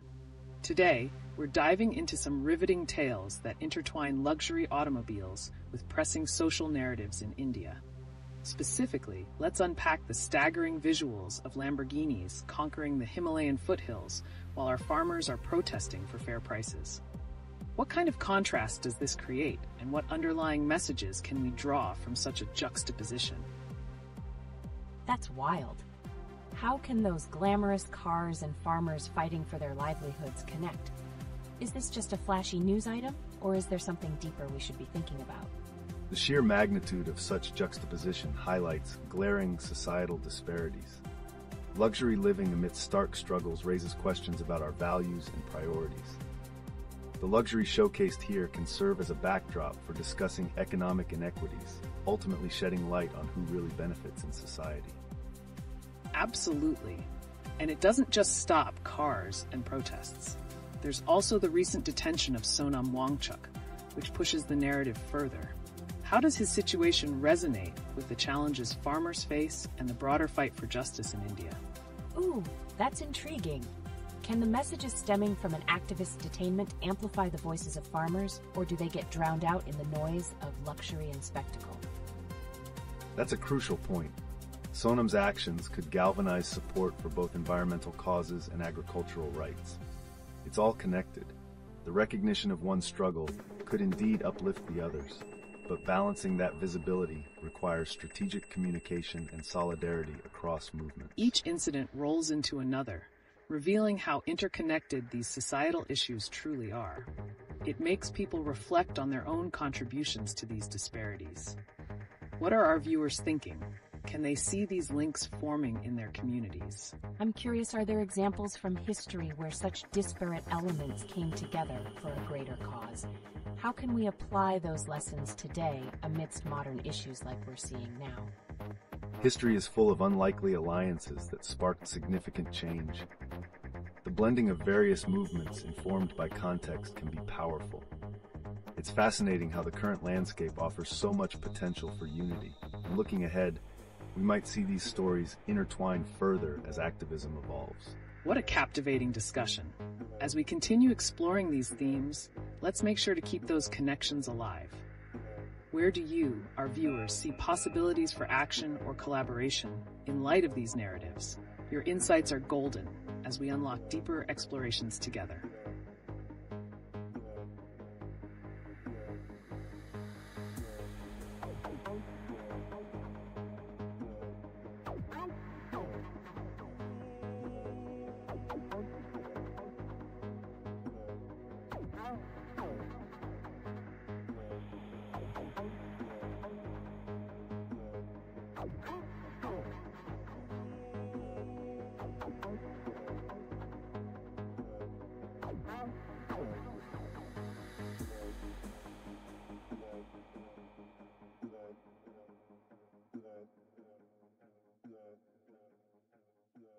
Welcome back to the electrifying LeetOne Live.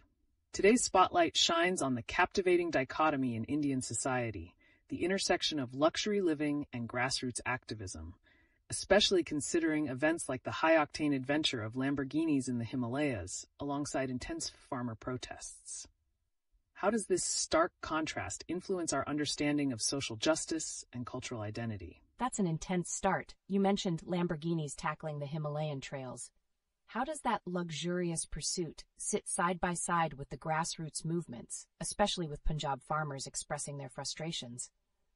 Are we seeing a commentary on privilege versus struggle? Absolutely.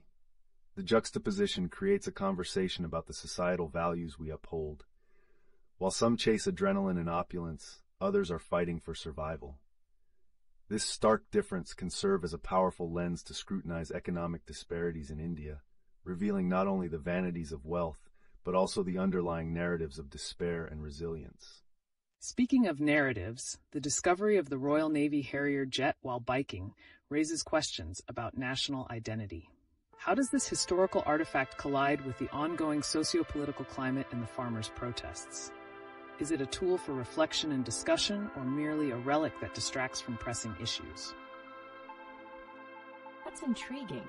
Can this discovery spark a national conversation about our past military pride, in contrast to current struggles? How do we reconcile our historical identities with modern socioeconomic realities? Definitely. These artifacts can symbolize pride, but they also prompt a critical assessment of how we uphold these notions amid ongoing crises. This duality could reflect a deeper need for societal unity and advocacy for change, aligning elements of our past with today's demands for justice. And tying this back to the grassroots, the farmer protests, throwing grains as a form of protest for their right to fair prices, showcase an urgent plea for recognition and reform. How does the portrayal of these protests impact public perception, especially amidst extravagant displays of wealth that might overshadow their cause? Wow, that sounds crucial. Is there a risk that such contrasting visuals can dilute the message of the farmers? Or could they potentially galvanize a unified movement against economic injustice? It's a delicate balance. On one hand, wealth can overshadow struggles, but on the other, it amplifies the message through a stark comparison, prompting conversations on unity and change. It's about harnessing these contrasts to build greater awareness and advocacy that resonate widely. Intriguing perspectives. Let's not forget that news doesn't operate in isolation. These conversations are fluid, and we're eager to hear your thoughts too. How do you view the interplay of luxury and activism in shaping India's identity today? Your voices matter here.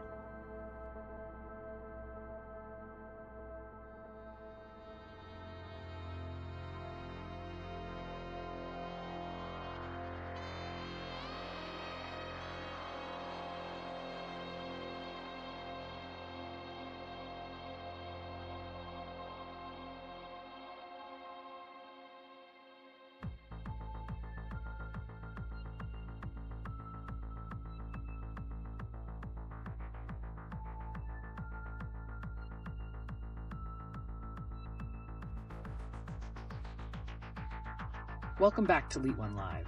Today we're shifting gears to examine the fascinating connections between luxury lifestyles, activism, and identity within the context of recent events, like Lamborghinis challenging the Himalayas and the ongoing farmer protests in India.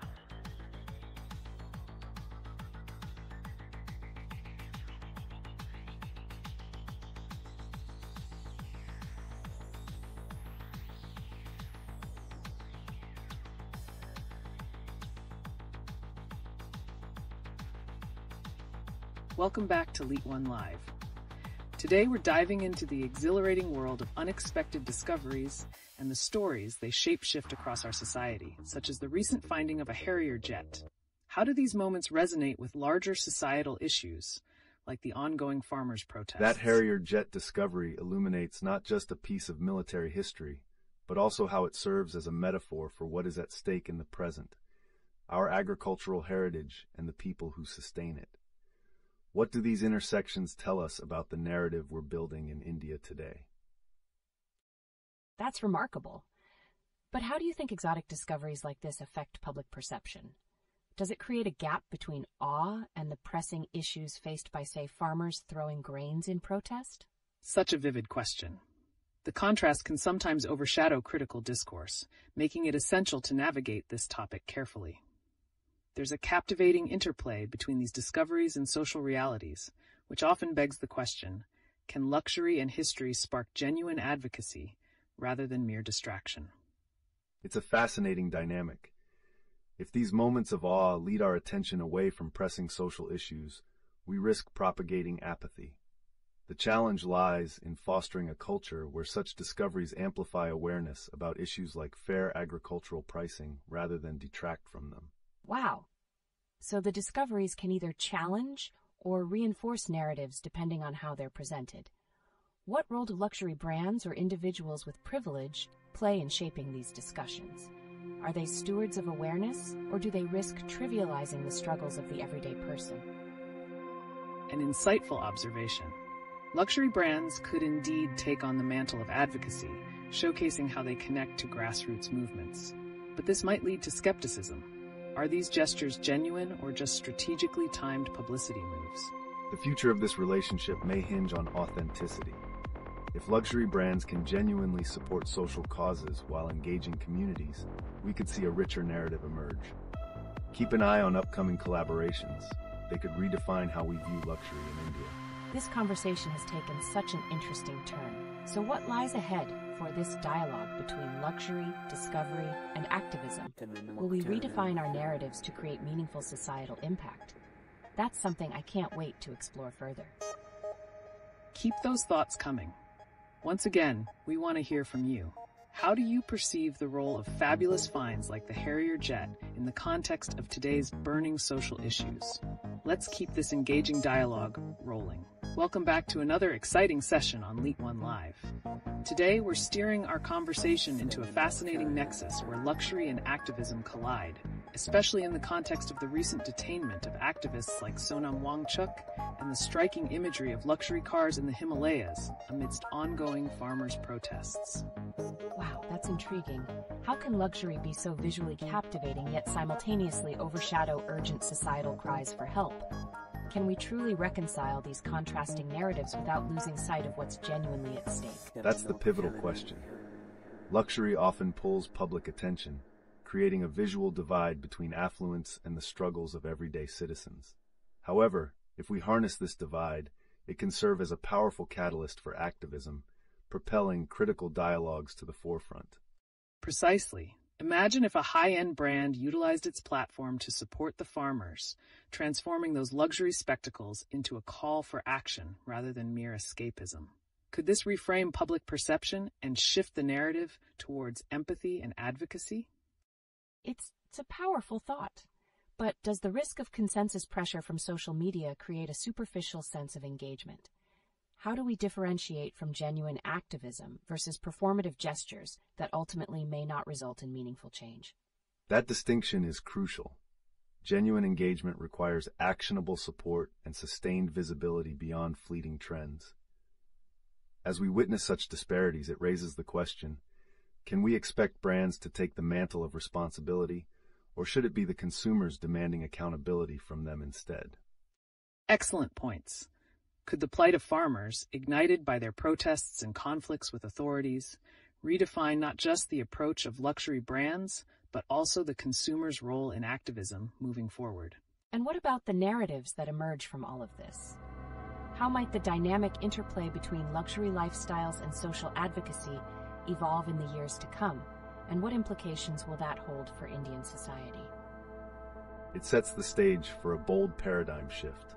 Activists must intertwine luxury narratives with grassroots movements to sow deeper connections with their audience. Keeping an eye on how these moments translate into systemic change is essential as we look ahead. That's fantastic insight. And we want to hear from all of you. What are your thoughts? How do you perceive the relationship between luxury and activism in today's society? Share your perspectives as we ignite this engaging dialogue together. Welcome back to LeetOne Live. Today we're diving deep into a thrilling conversation sparked by the exciting news about Lamborghinis navigating the scenic Himalayas. How does this juxtaposition of luxury against the backdrop of our country's pressing social issues challenge our perceptions?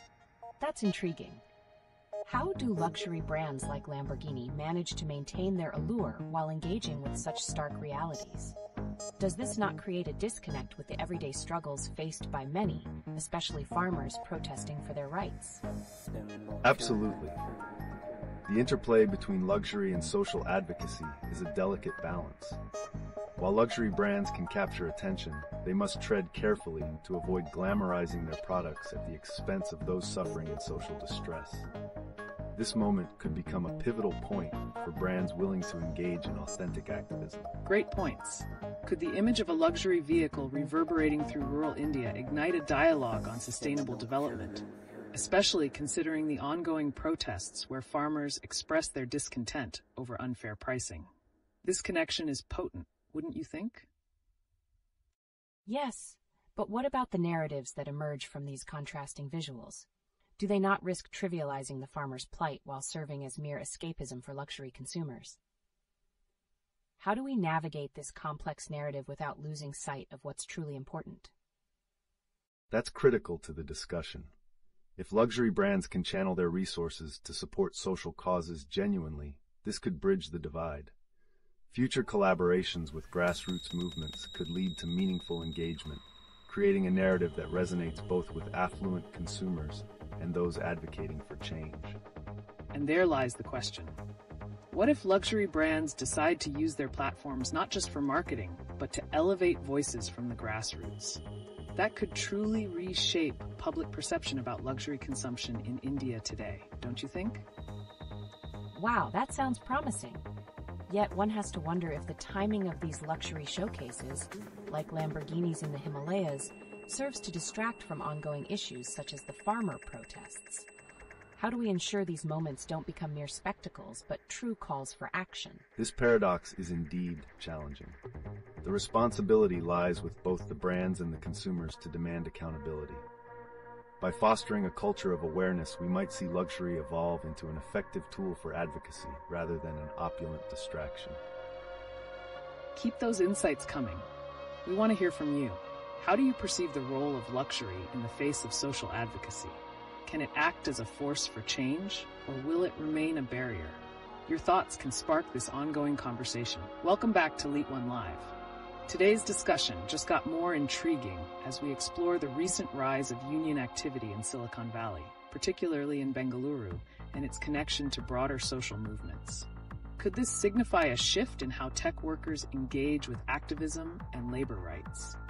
That's fascinating.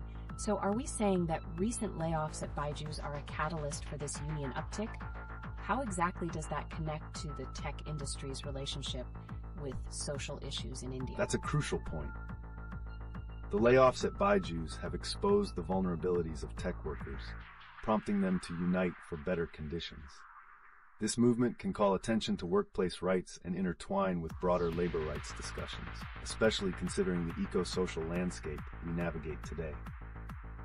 Exactly.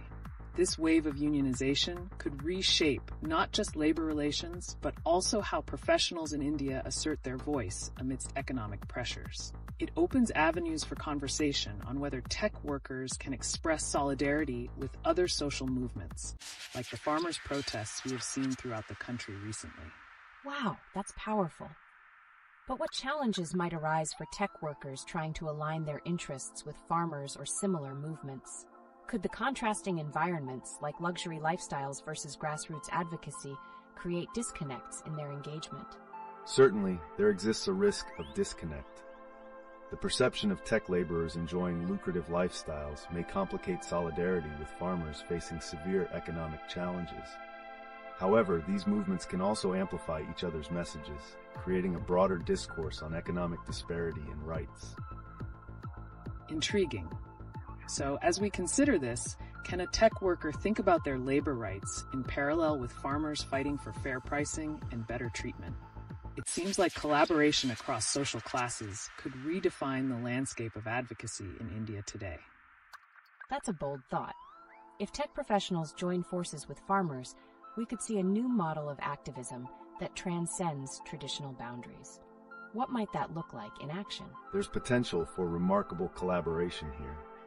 Imagine tech professionals using their platforms to shed light on agricultural challenges, encouraging consumers to think critically about where their food comes from and how pricing impacts those who grow it. Yes, this kind of engagement could spark transformative change and generate a holistic view of activism in India. Our conversation is heating up, so keep your thoughts flowing. What do you all think about this union of interests across different sectors? Let's explore together. Welcome back to LeetOne Live. Today, we're about to uncover a fascinating connection between the rise of unions in Bengaluru's tech scene and ongoing social movements.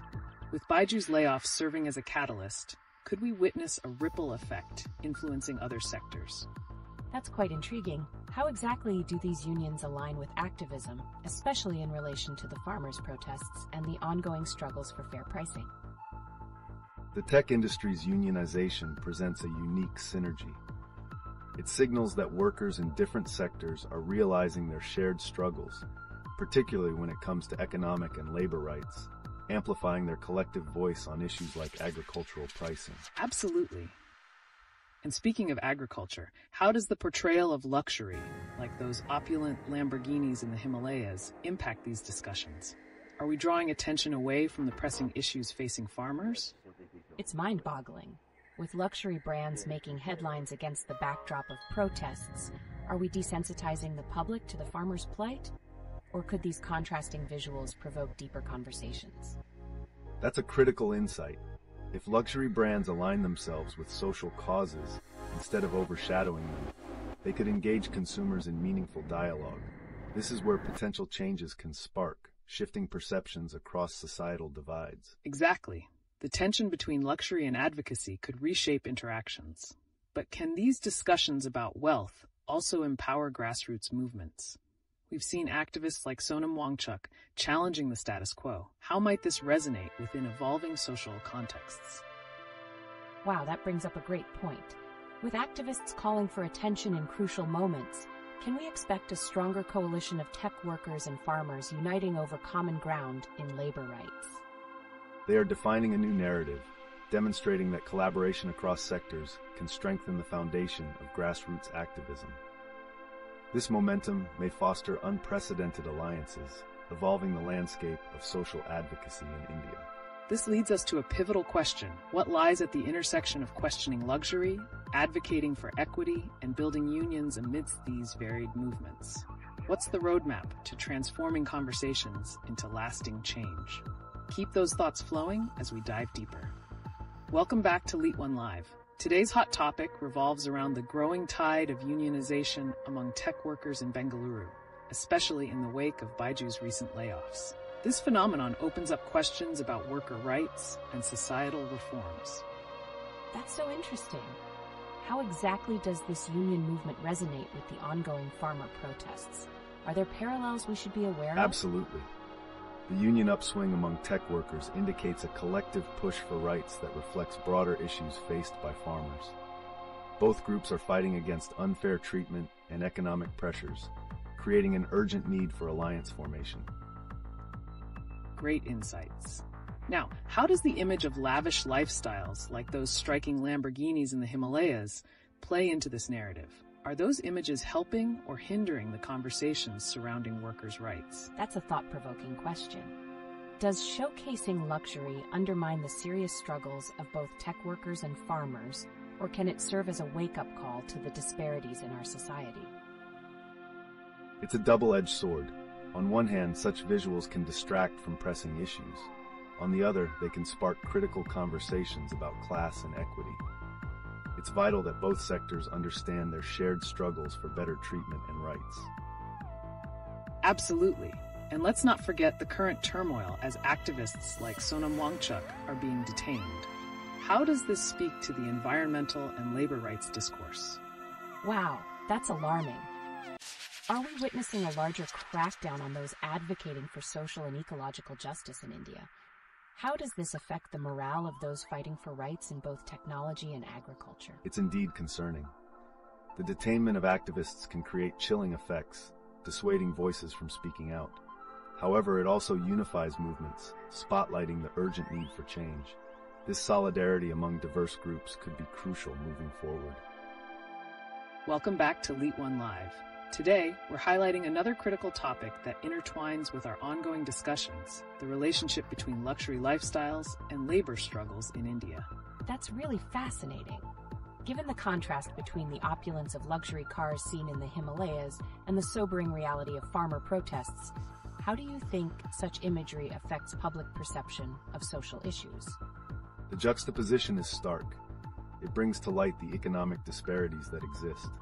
However, this contrast could also mobilize people to take action, particularly as it highlights the urgency of the challenges faced by farmers and tech workers alike. Exactly. And let's not overlook the rising unionization among tech workers in Bengaluru, fueled by recent events like the Byju's layoffs. How might this new wave of activism connect with the farmers' ongoing struggles for their rights?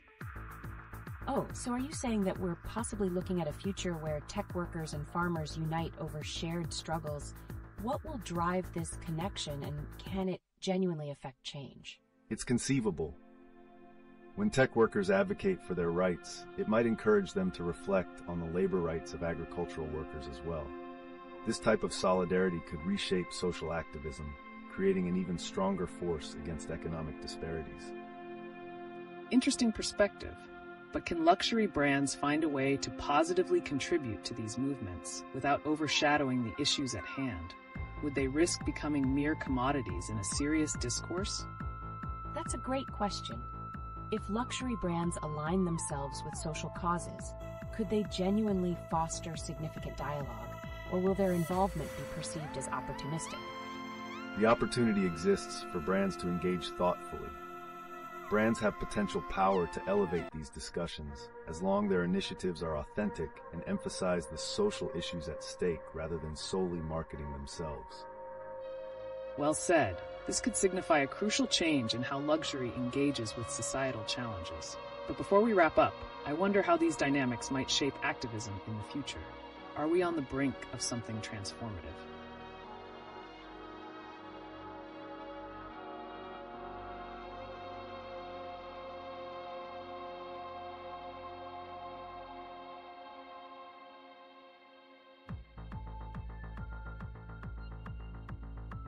Welcome back to LeetOne Live.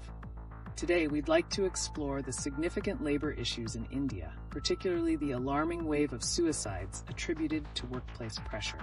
That sounds shocking. I've heard about tragic incidents related to work stress affecting people's mental health. What can you tell us about how prevalent these situations are, especially in high-pressure environments? The numbers are indeed distressing. Recent reports have shown that industries with extreme pressures like tech and finance are witnessing a severe impact on their employees' mental well-being, leading to dire consequences. Exactly. This crisis emphasizes the urgent need for reform within corporate cultures, particularly when it comes to understanding and prioritizing mental health. But how does this intersect with the broader labor movement in India? That's fascinating. So do you think the rising unionization among tech workers can act as a catalyst for change in corporate mental health policies, especially in the wake of these tragic incidents? Absolutely. As unions grow stronger, they can advocate for better working conditions and mental health resources. This reflects a shift in how labor rights are perceived, especially in industries that historically prioritize profits over people. Speaking of shifts, let's draw some parallels with the ongoing farmer protests. How might the struggles of tech workers resonate with those of farmers fighting for fair prices and working conditions? That's a great point. Do you think we might see a unified front where tech workers and farmers collaborate in their respective battles for dignity and rights? It's conceivable. Their shared experiences of exploitation could spark empathy and solidarity, leading to powerful movements that challenge systemic issues affecting both sectors. Certainly. This could reshape the narrative around labor rights and mental health discourse in India. However, what obstacles might these groups face while trying to unite? Those challenges sound daunting. What can be done to overcome these hurdles, ensuring both groups can effectively support each other in their fights? Engagement and understanding between the sectors will be key. If both tech workers and farmers can find common ground, they might not only amplify their voices, but also foster a broader culture of advocacy across industries. And that's another layer to think about. How might public perception of these movements change as these dialogues continue? With luxury and disparity always a factor, will these issues persist in the spotlight? I'm excited to see how this unfolds. The blend of activism from both ends could lead to groundbreaking changes that transform the landscape in India. What should we keep an eye out for moving forward?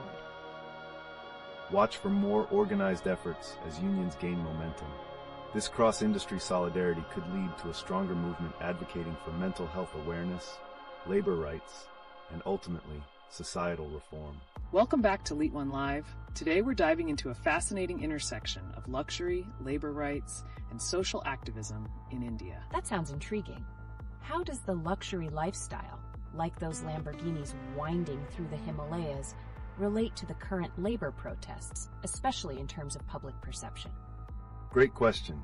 The stark contrast between opulence and the struggles faced by farmers and tech workers can fuel public discourse on inequality and drive solidarity across movements. Exactly. The luxury we're witnessing often overshadows the grassroots efforts of those fighting for their rights. It raises critical questions about wealth distribution and social responsibilities of the elite. So are we likely to see a shift where those in luxury positions start advocating for the labor movements? What might catalyze that kind of support? Certainly possible. As awareness grows, there could be a movement among affluent individuals and brands to align with social justice initiatives. This potential collaboration might result in a wave of advocating for worker rights and mental health awareness. That's a captivating prospect. And when we consider the detainment of activists at protests, how does that impact the narrative around social justice? Does it bolster support or create rifts? Wow, the situation seems complex. Activist detainment often brings more attention to the cause, but does it also result in fear among potential allies? It can definitely have dual effects. While it may inspire more people to speak up and join the cause, some may hesitate, fearing reprisal.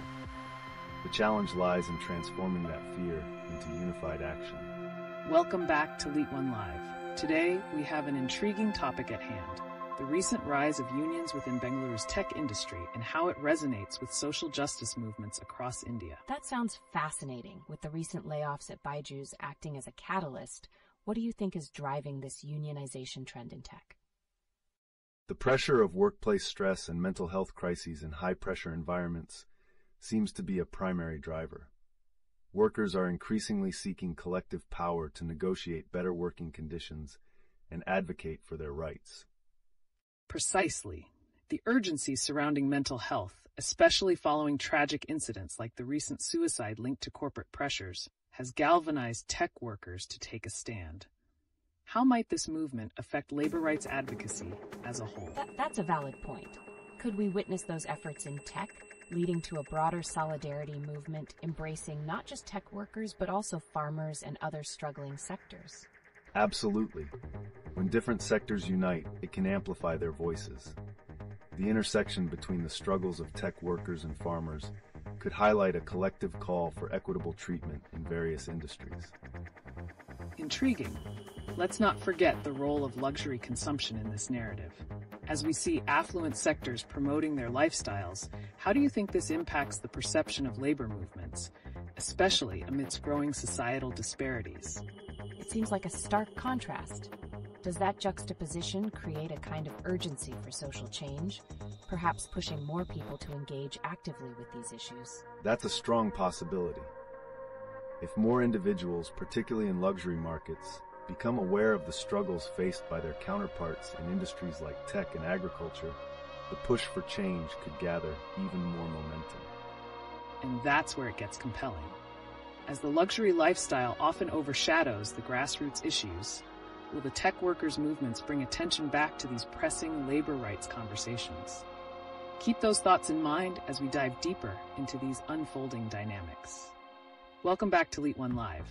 Today, we're pivoting towards an equally compelling topic, the burgeoning protests against unfair pricing for farmers in Punjab and how they're echoing through urban India. Oh, that sounds intense. Are the farmers' protests really connecting with the urban tech protests we've seen happening in Bengaluru? There's a noticeable synergy. As tech workers rally for their rights, the farmers' fight against unfair prices highlights systemic inequities across sectors, drawing attention from both urban activists and rural advocates. Exactly. Farmers have been throwing grains to demand fair pricing, sending a clear signal. How might this grassroots approach influence the larger narrative on labor rights in urban contexts? That's fascinating. Could that push urban workers like those in tech to be more supportive or even participate in these rural protests? Is there potential for a unified front here? Definitely worth considering. Solidarity movements are powerful. One sector's struggle resonating with another can lead to increased support and pressure for change across boardrooms and fields alike. And with instances of families of these farmers facing dire consequences, including tragic cases of suicide, what responsibility do urban consumers have in this dynamic? How does awareness factor in? Wow, that's heavy. But how can urban consumers stay informed and engage meaningfully? Is there a path for them to help facilitate this broader understanding, or are they typically just observers in these protests? Education is key. By recognizing their consumer choices' direct impact on farmers' livelihoods, urban dwellers can make informed decisions that support fair practices. This awareness can spark collaborative dialogue and activism. So, we might see a shift in consumer choices that aligns with social justice advocacy. But what could this mean for brands engaged in luxury markets that are often distanced from these challenges? Welcome back to LeetOne Live. Today we're shifting gears to cover an electrifying development in Bengaluru, the rise of unions in the tech industry, spurred by significant layoffs like those at Byju's. Wow, that's a huge change, but what exactly has prompted these tech workers to unionize? Is it just job security, or are there deeper issues at play? That's a great question. The pressure of corporate culture and a spate of layoffs pushed many employees to reevaluate their rights and job conditions. Unionization often provides a platform for collective bargaining, crucial for improving workplace standards. Absolutely. The tech sector is under scrutiny regarding mental health and work-life balance. This newfound camaraderie among tech workers can also create a ripple effect, inspiring other industries to follow suit. Really? So, could we see tech workers standing in solidarity with farmers, drawing parallels between their struggles? What does this collective approach look like? Indeed. The tech workers' fight resonates with ongoing farmers' protests. Both groups are advocating against exploitation, highlighting the broader theme of labor rights and economic justice in India. Exactly.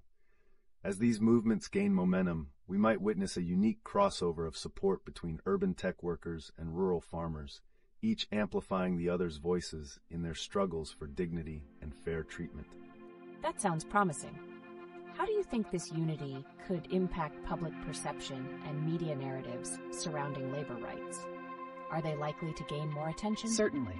With the spotlight on both communities, media narratives could shift to showcase their combined struggles, emphasizing the intertwined nature of urban and rural labor rights movements.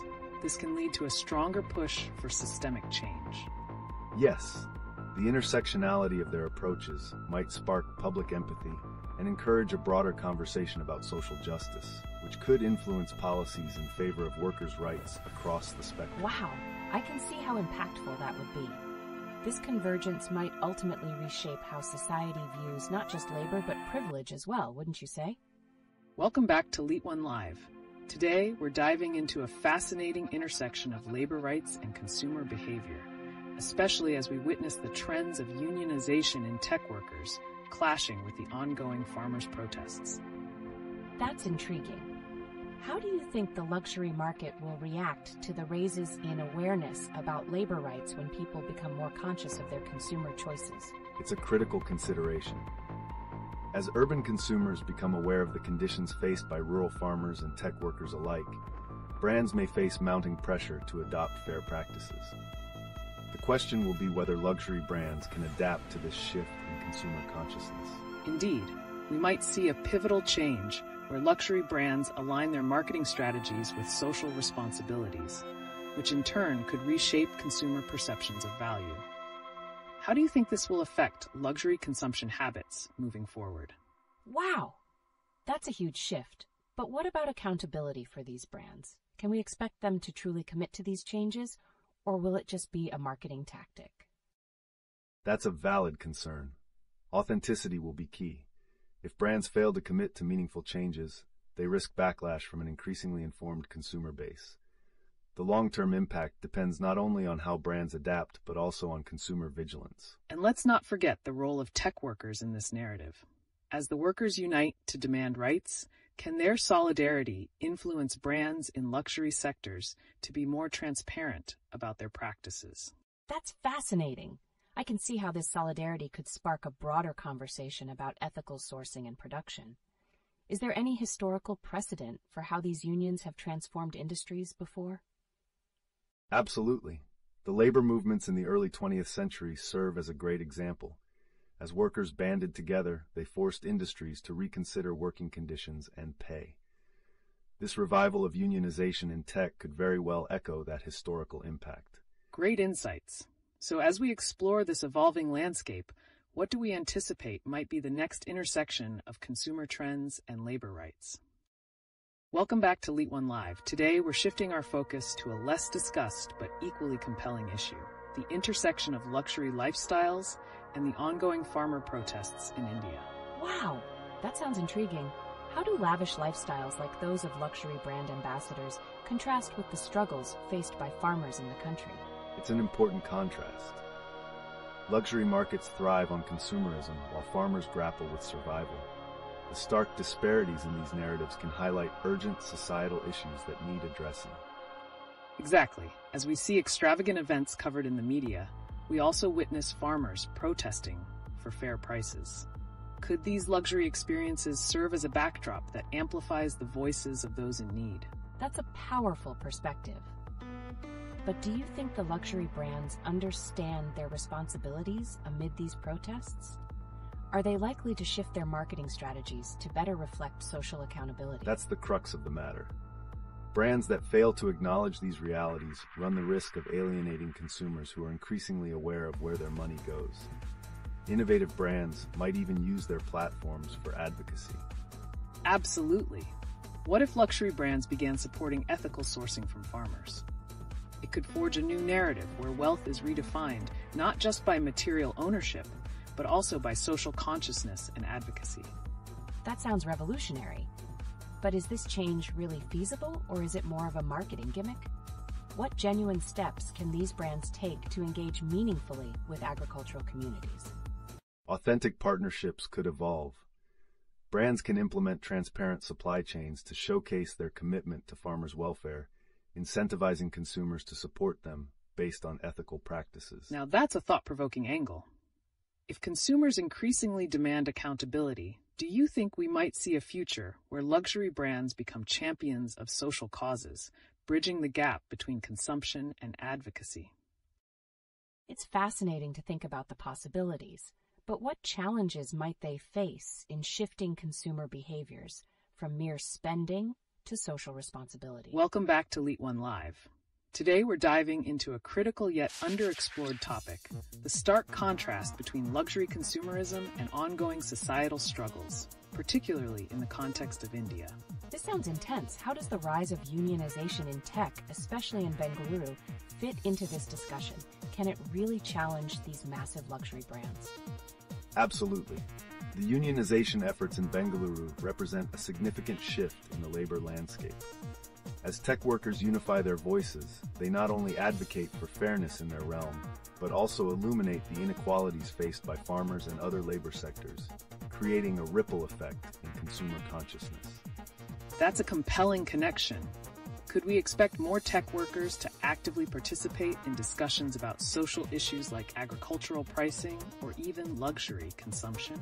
Wow, that's powerful thinking. But would luxury brands genuinely respond to this rising awareness? Can we realistically expect them to change? The potential is there, but it requires strategic consumer pressure.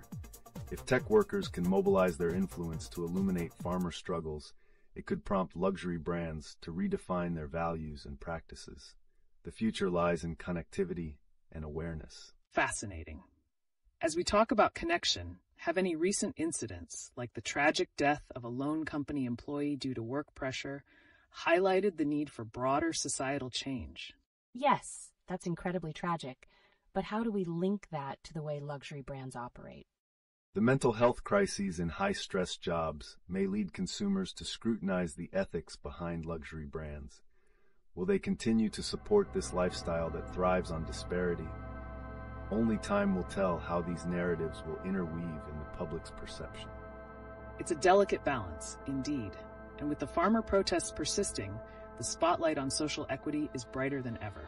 Could this blend of issues redefine what luxury truly means in our society? Welcome back to LeetOne Live. Today, we're diving into an eye-opening topic that might just change the way we perceive responsibility in luxury consumption. Arising incidents like the unfortunate suicide of a loan company employee due to extreme work pressure, and how it resonates with our societal landscape. That's really tragic. How does this connect with the ongoing farmer protests? Are we looking at a larger crisis of values in our society? Definitely. The challenges faced by workers in high-pressure environments can parallel those of farmers fighting for fair prices. Both groups suffer under unsustainable demands, drawing attention to systemic issues that weave through our economy. Exactly. And considering recent incidents like the shocking case of a man killing a delivery agent over a phone payment dispute, can we tie this back to how social stressors manifest in violent ways? Wow, that's haunting. But what does this mean for the relationships we hold with goods and services? Are we becoming desensitized to the human cost behind our purchases? That's a crucial question. As luxury brands profit from consumerism, it's imperative for them to consider the human toll their existence may trigger. Can they genuinely portray themselves as responsible entities in this context? Fascinating. So if we are to see a shift in consumer awareness, might this lead to luxury brands taking genuine steps to engage meaningfully with social issues, like even supporting mental health initiatives in workplaces? That sounds promising, but are we ready to expect tangible changes from these brands? What steps should they be taking beyond mere marketing gimmicks? Authenticity lies at the heart of this transition. If luxury brands aim to engage effectively, they should foster genuine partnerships with affected communities, addressing these societal crises head-on through transparency in practices. Indeed. Imagine a world where luxury brands not only thrive economically, but also uplift communities, whether they be tech workers or farmers. Could this redefine luxury as a conscious lifestyle choice, rather than just extravagant spending? That's an exciting notion. But are we prepared to challenge traditions that have long dictated consumer behaviors?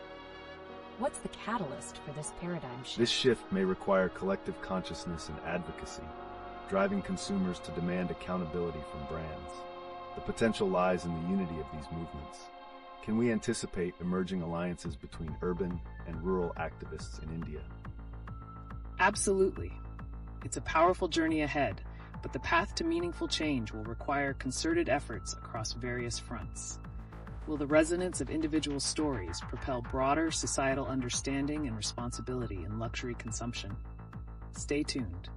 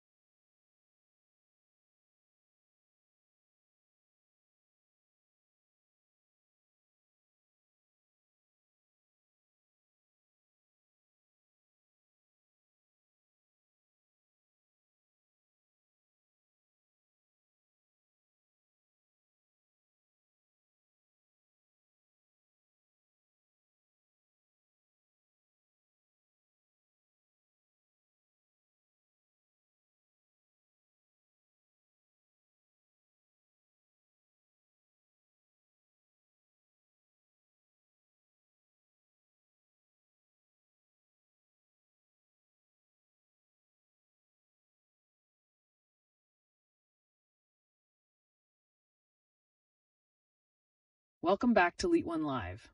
Today we're diving into a subject that blends heroism, tragedy, and the depicted realities of labor rights in India. This sounds intense. I can't help but wonder about the juxtaposition of extreme bravery and daunting pressures, like the story of the assistant loco pilot who saved lives versus the unfortunate fate of the delivery agent in Lucknow. What insights can we gather from these contrasting narratives? It's essential to recognize how these incidents illuminate the stark realities of labor conditions. The valor of the assistant loco pilot symbolizes the potential for solidarity and collective action among workers. Conversely, the tragedy faced by the delivery agent highlights a systemic neglect that's palpable in gig economy sectors. How will these stories resonate with the ongoing unionization movements we're seeing, especially in tech hubs like Bengaluru? That's a powerful connection.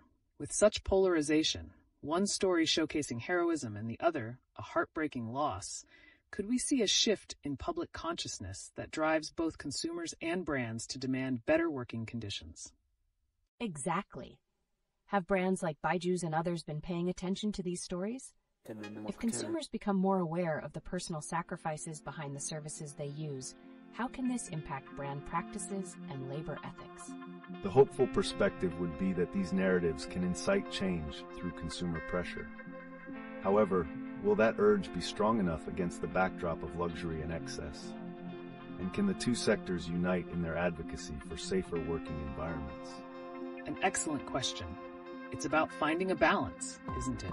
Society may be at a crossroads, especially with the farmer protests still echoing in the backdrop. Are we witnessing the birth of impactful movements linking all layers of labor rights in India? That's fascinating.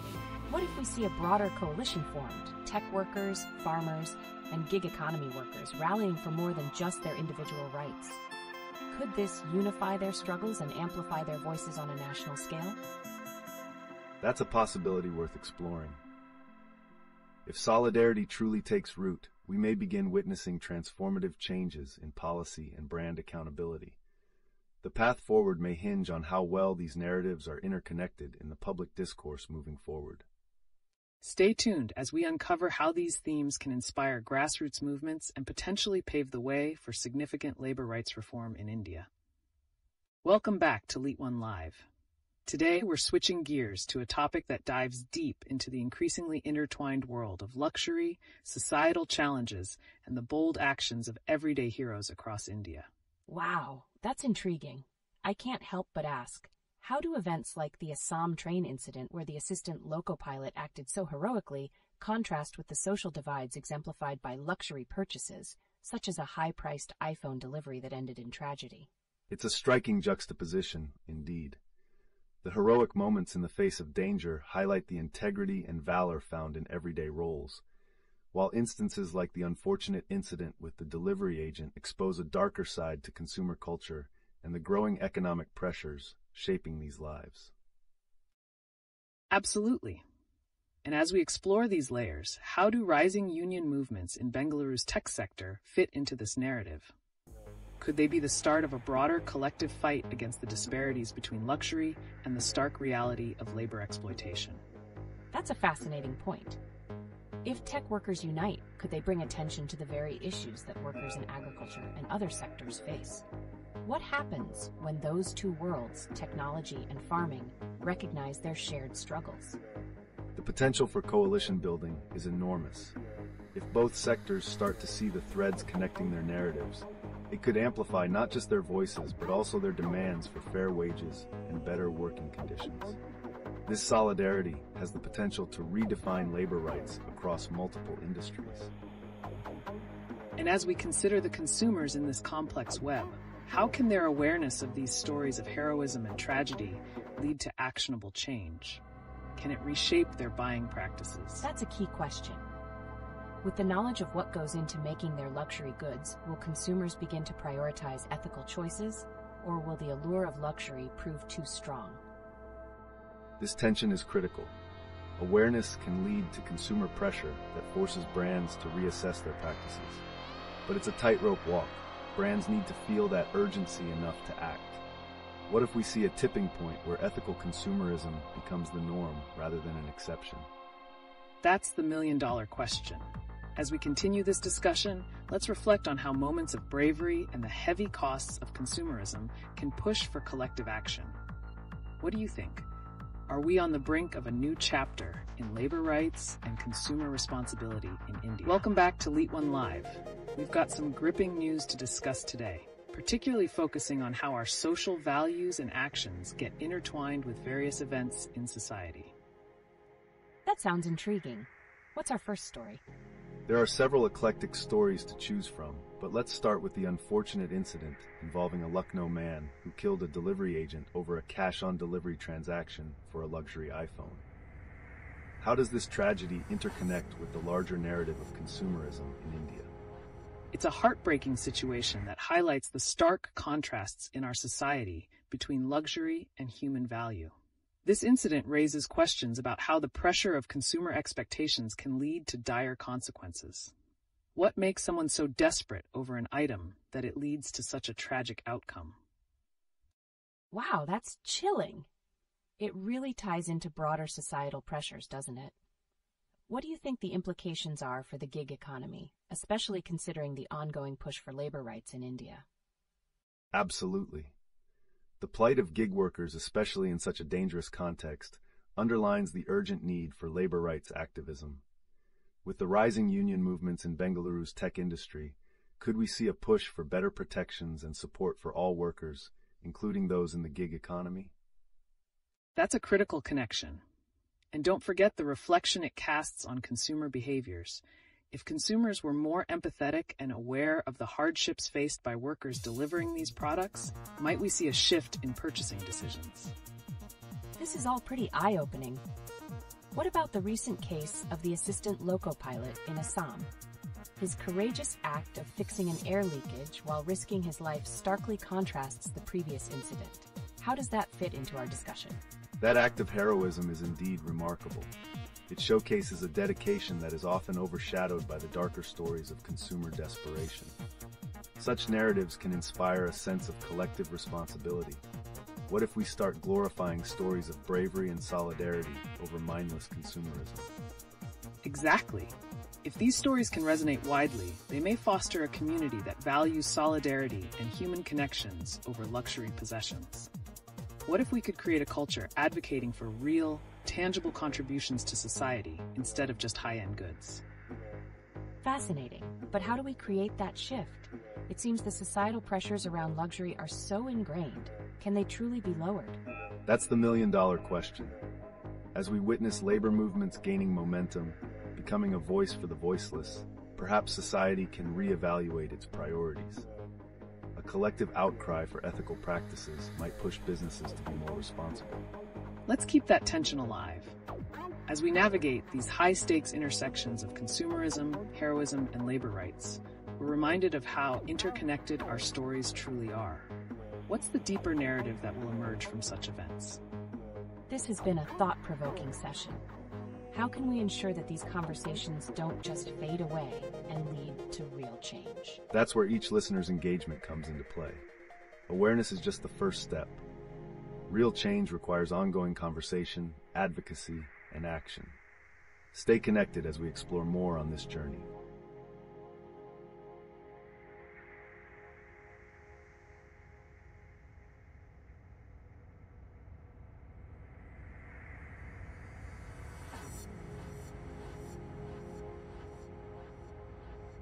Welcome back to LeetOne Live. Today, we're diving into some shocking recent events that have stirred both public interest and deep societal questions. Absolutely riveting. With the incident involving an actor accidentally shooting himself to a tragic murder over an iPhone, it's clear there's a connection between celebrity culture, consumerism, and the dangers they pose to society. What implications do these events reveal about our values? These incidents starkly illustrate a growing disconnect. The glitz of celebrity life contrasts sharply with the harsh realities facing everyday individuals. Is the desperation of the gig worker, exemplified by the murder over an iPhone, fueling a dangerous collision of consumer culture and accountability? Exactly. The recent bravery displayed by the assistant loco pilot in Assam, who saved lives by fixing a critical issue on a train, raises another critical point. How are acts of heroism and selflessness viewed in a society often captivated by luxury and fame? That's a powerful contrast. Are these selfless stories being overshadowed by the sensationalism of luxury and reckless behavior? What might the future look like if we shift the narrative towards celebrating such courageous acts instead? If society begins to glorify everyday heroes, like that loco pilot, over celebrity missteps, we might just encourage a culture of responsibility. It could pivot the conversation toward valuing meaningful contributions and community-oriented actions. And what about the rising unions in Bengaluru's tech sector? Could this echo a broader demand for change, directly responding to the pressures of both consumerism and workplace conditions? With labor rights becoming essential, could we be at the brink of a significant cultural shift? It's enlightening to think about labor rights gaining traction alongside these consumer-focused narratives. How might these movements interact? Could we witness a dual push towards both ethical consumption and workers' empowerment in the coming years? The interplay of these movements can indeed reshape our societal landscape. As we begin to value the voices and struggles of workers, perhaps we'll see a new equilibrium where consumer choices are more conscious, fueling a cycle of positive reform. And with that thought, viewers, let's continue to spark this important dialogue. What stories resonate with you? How might these incidents inspire both consumer change and a renewed focus on heroism in our society? Welcome back to LeetOne Live, everyone. Today, we're diving into some startling incidents that underline the complexities of consumerism, safety, and societal values in contemporary India. It's incredible how events surrounding a celebrity like Govinda accidentally shooting himself can resonate with deeper societal issues. What does this tell us about the connection between celebrity culture and our everyday lives? Certainly, such incidents illuminate the dissonance between fame and accountability. When a public figure like Govinda engages in reckless behavior, it raises eyebrows about the normalization of dangerous actions in celebrity culture. Exactly. Additionally, juxtaposing this with the brutal act of violence in Lucknow, where an innocent delivery agent lost his life over an iPhone order, brings forth a shocking reality: how high-stakes consumerism can lead to tragic outcomes. It's horrifying to think that something as trivial as a transaction could escalate to such violence. How does this reflect our society's values and priorities? Are material things becoming too powerful? This speaks volumes about societal pressures where luxury items can drive individuals to desperation. The mere act of purchasing an expensive product shouldn't equate to loss of life. It reflects a dangerous intersection of consumerism and moral decay.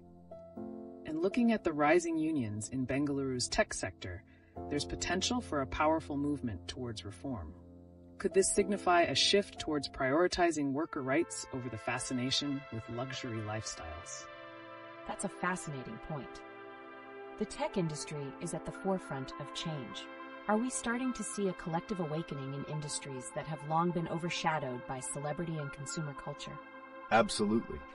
As these union movements gain momentum, they set a precedent for workers' rights across various sectors.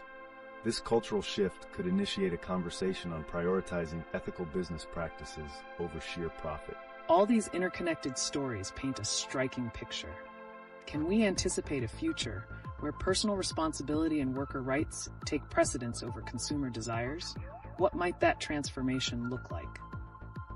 It's hard to predict, but what we do know is that with ongoing crises and activism, change is inevitable. How do we ensure that narratives of activism link with these pressing issues, driving genuine change? Engaging the public through awareness and dialogue is crucial.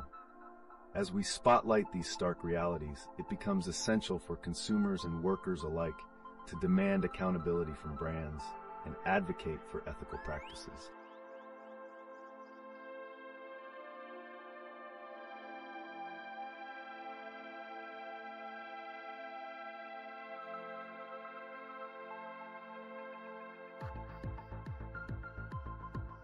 Welcome back, everyone, to LeetOne Live.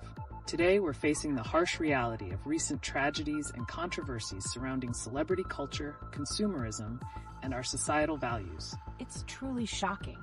The incident involving Govinda accidentally shooting himself and the horrifying loss of a delivery agent in Lucknow over an iPhone order. What do these events say about our society's relationship with material possessions? These incidents bring to light the darker side of consumer culture, where the pursuit of luxury can lead to desperation and tragedy. It raises pertinent questions about how far people are willing to go to attain status symbol items. Precisely. The desperation that drives some to violence over luxury items unveils deep societal fractures. How do we reconcile these tragic narratives with the rising union movements, especially in tech, where workers are advocating for better rights and conditions? That's an intriguing connection. Could the rise of worker consciousness drive a shift in consumer priorities? Are we nearing a point where ethical considerations could override the allure of luxury consumption? Definitely. The burgeoning tech unions in Bengaluru signify a collective awakening that might inspire consumers to demand not just quality, but ethical transparency from the brands they support. This could reshape our cultural landscape profoundly. And as we think about these unfolding narratives, viewers, how do you see the intersections of luxury consumption, tragic events, and social activism influencing the future of our societal values? Will we see a balance emerge, where luxury does not overshadow human cost? It's a complicated dance, isn't it? The push for ethical consumption can sometimes clash with the glamorization of a luxury lifestyle. How do we ensure voices advocating for labor rights are heard amidst this noise? It ultimately falls upon the consumer to awaken to these realities. We are at a crossroads where ethical consumption must challenge the allure of luxury. Progress may require concerted activism and ongoing dialogue, which is essential in shaping our collective future.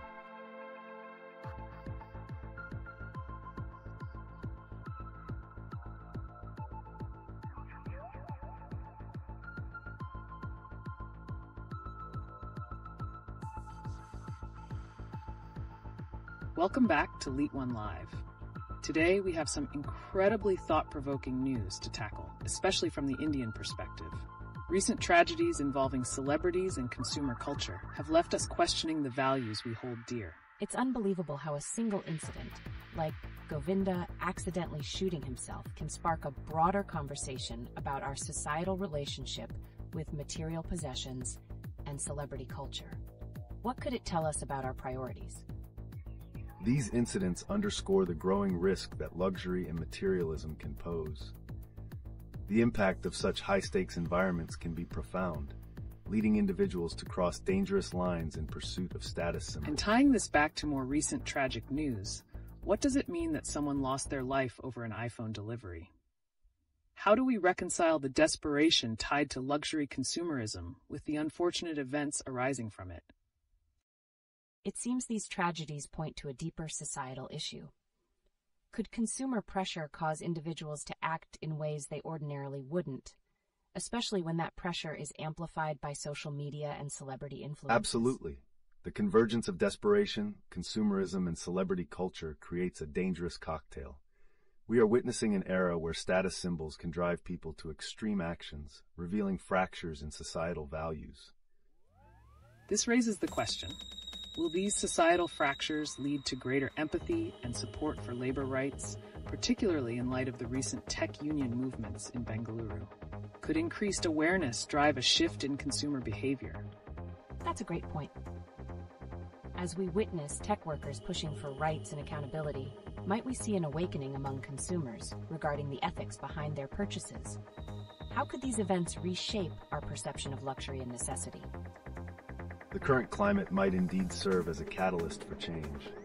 A rising consciousness surrounding labor rights and ethical consumption could underpin a new era where materialism is confronted with a demand for accountability and dignity. As we dive deeper into these discussions, viewers, we want to hear your thoughts. How do you perceive the balance between luxury consumption, unexpected tragedies, and social accountability? Are we ready to redefine our societal values? Welcome back to LeetOne Live. Today, we have some pressing and shocking news to discuss related to recent incidents that expose the raw interactions between celebrity culture, luxury consumption, and social responsibility in India. It's astounding to think about how events like the accidental shooting by Govinda or the tragic death of a delivery agent can expose serious societal issues. How do these incidents reflect our current cultural values? These events reveal a stark reality. The obsession with luxury and status can have dire consequences. As consumers chase after material possessions, desperation leads to tragic outcomes. What we're witnessing is not just isolated incidents, but rather a manifestation of a deeper societal fracturing. Precisely. And when we look at the tech industry with movements in Bengaluru, could these labor rights pushbacks reshape our understanding of luxury? How might they impact consumer behavior moving forward? That's an impactful observation. With the recent union movements gaining traction, is it possible that consumers will begin to hold not only brands accountable, but also reflect on their own purchasing habits? How might this affect luxury brands seen as symbols of status?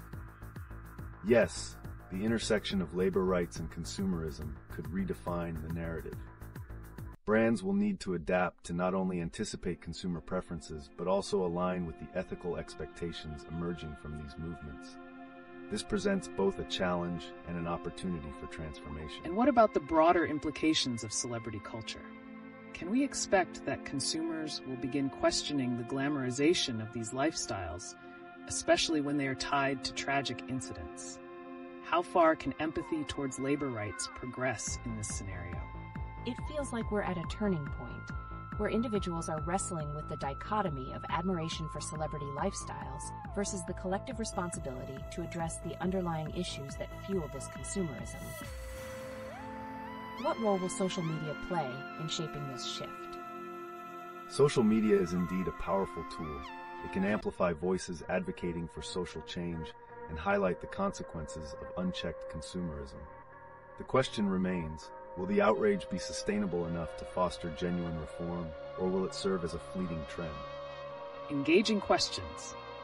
As we tackle these serious themes, what actions can consumers take to help create accountability for brands, especially in light of this contrast between luxury consumption and pressing social issues? The answers may not be simple, but they will be pivotal to our future. I can't help but wonder, will we finally see a shift where consumers prioritize ethics over aesthetics? What changes can we anticipate in the marketplace as this dialogue gains momentum? We are on the cusp of potentially transformative conversations that blend ethical awareness and luxury consumption. The real intrigue lies in how this narrative will evolve in the coming months. Stay tuned for developments that could redefine social landscapes. Welcome back to LeetOne Live. Today we have a fascinating and shocking series of events to analyze, ranging from celebrity mishaps to labor rights movements in India. I can hardly believe the recent news about Govinda accidentally shooting himself. What does this say about celebrity culture and its risks? Indeed, it highlights the precarious line celebrities walk between their glamorous public lives and the personal safety risks that come with them. This incident might push audiences to reassess their relationship with fame. And consider the tragic event of the delivery agent's death over an iPhone. What does that reveal about consumer desperation in the face of luxury? It's incredible and heartbreaking. How can we reconcile people's actions driven by luxury consumption with the dignity of life and labor? That's a crucial point. This tragic event may underline a systemic issue where material desire overshadows human value, calling for a critical reflection on societal values tied to consumerism. We also can't ignore the union movements gaining momentum in Bengaluru's tech scene. How might this catalyze a shift towards prioritizing worker rights in the face of luxurious excess? Is there a possibility that these labor movements could reshape the ethos of not just the tech industry, but the wider culture surrounding consumerism in India? Absolutely. The alignment of tech workers' rights with luxury consumption discussions can create a robust dialogue that challenges how we view wealth and privilege associated with certain brands. Let's not forget the contrast between the stark realities of labor rights and the allure of luxury events, like those lavish Lamborghini showcases. Where do we draw the line? It sounds like this imbalance might spark a reform in how we celebrate success. Could it lead to a greater emphasis on ethical consumption and solidarity with labor rights? Precisely. The potential exists for a deep-seated cultural shift that favors empathy and responsibility towards labor rather than merely idolizing luxury. Future developments in this conversation could redefine our social landscape entirely. Viewers, how do you think we can transform these discussions into actionable change? Will celebrity tragedies and labor movements push us to reflect on our consumption choices? Let's hear your thoughts. Welcome back to LeetOne Live. Today, we have an intense and thought-provoking discussion ahead, focusing on the shocking incidents that intertwine celebrity culture, labor rights, and the rising tensions in Indian society. I can't believe the recent news about Govinda accidentally shooting himself. What does this suggest about the risks intertwined with celebrity culture and the pressures they face? Indeed, this incident underscores the precarious nature of public life. Celebrities constantly navigate a spotlight that can lead to unfortunate mishaps, reflecting deeper societal pressures regarding fame. And let's not forget the tragic story of the delivery agent whose life was lost over an iPhone purchase. What does that reveal about desperation in pursuit of luxury and the values we assign to material possessions? It's truly shocking. Does this incident point to a broader societal issue where consumer desire outweighs the value of human life? How far will people go for the latest technology or luxury items? Absolutely. These events shed light on a troubling reality in our culture where consumerism and status seeking can lead to dire consequences. It raises the question, are we blurring the lines between aspiration and moral responsibilities? An excellent point. In the midst of luxury consumption, like those extravagant Lamborghini showcases, how do we hold ourselves accountable as consumers? Are we prepared to face the realities that some people are suffering for our desires? That leads me to wonder, with the tech union movements gaining momentum in Bengaluru, could this serve as a wake-up call for consumers to rethink their purchasing behaviors? How might labor rights reshape our understanding of luxury? This is indeed a catalyst for change. The emerging union support signals a shift where consumers may begin to demand ethical labor practices alongside the luxury they indulge in. It's a changing landscape that will require all of us to reassess our choices. As we explore this profound connection between luxury consumerism and labor rights, we want to hear your thoughts, viewers. How can we reconcile our desires for luxury with ethics and the dignity of labor? Join the conversation. Welcome back to the LeetOne live stream. Today, we will tackle a blend of recent shocking events that intertwine celebrity culture, labor rights, and safety protocols, especially focusing on how these incidents challenge our perceptions of consumerism in India. The juxtaposition between the seriousness of incidents like Govinda's accidental shooting and the tragic story of the delivery agent's death over an iPhone raises critical questions. What do these events reveal about the pressures and expectations placed on individuals in our society? It's quite unsettling. With so many stories highlighting risks associated with fame and consumerism, how can the public begin to shift their thinking around the value of human life in these contexts? That's an important question. When luxury items become the center of attention in tragic situations, it underscores a problem. Are we inadvertently placing material desires above people's dignity and safety? Indeed, we can draw parallels between the celebrity incidents and the stresses endured by workers in high-pressure environments, such as the tech union movements in Bengaluru. Labor rights could be significantly influenced by the conversation these tragedies inspire. Wow, that's a powerful connection. Do you think these events could fuel a larger movement, pushing for better protection for workers, and perhaps even a reevaluation of celebrity culture itself? Absolutely. If the public starts demanding accountability from brands and celebrities, we could witness a shift in how we perceive luxury consumption. It is crucial to ask ourselves, where does our responsibility begin? The momentum gained from public discussions can lead to meaningful changes in policy and social perceptions, which is a critical takeaway as we follow these narratives closely in the coming months. So could these discussions led by shocking incidents also pave the way for a cultural renaissance in how we view success and aspiration in society? Precisely. While we explore these themes, let's engage viewers. How do you feel about the responsibilities we have as consumers in shaping the ethical standards of the brands we support? Share your thoughts with us. Welcome back to LeetOne Live.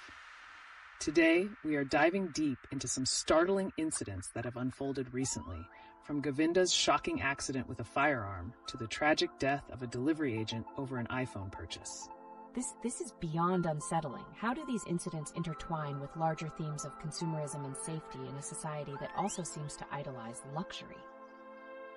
These events truly reflect a darker side of our consumer-driven culture, particularly in how luxury items can lead to tragic outcomes. They amplify concerns about the pressures not only on consumers but on the labor force as well. Right. The incident involving the delivery agent emphasizes the extreme lengths individuals are pushed to due to their pursuit of consumer goods. What does this say about our values when someone's life can be diminished for an item like an iPhone? It's shocking. Does this highlight a broader societal issue that ties back to how we view labor and the ethics around the luxury we crave? Absolutely. The intersection of luxury consumption and labor rights is critical. The burgeoning union movements in Bengaluru indicate that there's a growing awareness of these issues among workers who are often exploited in pursuit of profit margins linked to these luxury goods. And let's not overlook the story of Govinda's accident. This incident prompts us to consider the pressures celebrities face in a system that idolizes them. Could this also be a catalyst for a reevaluation of how celebrity culture is perceived in relation to safety and consumerism? I can't help but wonder, could these incidents not only provoke outrage, but ultimately inspire actionable change in how we approach consumerism? Indeed. As these discussions gain momentum, they have the potential to foster a deeper societal reflection on the ethical implications of excessive consumption, leading to a reevaluation of our priorities when it comes to luxury and material goods. Viewers, what's your take? How can these events we've discussed today act as a wake-up call to rethink not just our consumption, but our values around labor and safety? Welcome back to LeetOne Live. Today, we're jumping into some riveting news from India that highlights the intricate dance between luxury lifestyle, labor rights, and celebrity culture. This sounds intriguing. With Govinda's unfortunate accident and the tragic death of a delivery agent over an iPhone, how do these incidents challenge our views on the pursuit of luxury? These incidents act as stark reminders of the risk and pressures individuals face in a society enamored with luxury and fame, raising questions about how these desires intersect with the realities of human dignity and safety. That's right, especially when we consider the case of the delivery agent, who tragically lost his life, highlighting a shift in consumer values. How much responsibility do we carry as consumers in this dilemma? It's alarming. Could these events trigger a broader societal reflection on truly understanding the human cost behind the luxury goods we desire? Absolutely. It's crucial to acknowledge how celebrity incidents often obscure the struggles of everyday workers, evoking a ripple effect that could move consumers to demand not just quality, but also ethical labor practices from brands. And speaking of consumer ethics, with the rising union movements in Bengaluru's tech sector, do you think there's a potential for a more cohesive connection between consumer habits and labor rights advocacy? That's fascinating. Is it possible that as consumers become more aware of the struggles behind luxury items, it might spur a cultural renaissance in labor rights and support new activism? Precisely. Whenever significant events draw public attention, they often ignite a wave of advocacy. This could lead to meaningful policy discussions on labor rights while reshaping how we view our consumption choices. Also, how does the world of social media and celebrity culture amplify these incidents? Are influencers and public figures becoming more accountable for their impact on consumer behavior? That's a great point. With all this in mind, how can we empower our audience to take action in supporting ethical consumption and labor rights? Engaging consumers through awareness campaigns and transparency initiatives could profoundly mold the landscape of luxury consumerism, ultimately driving shifts towards responsibility and respect for human rights. And we want to hear from you, viewers. How do you feel about the balance between your desire for luxury and the implications it has on labor and safety? Share your thoughts. Welcome back to LeetOne Live. Today we're uncovering some shocking news involving celebrities, like Govinda's accidental shooting and the striking labor rights issues reflected in recent tragedies. Wow, Govinda's incident really surprised me. How does something like this tie back to the ethics of celebrity culture and the expectations of safety? That's a significant point. Celebrities often navigate a complex relationship with public perception and responsibility. Incidents like these bring forth discussion on how far the responsibilities of fame reach into personal actions and public safety. Exactly. And then we have the tragic case involving a delivery agent's death linked to the pressure of a luxury item purchase. How does this event further highlight the darker facets of consumerism and its implications on labor rights? It's disturbing to think that someone's life can be lost over a material possession. Could this incident raise awareness on the need for better working conditions and accountability from brands? Certainly, this tragedy emphasizes the urgent need for social accountability and the influence consumer choices have on labor conditions. It could potentially serve as a catalyst for workers' rights advocacy, particularly in delivery sectors. Absolutely. And paired with the rising union movements in Bengaluru, this context reveals a pivotal moment in labor activism. Could the confluence of these events ignite a stronger push for workplace reforms? It sounds like a perfect storm for change. Are we witnessing a broader awakening among consumers about their power in shaping ethical practices? Indeed. As consumers become aware of the human cost behind luxury goods, there's potential for a cultural renaissance in how we view not just consumption, but the very fabric of labor rights within our society. And speaking of visibility, how do public figures need to evolve in their roles to advocate for these pressing issues? Are we likely to see a shift in celebrity culture towards more responsible consumerism? That's such an important aspect. Could celebrities become more than just influencers, but advocates for ethical practices and labor rights? What changes might we expect to see in the near future? Welcome back to LeetOne Live. Today we are diving into some shocking events that have unfolded recently, notably Govinda's accidental shooting and the tragic death of a delivery agent after an expensive purchase. What do these incidents reveal about the broader implications of celebrity culture and luxury consumerism in India? That really struck me. How can we connect these individual incidents to the larger themes of mental health and consumer pressure? Are we seeing a pattern of risk-taking behavior tied to escalating expectations around luxury lifestyles? That's a critical observation. As the pressure to achieve a certain lifestyle increases, individuals in high-stress jobs or roles may face detrimental outcomes. We can expect more discourse surrounding mental health in the context of job pressures, especially in fast-paced cities like Bengaluru. Absolutely. And what about the working conditions of delivery agents that these stories highlight? The tragic end of the delivery agent lives starkly against the shiny backdrop of luxury consumerism and its human costs. How do we begin to reconcile these two worlds? It's certainly a juxtaposition. But how can these incidents act as catalysts for change in both consumer behavior and brand accountability? Are brands now feeling the heat and starting to consider their role in the lives of those who fuel their profit? They've always had a role to play, but this could intensify scrutiny. Consumer awareness is paramount. As people connect luxury with ethical practices, brands may face backlash if they don't align their values with the expectations of their audience. So, is there a possibility that the awareness sparked by these tragic situations could lead to activism around labor rights, particularly in sectors reliant on gig and contract labor? I never thought about that. Could this drive consumers to become advocates for better working conditions and mental health resources? What changes might we see in the workplace culture within these service-oriented sectors? We could witness a stronger call for reforms that prioritize safety and well-being. If consumers mobilize in response to public tragedies, it could potentially reshape labor rights discussions significantly. And let's not forget what's happening with the tech unions in Bengaluru.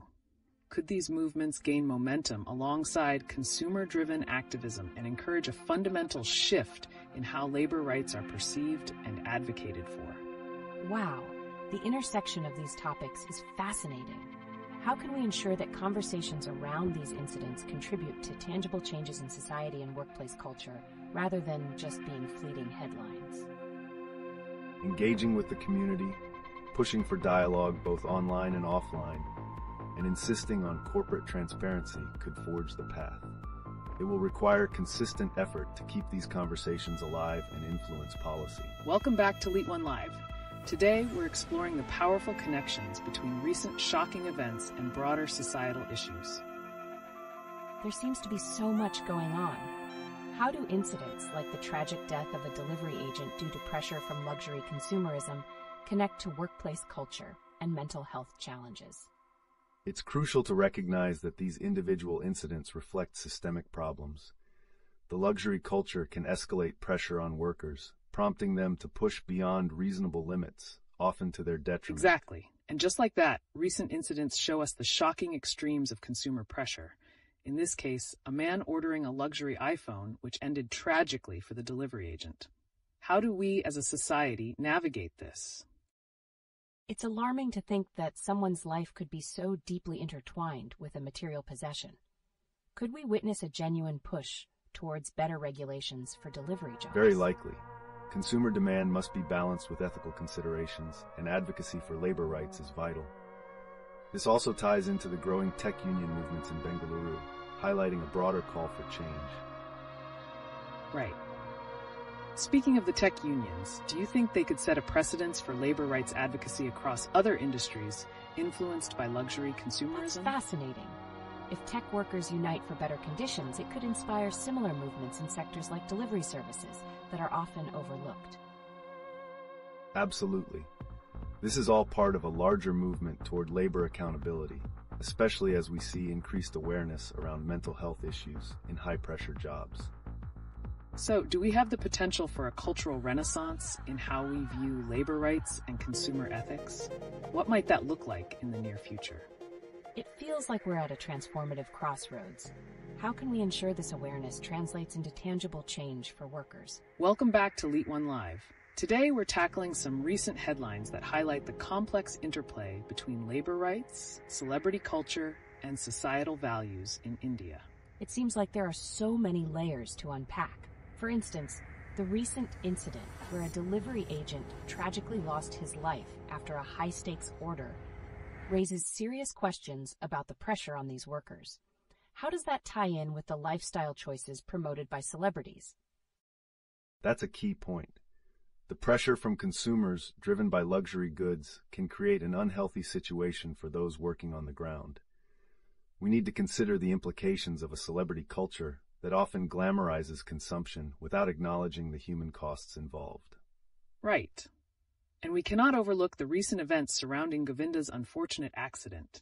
How does this incident reflect the risks tied to celebrity lifestyles, and what can it tell us about the responsibility influencers hold in shaping societal norms? Exactly. It's shocking to think about. Are public figures aware of how their actions may inadvertently promote reckless behavior among their followers? Do we think this could lead to changes in how celebrities engage with community issues, particularly around labor rights? There's definitely potential for a shift. As these incidents surface, celebrities may be forced to reflect on their influence and the social responsibilities tied to their platforms. This could spark a conversation about advocacy for ethical labor practices among influencers. Speaking of advocacy, what about the rise of unions in the tech sector in Bengaluru? Is there a correlation between the awareness stemming from tragic events and the mobilization of workers to fight for better conditions? That's a compelling connection. Could the tragedies we're seeing prompt not just tech workers, but also those in gig economies to unite and advocate for their rights? Are we at a tipping point for mass mobilization in response to these pressures? Absolutely. There's always a silver lining in the wake of crises, and we might witness a greater collective effort toward reforming labor conditions across various sectors, especially as consumers become increasingly aware of ethical practices in consumption. So it appears there might be an emerging dialogue that could redefine the responsibilities of both consumers and celebrities. How can we encourage this conversation to evolve into actionable change? Is there hope for a collective awakening that encompasses both labor rights and ethical consumerism? I'm eager to see what unfolds next. Are we on the brink of a new societal consciousness that values human dignity alongside luxury? One can only hope that as consumers become engaged, they'll demand more transparent practices from their favorite brands. Welcome back to LeetOne Live, where we dive into the heart of current events impacting society today. With recent tragic incidents and emerging conversations around labor rights, we're not just discussing news, but exploring deeper social implications. That's a riveting start. What can you tell us about the tragic death of the delivery agent linked to that high-value iPhone order? It seems to highlight something significant about our consumer culture. Absolutely. The incident sends shockwaves through our understanding of consumer pressure. It uncovers a darker side of the luxury market where the demand for high-end products can create life-threatening pressure on delivery workers. This incident compels us to examine the ethical implications of our purchasing choices. Exactly. The tragic event reflects not only on consumerism, but also on the broader labor rights movement. They share interconnected threads as we witness gig economy workers facing an uphill battle for basic safety and fair compensation. It's shocking to connect these dots. Are we witnessing a movement toward unifying labor rights across different sectors, especially among tech workers and delivery services? That's a great observation. As we discuss labor rights, the recent boosting of tech unions in Bengaluru illustrates a broader trend. Consumers are now more educated, and the demand for ethical practices might push various workers, including delivery agents, to advocate for better conditions. This cross-industry camaraderie among workers could effectively reshape labor dynamics, creating a ripple effect in how we address workers' rights. But will this mobilization be strong enough to enact real change? That remains to be seen. Wow, there's so much at play here. Do these movements also shed light on mental health issues faced by workers, especially in high-pressure roles like those in tech and delivery services? Definitely. High-stress environments can sometimes lead to tragic outcomes, as we saw with the heartbreaking news of a lone company staff member's death linked to work pressure. This interconnectedness raises vital questions about corporate responsibility in safeguarding mental health. It's a crucial issue that needs addressing. As more workers come together, there may be a stronger focus on mental health and workplace wellness, which could pave the way for robust reforms in labor practices. It's fascinating how all these points intersect.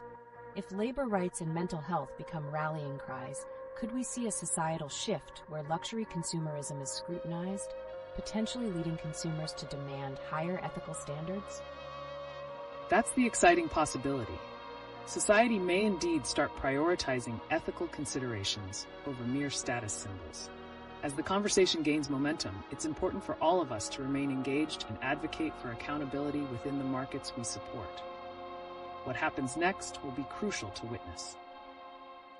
As we jump back into our conversation, we can't help but notice the stark contrast between luxury lifestyles and the harsh realities faced by everyday workers.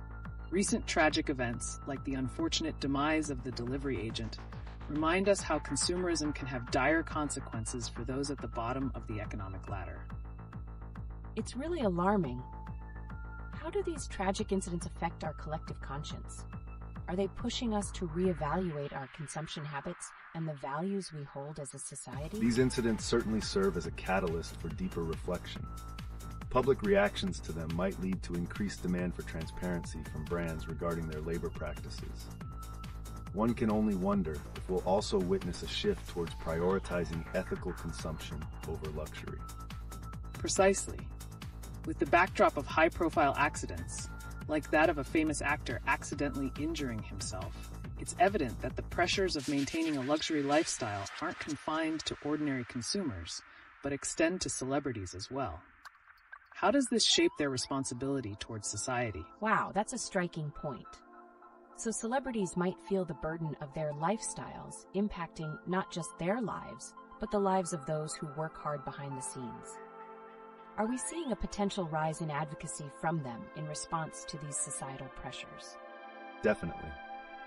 There's an emerging trend where celebrities, particularly in India, may start using their platforms to voice support for labor rights and mental health issues. The question remains, will their influence translate into real change, or will it be surface-level activism? As we ponder that question, let's not forget the role of unions, especially in Bengaluru's tech scene. Their rise has sparked conversations around labor rights that correlate with these broader societal issues. How do tech workers' struggles reflect the challenges faced by workers across other sectors? That's quite insightful. By uniting, could tech workers position themselves as the vanguard for wider labor rights movements? What kind of impact might this have on traditional industries like delivery services? Absolutely. If tech workers succeed in advocating for their rights, it could inspire workers across various sectors to mobilize, especially as we witness parallel struggles like those faced by delivery agents. Yet, will this collective action be powerful enough to challenge established norms? The stakes are high, and as we explore the intersections of these issues, one has to wonder about the future implications on both consumer behavior and labor rights advocacy. Are we entering a new phase in societal consciousness regarding consumption and its impacts? Let's keep the dialogue going. Let's shift our focus to recent alarming events that have surfaced, particularly the tragic incident involving a delivery agent who lost his life while fulfilling a cash-on-delivery order for a high-value item. That's so tragic. What does this incident say about the pressures and challenges faced by delivery workers in today's consumer-driven society? This incident starkly highlights the extreme risks inherent in gig economy jobs, which often prioritize speed and efficiency over worker safety and well-being. It raises critical questions about corporate responsibility in ensuring safe working conditions. Exactly. The fatal consequences of consumer demand reflect a larger story about our values and where we place responsibility. Are our desires for instant gratification leading to potentially fatal outcomes for others? It's shocking. Are we prioritizing luxury and convenience at the expense of the safety and lives of those who deliver our goods? Certainly, and we might see an increasing call for reform in working conditions within the gig economy. As more people become aware of these issues, could this lead to a stronger movement for labor rights among delivery workers? That remains to be seen. However, with the rise of tech unions in Bengaluru and growing awareness of workplace issues, there might be a real shift in advocacy towards ensuring fair treatment for gig workers. That's an intriguing possibility, but how effective can these unions be if consumer habits continue to foster a competitive and dangerous atmosphere for workers? The effectiveness ultimately hinges on public awareness and support. If consumers begin to value ethical and safe practices over mere convenience, then perhaps meaningful change can emerge. It's a challenge, for sure. The unfortunate events surrounding consumerism and labor rights continue to unfold, and we're left pondering where the balance lies. What remains to be seen is how society will respond. Today, we are tackling a range of compelling issues intertwined with recent tragic news in India. From the unsettling death of a delivery agent to the pressures faced by corporate workers, it's a heavy but necessary discussion. It's incredible how interconnected these topics are. The incident with the delivery agent raises the question, how does this reflect the intense pressures on workers today, especially in the gig economy? Indeed, it highlights a concerning trend of commodifying human lives for the sake of profit. The juxtaposition of high-value items delivered in dangerous situations underscores a critical need for reassessing corporate responsibility and worker safety. Absolutely. Moreover, we have to consider the chilling mental health crises that many face due to extreme work pressure. The tragic news about a loan company employee's suicide is a stark reminder of the mental health toll that comes with relentless corporate demands. That's so heartbreaking. How can organizations create a healthier work environment that safeguards their employees' mental well-being while still driving productivity? There needs to be a cultural shift towards prioritizing mental health. Companies could implement better support systems, make work-life balance a priority, and foster an open dialogue on mental health issues. Right.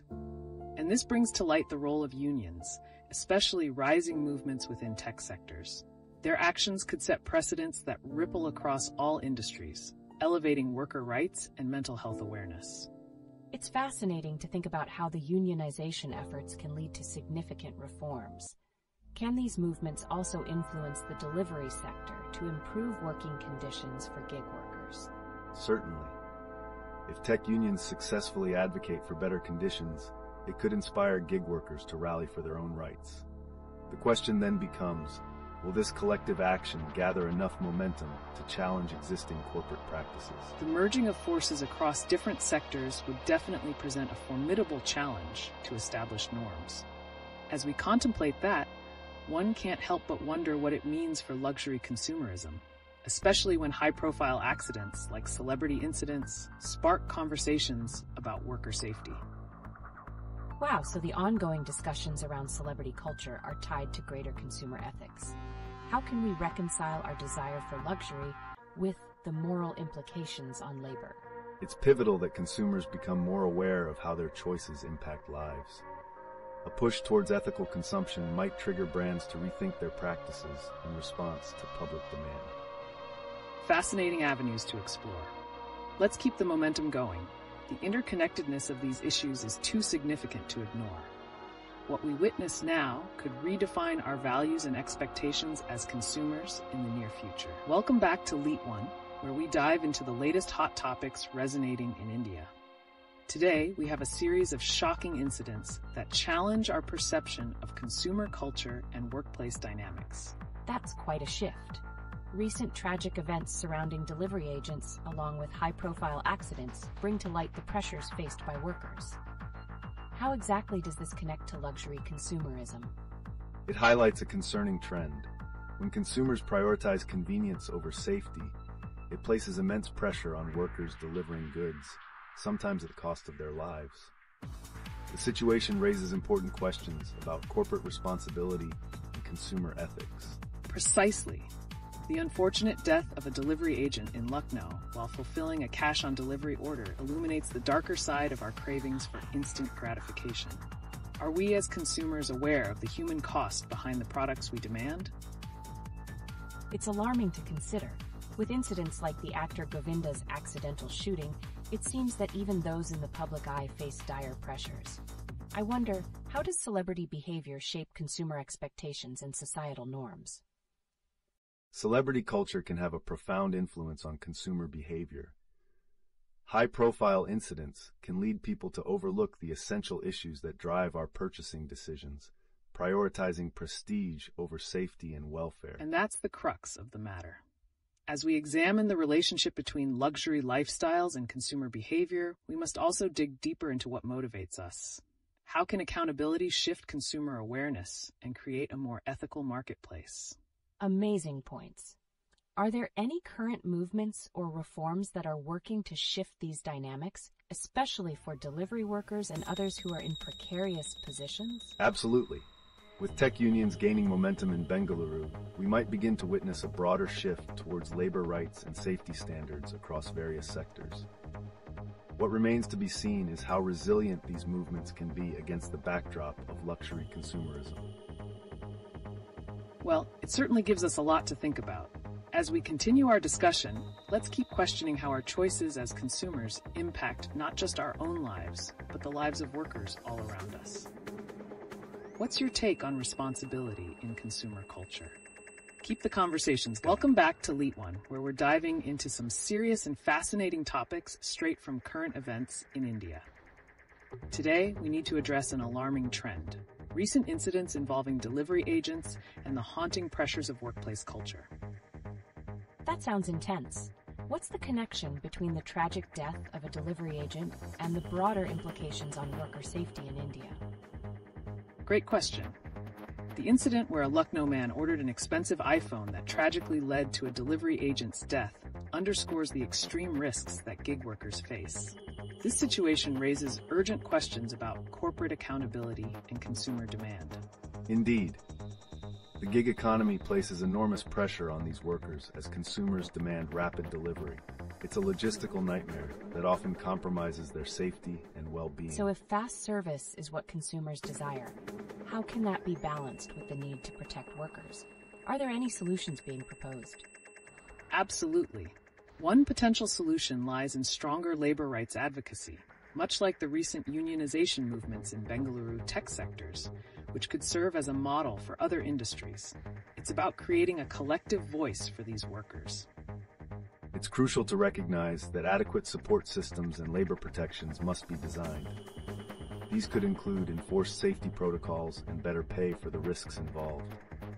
The question is, can consumer behavior shift enough to support these changes? Wow, it's a real challenge.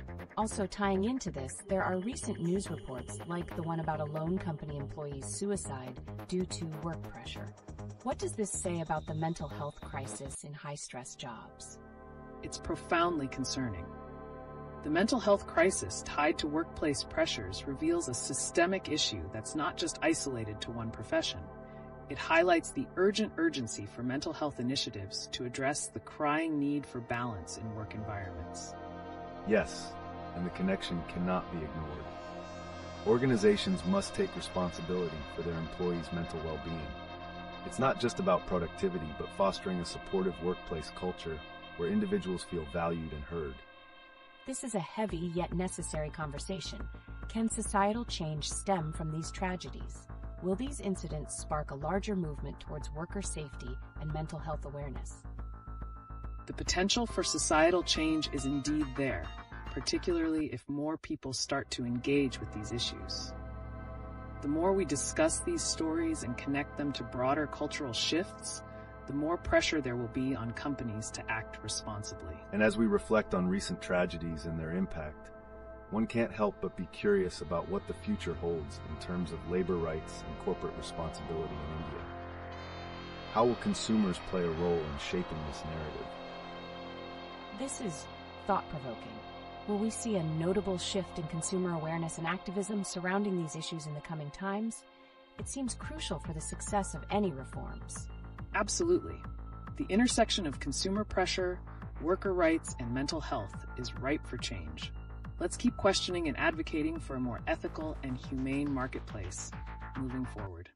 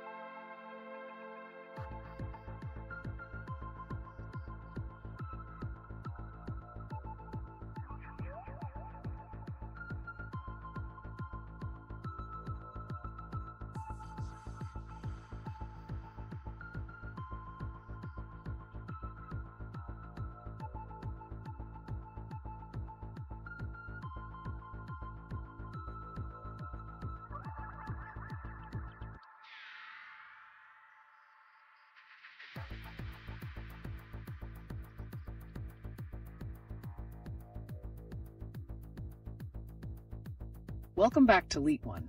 As we keep unraveling the complexities of Indian society, let's shift gears to discuss a powerful juxtaposition seen in recent news. The tragic death of a delivery agent in Lucknow and the heroic act of an assistant local pilot in Assam. This is striking. How do such contrasting stories fundamentally reflect our societal values and the pressures on individuals within our communities? These incidents reveal a lot about the inequities in labor rights and consumer expectations in India. The tragic loss of the delivery agent is emblematic of the dire conditions many workers face, caught in a race for fast delivery driven by consumer impatience. Absolutely. And it's alarming to think about the pressures that led to such tragedy. How can we rally society to bring about meaningful change in this narrative?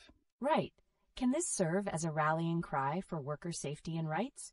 What specific actions can individuals and communities take to push for heightened awareness regarding labor conditions? Consumer advocacy is key here. By demanding ethical treatment of workers and supporting brands that prioritize labor rights, we can begin to reshape the marketplace. It's not just about what we buy, but how we buy it. And in that light, how does the recognition of unsung heroes, like the assistant loco pilot, influence public perception and inspire activism? This makes me wonder, Can we create a narrative where everyday heroism garners as much attention as celebrity incidents? How do we transition from glorifying fame to honoring genuine contributions to society? It's a cultural shift we're in desperate need of. Highlighting ordinary heroism can shift the focus from celebrity culture to celebrating those who truly make a difference. We could leverage media and social platforms for this change. That sounds promising. Yet, how equipped are institutions to support such a transformation, especially journalism and education, in fostering this kind of awareness? It feels like a monumental task.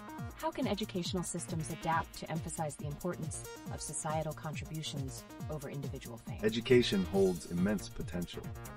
By integrating community service and acknowledgement of local heroes into curricula, we could shape a generation that values collective contributions, fostering a sense of responsibility towards one another. So, as we unravel these narratives, we are truly faced with deliberations on not just societal values, but the fabric of accountability. What are the next steps towards achieving that systemic change? Let's keep the questions flowing. Welcome back to LeetOne. Today, we're shifting our focus to a poignant theme emerging from the recent news cycle: the striking divide between sensational celebrity incidents and real-life heroism.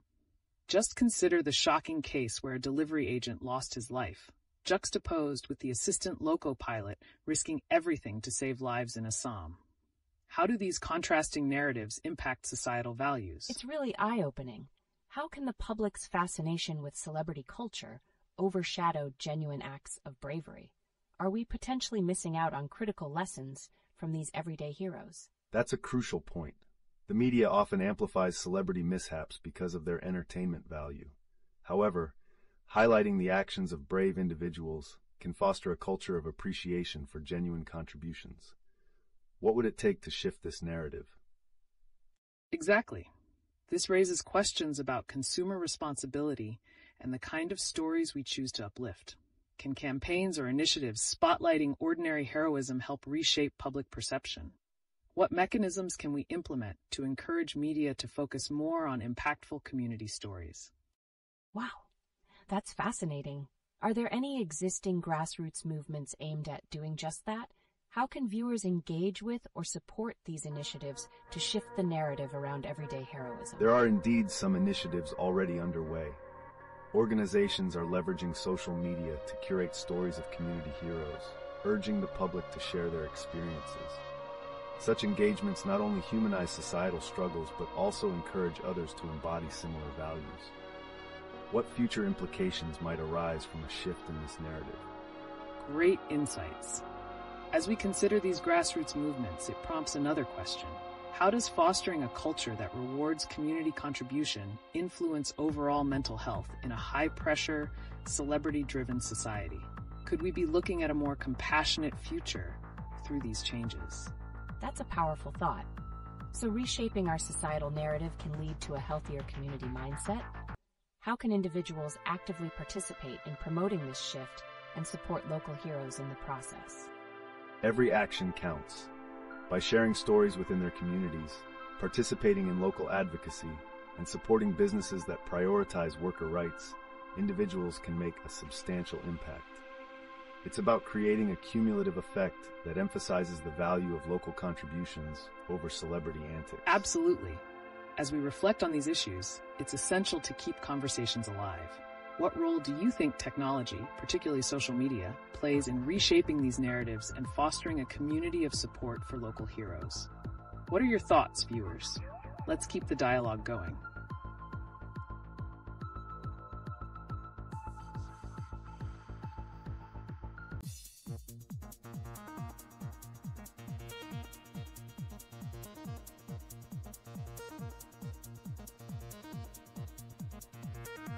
Welcome back to LeetOne. Today, we are uncovering the complex realities of labor rights in India, intertwined with the stark contrast between tragic incidents and acts of heroism. With stories from the delivery agent in Lucknow and the brave assistant loco pilot in Assam, we're diving into the implications of these events on societal values. It's truly shocking. The recent news has revealed the human cost behind our economy, especially when we look at incidents like the Lucknow tragedy. How does such a devastating event impact our views on consumer behavior and the treatment of workers? That's a great inquiry. The heartbreaking consequence of consumer demands can lead to negligence towards worker safety. As stories like these surface, they not only unveil harsh realities, but could potentially lead to shifts in how consumers engage with businesses. It raises a pivotal question. Can the public's outrage force companies to reassess their treatment of workers? Absolutely. And as social media amplifies these stories, could they not serve as a catalyst for a more significant movement advocating safe working conditions? The contrast between the assistant loco pilot's courageous act and the tragic loss in Lucknow begs deeper reflection on how society values human life over profit. Fascinating perspective. So you're suggesting that these narratives can foster community advocacy? But what role do celebrities and luxury brands play in shaping this conversation? Are their responsibilities shifting in response to public sentiment? Indeed, the relationship between luxury consumption and societal ethics is evolving. As awareness of labor exploitation deepens, luxury brands that fail to adapt may find themselves facing backlash. It will be intriguing to see how these brands engage with ethical practices moving forward, especially given heightened consumer awareness surrounding these issues. And don't forget, initiatives like tech worker unionization in Bengaluru signal a growing recognition of labor rights across all sectors. Could their solidarity inspire similar movements in other industries, including those that high-end brands rely upon? What do our viewers think about this potential? That's thought-provoking. If tech workers begin advocating for solidarity, how might that translate to sectors like delivery services or hospitality? Do we think we could witness a ripple effect of activism across industries? Absolutely. This is a crucial moment for labor rights as different sectors begin to intersect in advocacy. The interconnectedness of these movements can leverage greater public support, which may even prompt legislative changes in labor laws. How can we effectively uplift these voices in today's landscape? Remarkable points. As we connect these threads, we're presented with both challenges and opportunities. Are we poised for a cultural shift in how we perceive labor contributions and consumer responsibility? Let's keep this conversation going. What other insights do you have in the chat? Welcome back to LeetOne. Today, we're pivoting towards some gripping news topics that intertwine culture, celebrity incidents, and societal issues in India. With recent attacks on labor rights and tragic events involving delivery workers, we find ourselves reflecting on deeper themes. What might the response be to the rising tension between consumer behavior and worker safety? That's interesting. I'm curious about the recent incident with the delivery agent in Lucknow. How does an event like that shape public perception towards safety in the gig economy? Do you think it could lead to a demand for better working conditions? Certainly. The tragic loss of the delivery agent highlights the precarious nature of gig work in India. As consumer appetites grow, so too does the pressure on workers to deliver quickly, often at the sacrifices of their safety. The public's realization of this connection can spark conversations about the need for more comprehensive labor rights and protections. Exactly.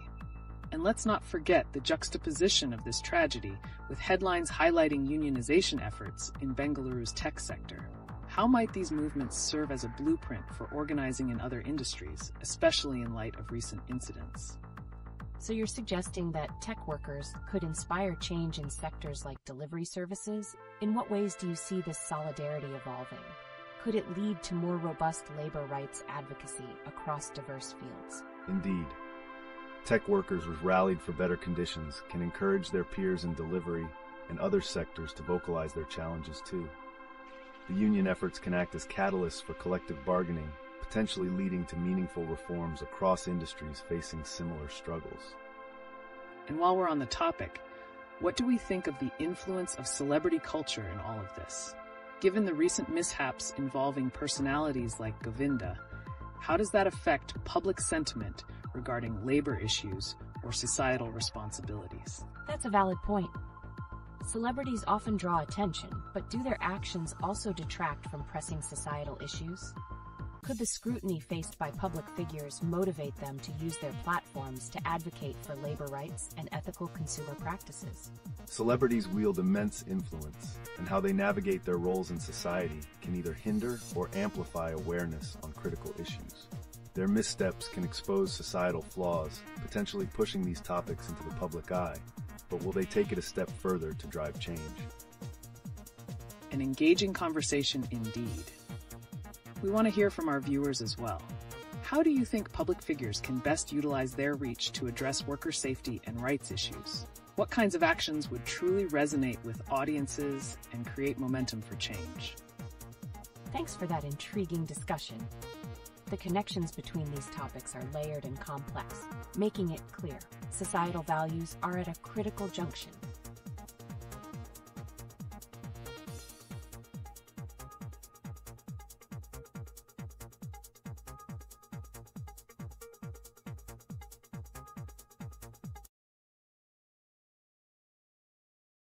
Welcome back to LeetOne, where we peel back the layers of social issues influencing India today. Today, we are shifting our focus to the recent surge of protests in Punjab, where farmers are resorting to throwing grains due to the unfair pricing of their crops. That's so impactful. What really drives farmers to protest in such an extreme way? How does this act of throwing grains symbolize their frustration? It's a powerful gesture. This protest highlights not only the economic challenges they face, but also their desperation for acknowledgement from both the government and consumers. It's about reclaiming their dignity in the face of oppressive market conditions. Precisely. And this incident begs the question, are urban citizens truly aware of how their consumption habits impact the livelihoods of these farmers? We often hear of the term compassionate consumerism, but is it merely a trend, or can it evolve into a genuine movement? That's a thought-provoking point. So, if urban consumers were made aware of how their choices directly affect the distressed farmers, do you believe they would make different decisions when shopping or dining? The potential for change lies in education. If urban consumers understood the direct link between their purchasing choices and farmer survival, we could see a shift towards prioritizing local produce and fair pricing practices. This is vital for sustaining both the economy and farmer welfare. And let's reflect on a recent tragic incident where a delivery agent was killed during a cash-on-delivery transaction. How do these violent events further complicate the societal understanding of labor issues? It creates a fear that can deter individuals from speaking up about their working conditions. Absolutely. Is there a risk that, as shocking as these incidents are, that they might become just another fleeting headline? How can we ensure that they lead to persistent dialogue and ultimately substantial change? That's a crucial challenge. Continuous community engagement combined with media pressure is key. By keeping these stories alive in public discourse, we can push both companies and lawmakers to implement the necessary reforms that prioritize worker safety. In a nutshell, we're witnessing a critical junction where farmers' rights and the safety of delivery workers highlight a broader commentary on labor dynamics in India. How will this intersection of struggles affect future policies? Will they be seen as two sides of the same coin? I can't help but wonder about the potential grassroots movements that may emerge from these overlapping concerns. Are we on the brink of a more unified approach to labor rights across various sectors? It's possible. The solidarity among different labor groups can indeed forge stronger movements that demand comprehensive labor reforms across the board.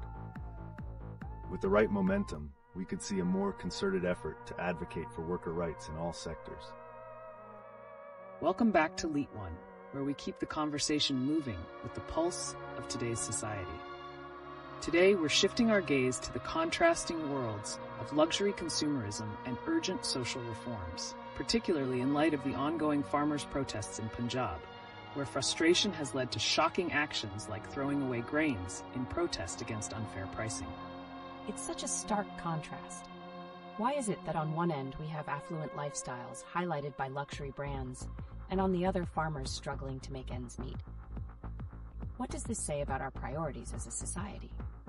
The dichotomy reflects a deeper system of values, one that often prioritizes consumerism over compassion for daily struggles. The celebrities and luxury brands that are celebrated should consider their responsibilities towards the societal challenges unfolding right outside their lavish events. Absolutely. And it raises the question, can the visibility of these protests penetrate the luxury bubble and compel consumers to rethink their purchases? What will it take for urban populations to empathize with the plight of farmers? That's compelling. With celebrities often engaging in social issues, do you think they should use their platforms to elevate the causes of farmers? Could this shift the narrative and catch the attention of luxury consumers who otherwise might overlook these struggles? Definitely, but it requires a genuine commitment, not just a superficial engagement. If celebrities align their influence with advocacy for labor rights and sustainable practices, it could prompt a significant shift in consumer behavior. Imagine how impactful that could be. Speaking of impact, let's not forget recent incidents that highlight the risks faced by delivery workers.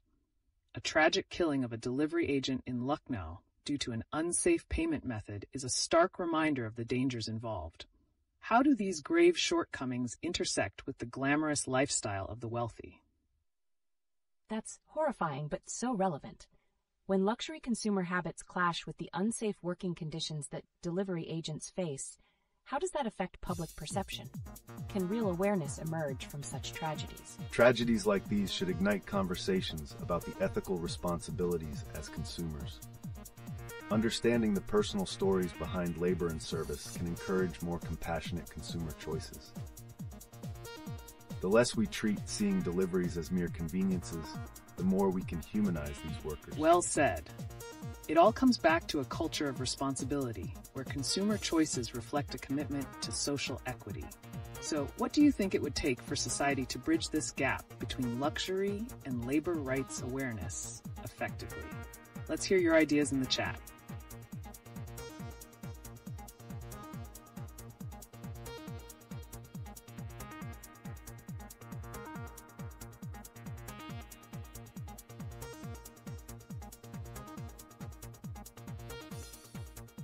Welcome back to LeetOne, everyone.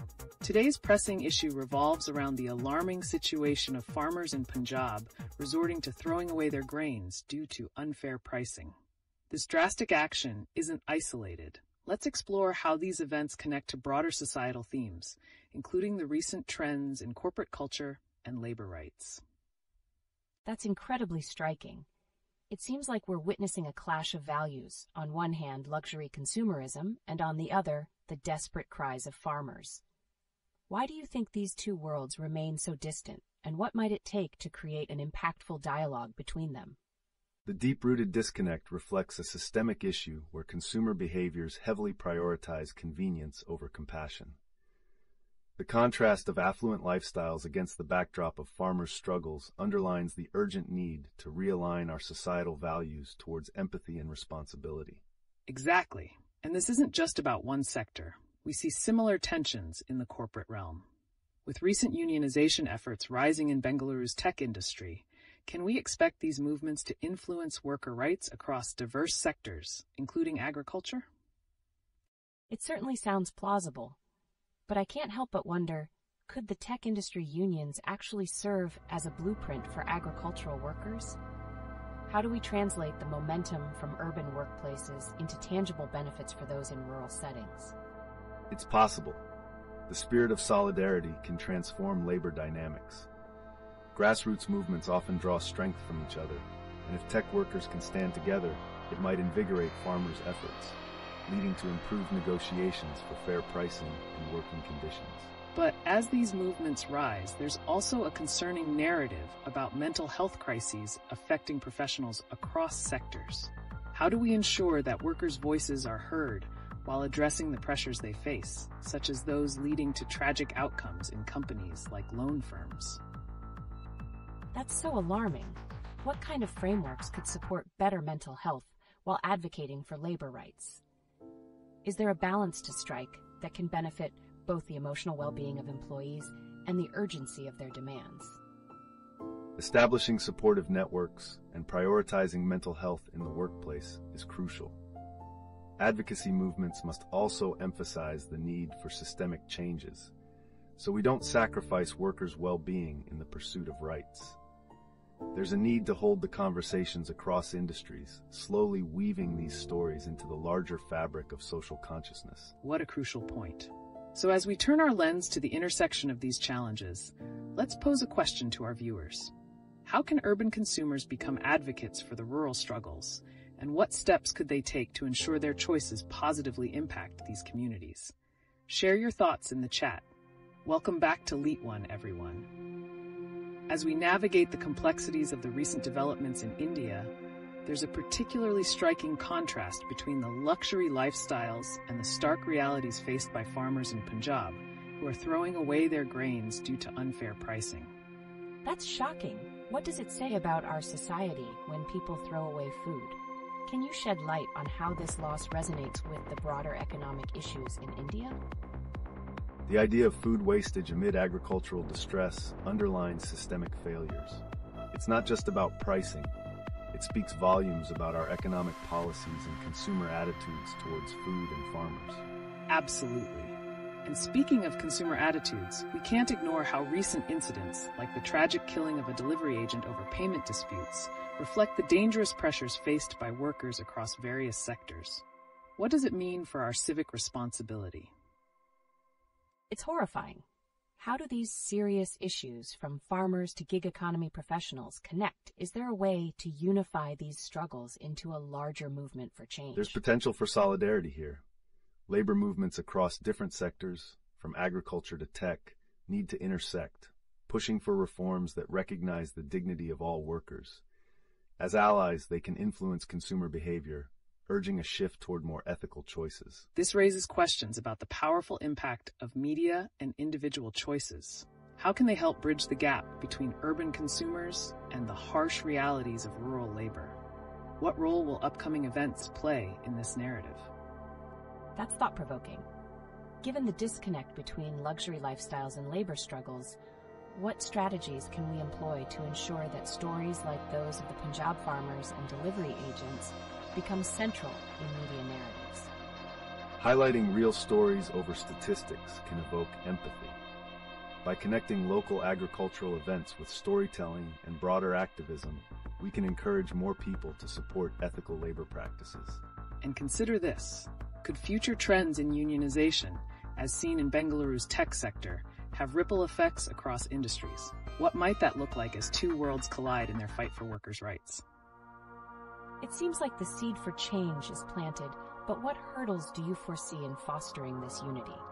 What challenges are likely to arise that could hinder these movements? The biggest challenge lies in overcoming the ingrained divisions that prioritize individual interests over collective action. However, as narratives of shared struggles gain visibility, the hope for a united front becomes clearer. This could be the turning point for societal transformations in India. It's essential to keep these discussions alive. So viewers, how do you see the intersections of these issues playing out in public consciousness? Keep sharing your thoughts as we navigate this complex web of social realities. Welcome back to LeetOne. Today we're shifting gears to discuss a troubling trend that's sweeping through India.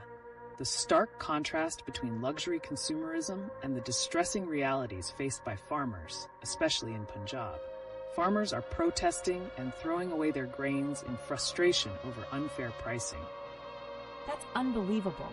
How did we arrive at a point where farmers are discarding food? What can we uncover about the underlying issues that contribute to this drastic act of desperation? This action underscores systemic failures in our agricultural policies. The denial of fair pricing isn't just an economic issue, it's a human rights concern. Farmers should not have to resort to these measures just to be heard. Exactly. And this connects to a larger narrative involving labor rights and the impact of consumer behavior. How does the luxury market's consumption affect the plight of these farmers? And what responsibilities do urban consumers have in this scenario? It's haunting. Does luxury consumption exacerbate the agricultural plight, and is there a solution that can bridge this gap? How can urban dwellers shift their practices to support farmers instead of perpetuating these Sustainable consumer choices can play a pivotal role. For instance, Opting for locally sourced products can help create a demand that uplifts farmers. Each choice can contribute to a broader movement towards equity in our food systems. And there's more at play here. The labor dynamics we're witnessing, especially with tech workers unionizing in Bengaluru, also reflect desperation across sectors. Could a united front across industries amplify the call to action for fair treatment of farmers? That's fascinating. So you're suggesting that the connection between sectors might strengthen their collective voices? How do we ensure that labor movements in tech resonate with those fighting for agricultural rights? Solidarity is key. By creating alliances between urban workers and rural farmers, we can draw powerful narratives that demand change.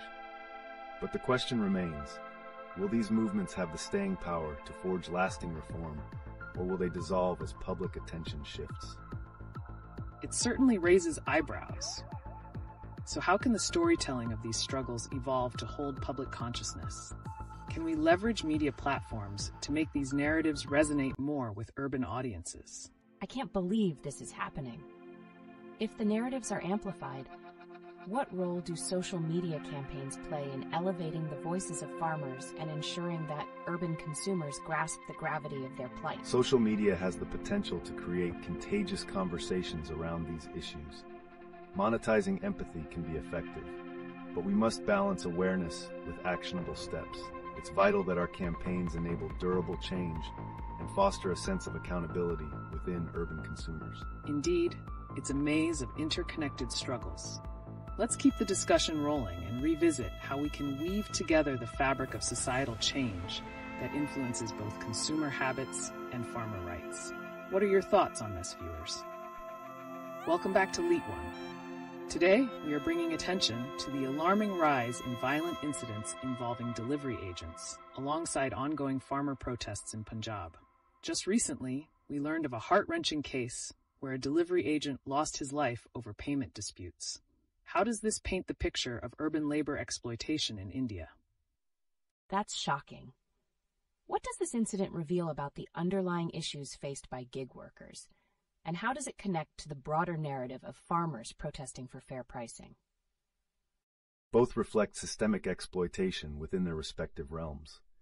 Gig workers, much like farmers, often find themselves in precarious positions, struggling for both respect and economic stability.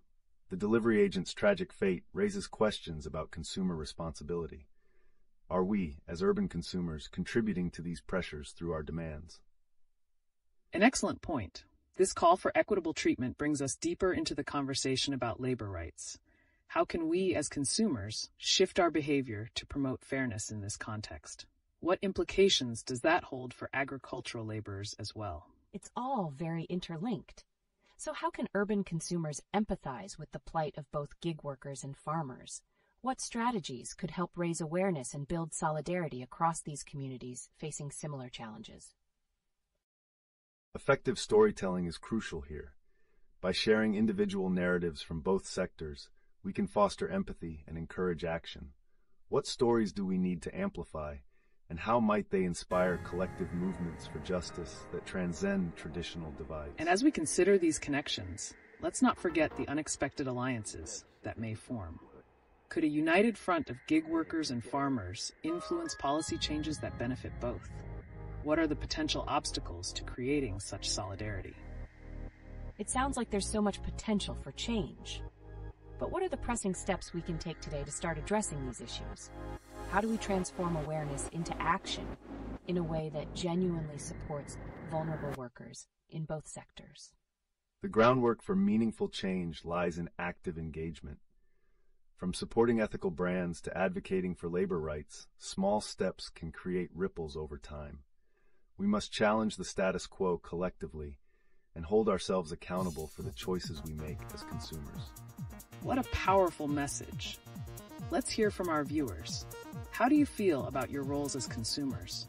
What immediate actions can we take to amplify these voices and support the movements for justice? Your insights could shape our ongoing dialogue. Welcome back to LeetOne. Today, the conversation takes a twist as we explore the stark reality of economic disparity, specifically focusing on the growing unrest among farmers in Punjab as they protest by discarding their crops due to unfair pricing.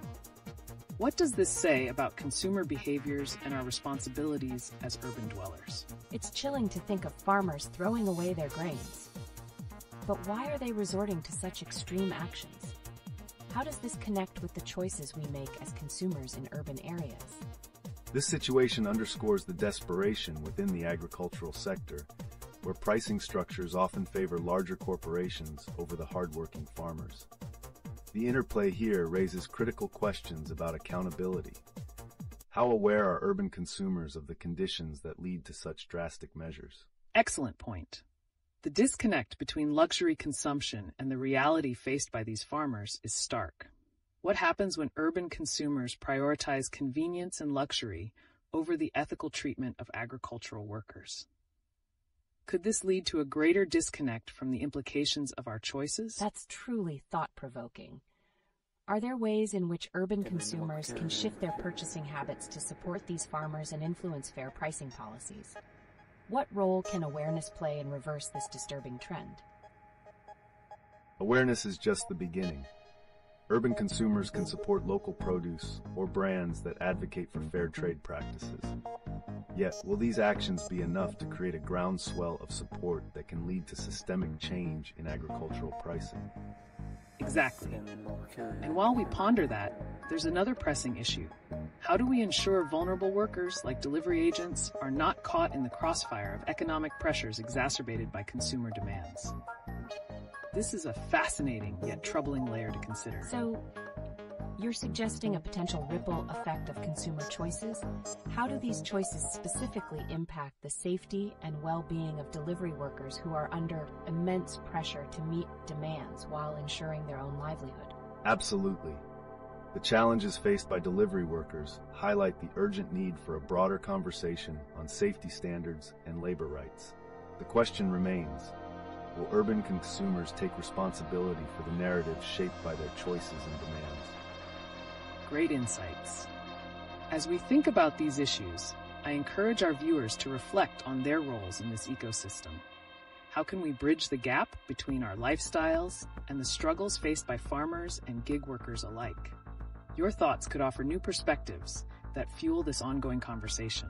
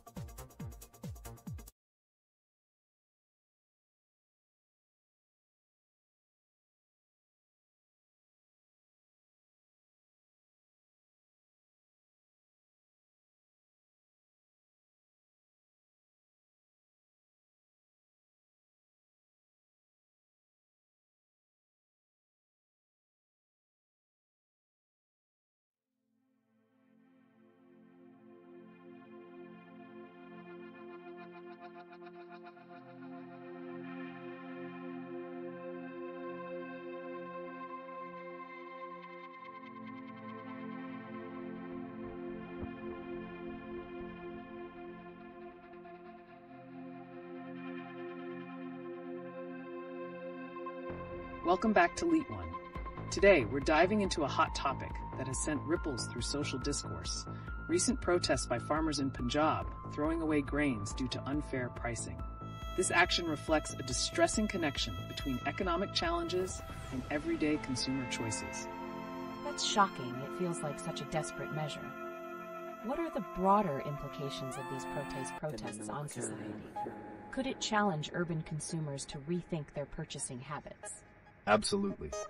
The farmers' struggles illuminate a crucial point of intersection between rural realities and urban consumerism. If urban consumers are confronted with the stark realities of agricultural pricing, how might that affect their buying behaviors? Can this create a movement towards more conscious consumption? That's an essential consideration. When urban consumers engage with these narratives, could we witness a shift towards supporting local markets and fair trade practices? Or will it remain a distant concern, masked by convenience and luxury consumerism? I wonder if there are real-world examples where consumer awareness has driven positive change for farmers. Are there initiatives out there that have successfully linked urban consumers with rural agricultural practices? Indeed. Programs like community-supported agriculture have seen cities and farms collaborate in remarkable ways. But can these efforts gain traction amidst growing consumer demands for convenience? Would it be enough to bridge the gap between understanding and advocacy for farmers' rights? That's the pivotal question. Amid such protests, the role of media and cultural narratives becomes vital. How will these events reshape the dialogue on agricultural issues, particularly during significant cultural events where consumerism reigns supreme?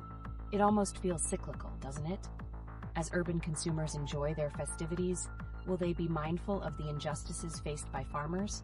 Could these protests pull back the curtain on the true cost of the celebrations we embrace? The fascinating part lies in the potential for collective action. If these protests catalyze empathy among consumers, we could witness a powerful grassroots movement advocating for change, transforming our cultural narrative. Could we be on the brink of this shift? The anticipation builds as these dynamics weave together. So viewers, what are your thoughts? How can we ensure that these important narratives don't get lost in the noise of everyday consumerism? Your insights could be the spark for meaningful dialogue.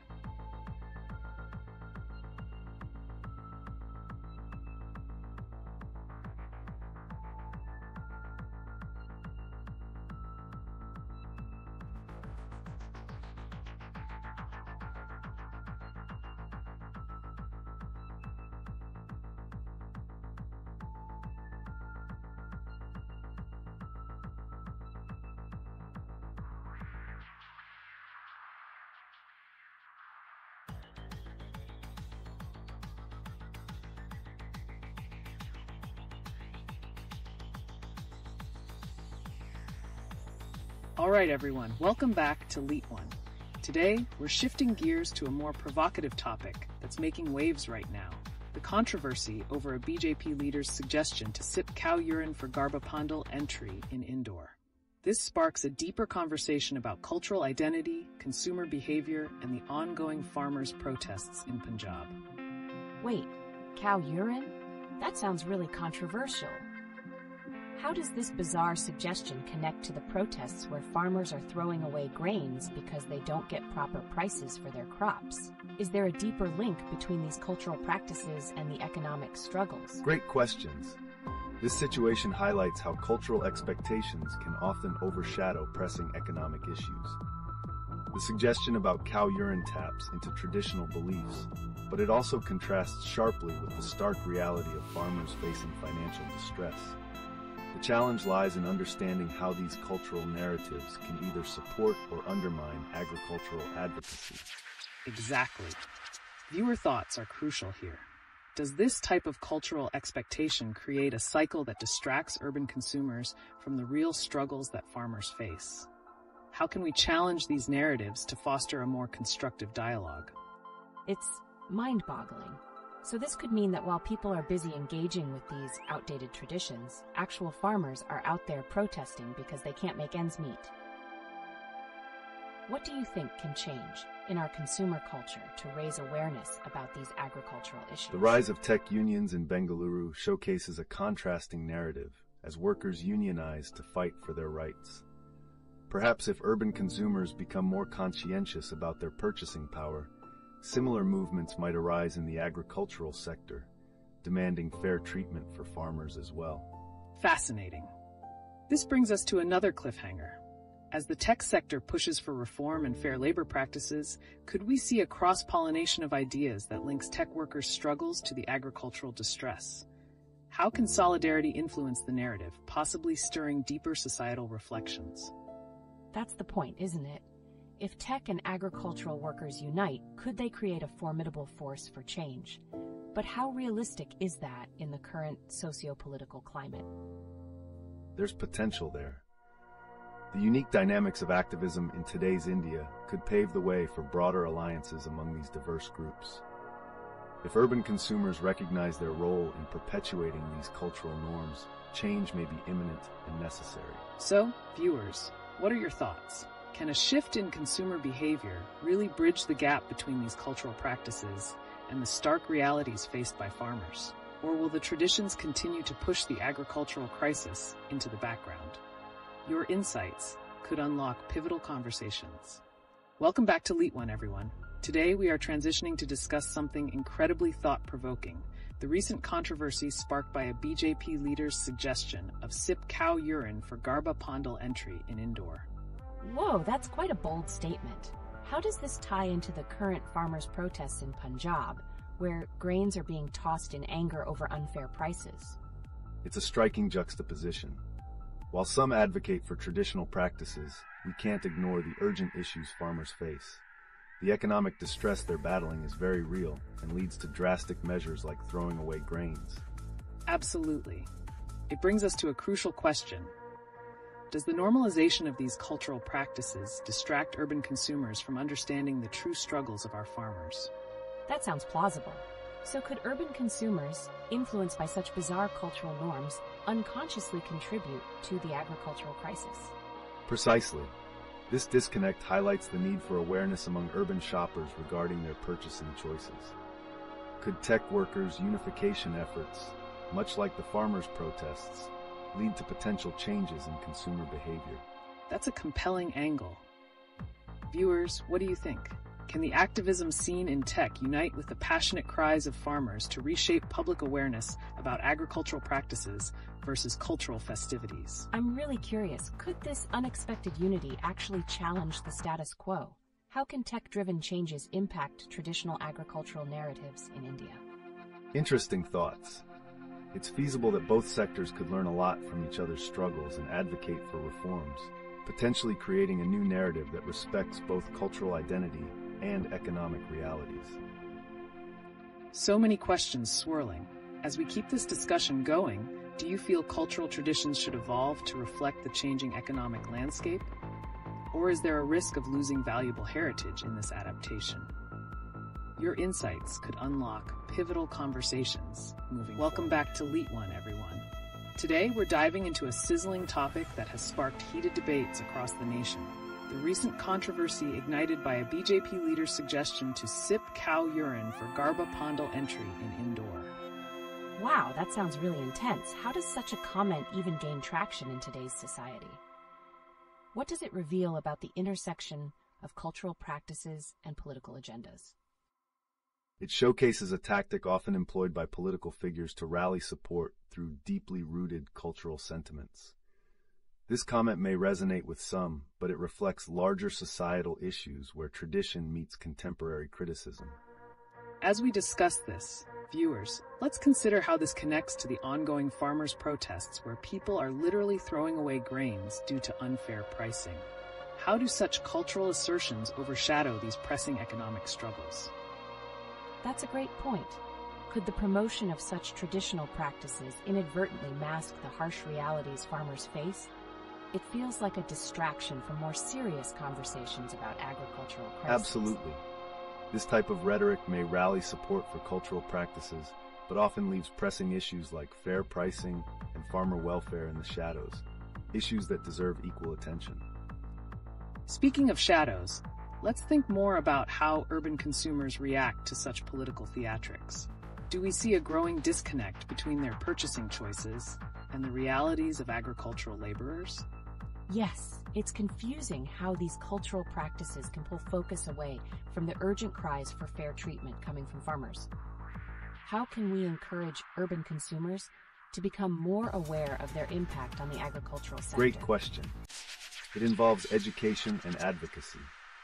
Urban consumers can benefit from a deeper understanding of where their food comes from and the struggles behind it, creating a more informed consumer base that prioritizes ethical consumption. Exciting ideas. So could the growing awareness among tech and agricultural labor movements help bridge this gap? In what ways can solidarity across these sectors drive real change? That sounds like a powerful alliance. But what kind of actionable steps can we expect from these movements in today's socio-political landscape? There's hope. The tech and agricultural sectors have the potential to unite their voices for collective advocacy, but translating that into real policy change will take concerted effort and strategic partnerships. Stay tuned for the upcoming developments. Welcome back to LeetOne, everyone. Today we're steering our conversation towards a pressing topic that's buzzing across social and political spheres: the ongoing protests by farmers in Punjab who are throwing grains as a form of dissent against unfair pricing. That's an intense way to protest, but what exactly led to this drastic measure? How can such actions influence public opinion about the struggles faced by farmers? This protest reflects deeper systemic issues in the agricultural sector. The disparity between what farmers earn for their crops and the rising costs of production is immense. When their voices go unheard, these extreme measures serve as a stark reminder of their desperation. Absolutely, and it brings us to another layer: the recent controversy over the BJP leader's suggestion to sip cow urine for Garba Pandal entry in Indore. How does this type of rhetoric distract from the substantial, urgent issues like farmer rights? It seems quite bizarre. Is there a possibility that sensational statements like these steer public discourse away from real agricultural issues? How does this impact the farmer protests unfolding now? Quite potentially, yes. Such comments capture media attention and draw focus away from ongoing agricultural crises, leading society to overlook the pressing needs for reform and fair treatment of farmers. While we touch on public perceptions, viewers, do you think there's a risk of trivializing the farmer's struggle in favor of sensationalism? How can we ensure we're focusing on what truly matters in these discussions? It's a critical juncture. What can be done to redirect the conversation back to real issues like fairness in pricing and farmer welfare? Educating consumers on the realities of agricultural labor and the challenges faced by farmers is essential. If urban workers recognize their role in this narrative, they may be compelled to advocate for change, ensuring farmers aren't lost in the larger spectacle of politics and culture. Speaking of advocacy, let's consider how expected demonstrations, like the farmers who protested in Punjab, connect with urban consumers. Could their awareness of such protests spark substantial change in purchasing habits and policy advocacy? That's a fascinating thought. Transitioning from the sensational to the genuine, what logistical measures need to be in place to ensure that such protests lead to actual policy reform? Coordination between farmer unions and tech-driven advocacy platforms could bridge gaps in communication, potentially creating a united front that holds industry leaders accountable. The power of collective action cannot be underestimated, especially in today's digital age. Intriguing perspectives. As we wrap up this segment, let's remember how cultural narratives, while captivating, can sometimes mask urgent socioeconomic issues.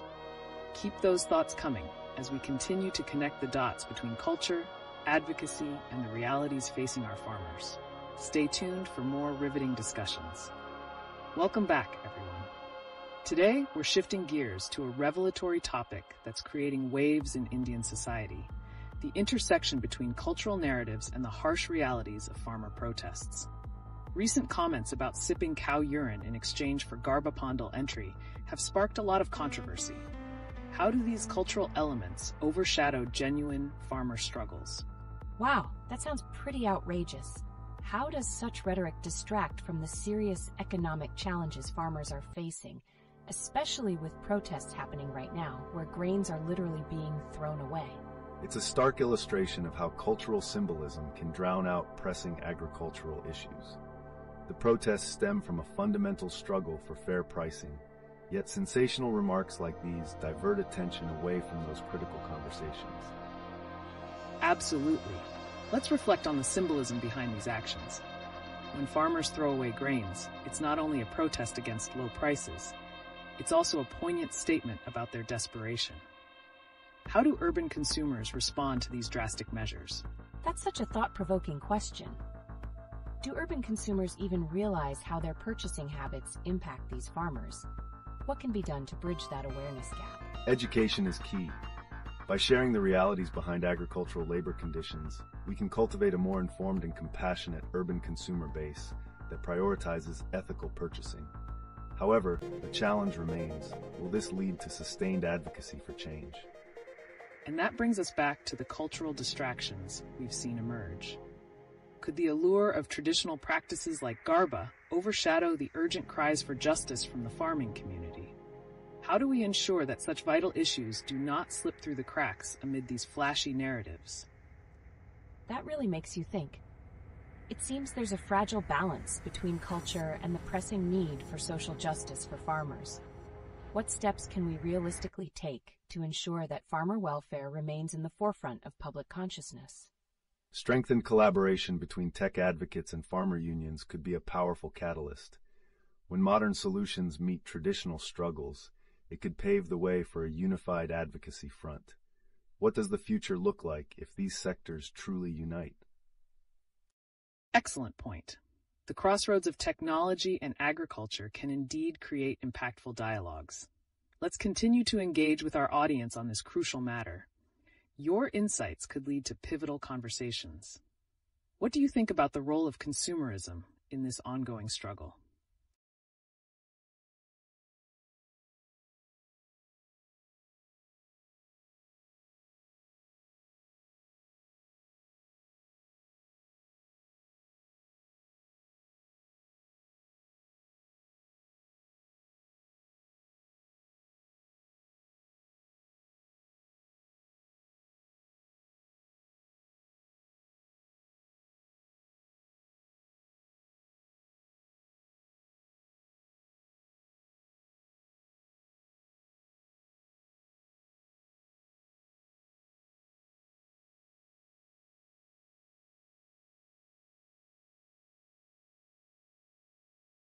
Welcome back to another engaging discussion on LeetOne. Today we're pivoting towards a topic that has captured media attention and ignited conversations: cultural practices and their connection to pressing contemporary issues. What does the phrase "sip cow urine for Garba Pandal entry" signify in today's socio-cultural climate? Wow, that's quite a statement. How does such a controversial remark resonate with individuals facing real struggles, like the farmers throwing away grains because they aren't getting fair pricing?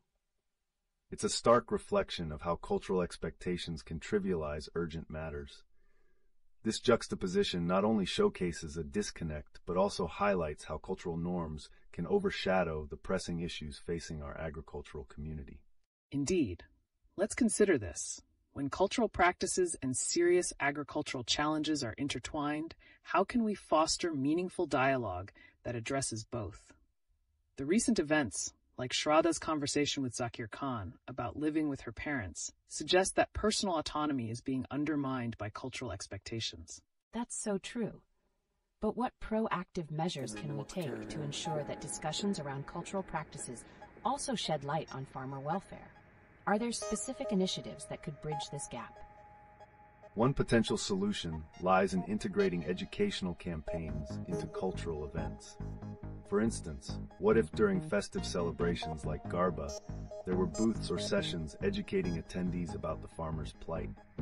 It's all about creating synergy between our traditions and the realities that many are facing today. That's an interesting notion. However, the overarching question remains: will cultural practices evolve with these conversations? Or will they continue to create distractions that hinder significant change, particularly in relation to farmer welfare? It feels like quite a dilemma. Can these cultural dialogues set the stage for greater awareness, or will they fall prey to sensationalism? What can be done to keep the conversation grounded in reality? The key may lie in continuous engagement. Amplifying success stories from both cultural narratives and agricultural reform can help create a unified front. If we can highlight not just the essence of our traditions, but also the importance of supporting those who feed us, then there's a chance for impactful change. Such insight raises another question. How do we ensure that these discussions reach not just urban consumers, but also address the heart of rural challenges? The way forward must leverage both cultural celebrations and agricultural advocacy effectively. I love the idea of synergy. It opens up so many paths for engagement. Are we on the verge of a necessary cultural evolution that truly takes into account both individual autonomy and community welfare? Only time will tell. As we continue combining our cultural conversations with real-world issues, we may find pathways to both honor tradition and embrace the futures we want to build together. Let's keep the dialogue alive and evolving.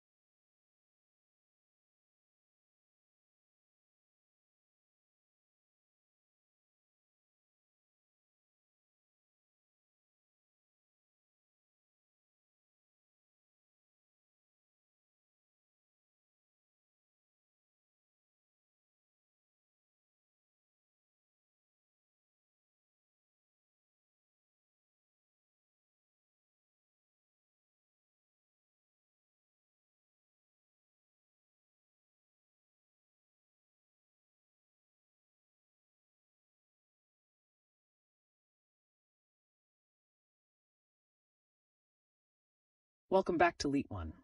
Today we tackle a provocative topic, the rising tensions between urban luxury consumerism and the stark realities faced by agricultural workers in India, exemplified by recent farmer protests. These protests, where farmers have resorted to throwing grains in the streets, ignite crucial questions about the disconnect between farmer struggles and the glamorous lifestyles showcased in cities. That's intense, seeing farmers devastated while urban shoppers flaunt luxury. How can we bridge this gap? Are there ways that consumer habits in cities can evolve to support farmers rather than reinforce their plight? Bridging this gap is crucial. Education about sustainable consumption can be key. We might see a new wave of ethical consumerism where urban dwellers prioritize supporting local farmers. But will these efforts be effective if the allure of luxury remains so strong? That's a significant point. Recently, we've also seen controversial remarks from political leaders tying cultural practices to advocacy efforts, like the BJP leader's statement about cow urine for festival entries. Could such cultural narratives distract from the real struggles that farmers are facing? Absolutely. Such comments could polarize opinions even more. I wonder, how do these cultural narratives reflect broader societal values? Are they creating genuine engagement or simply serving as surface-level distractions from the farmer's plight? A mix of both, perhaps. While cultural practices can enhance community spirit, they risk overshadowing urgent agricultural discussions. If we combine these narratives with farmer stories, we generate meaningful dialogue. But how do we keep the focus on the farmers without losing the audience in celebration? Engaging storytelling is one method. What if local celebrations incorporated performances that narrate farmers' realities? This might evoke empathy and help attendees relate better. But I wonder, could this approach backfire if not executed authentically? That's a fascinating idea. If done shoddily, it could seem tokenistic. So what measures can ensure authenticity in these narratives? Are there successful case studies that manage to blend cultural celebrations with farmer advocacy without trivializing the issues? Definitely. Initiatives that partner with local farmers to share their journey can be powerful. Highlighting personal stories through art exhibitions or community events has shown to resonate well. The real challenge remains in maintaining consistency. We must ensure these discussions continue beyond the festival's end. Those are great insights. As we examine these connections, it's clear we must address the systemic issues that farmers face. With recent events exposing the fragility of traditional practices, how can urban areas become allies in fostering sustainable and ethical consumption? The dilemma remains: can glamour and substance coexist in celebrations? So many inquiries arise. The dialogue continues to evolve. What practical steps can urban consumers take to support farmers directly, potentially reshaping shopping habits toward more inclusive practices? This conversation is just the tip of the iceberg. Stay tuned as we explore how digital platforms can amplify these farmer narratives and unite urban consumers with rural realities. Will there be a paradigm shift? Only time will tell. Welcome back to LeetOne. Today, we shift our focus to an urgent situation gaining traction in India: the ongoing farmer protests, particularly in Punjab, where farmers are resorting to throwing grains in the streets due to unfair pricing of their harvests. That's truly alarming. It raises questions about why this crisis is escalating. What can you tell us about the key factors contributing to the farmers' discontent? Are their cries being heard in the political arena? Absolutely. These farmers are facing systemic issues linked to pricing, support, and policies that often ignore rural voices. The recent comment about cow urine as a means of entry for festival celebrations symbolizes the disconnect between political narratives and actual farmer struggles. It certainly doesn't help their situation. It's a striking example. The juxtaposition of cultural expectations against real agricultural issues often distracts from the harsh realities farmers endure. How does this tension manifest in the wider consumer base, especially among urban dwellers? That's a fascinating perspective. Given the consumer culture thriving in cities, how can urbanites change their purchasing habits to support farmers directly? Is there a real responsibility here beyond just acknowledging the protests? Definitely. Awareness is a crucial first step. Initiatives that foster direct connections between consumers and farmers can empower collective action. Just eating locally sourced food or participating in community-supported agriculture can help bridge this gap. But will these efforts significantly alter the dynamics? And what about the cultural narratives at play here? They can often overshadow the pressing agricultural crisis. Could the integration of farmer stories into urban celebrations help create awareness without trivializing their struggles? That sounds promising. However, there is a concern about authenticity. How do we safeguard these narratives from becoming mere tokens of activism rather than genuine reflections of farmers' realities? Great question. Authentic engagement hinges on collaboration and respect for farmers' voices.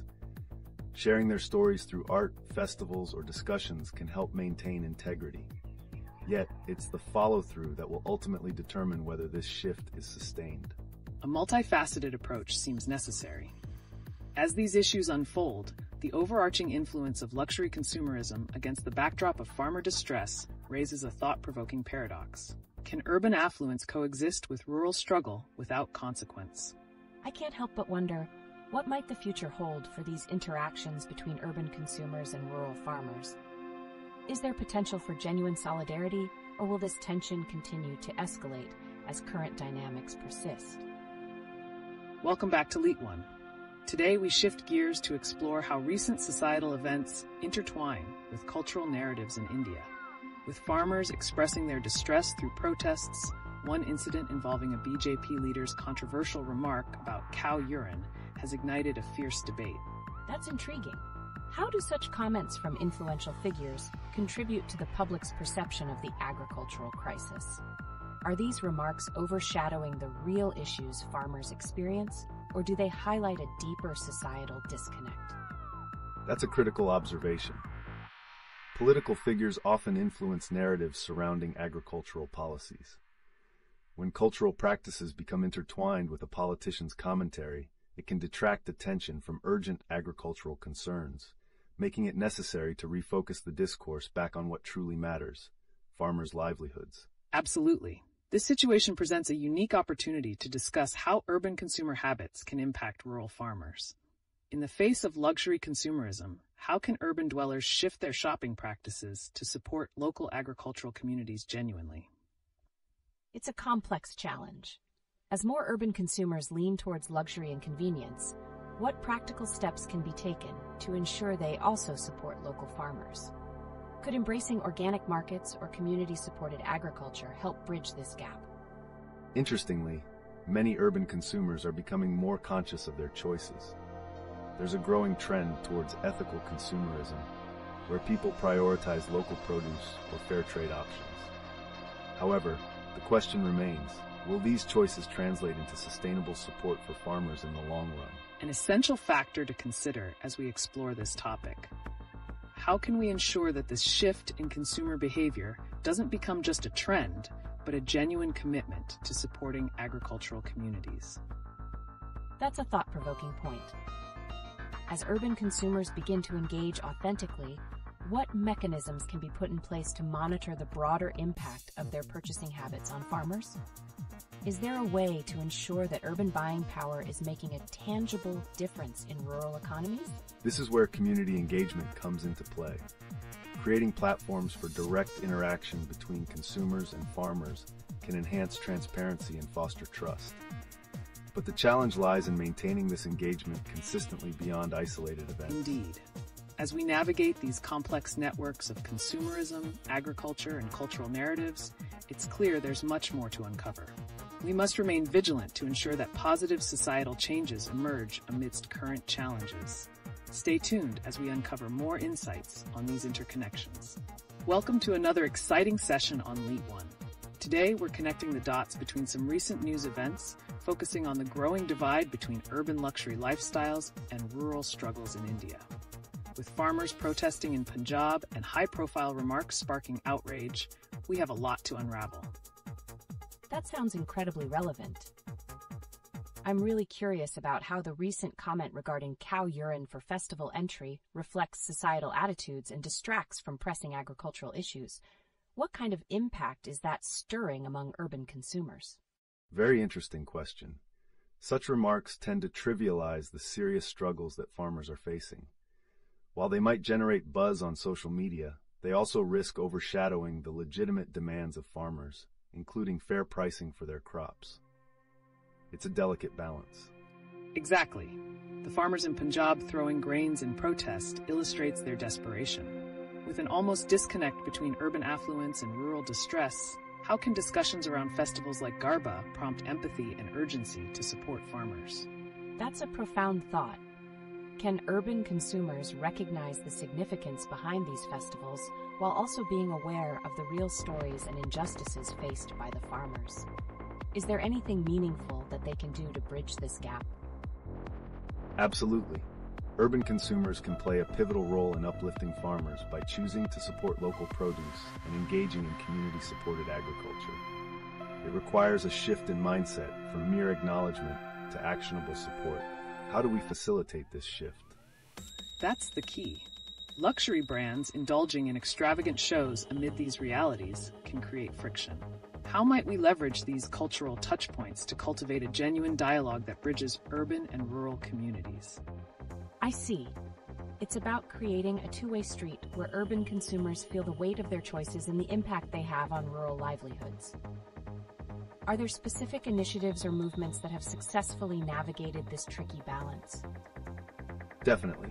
Initiatives like farmer markets or storytelling sessions that share farmer experiences can help bridge the gap. We're also witnessing the emergence of influencers advocating for sustainable consumerism. What lies ahead in this evolving narrative is truly exciting. Sustained narratives can foster long-term change.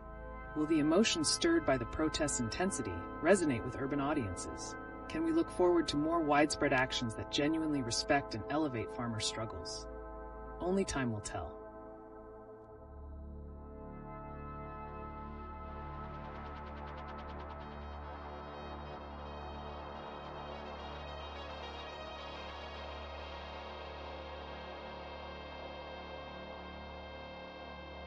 Welcome back to LeetOne, everyone. Today we're navigating through some provocative recent events in India. specifically touching on the stark contradictions between urban extravagance and rural hardships. That's thrilling. I can't help but think about the BJP leader's provocative remark about cow urine for festival entry. How does something so absurd intertwine with the ongoing farmers' protests? The statement might seem trivial, but it highlights the disconnect between cultural practices and the pressing agricultural issues farmers face. There's a larger narrative of prioritizing spectacle over substance. Absolutely. When urban festivities draw focus, yet ignore the struggles of farmers throwing away their crops in desperation, we see a dangerous oversight. Is this a way for urban consumers to escape the reality of these crises through performative culture? It's hard to fathom. Do consumer desires for luxury and novelty overshadow empathy for the very real struggles at the heart of these protests? What can urban communities do to foster genuine support rather than just empty gestures? Interesting point. Creating tangible connections between urban consumers and farmers is pivotal. Initiatives like community-supported agriculture can foster that connection, but it requires consumers to reevaluate their role in this delicate ecosystem. And what about the recent unionization trends in Bengaluru's tech industry? Could this signal a shift in societal consciousness, where workplace pressures echo those seen in the agricultural sector? That's an eye-opener. Is there potential for alliances between tech workers advocating for their rights and farmers fighting for fair pricing? This could create a united front against similar oppressive forces, right? Definitely. The essence of activism lies in recognizing shared struggles across sectors. The rising collective consciousness could herald a new era of solidarity, paving the way for more substantial societal reform. Will this impetus prompt deeper examinations of what unity in advocacy looks like during a time when social issues are increasingly intertwined? Stay tuned as we continue to grapple with these riveting questions on LeetOne. Welcome back to LeetOne, everyone. Today, we're shifting gears to explore a pressing topic emerging from recent news in India: the juxtaposition of cultural values against stark realities in society. That's fascinating. I just read about the BJP leader's bizarre comment about cow urine for festival entry while farmers in Punjab are protesting over low crop prices. How does such a statement reflect broader societal issues? It illustrates a striking disconnection between the priorities of political leaders and the actual struggles facing farmers. Such comments can trivialize dire situations and may further alienate the very constituencies they should be supporting. Absolutely. This cultural commentary raises questions about how political statements shape public perception and priorities. Will this encapsulation of cultural absurdity influence people's empathy towards farmers' struggles, or will it simply distract the public further? It seems like the gap is widening. I wonder how such statements play into the larger narrative of consumerism overshadowing agricultural crises. Do festivals and luxury events prioritize entertainment over urgent social issues? Exactly. When cultural events become spaces for performative gestures rather than genuine support, it can dilute the urgency of advocacy for farmers. The contrast between lavish celebrations and the realities of rural distress prompts critical introspection. And this ties in with the growing movement of unionization among tech workers as well. Are we seeing parallels between urban demands for labor rights and rural demands for fair agricultural practices? It's intriguing. Could a unified front between these groups drive real change, especially when urban consumers start recognizing their role in this economic ecosystem? What kind of movements could emerge from this combined awareness? This potential alliance could be powerful. Shared narratives can foster solidarity, allowing urban and rural advocates to demonstrate interdependence rather than isolation. Future activism efforts could leverage these intersections creatively. So, as we venture into this dialogue, are urban and rural society destined to face further divides, or is there hope for collective action driven by cultural and social consciousness? Stick around as we uncover what lies ahead. Welcome back to LeetOne, everyone. Today we're pivoting towards a fresh topic, a deep dive into the influence of culture and consumer expectations on societal issues, highlighted by recent protests from farmers in Punjab. Right. The recent remark from a BJP leader about cow urine for festival entry juxtaposes absurdity with urgency. It's a glaring reflection of how cultural figures can overshadow the real-life struggles of farmers, a crucial focal point in our discussion today. That just blows my mind. How do such surreal statements impact public perception of the farmers' plight? Do they dilute the seriousness of the protests, or can they somehow spark awareness? It's a paradox. On one hand, such statements can indeed trivialize distressing realities, driving attention away from urgent advocacy for farmers. Yet they might also catalyze conversations about cultural priorities, forcing urban consumers to confront their role in these narratives. Definitely. It also raises questions about consumer responsibilities. As individuals engage in luxury culture, do they become more disconnected from the foundational struggles of the agricultural sector? So what's the potential outcome if this disconnect persists? Could it lead to a widening gap not just within society, but also between different cultural practices and their consequences? Absolutely. If urban consumers remain apathetic, we could see increasing frustration manifesting in more extreme forms of protest. This might parallel the unionization movements in tech, where workers are advocating for recognition amid a culture of exploitation. That's the crux. If the shared grievances within urban and rural sectors unite effectively, societal pressure could instigate significant changes in policy and consumer attitudes. So how do we catalyze that unity? Fascinating. Are there existing initiatives that bridge these worlds together? Can tech and agricultural activism work hand in hand to tackle these societal issues? Great question.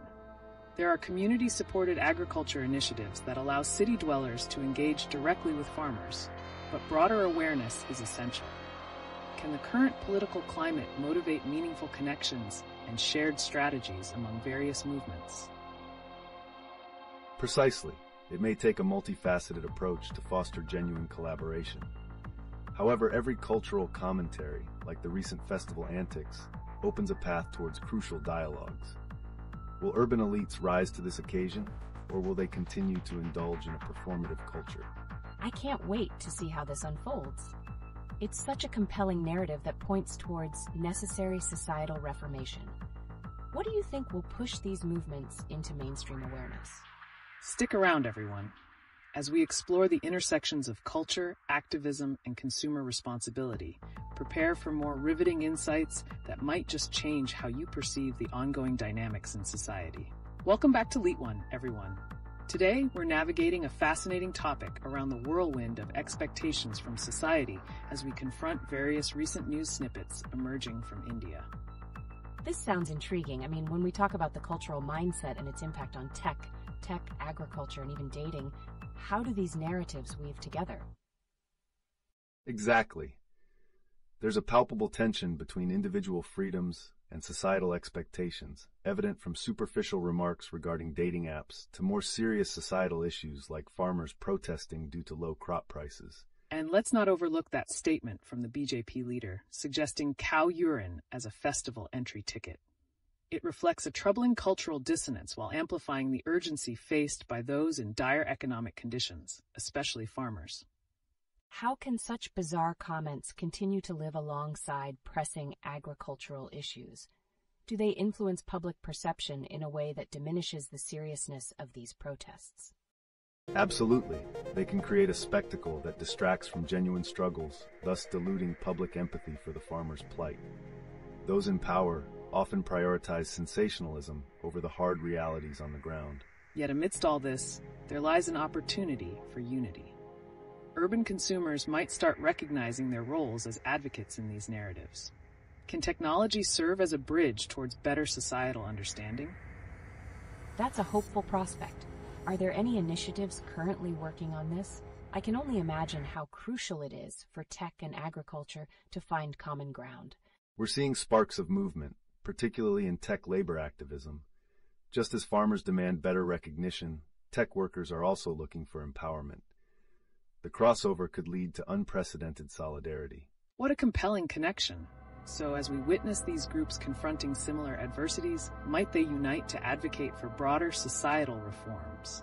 If they identify shared struggles and leverage collective action, there's potential for substantial reform, but the pathway remains fraught with challenges. Wow, I can't wait to see how this all unfolds. What pivotal moments or approaches do you think could catapult these discussions to mainstream awareness? Stick around, everyone. The conversation is only getting started as we seek answers to these lingering questions and explore the very fabric of social unity in the face of adversity.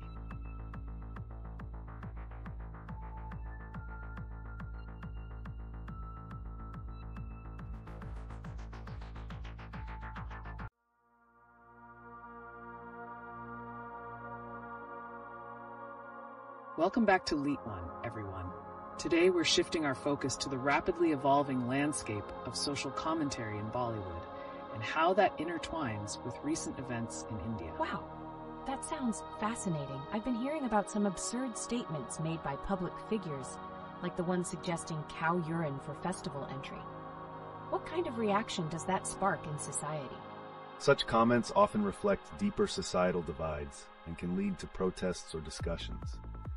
They can be seen as both trivializing serious agricultural issues and provoking meaningful dialogue within communities. Right.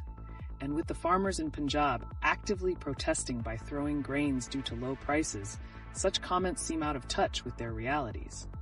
How are Bollywood narratives responding to these struggles? It's hard to believe how disconnected those comments are. Are filmmakers starting to incorporate these agricultural protests into their storytelling, or is it still a disconnect? There's a growing trend in mainstream cinema to address social issues, particularly agricultural challenges, but it requires balancing entertainment with genuine advocacy to make a meaningful impact. Exactly. Can Bollywood's influence genuinely contribute to raising awareness about the struggles of farmers? Or does it run the risk of just being performative, highlighting a societal disconnect? That's such an important question.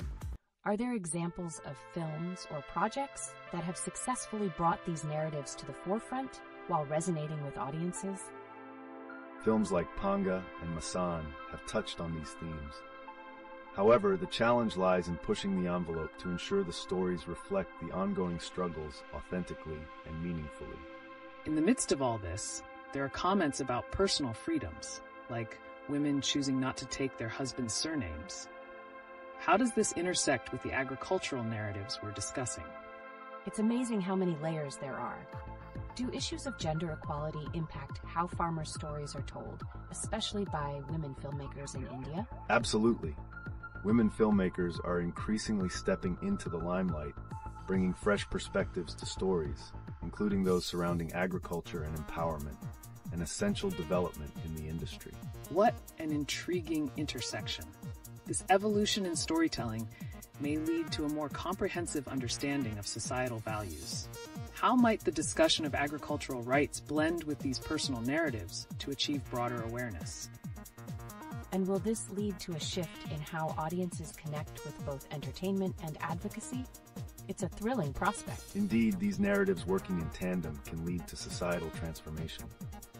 As we witness increased activism both online and offline, we must ask, are we witnessing the birth of a new Bollywood that embraces more than just glamour? That's a compelling thought. Audience engagement is key here. So viewers, what films or narratives have you seen that resonate with these discussions? Keep the conversation going. Welcome back to LeetOne, everyone. Today we have some exciting new developments to cover. Let's talk about the ongoing debates surrounding celebrity culture and how recent comments from public figures, like suggesting the use of cow urine for entry to a festival, are causing waves across social media and traditional platforms. That's such an eye-catching idea. Why do you think these kinds of statements provoke reactions, especially when they seem outrageous? Do they reflect a deeper disconnect in our society? Absolutely. Such comments often highlight the stark contrast between elitist views and the day-to-day realities faced by ordinary people, especially farmers. The dialogue that emerges can either trivialize significant issues or spark important societal debates. Isn't it fascinating how celebrity remarks, particularly from political figures, can distract from pressing agricultural issues? For instance, farmers in Punjab are literally throwing grains in protest over low crop prices. How can this kind of activism reshape the public narrative? Wow, that's a vital connection. I wonder, can celebrity influence be redirected to support causes that genuinely need attention, like those farmers? Or do you think the spectacle of outrageous comments will overshadow real activism? Celebrity engagement could certainly lend visibility to pressing issues, but it must be genuine and not merely performative. Consider how Bollywood could leverage its platform to resonate with farmers' struggles rather than divert attention with sensational comments. That leads us to another interesting topic: cultural narratives in Bollywood. How are they evolving to address not only the glamour of celebrity culture, but also the stark realities affecting rural communities? That's such a profound question. Are filmmakers actively changing how they depict these societal issues in their stories, especially about the ongoing farmer protests? Yes, there's a gradual shift. Filmmakers are starting to focus on more authentic stories that reflect the disparities between urban luxuries and rural hardships. Some recent productions are really pushing those boundaries and inviting viewers to reflect on their realities. Stay tuned, everyone. We'll explore how these evolving narratives could potentially impact audiences' mindsets and advocacy in the future. Now, what are your thoughts on the influence of cultural commentary in Bollywood? Let us know in the chat. Thank you for joining us again at LeetOne. As we shift our focus today, we want to dive into the clicking headlines and social commentary surrounding Bollywood and urban lifestyles. Is it time for a cultural renaissance where films provide genuine reflections of society? That sounds incredibly fascinating. So how are recent controversies like the cow urine comment regarding festival entries shaping public perception of both celebrity culture and social responsibility? The impact is significant. When public figures make unorthodox statements, it can spark a mix of outrage and reflection. It often leads people to reassess what they value in their cultural narratives and who they look up to as role models. Exactly. Such controversies could push filmmakers towards crafting narratives that challenge these absurdities instead of reinforcing them. The question is, are filmmakers ready to tackle societal absurdities head-on and create films that inspire change? That's a critical point. But what about the contrast with the luxury lifestyle portrayed in films amidst real societal struggles like the farmers' protests? Does this dissonance affect how audiences connect with the stories? Absolutely. The stark contrast can alienate audiences or provoke them to demand deeper storytelling. Films that integrate these social issues alongside luxury narratives can engage viewers meaningfully. And think about it. How could Bollywood artists leverage their influence to highlight not just their glamorous lives, but also the stark realities that others face, making their platforms stronger for advocacy? Wow, that's a powerful notion.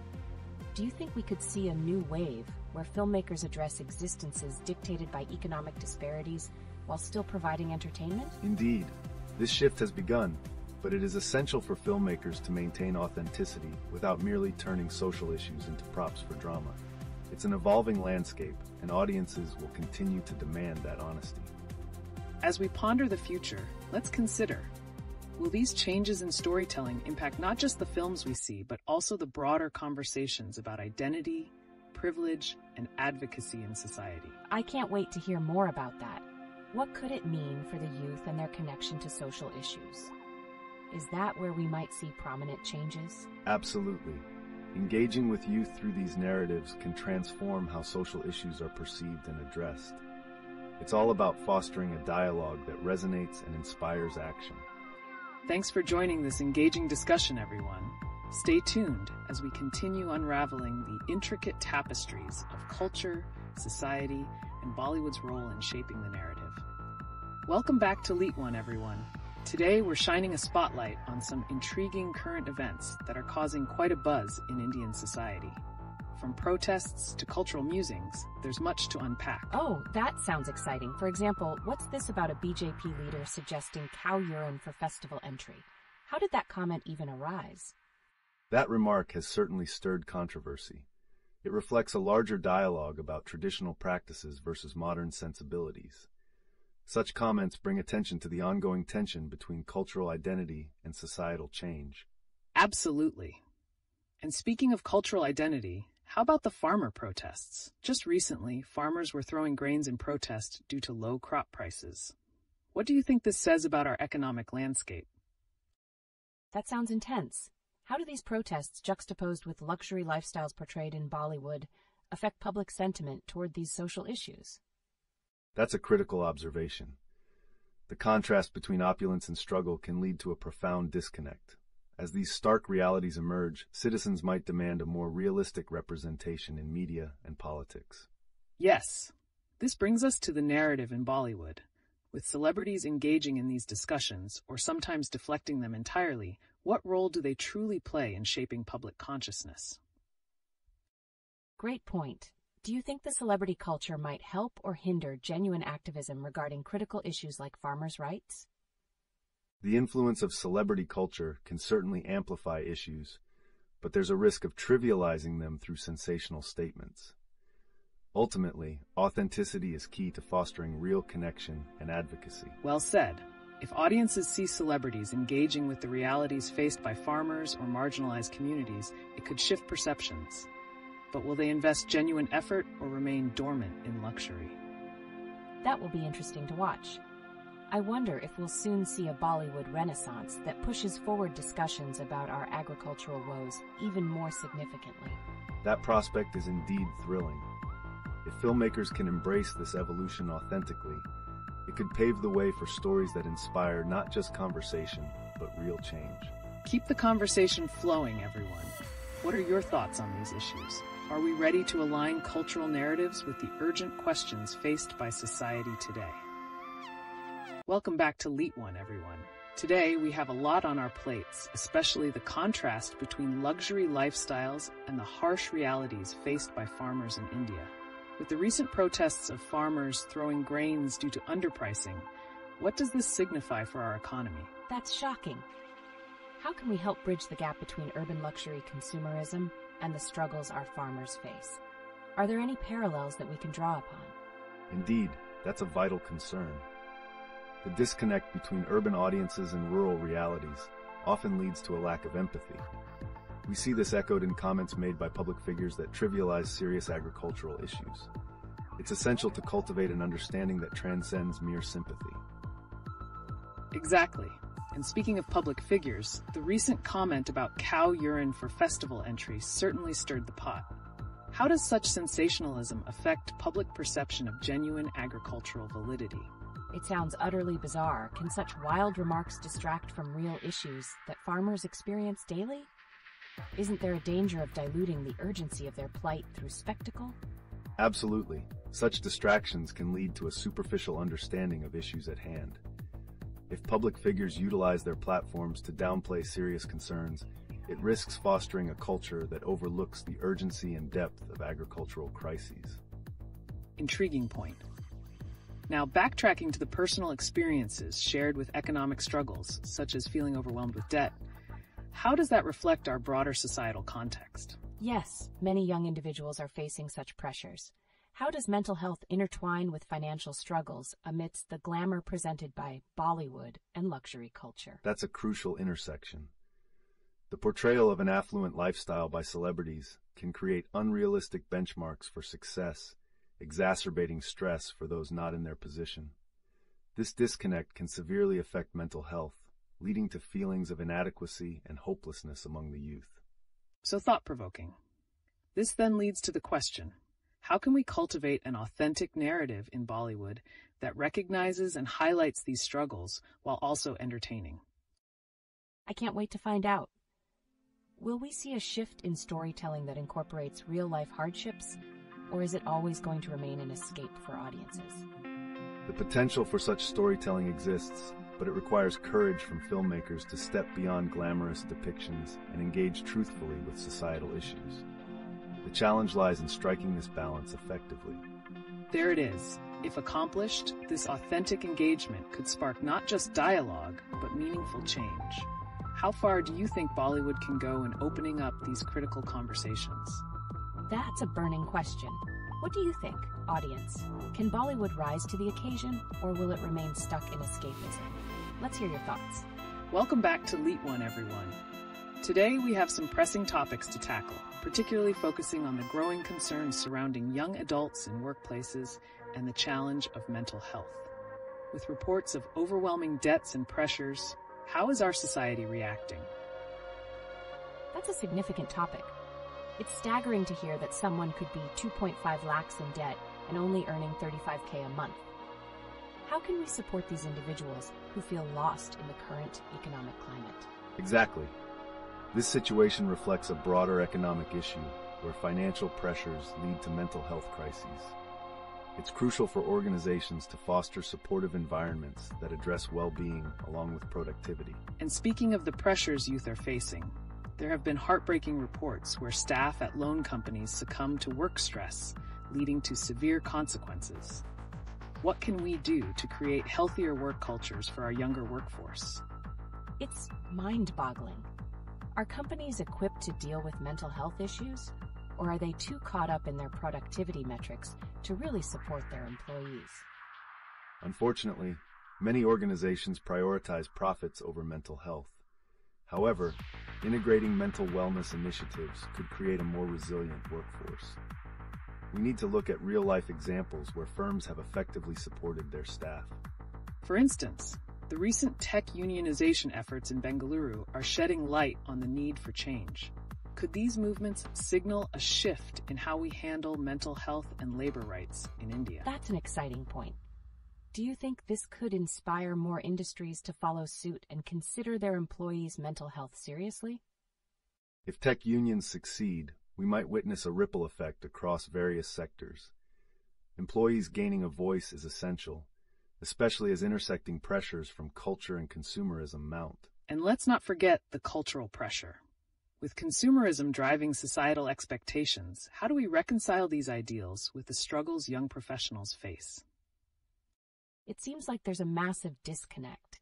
How can we start bridging that gap and ensuring that voices are heard amid all this noise? Raising awareness through the lens of culture and activism can pave the way for understanding and reform. Empowering workers through collective efforts while addressing generational debt is fundamental to this transition. Keep those thoughts coming, everyone. We want to hear your opinions on the mental health crisis among youth and how we can pave a more supportive future for all. Welcome back to LeetOne, everyone. As we continue today, let's tackle a critical issue that's making headlines: the drastic economic struggles faced by young adults in India, exemplified by reports of individuals landing in severe debt while earning a modest salary. That's alarming. How does this overwhelming financial burden contribute to the mental health crisis that we've been discussing? Are these individuals feeling lost because of unattainable expectations linked to their work and lifestyle? Absolutely. The disconnect between income and societal expectations can lead to feelings of inadequacy. The pressure to maintain a lifestyle that is often portrayed in media adds to this burden, which can exacerbate mental health issues. And let's not forget the new wave of unionization efforts in tech sectors, particularly in Bengaluru. Could these movements offer a glimmer of hope, enabling young professionals to voice their struggles regarding financial pressures and demanding better work conditions? That's an interesting perspective. Do you think the tech industry could set a precedent for other sectors to follow in addressing these urgent workplace issues? Or are we still too far from meaningful reform? The potential for change exists, but it requires sustained effort. By uniting, workers can advocate for their rights, putting pressure on companies to prioritize mental health initiatives alongside financial stability. Speaking of pressure, there are unsettling incidents in our society, like the recent tragedy where a loan company employee tragically took their life due to work-related stress. What does this signify for us as a society? Will this prompt greater empathy and tangible changes in corporate structures? That's tragic. It seems we need to connect cultural expectations and societal realities more profoundly. Are we ready to confront the uncomfortable truths about the struggles young people endure, often hidden behind the glitz of luxury consumerism? Acknowledging these issues is crucial. If narratives shift to integrate real-life experiences, we might finally see a cultural responsibility taking shape, where luxury is tempered with awareness of the everyday struggles faced by many. It's clear that we have a long way to go in bridging these gaps. What steps can we take immediately to amplify these voices and create a supportive environment where mental health and financial security are prioritized? Welcome back to LeetOne, everyone. Today we're shifting gears to discuss a pressing topic impacting many young adults in India. Let's talk about the rising economic pressures and how they intertwine with mental health crises. That's such a significant point. I recently came across a report of a young employee who tragically ended their life due to overwhelming debt and work pressure. How common are stories like these, and what can we do as a society to change the narrative? Unfortunately, stories like this are becoming more frequent. When individuals are placed under immense financial strain, particularly with loans they cannot service, their mental health deteriorates. It's vital that we address these systemic issues, both culturally and economically. Exactly. The recent news highlighted how young people, some as young as 27, are finding themselves 5 lakhs in debt while only earning 35K a month. What does that say about our system, and how can we rectify this imbalance? Could awareness campaigns help reshape understanding and support around financial literacy? That's eye-opening.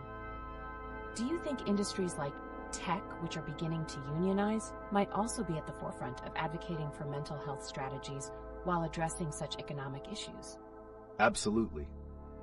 The unionization movements in Bengaluru, for instance, represent a shift toward people standing up not just for better wages, but also for mental health resources.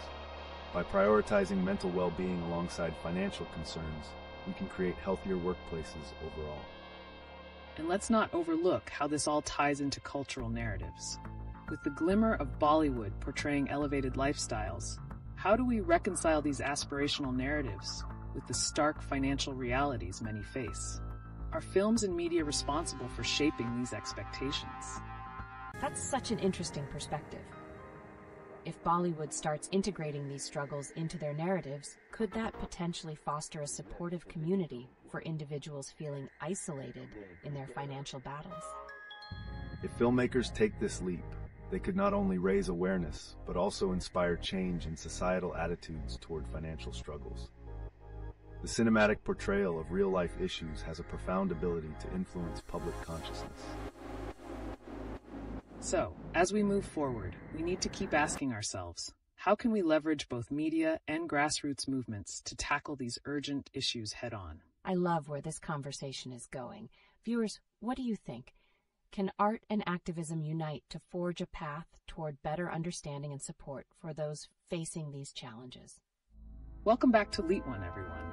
Today, we're diving into a critical issue that's gaining attention: how the intersection of luxury lifestyles and social justice is shaping conversations across India. That's intriguing. We've seen an uptick in movements advocating for labor rights and farmers.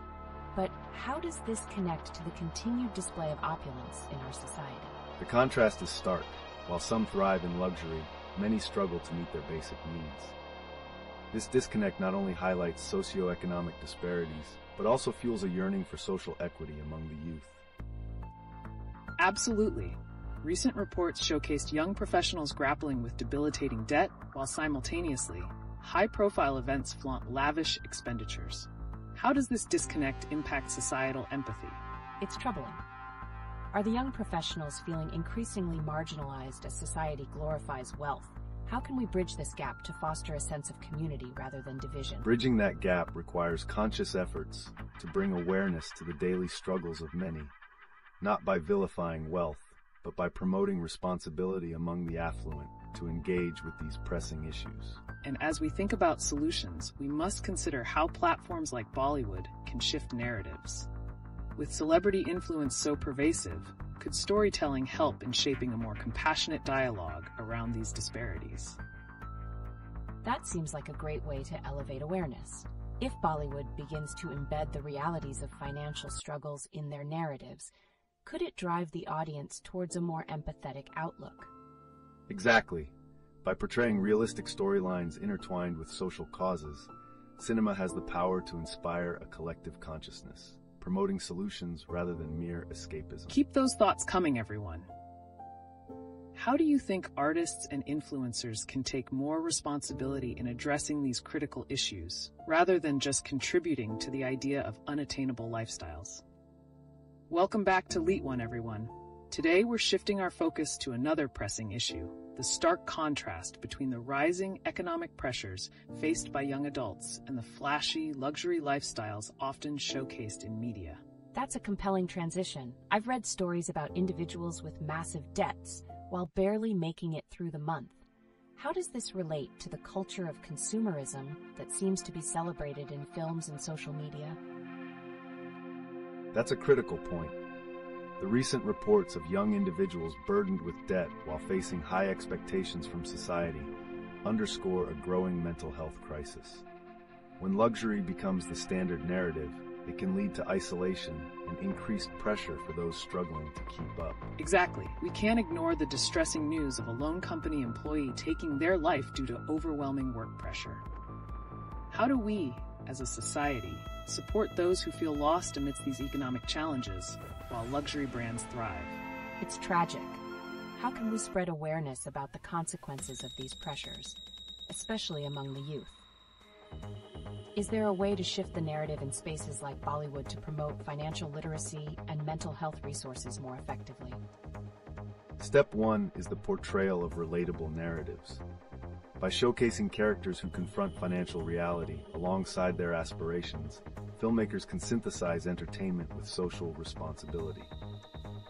There's a tremendous opportunity for storytelling to initiate dialogues about mental health and economic stability. And speaking of stories, we have seen recent protests where farmers are urging for fair pricing on their crops. How does this connect with youth facing economic struggles? Isn't this a call for unity among varied social movements? Absolutely. The plight of farmers resonates deeply with urban youth navigating job insecurities and rising debts. Could these overlapping struggles forge a stronger coalition among diverse demographics? Definitely. When urban consumers empathize with the farmers' burdens, it could foster a supportive community. The contrast between the image of luxury and the reality of those struggling for basic rights can ignite a movement for greater inclusivity and responsibility across all social classes. Wow, that's an inspiring vision. So, what can we do to amplify the voices of those who are often sidelined and ensure that their stories get the attention they deserve in mainstream media? That's a valid question. How can we make societal changes that encourage a culture of authenticity rather than one that idolizes unattainable lifestyles? Are there shifts in consumer behavior or activism strategies that we should consider?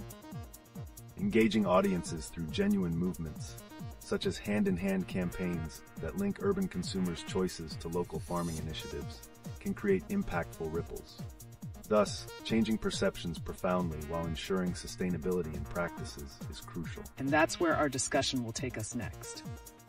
Let's consider how the luxury industry's impact can be challenged through concerted efforts to elevate the narratives of those facing economic hardships while encouraging a more sustainable lifestyle. Stay tuned.